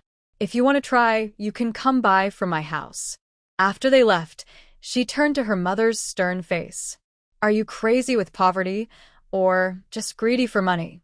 Village folks, you dare to accept copper coins." "Mother, Dongquan village isn't big, but it has over 200 households. Our soybeans had a good harvest. If every family comes to ask for soybeans as seeds, how many can we give? If we give too little, they'll say we're stingy. If we give too much, we can't afford it ourselves. Why not just take money directly and prevent some people from taking free? Although I took money, I gave them plenty of soybeans. Each handful of soybeans, at least 1 jin. Buying seed beans in town costs over 10 coins per jin. In the end, our family still loses out." Su Zhang sat down and took a handful of soybean stalks. "If we lose out, we'll get a bad reputation. Your way is like shooting yourself in the foot. A kind family will speak well of us." Greedy families won't say anything good no matter how much we give. People's hearts are like scales, they will judge. People who manage their money carefully know that buying soybeans from the Su family isn't a loss. If someone tries to falsely accuse the Su family of cheating, honest people will speak out to refute it, spitting on such lies. After Li Zinyang spread this news, villagers from Dongquan village came to see for themselves, curious if it was true. Seeing it, they became interested and wanted to take some seeds home to plant. Su Lingyu still collected money and sold beans, welcoming everyone.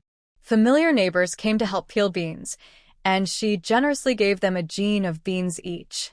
When Su Shan heard about this, he strongly disapproved, thinking collecting money damages their reputation. Su Zong also advised, saying they should stop taking money and return what they've received. Seeing her mother fuss, Su Shan was unhappy, and Grandma kept silent. Then she said, "Our soybeans are top quality, selling at 10 coins per jean. If sold to city tofu shops, we can get about 4.5 taels of silver. If sold as seeds to Wang Long's trading team, we can get about 5.25 taels. Selling to villagers at 5 coins per jean isn't too much, is it?" "That's not too much," said Mu Mian, always supporting her sister. "We already calculated that Erlang needs 50 taels of silver for his travels. We have 22 taels at home. Rebuilding the house and buying things cost over 3 taels. The waterlogged fields at Nyotukung yielded less than 500 jean of grain this spring. Selling all the grain, we can raise at most 15 taels. If we don't sell beans, how can we gather 50 taels?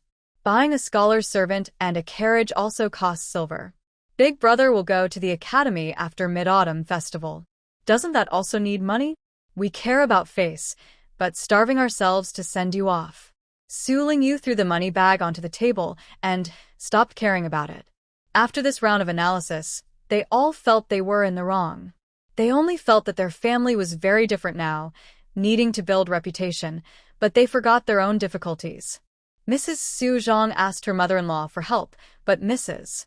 Su Li just tilted her head and told her to figure it out herself. Mrs. Su Zhang felt embarrassed. She wanted to find her third son, but he was physically unable to move easily. She looked at her third son in the kitchen and felt uncomfortable. She and her husband always wanted their third son to enjoy childhood, but this year, many things depended on him. Not only did he not bring happiness, but he also added to their worries. "Second son, go apologize for Mom. Mom also forgot about your plans to travel far. When you're away, money is very important. Third son must understand this, which is why he works so hard for the family." Mrs. Su Zhang patted her thigh and sighed. Even at such a young age, third son works hard for this family. He doesn't spend money, but saves it. The money from raising chickens and ducks, and the coins from planting beans, all go to your studies. You and Big Brother enjoy the comforts now, but you must protect third son in the future. Don't forget the family's efforts when you get promoted or rich. Su Shan felt a little heavy-hearted. Looking back, he realized he hadn't done much for the family. When he went home, he always had food to eat. When the seasons changed, he had new clothes. He never thought about how his family sacrificed and saved. "I'm a son who hasn't been filial. Sorry for making you suffer. It's good that you understand how hard it is at home. If you become rich and successful in the future, don't forget who is willing to be your stepping stone," said Mrs. Su Li. Su Sha nodded and turned to go into the kitchen. Seeing his third son watching the stove and the fire, he deeply bowed to him. "Sorry, third sister, for misunderstanding you. Please forgive me." Family members don't need to forgive or not forgive. Just do what is right with a clear conscience. If you want to give something to someone, go ahead. Building a good reputation takes time. It's built little by little. Never underestimate small things. Seeing the water boiling in the pot, she said, "I need to wash my hair. Second son, help me carry water." "Okay, third sister, do you want it hot or cold?" She untied her hair bundle and let her hair fall over her shoulders. Her hair was soft and smooth. When she left the kitchen and saw her mother, who was trying to please her, she smiled and said, "It's okay now." Mom was also momentarily confused and forgot about the money shortage. Sorry for making you worry.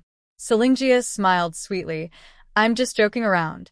I always feel like my family is quite wealthy. You scared your mother half to death.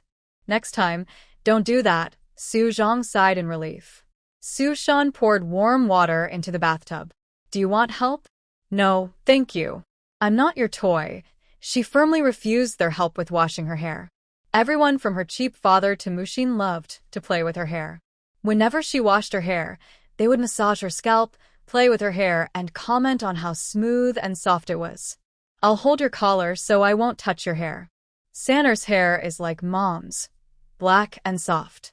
Unlike ours, which are coarse and hard, making it hard to tie. Selingia crouched by the wooden basin, bent over, and tilted her head to pour water over it with a gourd scoop. She picked up a soap bean from nearby, rubbed it into foam, and then applied it to her hair. She didn't want to wash her hair with ash from plants, so she had to do it more often. She heard wealthy families used good shampoo soap. Maybe she could buy some to try. Sanner, are you done? Come here, Mom will help you dry your hair. The sky was gloomy, and there were no birds chirping. Only the croaking of green-skinned frogs and the drumming of gray frogs could be heard. The wind was barely blowing at the foot of the mountain, but the trees at the top were bending low. Su Zhong, who had been away for 3 days, separated from Lier, and drove his donkey back home before the rain. Just as he was approaching the door, he saw Sanner herding chickens, ducks, and geese home. He stopped his cart to let the donkey rest. He helped Sanner gather the poultry and bring them home. When Sanner got close, he hesitated, moving his mouth but closing it again. Finally, he spoke. There's something I want to tell you. Seeing Su Zhong look serious, Selingia thought bad news was coming from her cheap father. Is it serious? It's nothing major from Dad's side, just about Mushin. I don't know if I should tell Mom. That made her feel a bit relieved. Go ahead and tell me. The former county lord was killed by a falling beam. General Sun became the new city lord of Liangwan and also the garrison commander. Today, General Sun's men arrived, and his deputy, Zhang Yilong, moved into the city lord's mansion with his family. Guess who Zhang's wife is? She didn't know many people, and who could be Zhang's wife?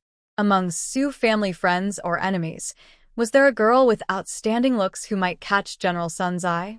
Selingia thought for a moment, but couldn't figure out who it was. She shook her head at Su Zhong, indicating she didn't know. It's the former county magistrate's wife. The former county magistrate's wife, Mushin's mother. This matter is indeed serious. I wonder if Su Chong knows about Mu Mion's background. Are you sure that is Madame Zhang and not a concubine? The soldier who is with the vice general said it himself. That is Madame Zhang, no mistake. She is pregnant with her 6th child and won't leave the inner residence for a short time. Do you think I should tell Mother about this? Su Lingyu studied Su Chong carefully. Su Chong nodded very slightly. He knows everything he should and shouldn't know. Wait until Father comes back, then quietly tell him. Don't make it public, and definitely don't tell Mother. Mu Mion's biological mother also had good luck. She remarried someone of higher status than her previous husband. She is the second most important person after the city lord's wife. Even if people in Liangwan City have opinions about her, they wouldn't say it to her face. The higher her status, the harder it is to recognize Mu Mion. She might hide Mu Mion's existence very well, so there's probably no need to worry about anyone trying to silence her. She entered the house before Su Chong. Mu Mion, your older brother is back. It seems he bought some candy. Mu Mion, peeling soybeans, ran over quickly. She jumped over her and ran to her older brother. Big brother is back. Any news from your father? Su Zhong asked nervously. De Lang said everything is safe over there, and he'll come home soon. Su Chong carried Mu Mion in one arm and held the donkey's rein with the other. He stepped into the yard. Someone coming from Baiguan said they saw Father and Uncle Li. They were riding horses this way. It doesn't look like there's any trouble. That's good. Mu Mion, come down quickly. Your brother is tired. Mu Mion bit her candy and struggled to get down. She ran happily to find her sister, holding the sticky candy and showing it to her, as if asking if she wanted a bite. Su Lingyu pushed her away with a look of disgust. I don't want any.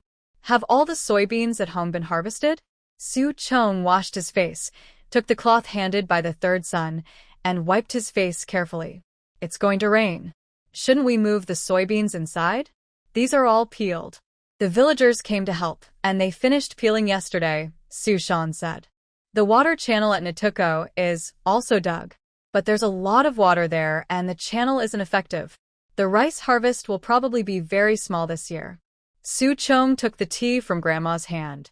Grain prices in the city have doubled. Brown rice now costs 27 coins per jean. Do we have enough food at home? Fortunately, we didn't sell last autumn's grain. It's already so expensive now. I don't know what will happen in the future. That's right. The disaster victims from Dawei are coming this way. We must protect our food supply. After the summer solstice, the weather grew hotter. Even after a night of rain, the next day remained very warm. Since there was enough help at home, she no longer wanted to run errands. After releasing the chickens, ducks, and geese, she went to check the great wilderness mountain. The kapok trees had grown tall, and the grass nearby was lush. The mountain path, disturbed by the earthquake, was a bit difficult to walk. Without tall trees for shade, climbing the mountain was exhausting. Wang walked ahead, patrolling the area and driving away poisonous snakes, which made her work easier. She had to be careful of her steps and watch out for snakes.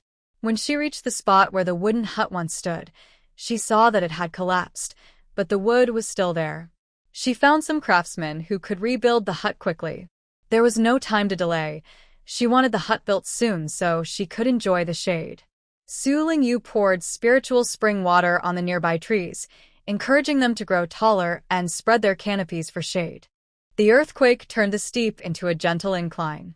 This side needed to be transformed for planting crops, or it could slide and cause a mudslide. The spring's water was flowing twice as much as before. If they wanted to build a mountain pond, it might be possible. Standing on she looked down at the foot of the mountain. The steep had become gentle, and with water sources on the mountain, the area below was suitable for terracing. Unfortunately, the soil here was not good for planting, so it would take years of improvement before a good harvest. They could turn it into a hillside for planting soybeans for a few years to improve the soil, then convert it into rice paddies later. When the time was right, she would dilute spiritual spring water into the mountain stream, letting it flow down to nourish the fields and improve the soil. Once she knew what she wanted, Su Lingyu turned to go down the mountain. Her immediate task was to gather a few uncles and build the wooden hut. No matter how hard it was, she wouldn't suffer herself. She was here to enjoy a leisurely life. Wang, time to come down the mountain. Wang jumped into the water, rolled around, then quickly got up and followed her. On the hillside, a small figure wearing a straw hat was digging up wild grass and roots, knocking dirt away and cutting branches to toss into a basket. This diligent girl, Nunyo, was truly likable, but unfortunately, she married a troublemaker. Nunyo, she looked against the light and saw Sanner coming down from the mountain. Sanner looked like she had stepped out of the sun, even more beautiful than a goddess from the heavens. Sanner, did you come up the mountain? The U2 roots are enough. If I dig more, the city won't want them.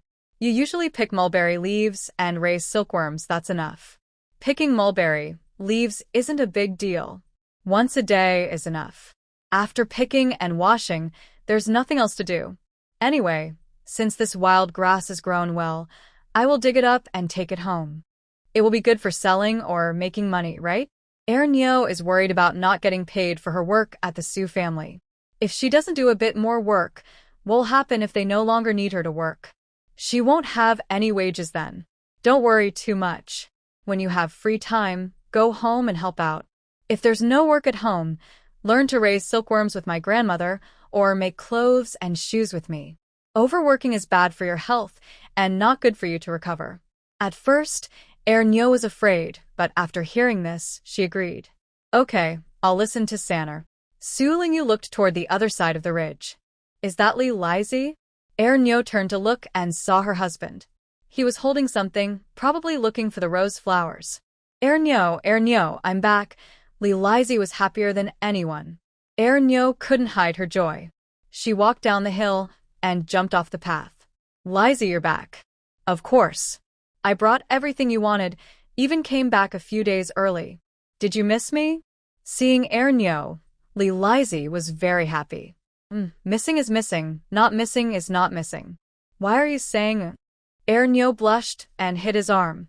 It means I missed you. Are this couple deliberately showing off their affection? Su Lingyu felt helpless.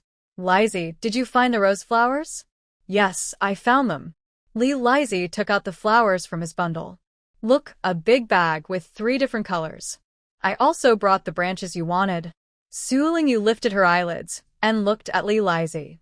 She asked, how did you get them? Lizzie kept a straight face and was shameless. Outside Nanyang City, there's a family that grows flowers for wealthy households. I asked if they had roses, and they said yes. I then found out where the flowers and the plants were. The next day, many refugees flooded into Nanyang City. I saw that family dealing with the refugees and had no time to watch me. So I climbed over the wall and pulled out a flower. Both the flower and the branch are here now. Nyo felt a bit guilty. She told the story of stealing so openly in front of others. Was she shameless? Su Lingyu didn't care how Lizzie got the flowers. She took the flowers and branches and said, come to my house in 7 days. Do I need to prepare any medicinal herbs? No need. Lizzie wasn't stupid. He knew to wrap the branches in soil to keep them moist. She planted the rose flowers in a pot, watered them with spiritual spring water, and fed the dying roses so they could recover. The withered branches showed a hint of green, and after tonight, new buds are likely to grow. We're back. Su Chong and Su Shan entered the house. They went to sell soybeans and wild grass. Su Lingyu handed them a cloth to wipe their sweat. The refugees from Dao Wei have arrived. They said an earthquake caused a landslide, covering their fields. Another area was cut off by a mountain, causing the river to flood into the farmland, destroying crops and houses. It's important to remember that most villagers live in mud houses. After being soaked in water for 7 or 8 days, they can't be lived in anymore. Do the officials from Dao Wei not care? Some say they do, others say they don't. In any case, the summer harvest was lost, and they came out to ask for food. Someone outside was shouting, but Su Chong couldn't hear what they were saying. He went out to listen and saw Liang calling him. When he went out to check, he saw a cow with rotten skin near his own field. The cow is eating our rice. Hurry and chase it away. Suli took a stick to scare the sick cow. But upon closer look, the cow's skin was rotten, oozing pus, and many flies were buzzing around it. He thought the cow might be sick, so the owner no longer wanted it. Quick, chase it away. If it spreads disease, not only poultry but even people could die, the village chief said hurriedly. Some villagers returning to the village saw the sick cow approaching and quickly ran to tell the chief. The chief realized it could be a plague, especially after the earthquake, and decided not to let the sick cow enter the village. Suli was afraid to get close and left the task of driving away the sick cow to the village chief and others. The village chief, along with a few young men, used shovels and hoes to scare the cow, trying to drive it out. Humans can be malicious, and the sick cow could sense it. It slowly retreated and turned to leave. From a distance, Su Lingyu looked at the big-eyed cow. It felt familiar, and its eyes seemed to tell a story. Could this be the cow sold by the cheap father? He often traded cattle and sheep, and was very good with animals, trying to build bonds and comfort them. There weren't many healthy patches on the sick cow's body, but a faint blue color could be seen behind its ears.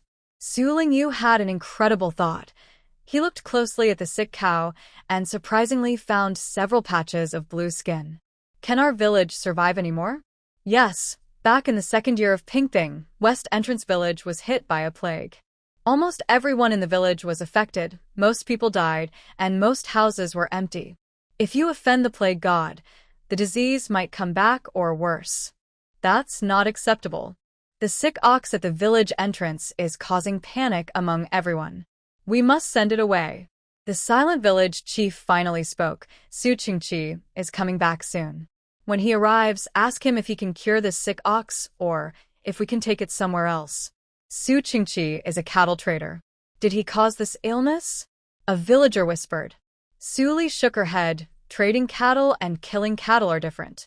Don't bring unrelated things into my family. Exactly, and you should watch what you say. Everyone, disperse.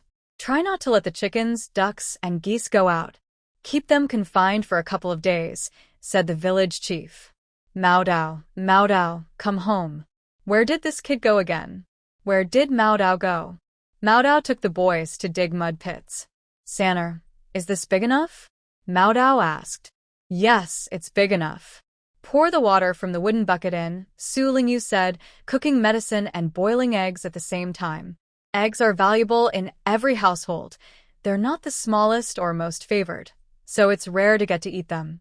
She promised the children that if they dug a big nest and washed the ox, each would get an egg. The mischievous kids were thrilled. Secretly, they took tools and went to the mountain hollow to dig mud nests. Su Lingyu took out some cheap herbs her father gave her, mixed them into spring water, and boiled them randomly.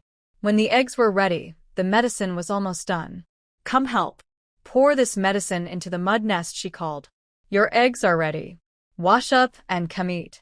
The mischievous kids, covered in mud, rolled and jumped, then jumped into the water channel in their big shorts to wash themselves. Su Lingyu held a fishing rod with a cucumber hanging from it, walking to the sick ox's side. She threw the cucumber from afar. This is grown by me. Do you want to eat it? Seeing the sick ox move, she quickly stepped back. She was afraid of dying and of catching the plague. She climbed onto the back of the donkey, hanging the cucumber, and patted the donkey. Demao, go quickly, don't let it catch up. The donkey trotted along, and she swung the cucumber while holding the fishing rod. If you want to eat, follow us. Big ox, follow along. On the hillside, Mao Dao saw Su's third son, leading the sick ox away.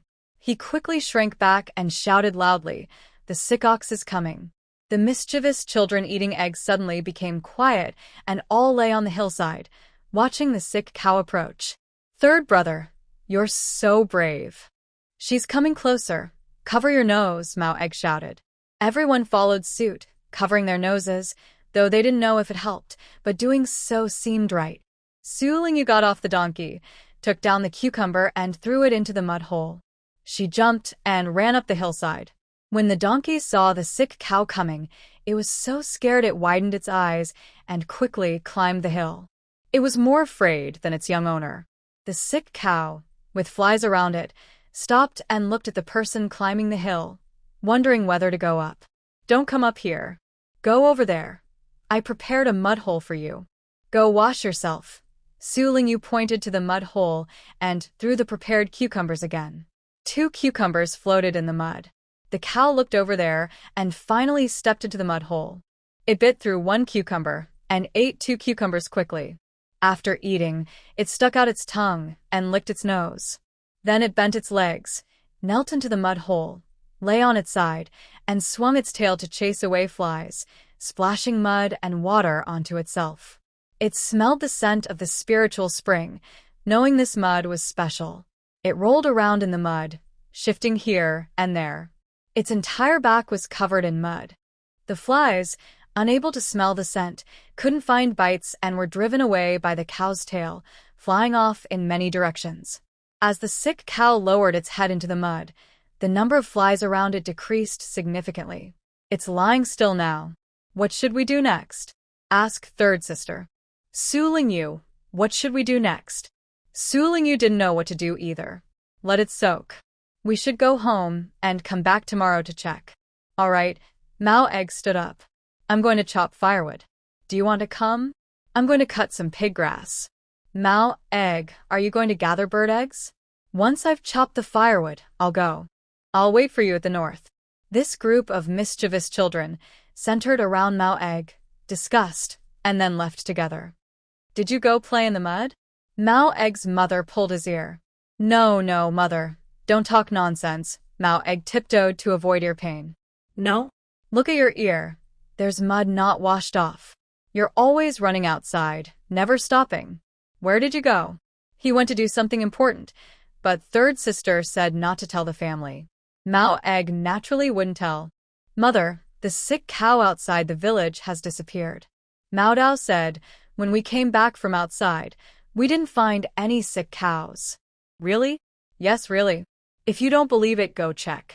I also want to tell Grandpa about this. As he spoke, Mao Dao pulled away his mother's hand and asked Grandpa for help. Wu Liangyong carried his medical box, walking lightly outside the village, holding a large sunflower fan, fanning as he went.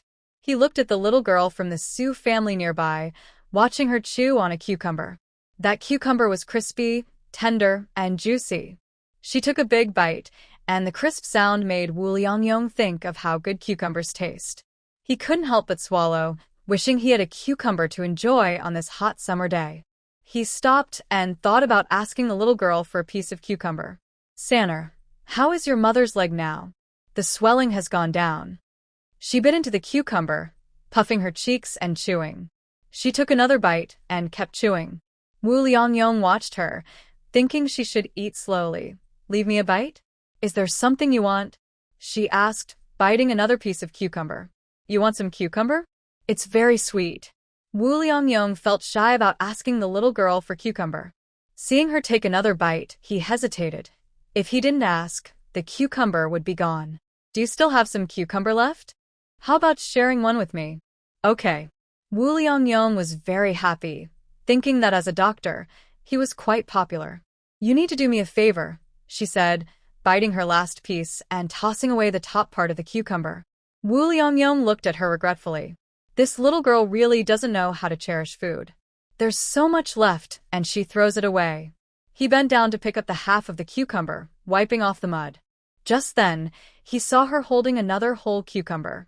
Looking at the half in her hand and the whole one she held, he suddenly felt uncomfortable, as if he had been played a trick. He threw away the half cucumber and acted like an adult. You have a new one? Why didn't you say so earlier? You didn't ask, she replied. Wu Liangyong felt annoyed. A grown-up being played like this by a child was embarrassing. He waved his sleeve to leave. The top of the cucumber is dark green, and the flesh tastes bitter. Besides stir-frying, it's not good to eat. Better to throw it away, Su Lingyu said. If you help me, I'll give you this cucumber. Wu Liangyong didn't want it anymore. The sun is so hot, and walking back to the city, who knows when we'll get there. The cucumber is sweet and refreshing. Want to stop and eat before we go? Wu Liangyong turned back, snatched the cucumber, and took a big bite. Tell me, what do you want? Find someone else. Wu Liangyong turned to leave. Su Lingyu grabbed his sleeve. You ate my melon and still want to leave? You didn't say you were going to treat this cow. Da Mao, come help. She was a little girl, unable to stop Wu Liangyong, so she had to call for help. The donkey was strong and bit Wu Liangyong's collar, so he couldn't run away. Let me go. Let me go. This is a sick cow. It has a fever and could die. You're harming me. Who will treat your mother, or the villagers? She desperately held onto Wu Liangyong, preventing him from escaping. I've been treating it these past few days. The pus on its body has stopped. You just need to use some herbal medicine to clear the heat, stop the itching, and help the skin scab over. Just give me the ointment. I don't need you to do anything else. That's what you said. Seeing him soften, Su Lingyu let go, and the donkey released its grip.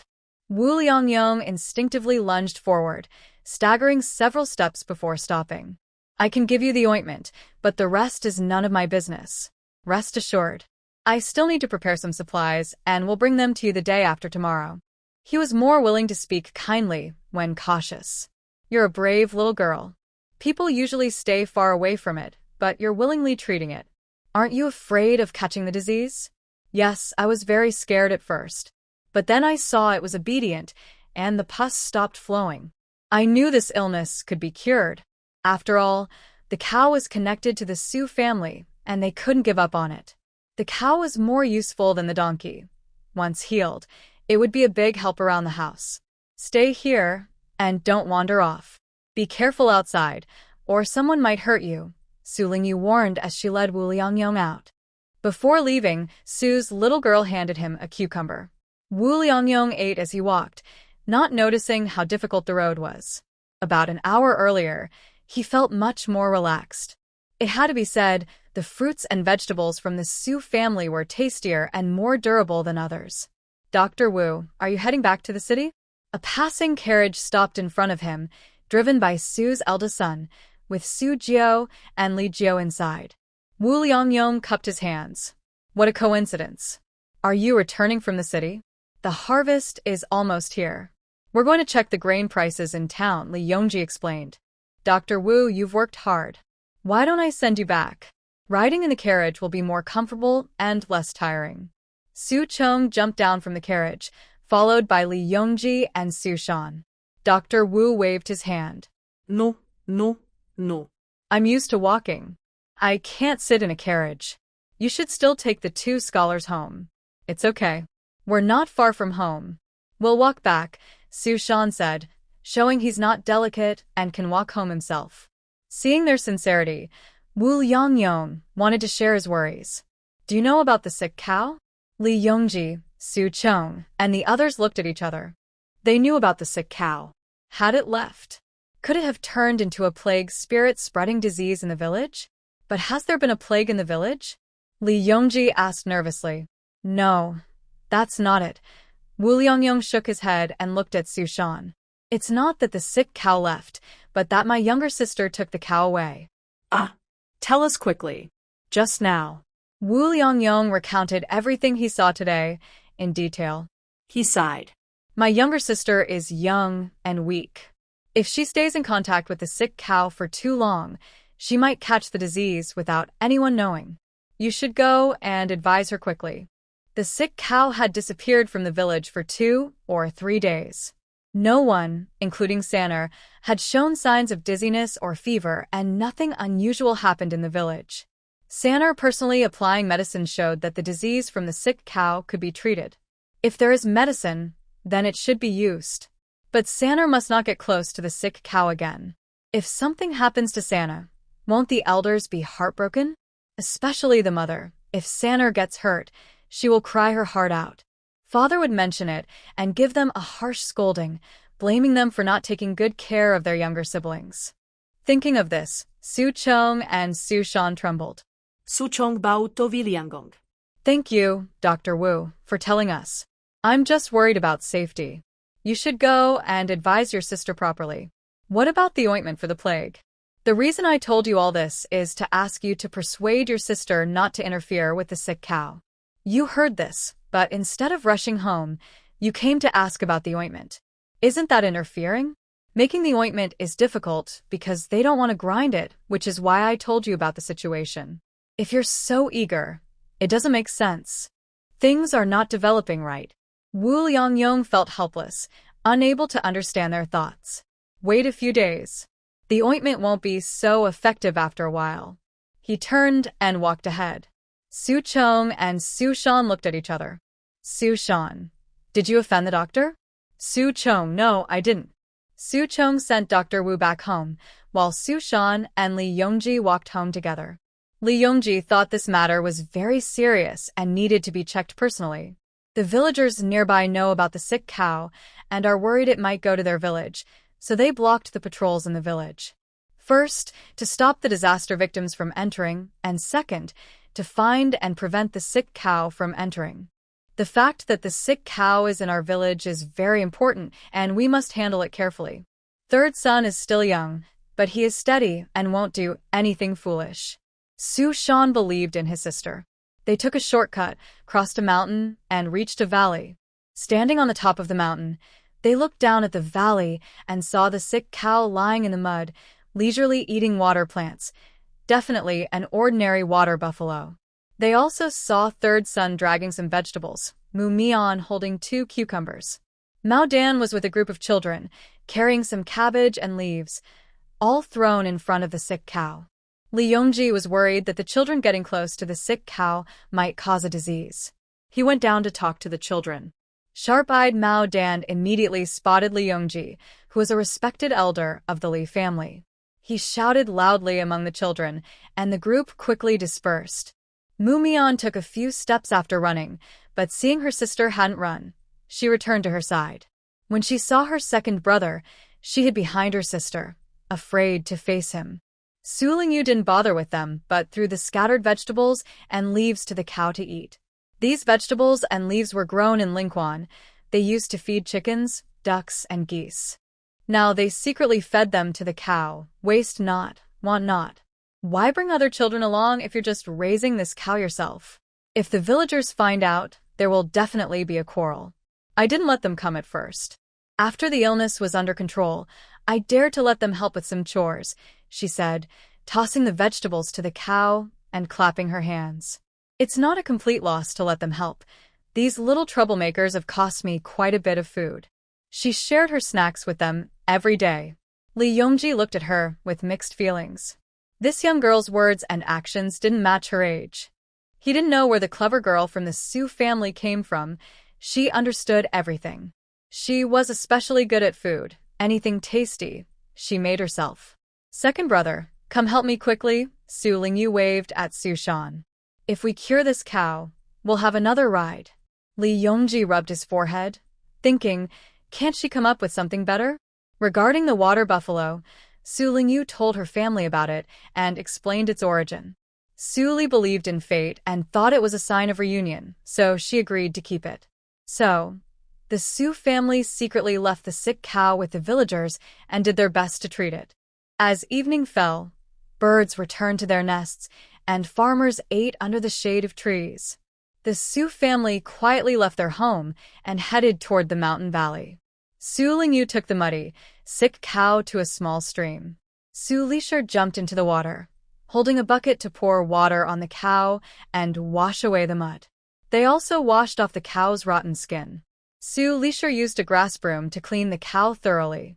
Su Lingyu handed over some ointment, but Su Lishir pushed her away, telling her to stay back. If there really was a plague, only she would die, but she didn't want it to spread to her grandchildren. Tonight, she planned to go to a wooden hut on the mountain. The hut had been built a few days ago, and she intended to stay overnight. If anything happened, she wouldn't go back home. She would stay on the mountain and die there, so she wouldn't dirty the family's beds. Su Lishir took out the ointment and applied it to the cow, saying, "Put on this ointment, and you'll get better. Don't get sick again. You're my son's cow, brought back by him. Even if it benefits us, it's not really ours, and you won't survive either. The grudges and hatred are over now. If you want revenge, you can come after me, the old woman." While applying the ointment, Su Lishir said, "I don't know how you got sick or how you escaped. The family that took you in must be unusual. If your skin turns blue or green, it would be quite pretty."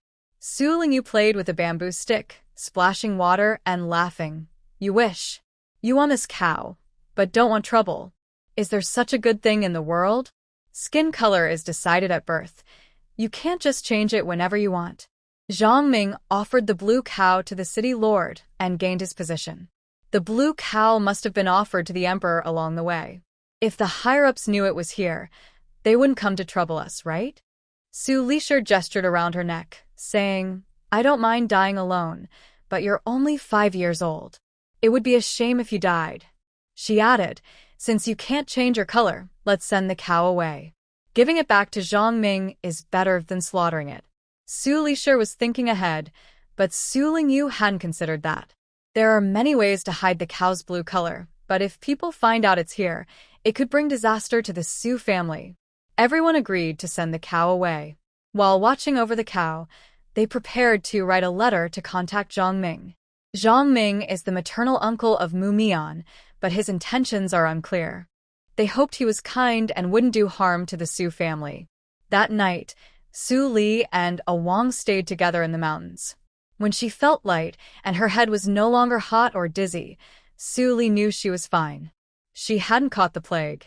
People often say that old people feel young again, but she slept well last night. She slept until dawn and felt very comfortable. This gave her more confidence, and she cleaned the blue ox more diligently. A few days later, light rain fell. Mao Dan, holding a taro leaf and carrying a bag of ran into the Su family. Su Zhang's wife weighed the and gave Mao Dan 10 cents. The aunt from the Su family was very gentle, even when giving money. She was so kind. After giving the money, she also said thank you. It was quite funny. Most people who brought things would say thank you to the receiver, but the Su aunt actually said thank you to him. The Su family's thank you is easy to get, just helping them a little was enough. They truly were a polite family who valued manners. Yes, Su Sanner was also very polite and generous, giving them lots of food. Mao Dan wiped the rain from his face and said, I saw Uncle Su. They came back from Shiko village driving several cows of different sizes. Is that true? Absolutely. But several people are herding the cows, so I'm afraid the money will be hard to split. Mao Dan worried aloud. 6 cows, 5 people, 1 cow per person, and 1 cow left over. Even if they slaughter the cows, no one can get a whole cow leg. Thanks for telling me. I'll go take a look. All right, go ahead. He spoke like an adult, then took a few steps out of the small yard and happily ran home like a playful child. Su Lingyu came out of her room, stepped over the threshold, and said, Dad brought back the cows. It's a good chance for us to explain the origin of the blue ox to outsiders. The rain was annoying. Farmers couldn't go out to work, so they stayed at home, weaving farming tools or repairing shoes. When they heard that Su Qingqi had brought back a herd of cows, they all came out to look. Seeing the big and small cows in the herd, a few families were tempted. Although they couldn't afford to buy a cow alone, a few families pooling their money could buy one. Calves could grow up, and big cows could plow fields. Those with more money wanted to buy big cows, while those with less money wanted small calves. The cousins discussed a few words and then went home to talk to their families or asked Su Qingqi about the price. Su Qingqi returned home happily. The villagers, curious about the herd, came to take a look. They stopped him, wanting to buy cows and sell cows. They discussed their needs, and everyone was able to agree on a fair price. The cattle had not yet returned to the barn when 3 of them were already reserved. Su Qingqi was not in a hurry and told them to go home and discuss it slowly. He led the herd to the Su family's cattle pen, and Li Dan and others parted ways with Su Qingqi. The Su family sat around the fire, warming themselves while listening to Su Qingqi talk about the outside world. Su Qingqi took a small cloth bag from his pocket and handed it to his wife, saying, Dai has had a bad time this time. 3 counties were affected by earthquakes. Stones blocked the river, causing water to flow back into the fields, ruining the rice crops. We worked for over half a year, but there was no harvest. The people are suffering. Mountains collapsed, houses fell, and many people died. To get food, they sold their oxen to us. We didn't dare stay long, so we took the oxen and moved on. We bought oxen in Dai and sold them in Daliang. Su Qingqi was drying off the dampness from his clothes. Mrs. Su opened the cloth bag and exclaimed, All silver coins? Exactly 5 taels, he replied. We can't do this kind of trade again. Because of the disaster, the local officials can't control us. Once they recover, we can buy and sell oxen again, but if we do it now, we might get caught and thrown into jail. Su Qingqi thought clearly about the situation. It's good you're going home now. I have something to discuss with you, said Su Lingyu, then told him about the young blue ox. Su Qingqi was very surprised. It was taken away when it was less than 10 days old. It can come back here, which is fate. Since that's the case, let's keep it. We can apply some ointment and change its skin color. Despite feeling tired, he went out in the dark to bring the blue ox back and blended it into the herd. Dressed in a raincoat, he entered under the eaves, took off his straw hat, received the soup his wife handed him, and asked softly, Sanner said that ox is blue? Could it not be blue? Mrs. Su turned to look at her mother-in-law as she spoke. Mrs. Li asked, Did you get it wrong? I don't know. When I saw it, it looked just like a water buffalo, nothing special about it. That was strange. Mrs. Li lit a torch and went to see the water buffalo that night. She found it mostly dark blue and black, blending in very well among the herd. Believe it or not, it's true. It really changed color, Su Shan and Li Yongji said. Could it be dyed? Li Yongji and Su Shan hurried to the Su family to find out. He had seen the blue ox before. The first time, it was covered in mud. The second time, its skin was ulcerated, showing patches of blue and white, looking very ugly. Walking to Sue's herd of cattle, I gathered with villagers, pretending to enjoy the fun, and pointed along Mount Su.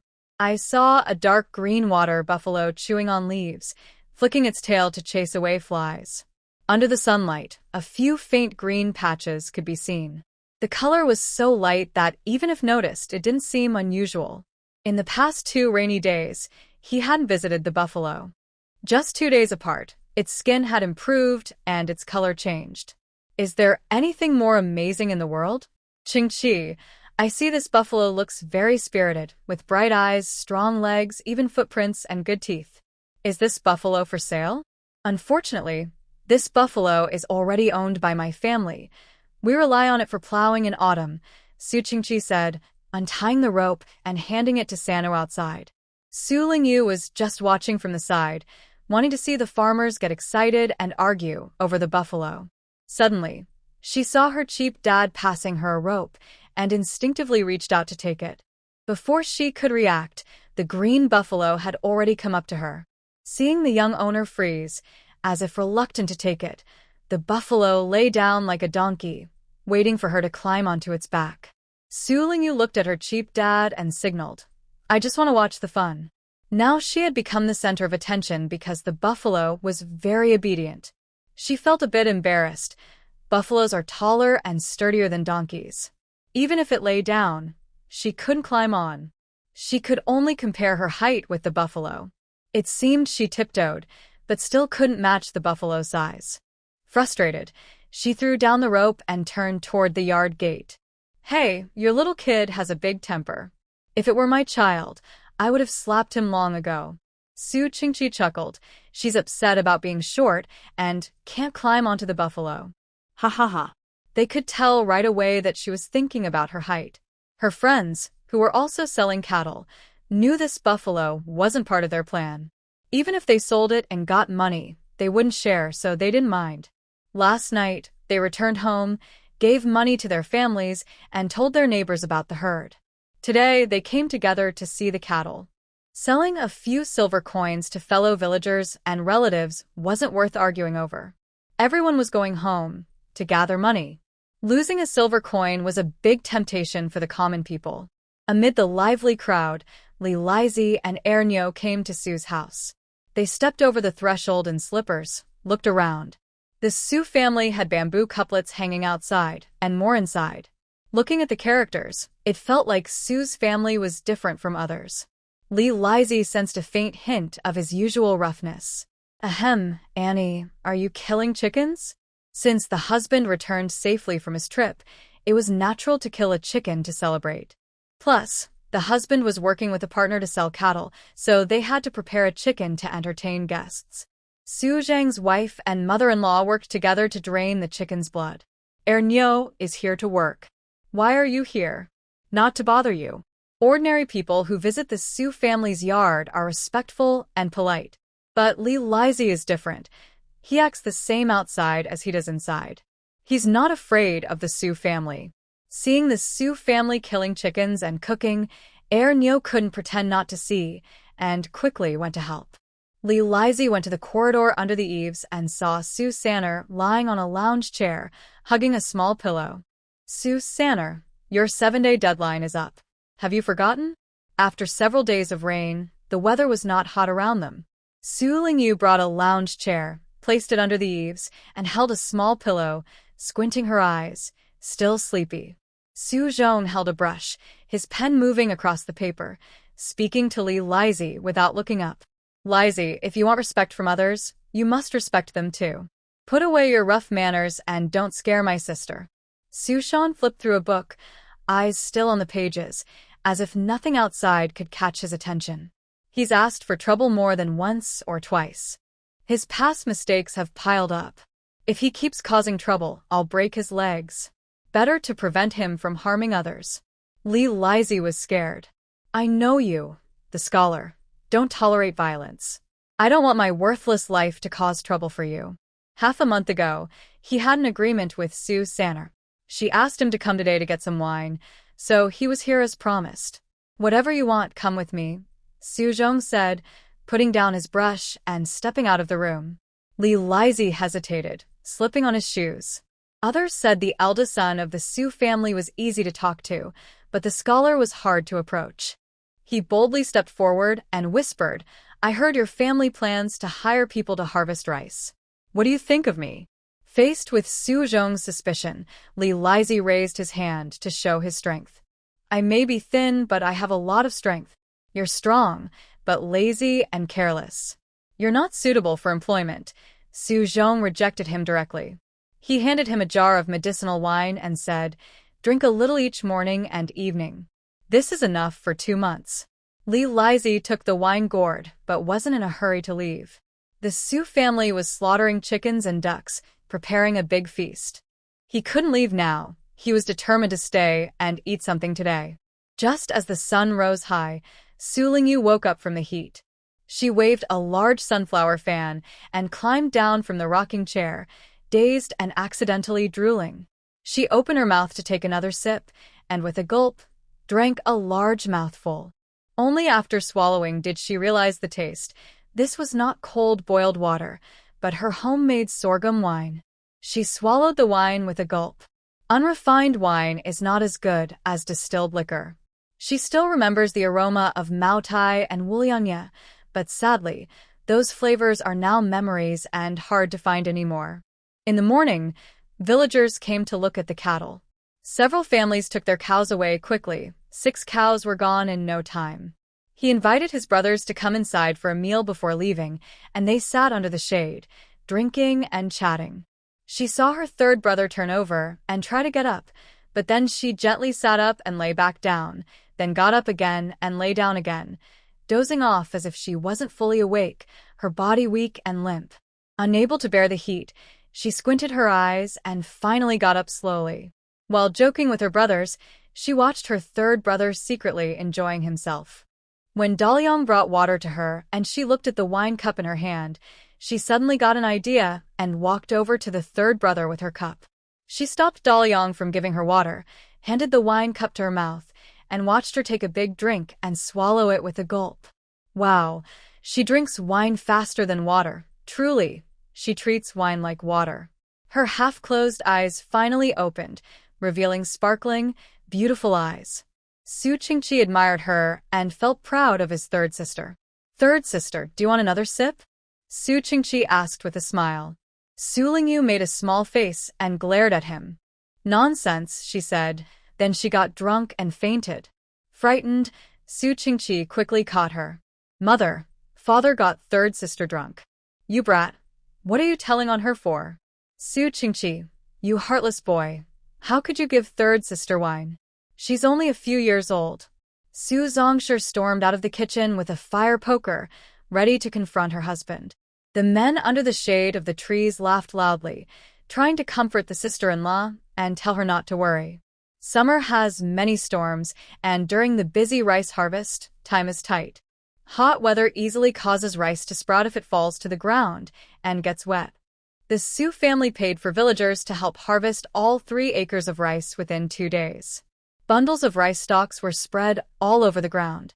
Su Lingyu, wearing a straw hat, walked among the rice, selecting the grains to be used as seed for autumn planting. The rice cultivated in Lingquan has a strong aroma, with full, short grains. Each acre's seed was kept separate because she needed to grow rice resistant to lodging, falling over. The Su family's rice was harvested 2 days early. When Wang Long heard the news, he rushed to the Su family, worried that this batch of rice might be sold to outsiders. The horse was hurriedly brought to Li's grain field, where villagers from Dongquan village were gathered. They greeted each other warmly. Congratulations! Lady, this year's harvest is very good. Do you know how much 1 acre of land yields? Asked Mrs. Su Li with a riddle. Wang Long looked at the rice stalks in the field and tentatively asked, 180 Jin? A nearby farmer echoed, yes, yes, higher, higher, go higher. Taking a deep breath, Wang Long boldly guessed, there was a time I traveled to Central Plains, where the soil is very fertile and best for growing grains. An old farmer worked hard and got 232 gin of grain per acre. Last autumn, I saw the best land producing about 160 gin per acre. Today, I guess 180 gin. You all say I'm guessing too high, but I dare to guess higher. If I'm wrong, don't laugh at me. Could it be 240 gin? Seeing Mrs. Suli shake her head and giggle, Wang Long's heart trembled. The best farmland in Central Plains usually yields no more than 230 gin per acre. If the Su family's yield exceeds that, it must be reported to the court. Congratulations to the old lady. A higher yield per acre is worth celebrating. Wang Long said, "Everyone, please reveal the answer, so I can know exactly how many gin per acre." Maximum yield is 248 gin and the minimum is 213 gin, someone nearby answered quickly. Looking at the people gathered around, Wang Long knew that the fragrant rice from the Su family couldn't all go into his pocket. "Please, everyone, show some mercy and share a little fragrant rice with me. My wife and son at home love it very much." No one spoke. The respected village head stepped forward and said, "We're all just trying to earn our daily bread. You want the rice now, but we're aiming for next year's harvest. Once we grow it, we can sell it to you. That way, your family can enjoy rice for a longer time." "I understand. Just ask for 2 gin for myself, to enjoy some fragrant rice," Wang Long said. When he saw that he couldn't persuade them, he went to build a good relationship with Su Qingqi. The villagers of Dongquan village guarded their rice tightly. The village head son, along with others, followed Su Qingqi, not allowing him to make any reckless promises. When Wang Long mentioned the new grain, they interrupted him. The village head was anxious and wanted to bring home the reserved rice. "When will the third son pick the rice? Go help him, all of you." Mrs. Suli was sewing and said vaguely, "The seeds in my family are picked by her. She deserves credit for a good harvest. Don't bother her now, she's upset." In previous years, the third son would pick slowly. This year, everyone was rushing to get seeds, urging him to pick under the sun. No wonder she was angry. A little child doesn't understand much. "Auntie, I'll help you choose quickly." Yes, look at the 4th generation of the old third family, who even gave birth to 3 sons naturally. She's a very lucky person. Let her help with the selection, and you'll have a good harvest this autumn. Su Li sighed. "She doesn't understand, you say? When she was born, auspicious clouds appeared in the sky. She is special from the start. Even the household poultry listened to her. How can someone who hasn't farmed before produce so much grain? Don't you think experience is needed? Are those all taught by her?" "Auntie, that's not how people say it. Even if you want to praise Sanner and want her to marry into a good family, that's not quite right. Believe it if you want." Suli no longer argued, opening the sewn bag and giving it a shake. Seeing Sano approaching, she picked up a sunflower fan to fan her. "You're too hot. Have some water." Su Lingyu wiped her sweat and said to the village chief, "Please gather the villagers. I have something important to tell everyone. It concerns our harvest." The village chief looked at Sanna, who was only about 5 years old but spoke like an adult. Her brows hadn't fully formed yet, so it was hard to tell what she looked like. If what Suli said is true, this child will be extraordinary. Either she is a future matriarch or a remarkable woman of her generation. For now, let's trust her. The village chief called everyone over, saying there are some things to discuss. Su Lingyu stood on 2 stones, still unable to see eye to eye with everyone. "There are some things I need to tell you. Please be quiet first. After I finish, you can ask questions. You can see over there are 3 patches of rice, each of different kinds. The first patch on the left is fragrant rice, with slender grains that taste good when cooked or made into porridge. The second patch is number 3 rice, cultivated 3 times. It has the highest yield but is prone to falling over, and the grains aren't very fragrant. The third patch on the right won't fall over, and the grains aren't fragrant either, but it has the second highest yield. Every grain can be used as seed, and it won't decrease in production for several years, even increasing. You can choose based on your family's needs. Can I have both? Yes, as long as you're willing to plant both. The yield of the Su family's land was well known. No one could deceive others. Some believed, some hesitated, unsure of themselves. What if I mix the two kinds of rice together? I don't know. You can try it. Are all the ideas about planting grains coming from you? I only teach them composting and fertilizing. Farmers who grow crops know how important compost is. Good rice depends on fertility and pest control. Even if they look down on it, they still listen carefully to see if the child is talking big. Our farm doesn't have enough rich soil, and chicken and duck manure isn't enough. Even if we hold it still doesn't add up. What should we do? Yes, what should we do? Lack of fertility often causes rice seedlings to grow poorly. You can make compost. How? First, dig a pit, then mix bird droppings from the mountains, rotting leaves, chicken and duck manure, human waste, and stir it into the pit. Press it down firmly and cover the top with grass to keep air out. After 2 or 3 months, the compost turns dark and can be spread on water fields. The darkened soil nearby can be used to grow vegetables. Really? Can it work? It can. But after it releases gas, it will smell a bit bad. You need to let the smell out before digging out the compost. If you add lime, it can also kill pests, preventing insects from laying eggs in the manure and harming the seedlings in the water fields. They had never heard before that lime can kill pests. Can you believe it? Dare you to believe it? Ask Andy to see. The amount you need, go tell my dad. He's already prepared weights. Sulingu pointed to Dad.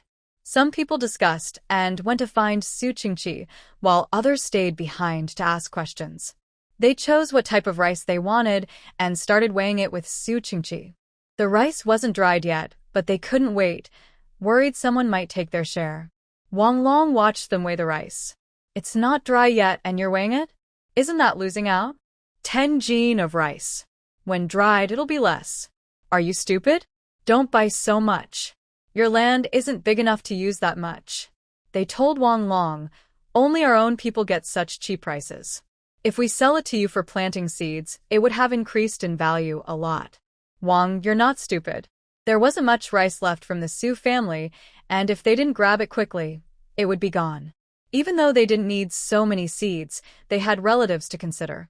Their father-in-law's family and grandmother's family also wanted some. The 3 families together used over 10 jin of seeds. If they didn't ask for some now and later someone asked for it, they wouldn't be able to give it, which would be embarrassing. High-yield rice and fragrant rice types were popular. All are from Dongquan village. The village chief, along with a few others, is watching him closely. Not wanting to cause trouble with the locals, Wang Long dares not to forcibly take anything. He can only speak firmly and try to persuade the villagers, hoping they will show mercy and leave some for him. Wang Long suddenly grabs a bag, filling it with his own grain. Over 100 jin. If others try to take it, he will fiercely defend it, even threatening to bite. As for the matter of selling seeds, it can be discussed anytime, but once they leave this village, there will be no shop left. Naturally, the villagers of Dongquan will rush to buy. He hands coins to Su Lishir and Su Zhongshir, who eagerly accept the money. Su Lingyu watches from the side, enjoying Wang Long's angry expressions. An hour and a half pass and finally, they settle the money and resolve the issues with the villagers. Su Qingqi approaches Wang Long, his voice hoarse but trying to speak calmly. Big brother, holding on to this won't help. I really have no rice to sell you. Wang Long pats his body and the grain he's taken, saying, if you sell me these, then it's fine. My 3rd son loves fragrant rice. If I sell it to you, I won't be able to enter my house today, he says, swallowing hard and speaking hoarsely. The villagers don't try to take from you anymore because they agreed in advance to leave some for me. They have sharp eyes, they see how much is left. Brother Wang, you've underestimated the amount. Wang Long jumps up from his bag and punches Su Qingqi. You good for nothing. I consider you a brother, and I've always looked out for you. Yet, you make things difficult for me at every turn. My family agreed early on to eat the fragrant rice from your farm. When we met last time, I already knew. Now you're making money and going home, leaving me behind. Are there still people in this world as unkind as you? Wang Long rolls up his sleeve, almost ready to cut ties with Su Qingqi. Su Qingqi quickly steps forward to stop him. Good brother, don't be angry. I don't have much to give, but… Alright, good brother. I don't need much either. Just share 50 or 60 jin with me, and I'll pay you the seed price, Wang Long says, his face not smiling, but his eyes showing some satisfaction. This isn't possible. Su Qingqi secretly glances at his third son, who is glaring at him. He feels torn. On one side, his good third son. On the other, his brother. What should he do? He's truly caught in a difficult spot. Su Lingyu helps her mother count the coins. Brotherly love can sometimes be a lifeline, and sometimes a deadly poison. Brothers who only think of themselves and don't consider others, better not to have them. Who she's talking to is unclear. It seems she's speaking to Su Qingqi, but it could also be about Wang Long, who often faces wind and waves, naturally understood the meaning behind those words. But he didn't want to admit that he was the kind of person who doesn't consider others. Sanner speaks very well. Brothers like your father are hard to find. You really understand me, she said. She was clearly talking about Wang Long, so when did she call him cheap dad? This Wang Long is as sneaky as a snake and as clever as a fox. He can climb up using a stick and is very cunning. He poured the copper coins into his money bag, listening to the clinking sound. She looked at Wang Long and asked, Why? Why are you so persistent? Merchants value honesty and trust, and also loyalty. You prefer to use loyalty to pressure others just to get fragrant rice. Why is that? Sanner from the Su family said this, making all three pairs of eyes turn to him. The situation he controlled was instantly turned around. The fragrant rice he was supposed to get might now be out of reach. Su Shan, the highest-ranking member of the Su family, is followed by Su Qingqi. Since Su Shan is often away from home, gaining Su Qingqi's trust allows him to get what he wants from the family. If he can't find a convincing reason, he fears losing Su Qingqi's trust. The good products from the Su family are probably hard to buy. Wang Long explained to Su Qingqi, to be honest, General Sun will arrive at Liangguan City soon. As a local power in Liangguan, I have to go around and find good things to please General Sunday. Your family's fragrant rice, of course, will be sold in Central Plains and fetch a good price. It's the best way to please General Sun's family. Wang Long bowed deeply. Brother Su, I apologize just now. Su Qingqi quickly stopped him, not letting him bow all the way. Don't say that. I understand your difficulties. I can share a few. A few jin of rice, it's not hard. He initially wanted to say dozens of jin, but seeing Sanner's clear black and white eyes, his softened heart hardened. The dozens turned into just a few. Too little, giving it away would be too embarrassing. Let's forget it, Wang Long said with a hint of disappointment. 20 or 30 jin is fine, no more, Su Qingqi replied. I have some good sorghum wine at home. Uncle Wang, do you need it? I can also sell you some freshly harvested white beans, Su Lingyu said. Before she finished speaking, she caught her cheap dad's gaze. She curled her lips and answered with her eyes. If you dare sell my rice, I will sell your wine. That's good. I just worry you wouldn't want to sell. The last batch of soybeans you sold was very popular. The tofu shop in the east bought it all, he said, making a quick profit. The products from the Su family, like beans and grains, are worth selling as seeds. The people who buy and plant the crops all speak highly of it. Although the sorghum wine at home wasn't brewed by Sanner, my mother listens to her. She told me to sell it, so I helped sell it. Now, do we still have wine to drink? Such a petty-minded little girl. Su Qingqi went to get a cloth bag, weighed 20 jin of fragrant rice with Wang Long, and apologized in his words. This is the largest amount. Mr. Su Zhong still needs some sent over, and the remaining amount isn't much. I'll expand the planting in autumn. Before the new year, I believe I can make you look good in front of General Sunday. 30 jin turned into 20 jin, so Sanner probably won't sell his wine recklessly anymore. Even drinking a sip of wine depends on the little girl at home. Is it easy for him to be this father? Not easy at all. To enjoy a tasty bowl of rice, he not only has to work hard planting, but also has to outsmart his cheap father. Is that easy? No, it's not easy. Mian, Cotton, sat on the ox's back, greedily eating wild red berries picked from the mountains. smudging her mouth without realizing it. Su Lingyu sat behind her, protecting her, picking berries to eat whenever she saw one. The two sisters were quite relaxed. A butterfly fluttered by, resting on the ox's horn for a moment before flapping its wings and flying away. Mion pointed at the butterfly, asking her sister to look. Cloud matches rain, snow matches wind. Cloud matches rain, snow matches wind. Evening glow matches clear sky. Evening glow matches clear sky. Su Lingyu was teaching Mion the sound and rhythm enlightenment. She recited a line, and Mion repeated after her. No need to nod or shake her head. Just say it clearly. Su Lingyu is not a good teacher. She never teaches strictly from books. Mion is not a good student either. She forgets what she learned by the next day. Neither of them is focused on teaching or learning, but it's quite amusing. People in the village heard these two girls reciting poetry and essays. Some said the Su family was impressive. Men could pass the imperial exams, and women could read and recite poetry. Others said that women without talent are virtuous. No matter what they said, those who couldn't attend private schools envied Su Lingyu and her sister for being literate and able to read.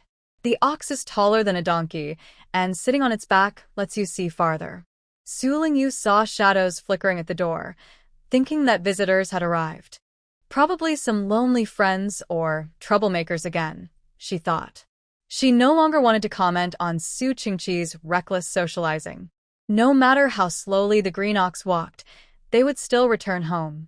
Su Lingyu and Mion slid down from the ox's back, patted the ox's neck, and let it go to the oxen pen.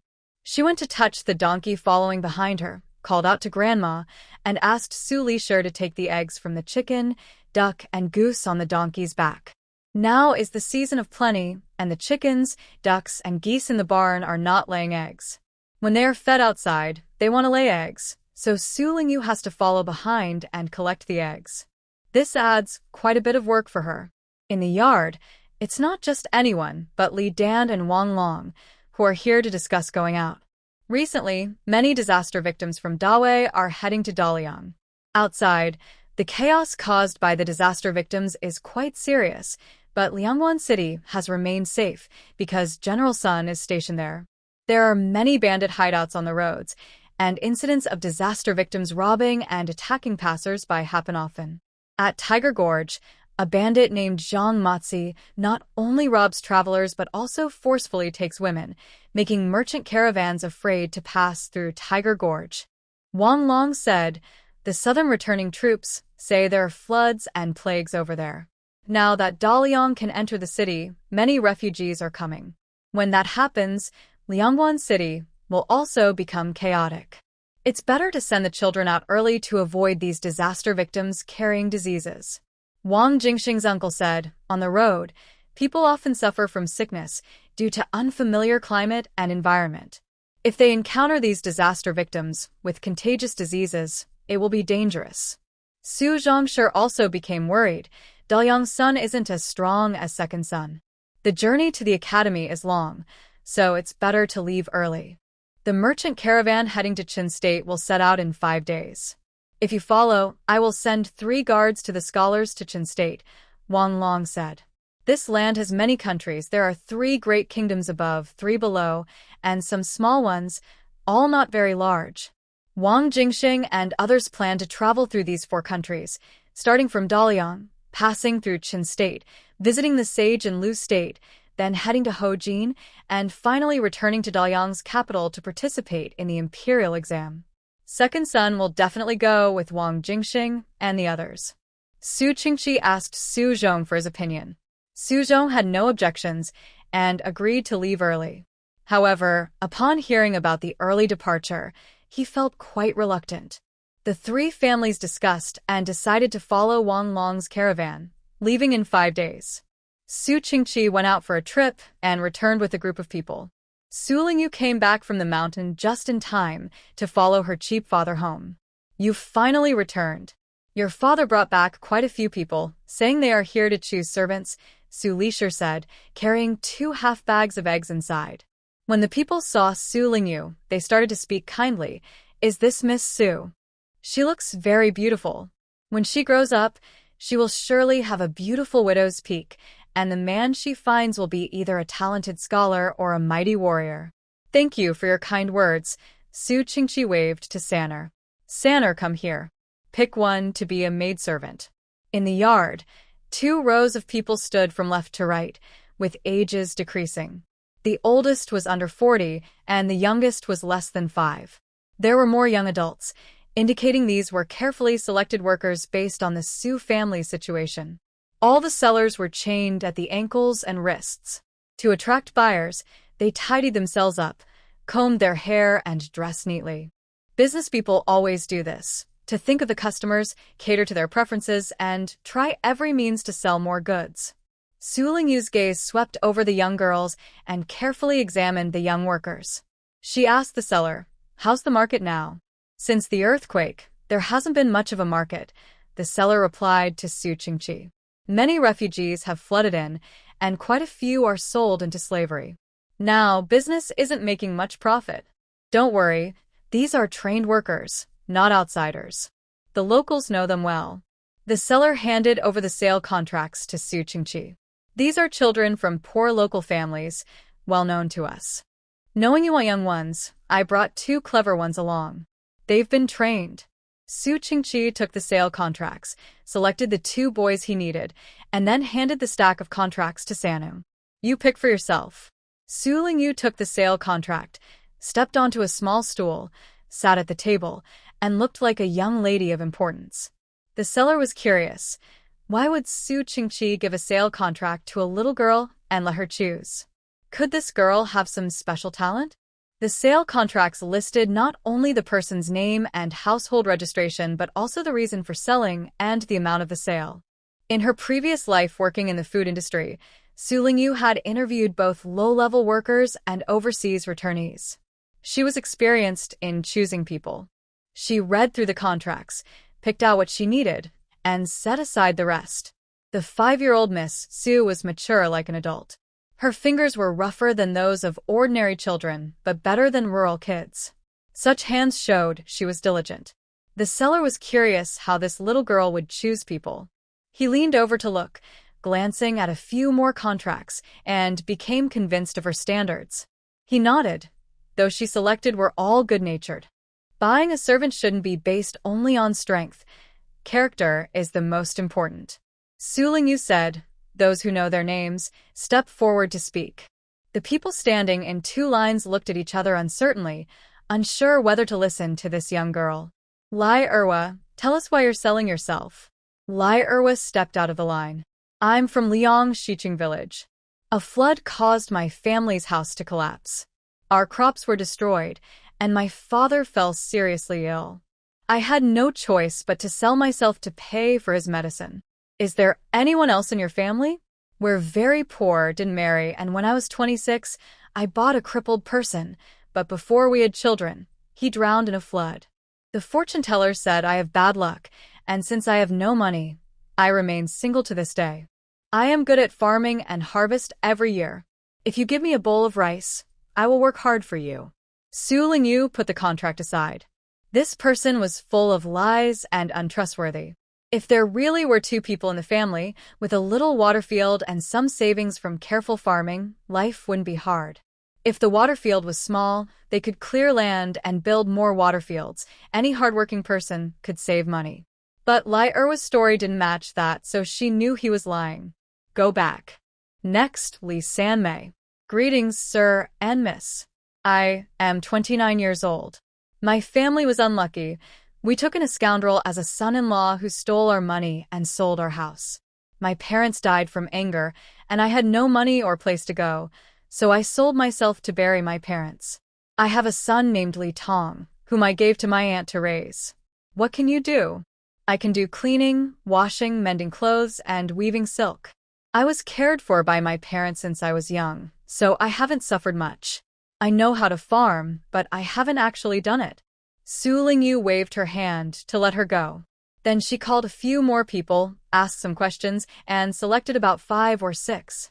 There were 2 men for women and an 8-year-old boy.